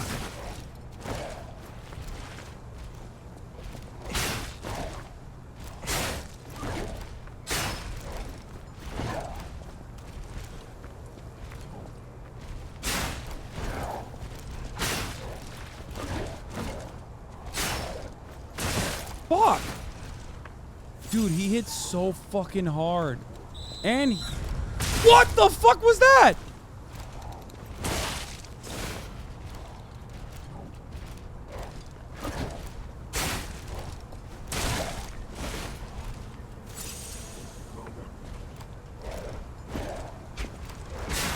No, dodging right doesn't help.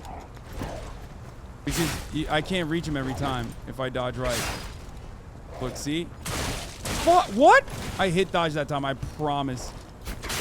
Oh!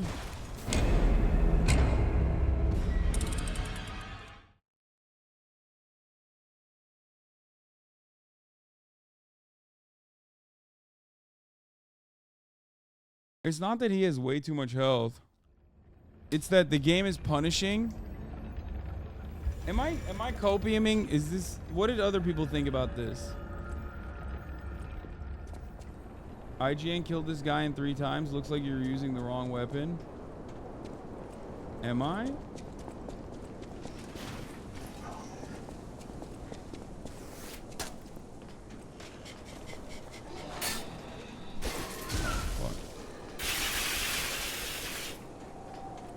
Read myths chat. I can't right now. I beat him with 2-handed swords pretty easily. Oh, is my mistake doing a Dex character here?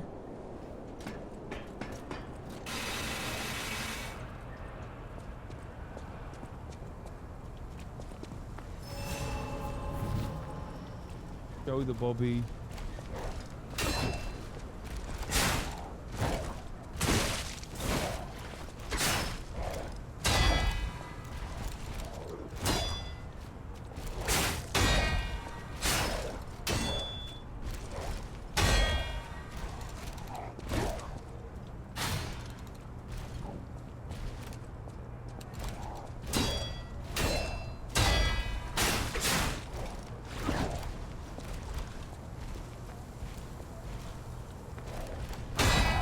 By the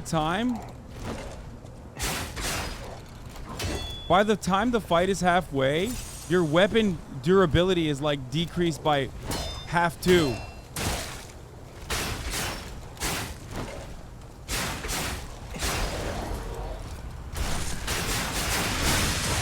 Dude, how does that not even stop him a little bit, dude?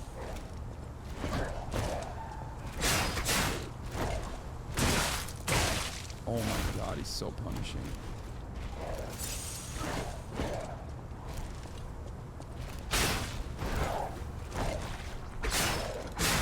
Oh shit.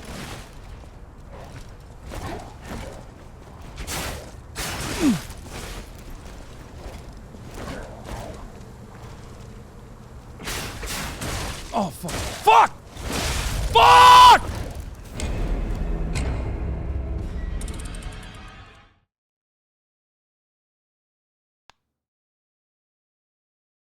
I did it with a shock weapon first try.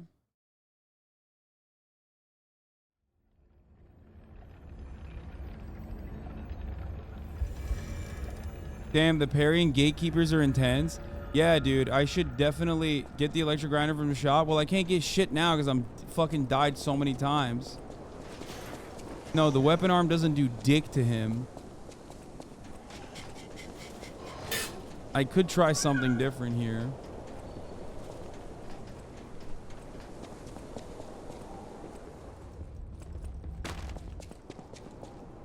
I think I'm going to try something different this time. I'm going to try the top of the hour ad break dodge, which is called a subscription, a $5 a month one, or a free one in the form of a Twitch Prime. This seems not fun. Yeah, welcome to fucking Soulsborne style games, dude. Oh, wait, what am I doing? I was supposed to go back up. Hopefully it doesn't hit me.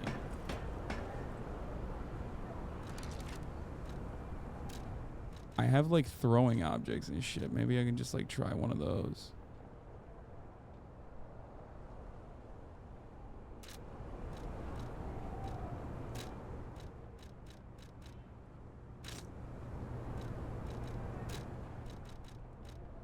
Was this you common sight?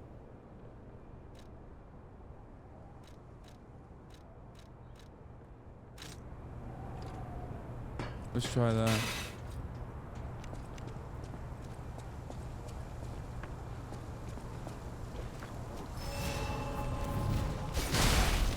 Dude, he ate it. What the fuck? Bro, that's nothing to little bro. He said, what else you got?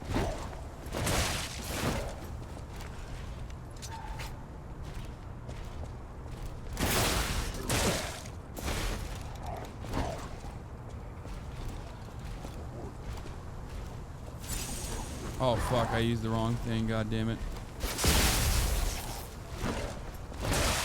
That's fucking range too. What? Fucking terrible dodge. Ah!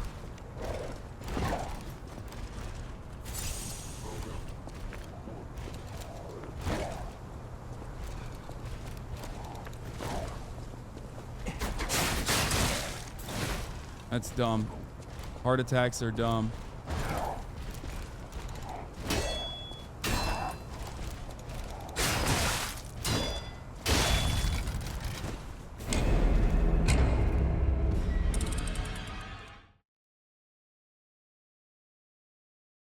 Be aggressive, trust me, I'm trying to help you because I believe in you.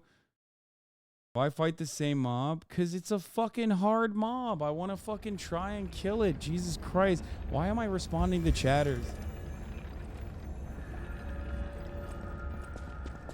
It's a hard boss, dude. Or not a boss, but like it's like an elite mob. So I want to fucking try and fight it. Shut the fuck up about Diablo. Y'all are so fucking annoying. Jesus Christ. Diablo, okay?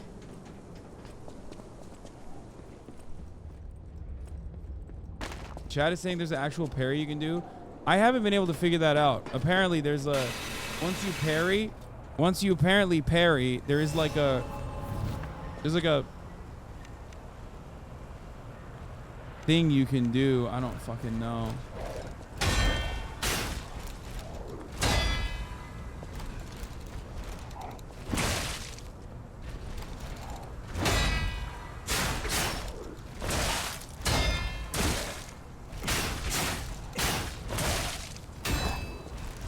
It's got fucking more hands. The more aggressive I get, the more hands it has, dude.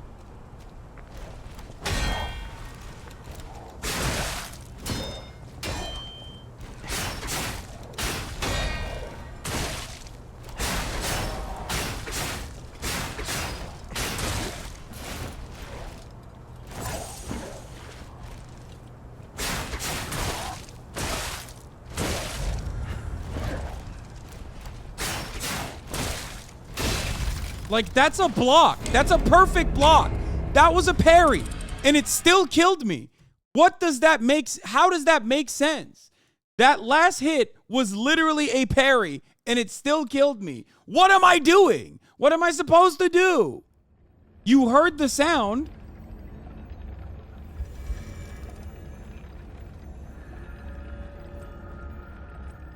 Last time you stunned him. Next time do hold R2. No, R2 doesn't do dick either. I did a stun and then my special, like the triangle attack. It still doesn't make fucking sense. It doesn't make sense. And also, if you don't have the R2 allows for a visceral.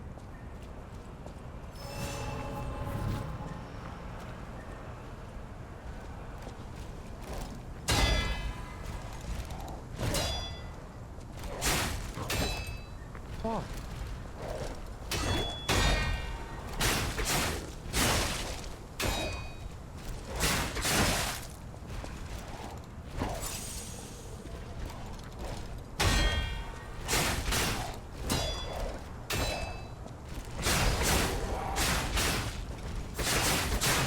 Fuck, back up!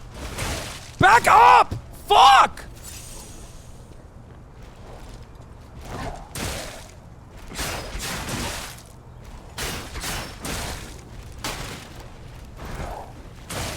Fuck!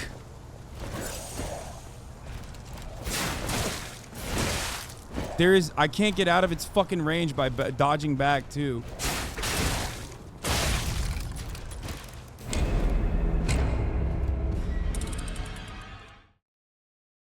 What good is dashing behind if it literally still keeps you in its fucking range? Oh my god. Stop saying use a different weapon, dude. It's a dex build. This is the weapon I have. This is the weapon the fucking demo gave me.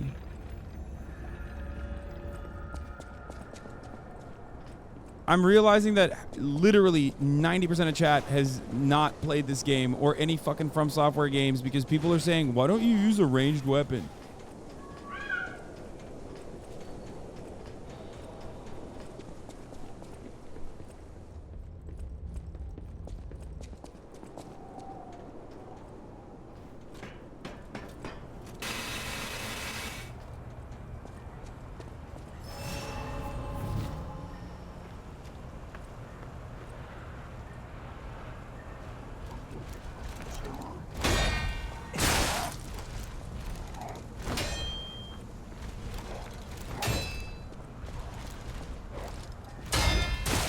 So like what? That I perfect parry there, and then I press at the same time.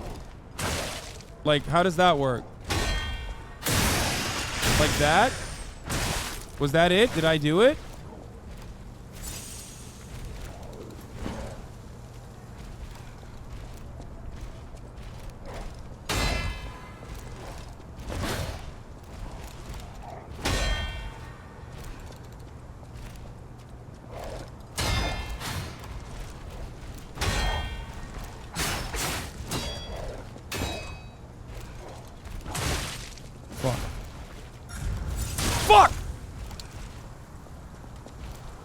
No damage taken, perfect block? No.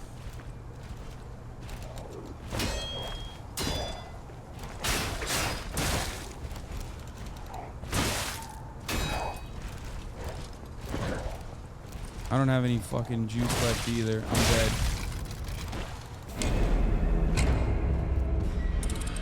Seems perfect. Juice.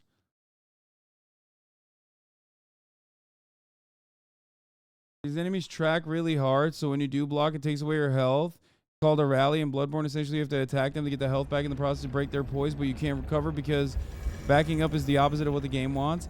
I know, but I can't even okay, listen. There is no poise system. So, or there is some kind of poise system, but it's like entirely too fucking heavy. And blocking and hitting doesn't hit the poise system. So perfect parry is essentially fucking meaningless. Okay? The iframes don't work.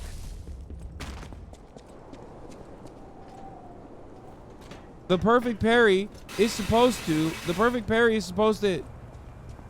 It's hidden so you don't know how much poise damage you're doing. The perfect parry is supposed to add to the fucking... It's supposed to add to the...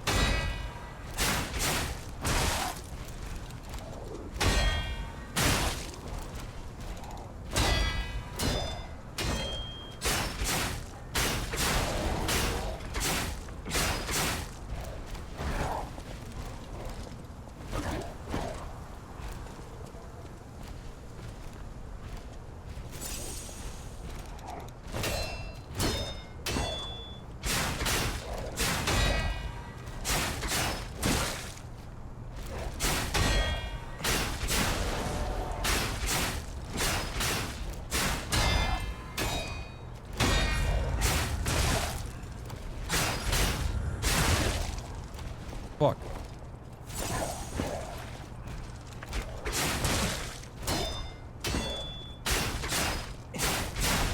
What happened?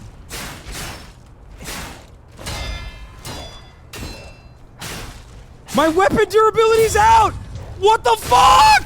I'm stuck! What? Are you fucking stupid? What kind of fucking game puts one mini boss and your weapon durability dies literally halfway through the battle? Are you fucking insane? What is this?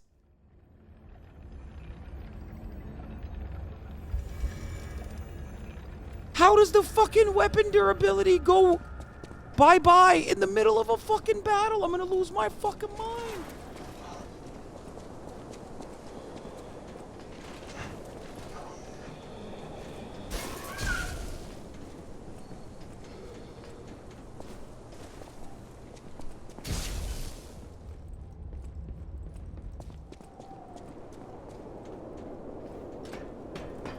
It's counterintuitive in so many fucking ways. It's so cool to use the grinder mechanic. Yeah, I mean, it looks cool, but it's not actually fucking cool.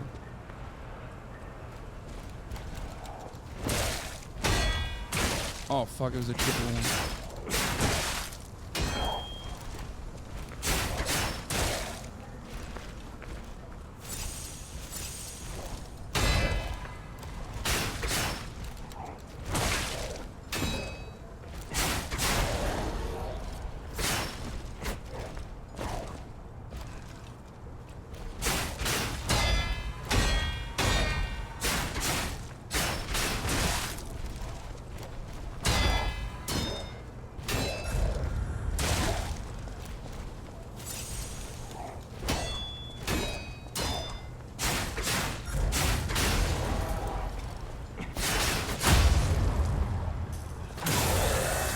That's it? So that's what I'm supposed to do.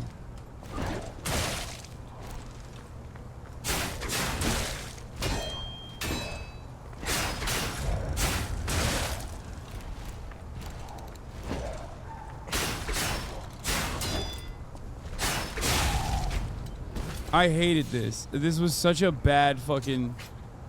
This was such a dumb fucking situation.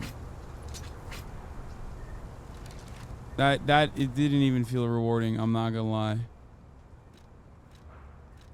Motivity D, technique D. Technique B. I have to keep using my regular weapon, I think. Because that's like a strength weapon.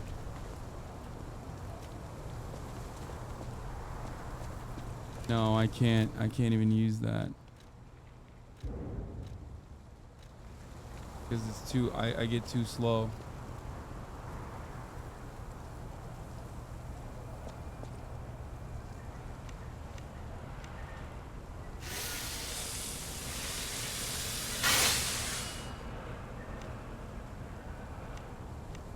The strat is literally just fucking parry until...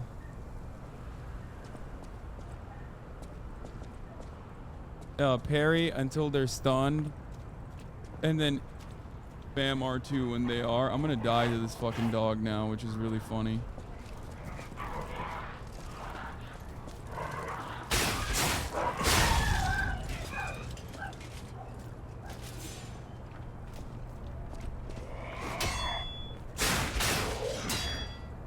What the fuck?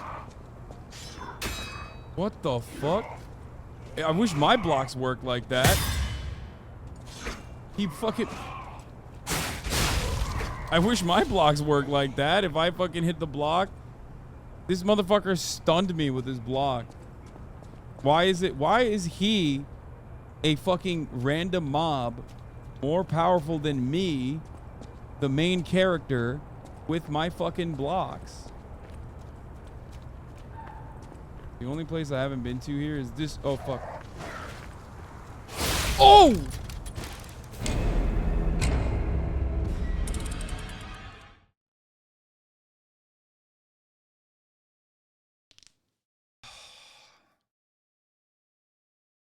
Oh, I'm so mad. Ay, ay, ay. Wait, does that one guy respawn? No, definitely not. This game is easier than Bloodborne. Come on, man. No, Bloodborne has like a basic fucking thing that you can do though. Like if you master it in Bloodborne, if you master movesets, like it's Bloodborne is more intuitive than this. There are certain advantages that you have, like the roll mechanics are better. Poise makes more sense. There's like not really a way, like poise doesn't really make sense here. The sharpened blade shit sucks. Like, it's cool, but... Yeah, he's gone. See?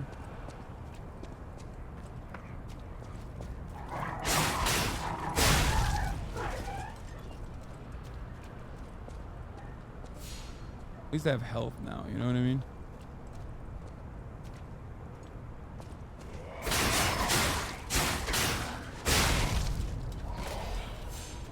And enough stamina to do that. Fucking hell.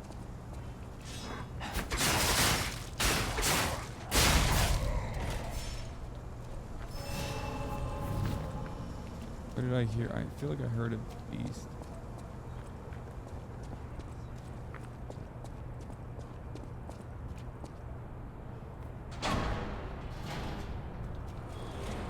Okay, there's got to be another thing that I'm missing.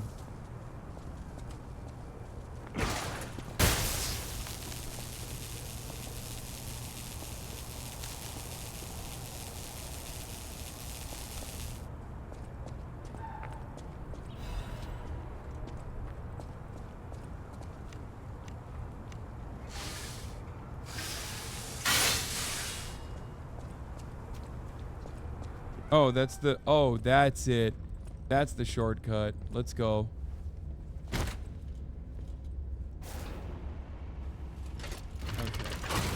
fucking back. Finally. Holy shit.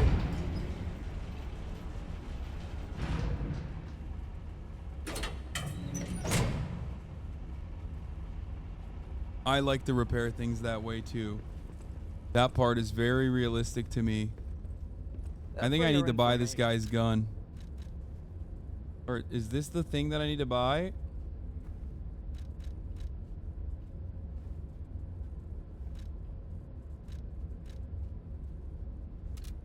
Or is there another gun somewhere that I can buy?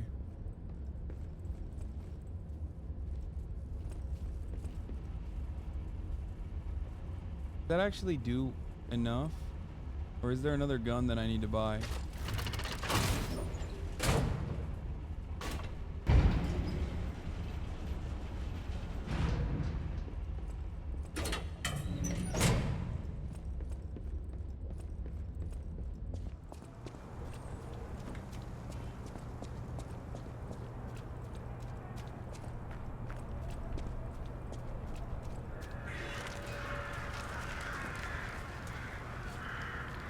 Purge the puppets.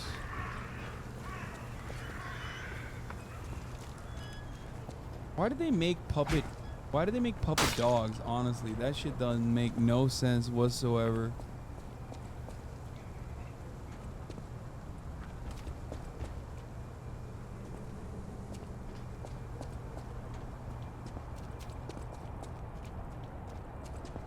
Why are they trying to cancel you? I mean, like the puppets? Why are the puppets trying to cancel me? What do you mean?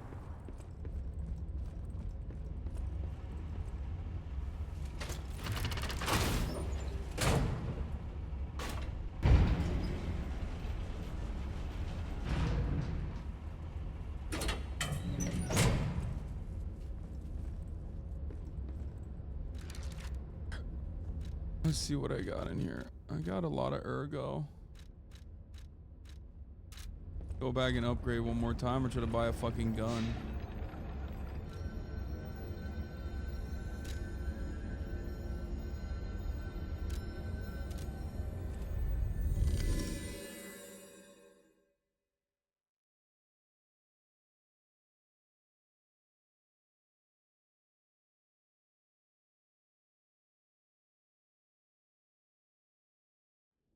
Puppet dogs remind me of the puppet cat we got my aunt to keep her company for the last few months of her life while she suffered from severe Alzheimer's. Jesus Christ, that's dark, dude.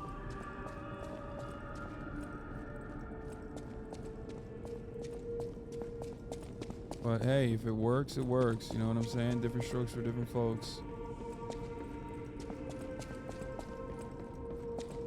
People have thanks for keeping me company. I see you're here. Your lies are a rare ability. People on the outside are still afraid of puppets. I'm an old friend of Japan. Make yourself at home. If you have any questions, ask my... I'm an old friend. Make yourself... If you have any questions... That book reminds me. Have you ever heard the fairy tale about a mischievous woman? All of Krot knows the story. All because of someone. But this is strange. Who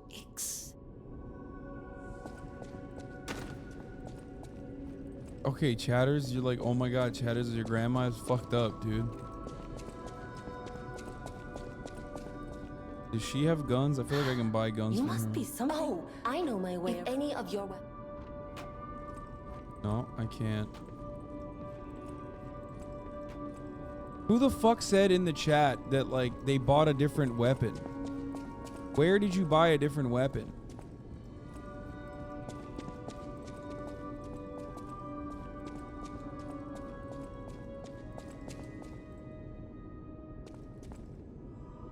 From the merchant?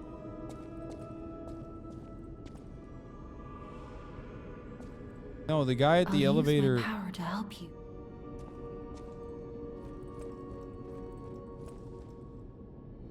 What does he sell? There's 4 melee weapons and 3 arms.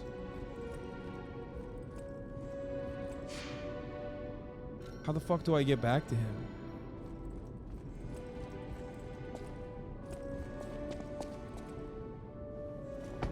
No, that guy only sells the other fucking starting weapons. That's not the right thing. I went the wrong way. That guy literally only sells like the strength weapon or the balance weapon. Yeah, he just sells the other 2 weapons. A total of 3 weapons that you can have in the game. That's not the right person. I guess there's the guy at the elevator had an upgrade for my arm. I think it just adds a shock factor into it. When stamina is all consumed guarding, your guard stance will break and may become defenseless. It's important to check how much stamina you have left before guarding. I think I'm just gonna... I don't think that shit works that well.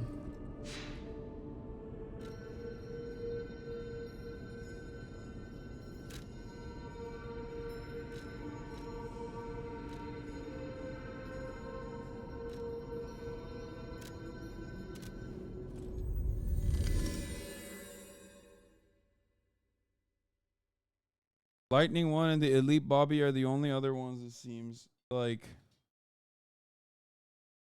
Oh. Well, the Elite Bobby is fucking dog shit, so I can't use it. It's like, it doesn't scale off of technique, which as a dexterity build, I need to use technique. So the weapon I have is the best.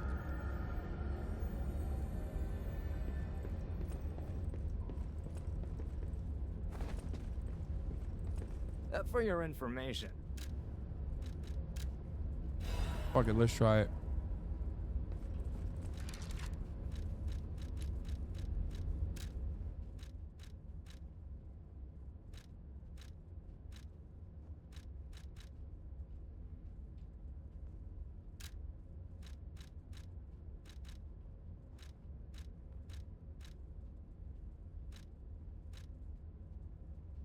Technique D, motivity C. Yeah, this sucks. This reduces my physical attack. Well, adds a lot of electric blitz, so maybe it's better.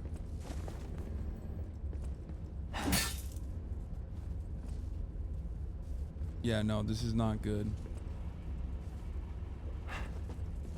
2 weapon slots don't mean shit, chatter. 2 weapon slots don't mean anything. I'm slow. Or slower. Let's try this. Oh, fuck. Oh, I'm dead. I'm super dead. What the fuck? It's got no range. Oh, this gun sucks dick.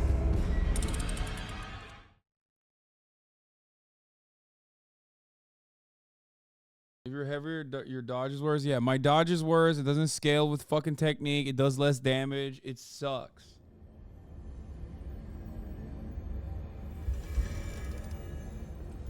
Weapon's too short.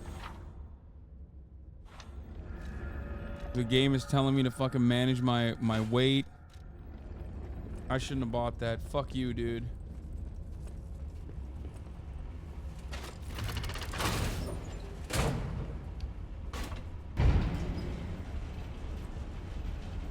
I have this sick ass schoolboy costume on still.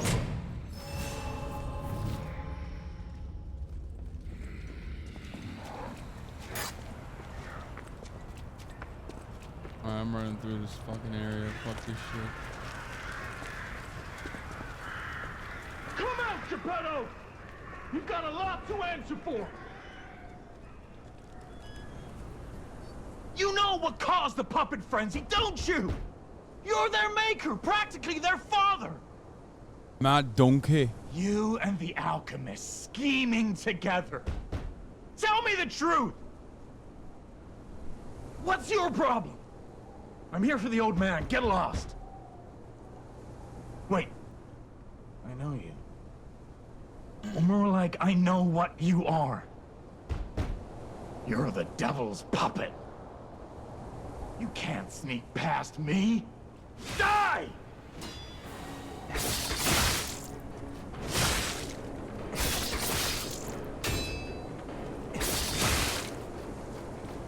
Oh, I can backstab him. Oh, fuck.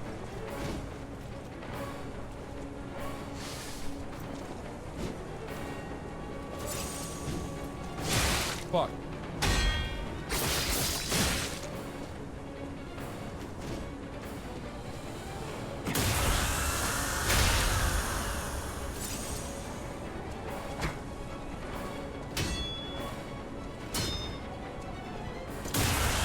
That's crazy. Then string you up on the bridge.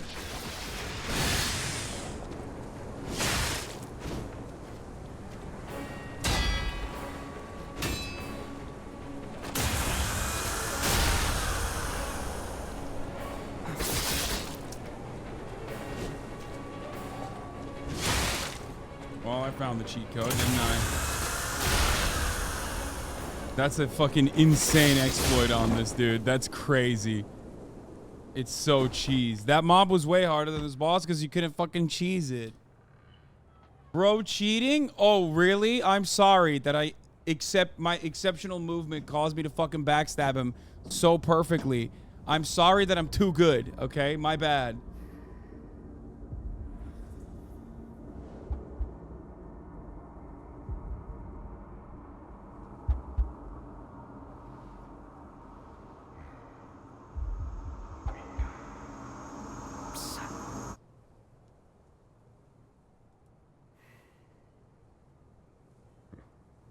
Finally, we meet. Daddy. Daddy. Daddy dearest. True. Seeing you like this, I understand why some people despise me. Why did you make me like this, Daddy? I invented the puppets after all. I should take responsibility as their maker. But in order for me to do that, I need to take care of the puppets at City Hall. Won't you help me, son? Take this.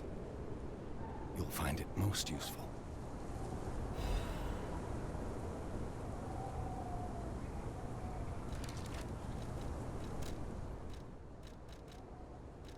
Where's the fucking outfits? What did he give me?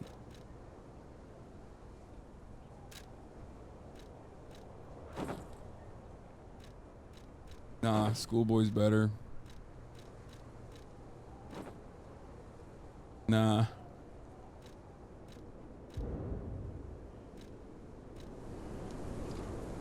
Enigma assembly tool is what you gave me. I want to hear.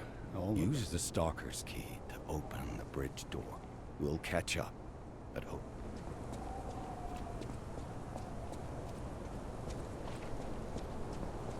Can we agree it looks like March with his textured bob and gamer neck? That's funny.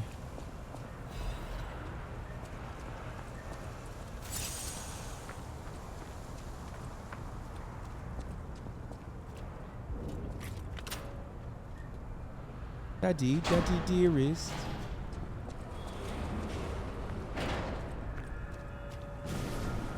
Kimberly Chalamet has never looked so hot.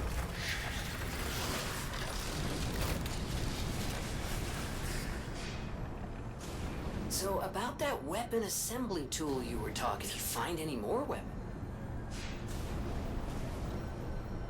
Daddy. Assemble weapons.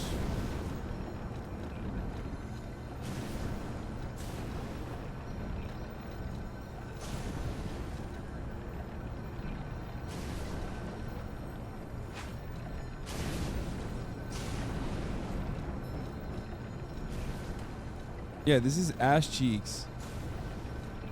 Every single one of them, like the other ones I can't use because they all lower technique dramatically. Like, look at my physical attack. 88 plus 29 versus 88 plus 14, 88 plus 13. Because I scale off of technique because I'm a dex build.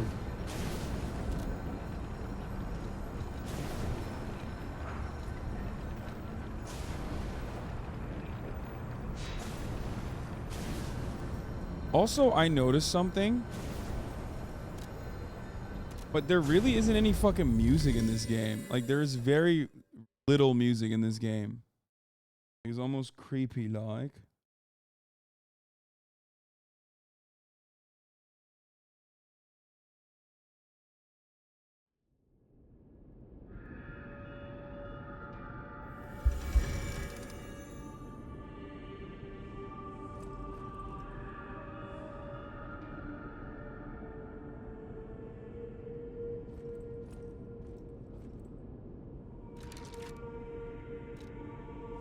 There's a little bit of music.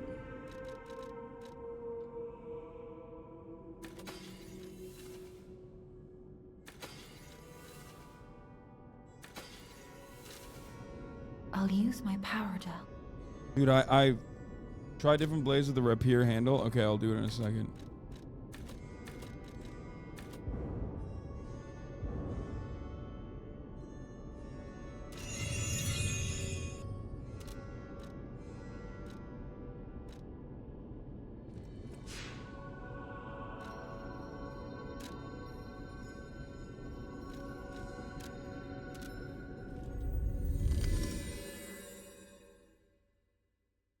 Upgrade weapons behind this chick? I don't think you can upgrade. Put it all on technique, go glass cannon. I think it's a pretty good game. I mean, it's fun so far.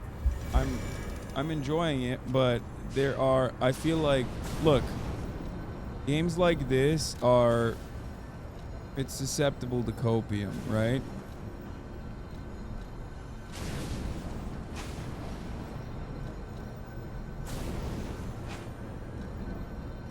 It's too short. The Bobby's too short. I would not be able to fight with it. I realized.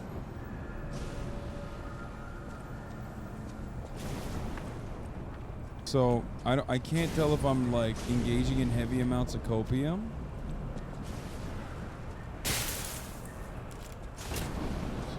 Shortcut time. I can't tell if I'm engaging in copium or if I'm legitimately not, like, or if my concerns with the game are legit. You know what I mean?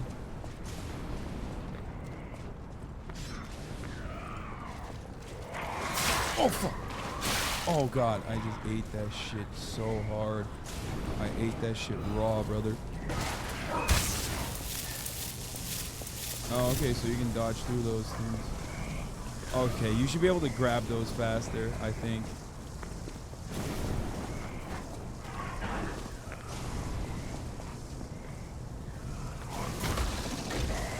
I'm gonna eat it again.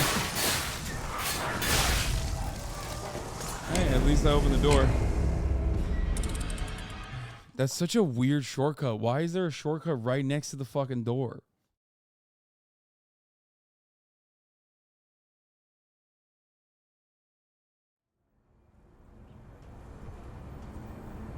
That's an odd place to put a shortcut. There's no... I got nothing out of this shortcut. What is this fucking thing?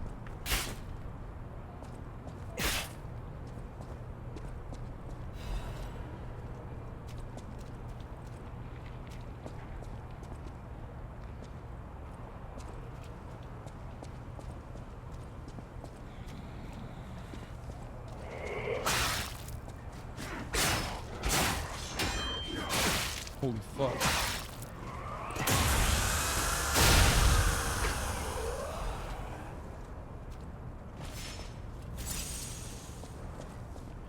Purification ampoule, remove attribute status elements. Well, I ate that, didn't I?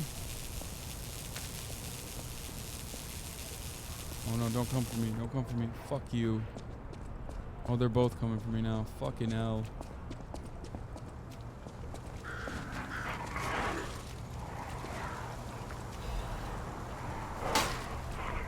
Nice, dude. I love fucking eating shit for a Krat magazine or whatever.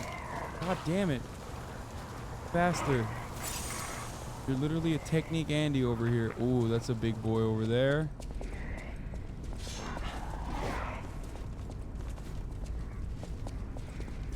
Then.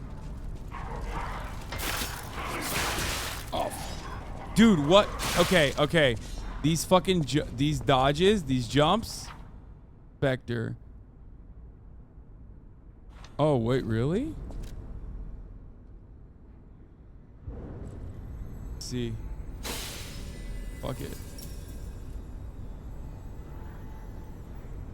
Shit, I shouldn't have used that. The iframes are fucking doo-doo.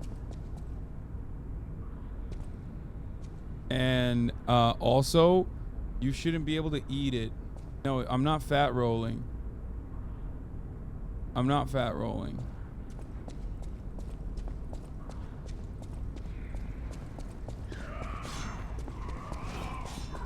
I'm not fat rolling. I'm just, when you roll into them, you're cooked.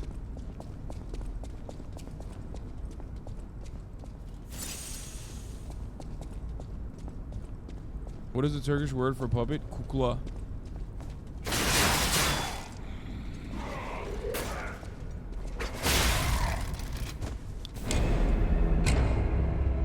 Don't waste the Spectre. I did, because I thought the Spectre would come out not inside the boss battle, but outside the boss battle. And I was wrong.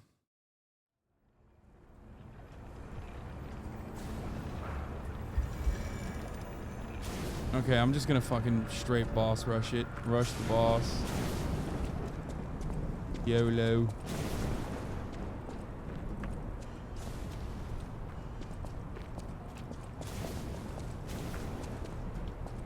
It's playable on Steam Deck, yes.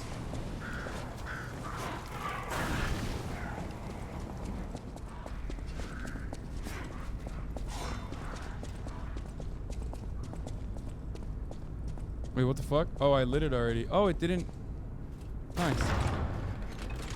Please no fucking hits here.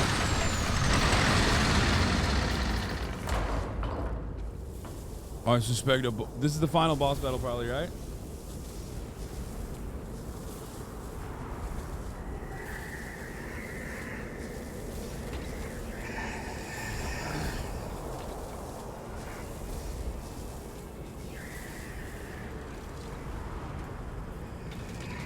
God damn it.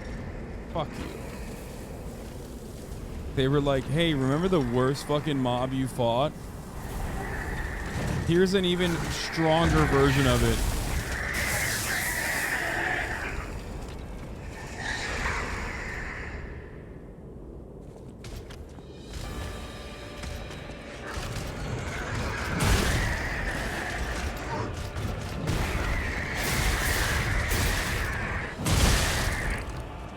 Spectre ain't doing shit, my man. Why is it aggroed on me?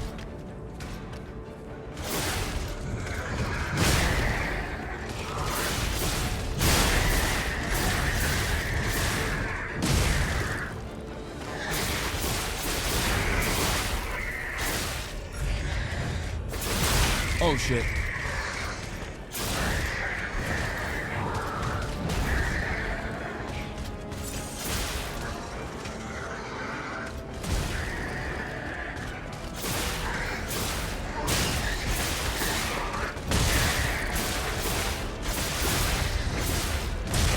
Fuck.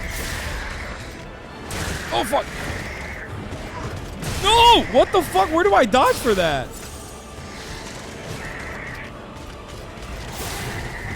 Yeah, hit his ass, bro. What are you doing?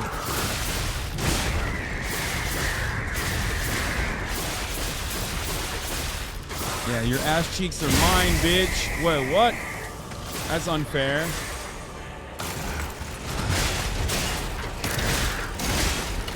Wait, why can't I hit it?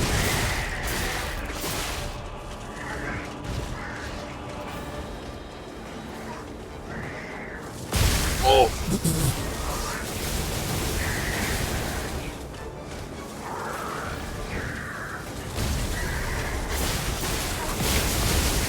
What?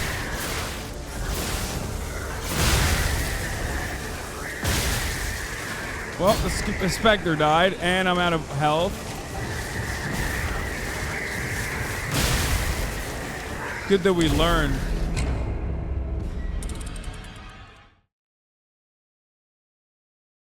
The boss. His boss took me the entire Supreme Court segment. What? Boss took me the entire Supreme Court segment of the Orcas to beat him. I want to thank you. It was a good background motivator. Anyways, it's the same thing as a Bubby, but harder. But I also did solo it. That's because I'm a stubborn fool. Electric shock occurs when electric build. Both your character and the monster will take increased electric bills and physical damage. Your character will increase continuous.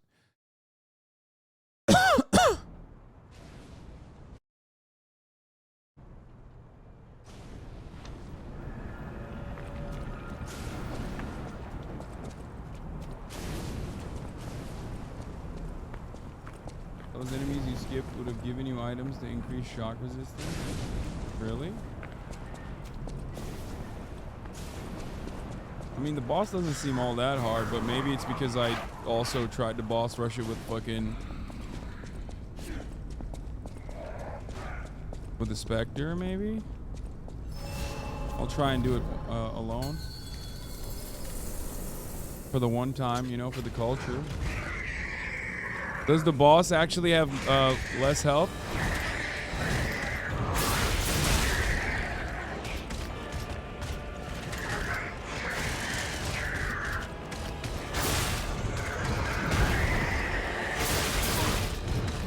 Oh, I'm stuck on him. There's not... What do I do there?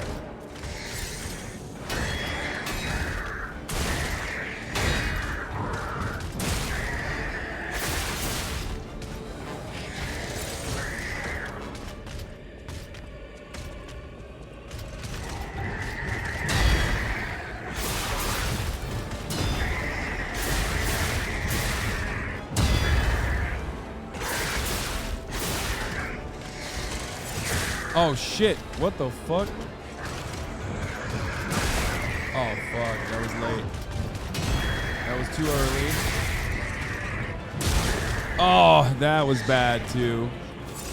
I'll get the timing.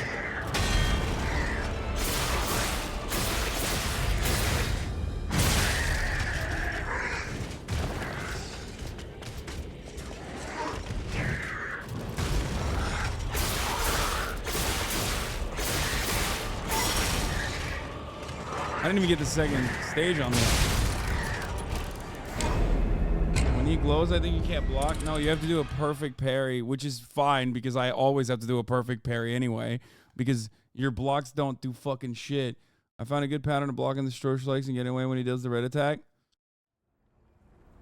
Where'd your homie go? I didn't unleash the Spectre because I only have like 4.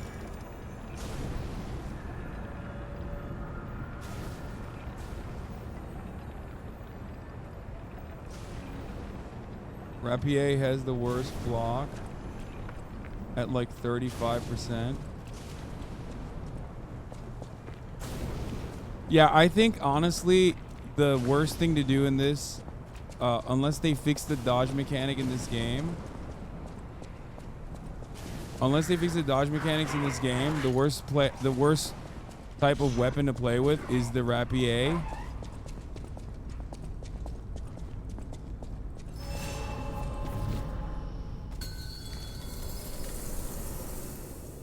Rapier? No. You're wrong.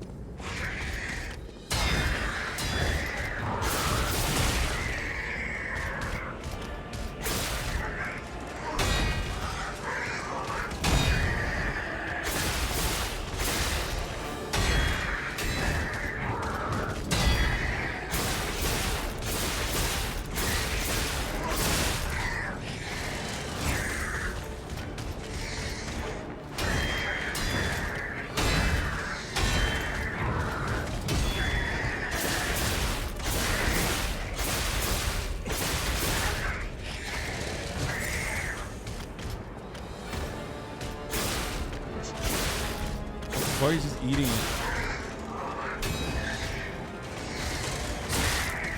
Fuck.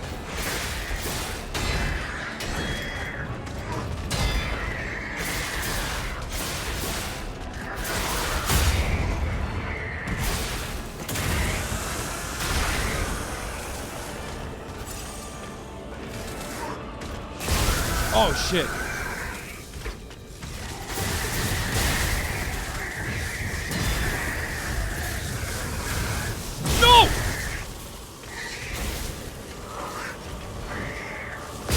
Oh, what the fuck? That's crazy. Okay, again, grind your weapon for increased durability in the middle of a fucking boss battle? How am I going to repair my sword in the middle of a boss battle?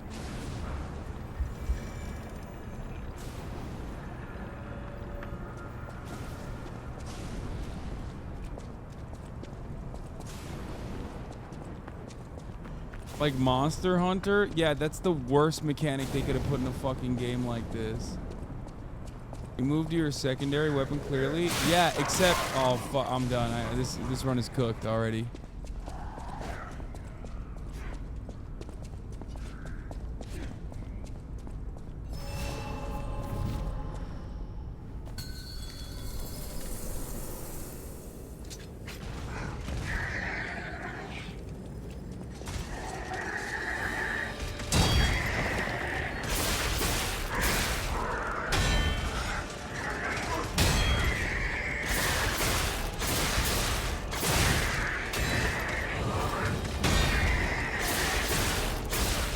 I'm pretty sure that was a good block, like that last one.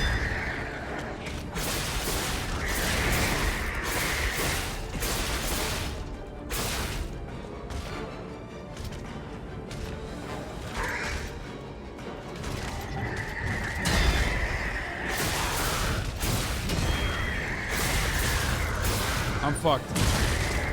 I'm fucked on that. Where do I go on that?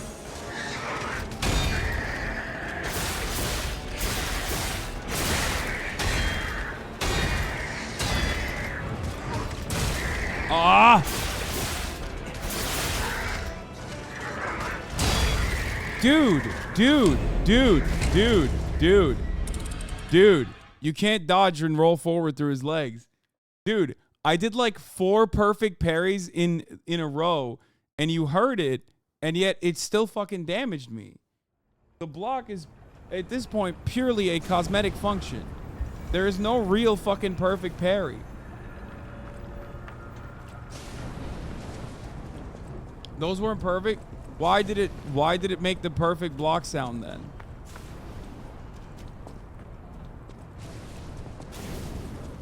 You can tell from the sound that you did it. It goes ching.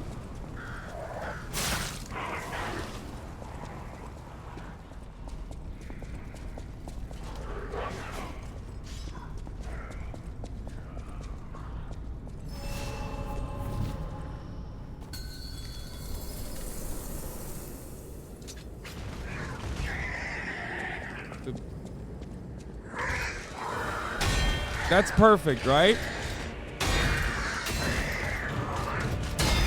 That's perfect. That wasn't a block at all. That wasn't a block either.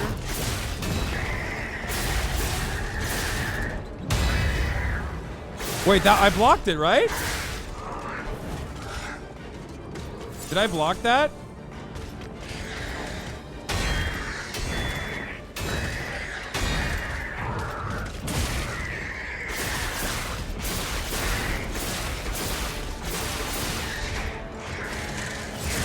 Oh, shit.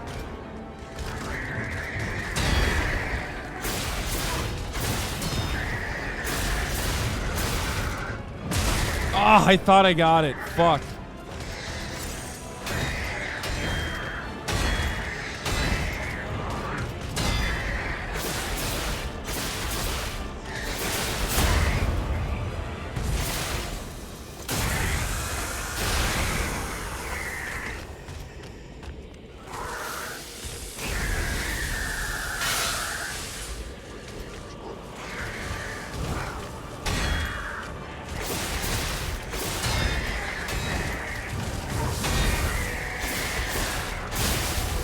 Oh, what the fuck? Oh! Wait, what? It grabbed me? What do I do then? That's cool.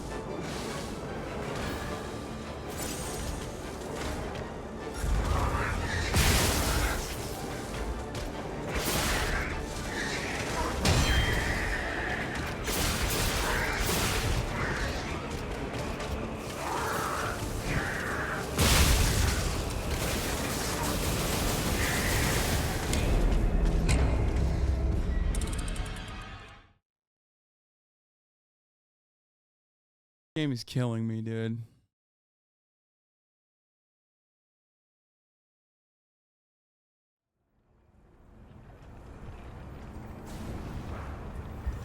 You might be able to blash LBRB to make the grab end sooner. It's a real DS clone. I mean, I'm getting better at it. I'm getting better at the fight. You have Bobby Lee on the Fear End podcast. I need to have this Bobby on the Fear End podcast.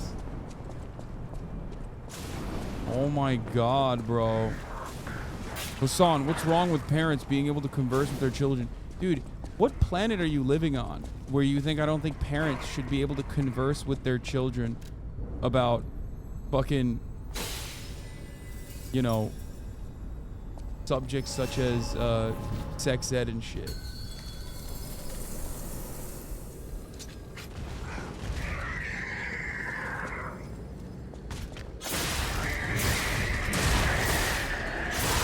Oh, fuck. Alright, what did I accidentally... Yeah, perfect dodge, baby. Perfect. Yeah, get some, bitch.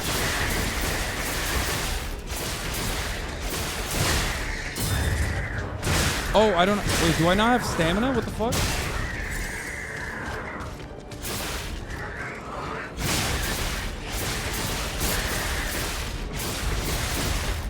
Classic. Oh, fuck.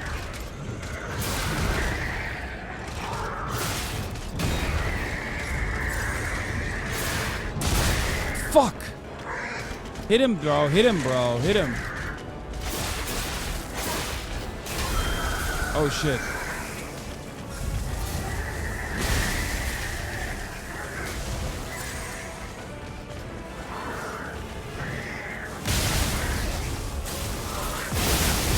Wait, what?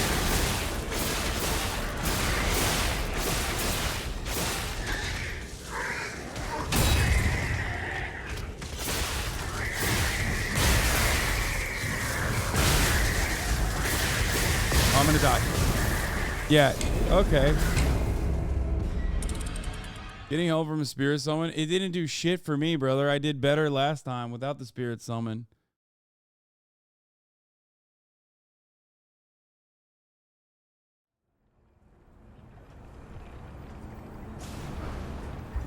The summon is ass.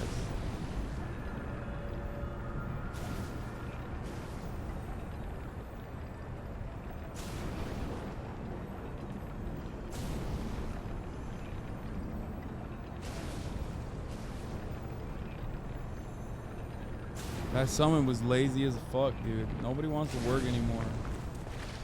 Nobody wants to work for the top of the hour ad break, which comes at the top of every hour. But you can work to avoid those ads. As long as you subscribe for $5 for free. Here's the Thurman ad break now.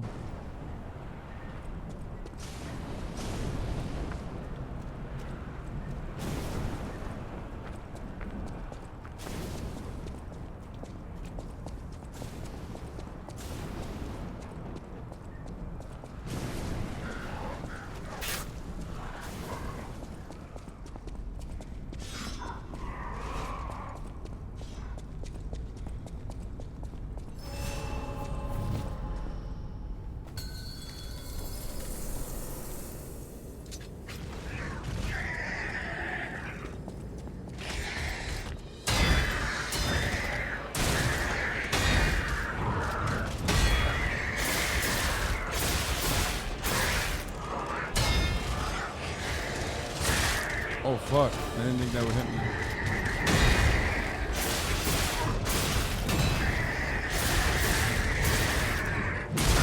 Ah! That one's really hard, the red one.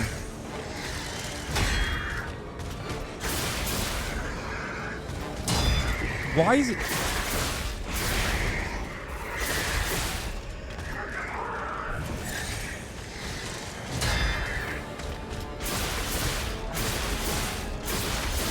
What the fuck's it doing?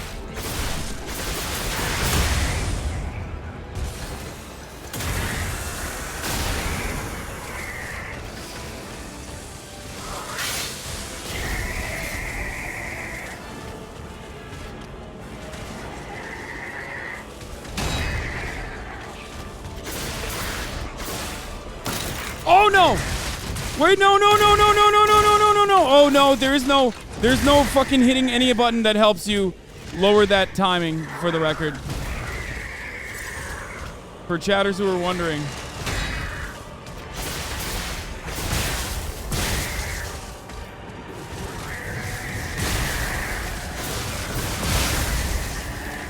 Nope, none of that works.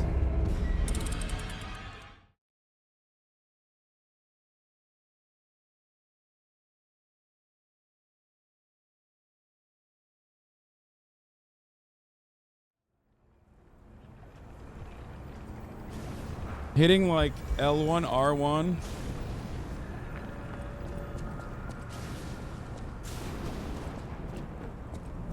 Hitting L1, R1 did not work. You can pass in phase 2 easy now? Not necessarily.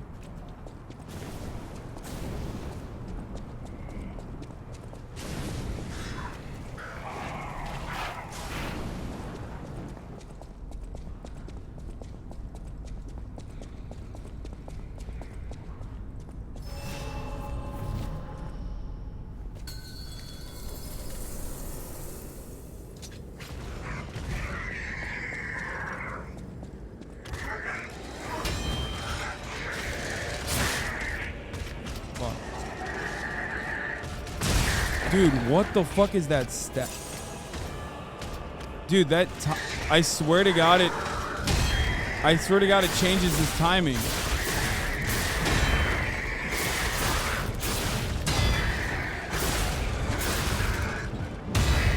Yeah, bitch. Oh, fuck. I don't have enough fucking stamina for that.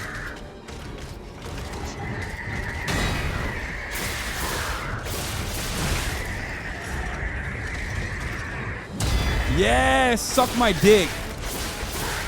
That's a perfect parry, baby.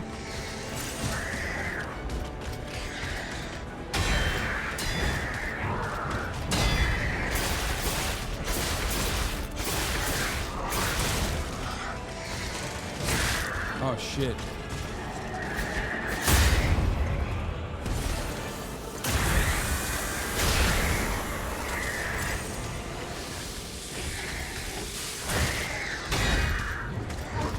Ah, fucked it up.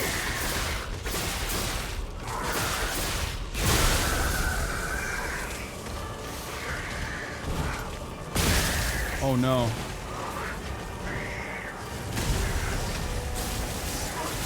Oh no!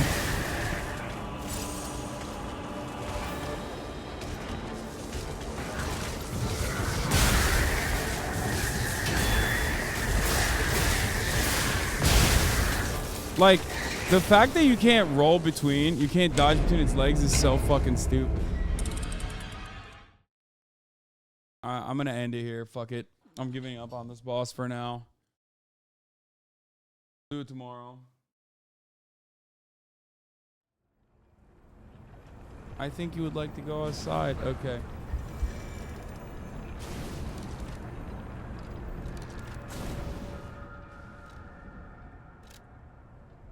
I'm level 26? What the fuck? I didn't even realize. All right, folks. Got to take care of Kaya. Okay. Fucking 9. Didn't even realize. Stunning Anyway. introduction, starting off the Took me 3 days to beat a fucking demo, dude. Jesus Christ. Fake gamer ass, you know what I mean? But anyway, stay safe. See you tomorrow. And sunny Los Angeles, California, says Hasan. The starlock to the starlock to the topic just begun. oh, Kaya has been shedding so much. By the way. Like an insane amount. Just started shedding and it's been fucking nuts, dude. Anyway. Yeah, that's all. Bye, guys.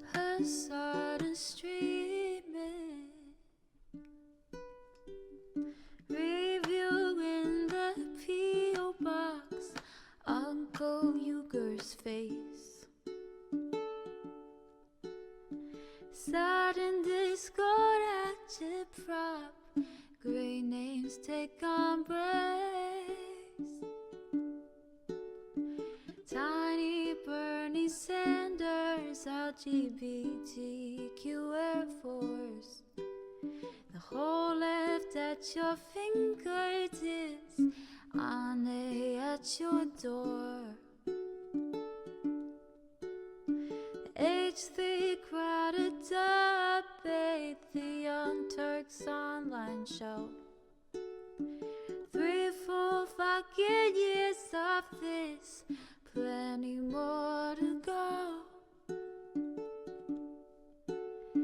90-day fiance talks of champagne bourgeoisie.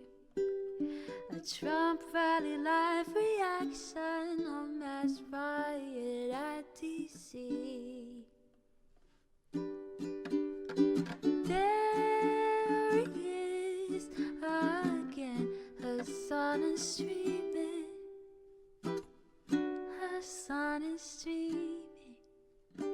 There he is again, Hasan is streaming.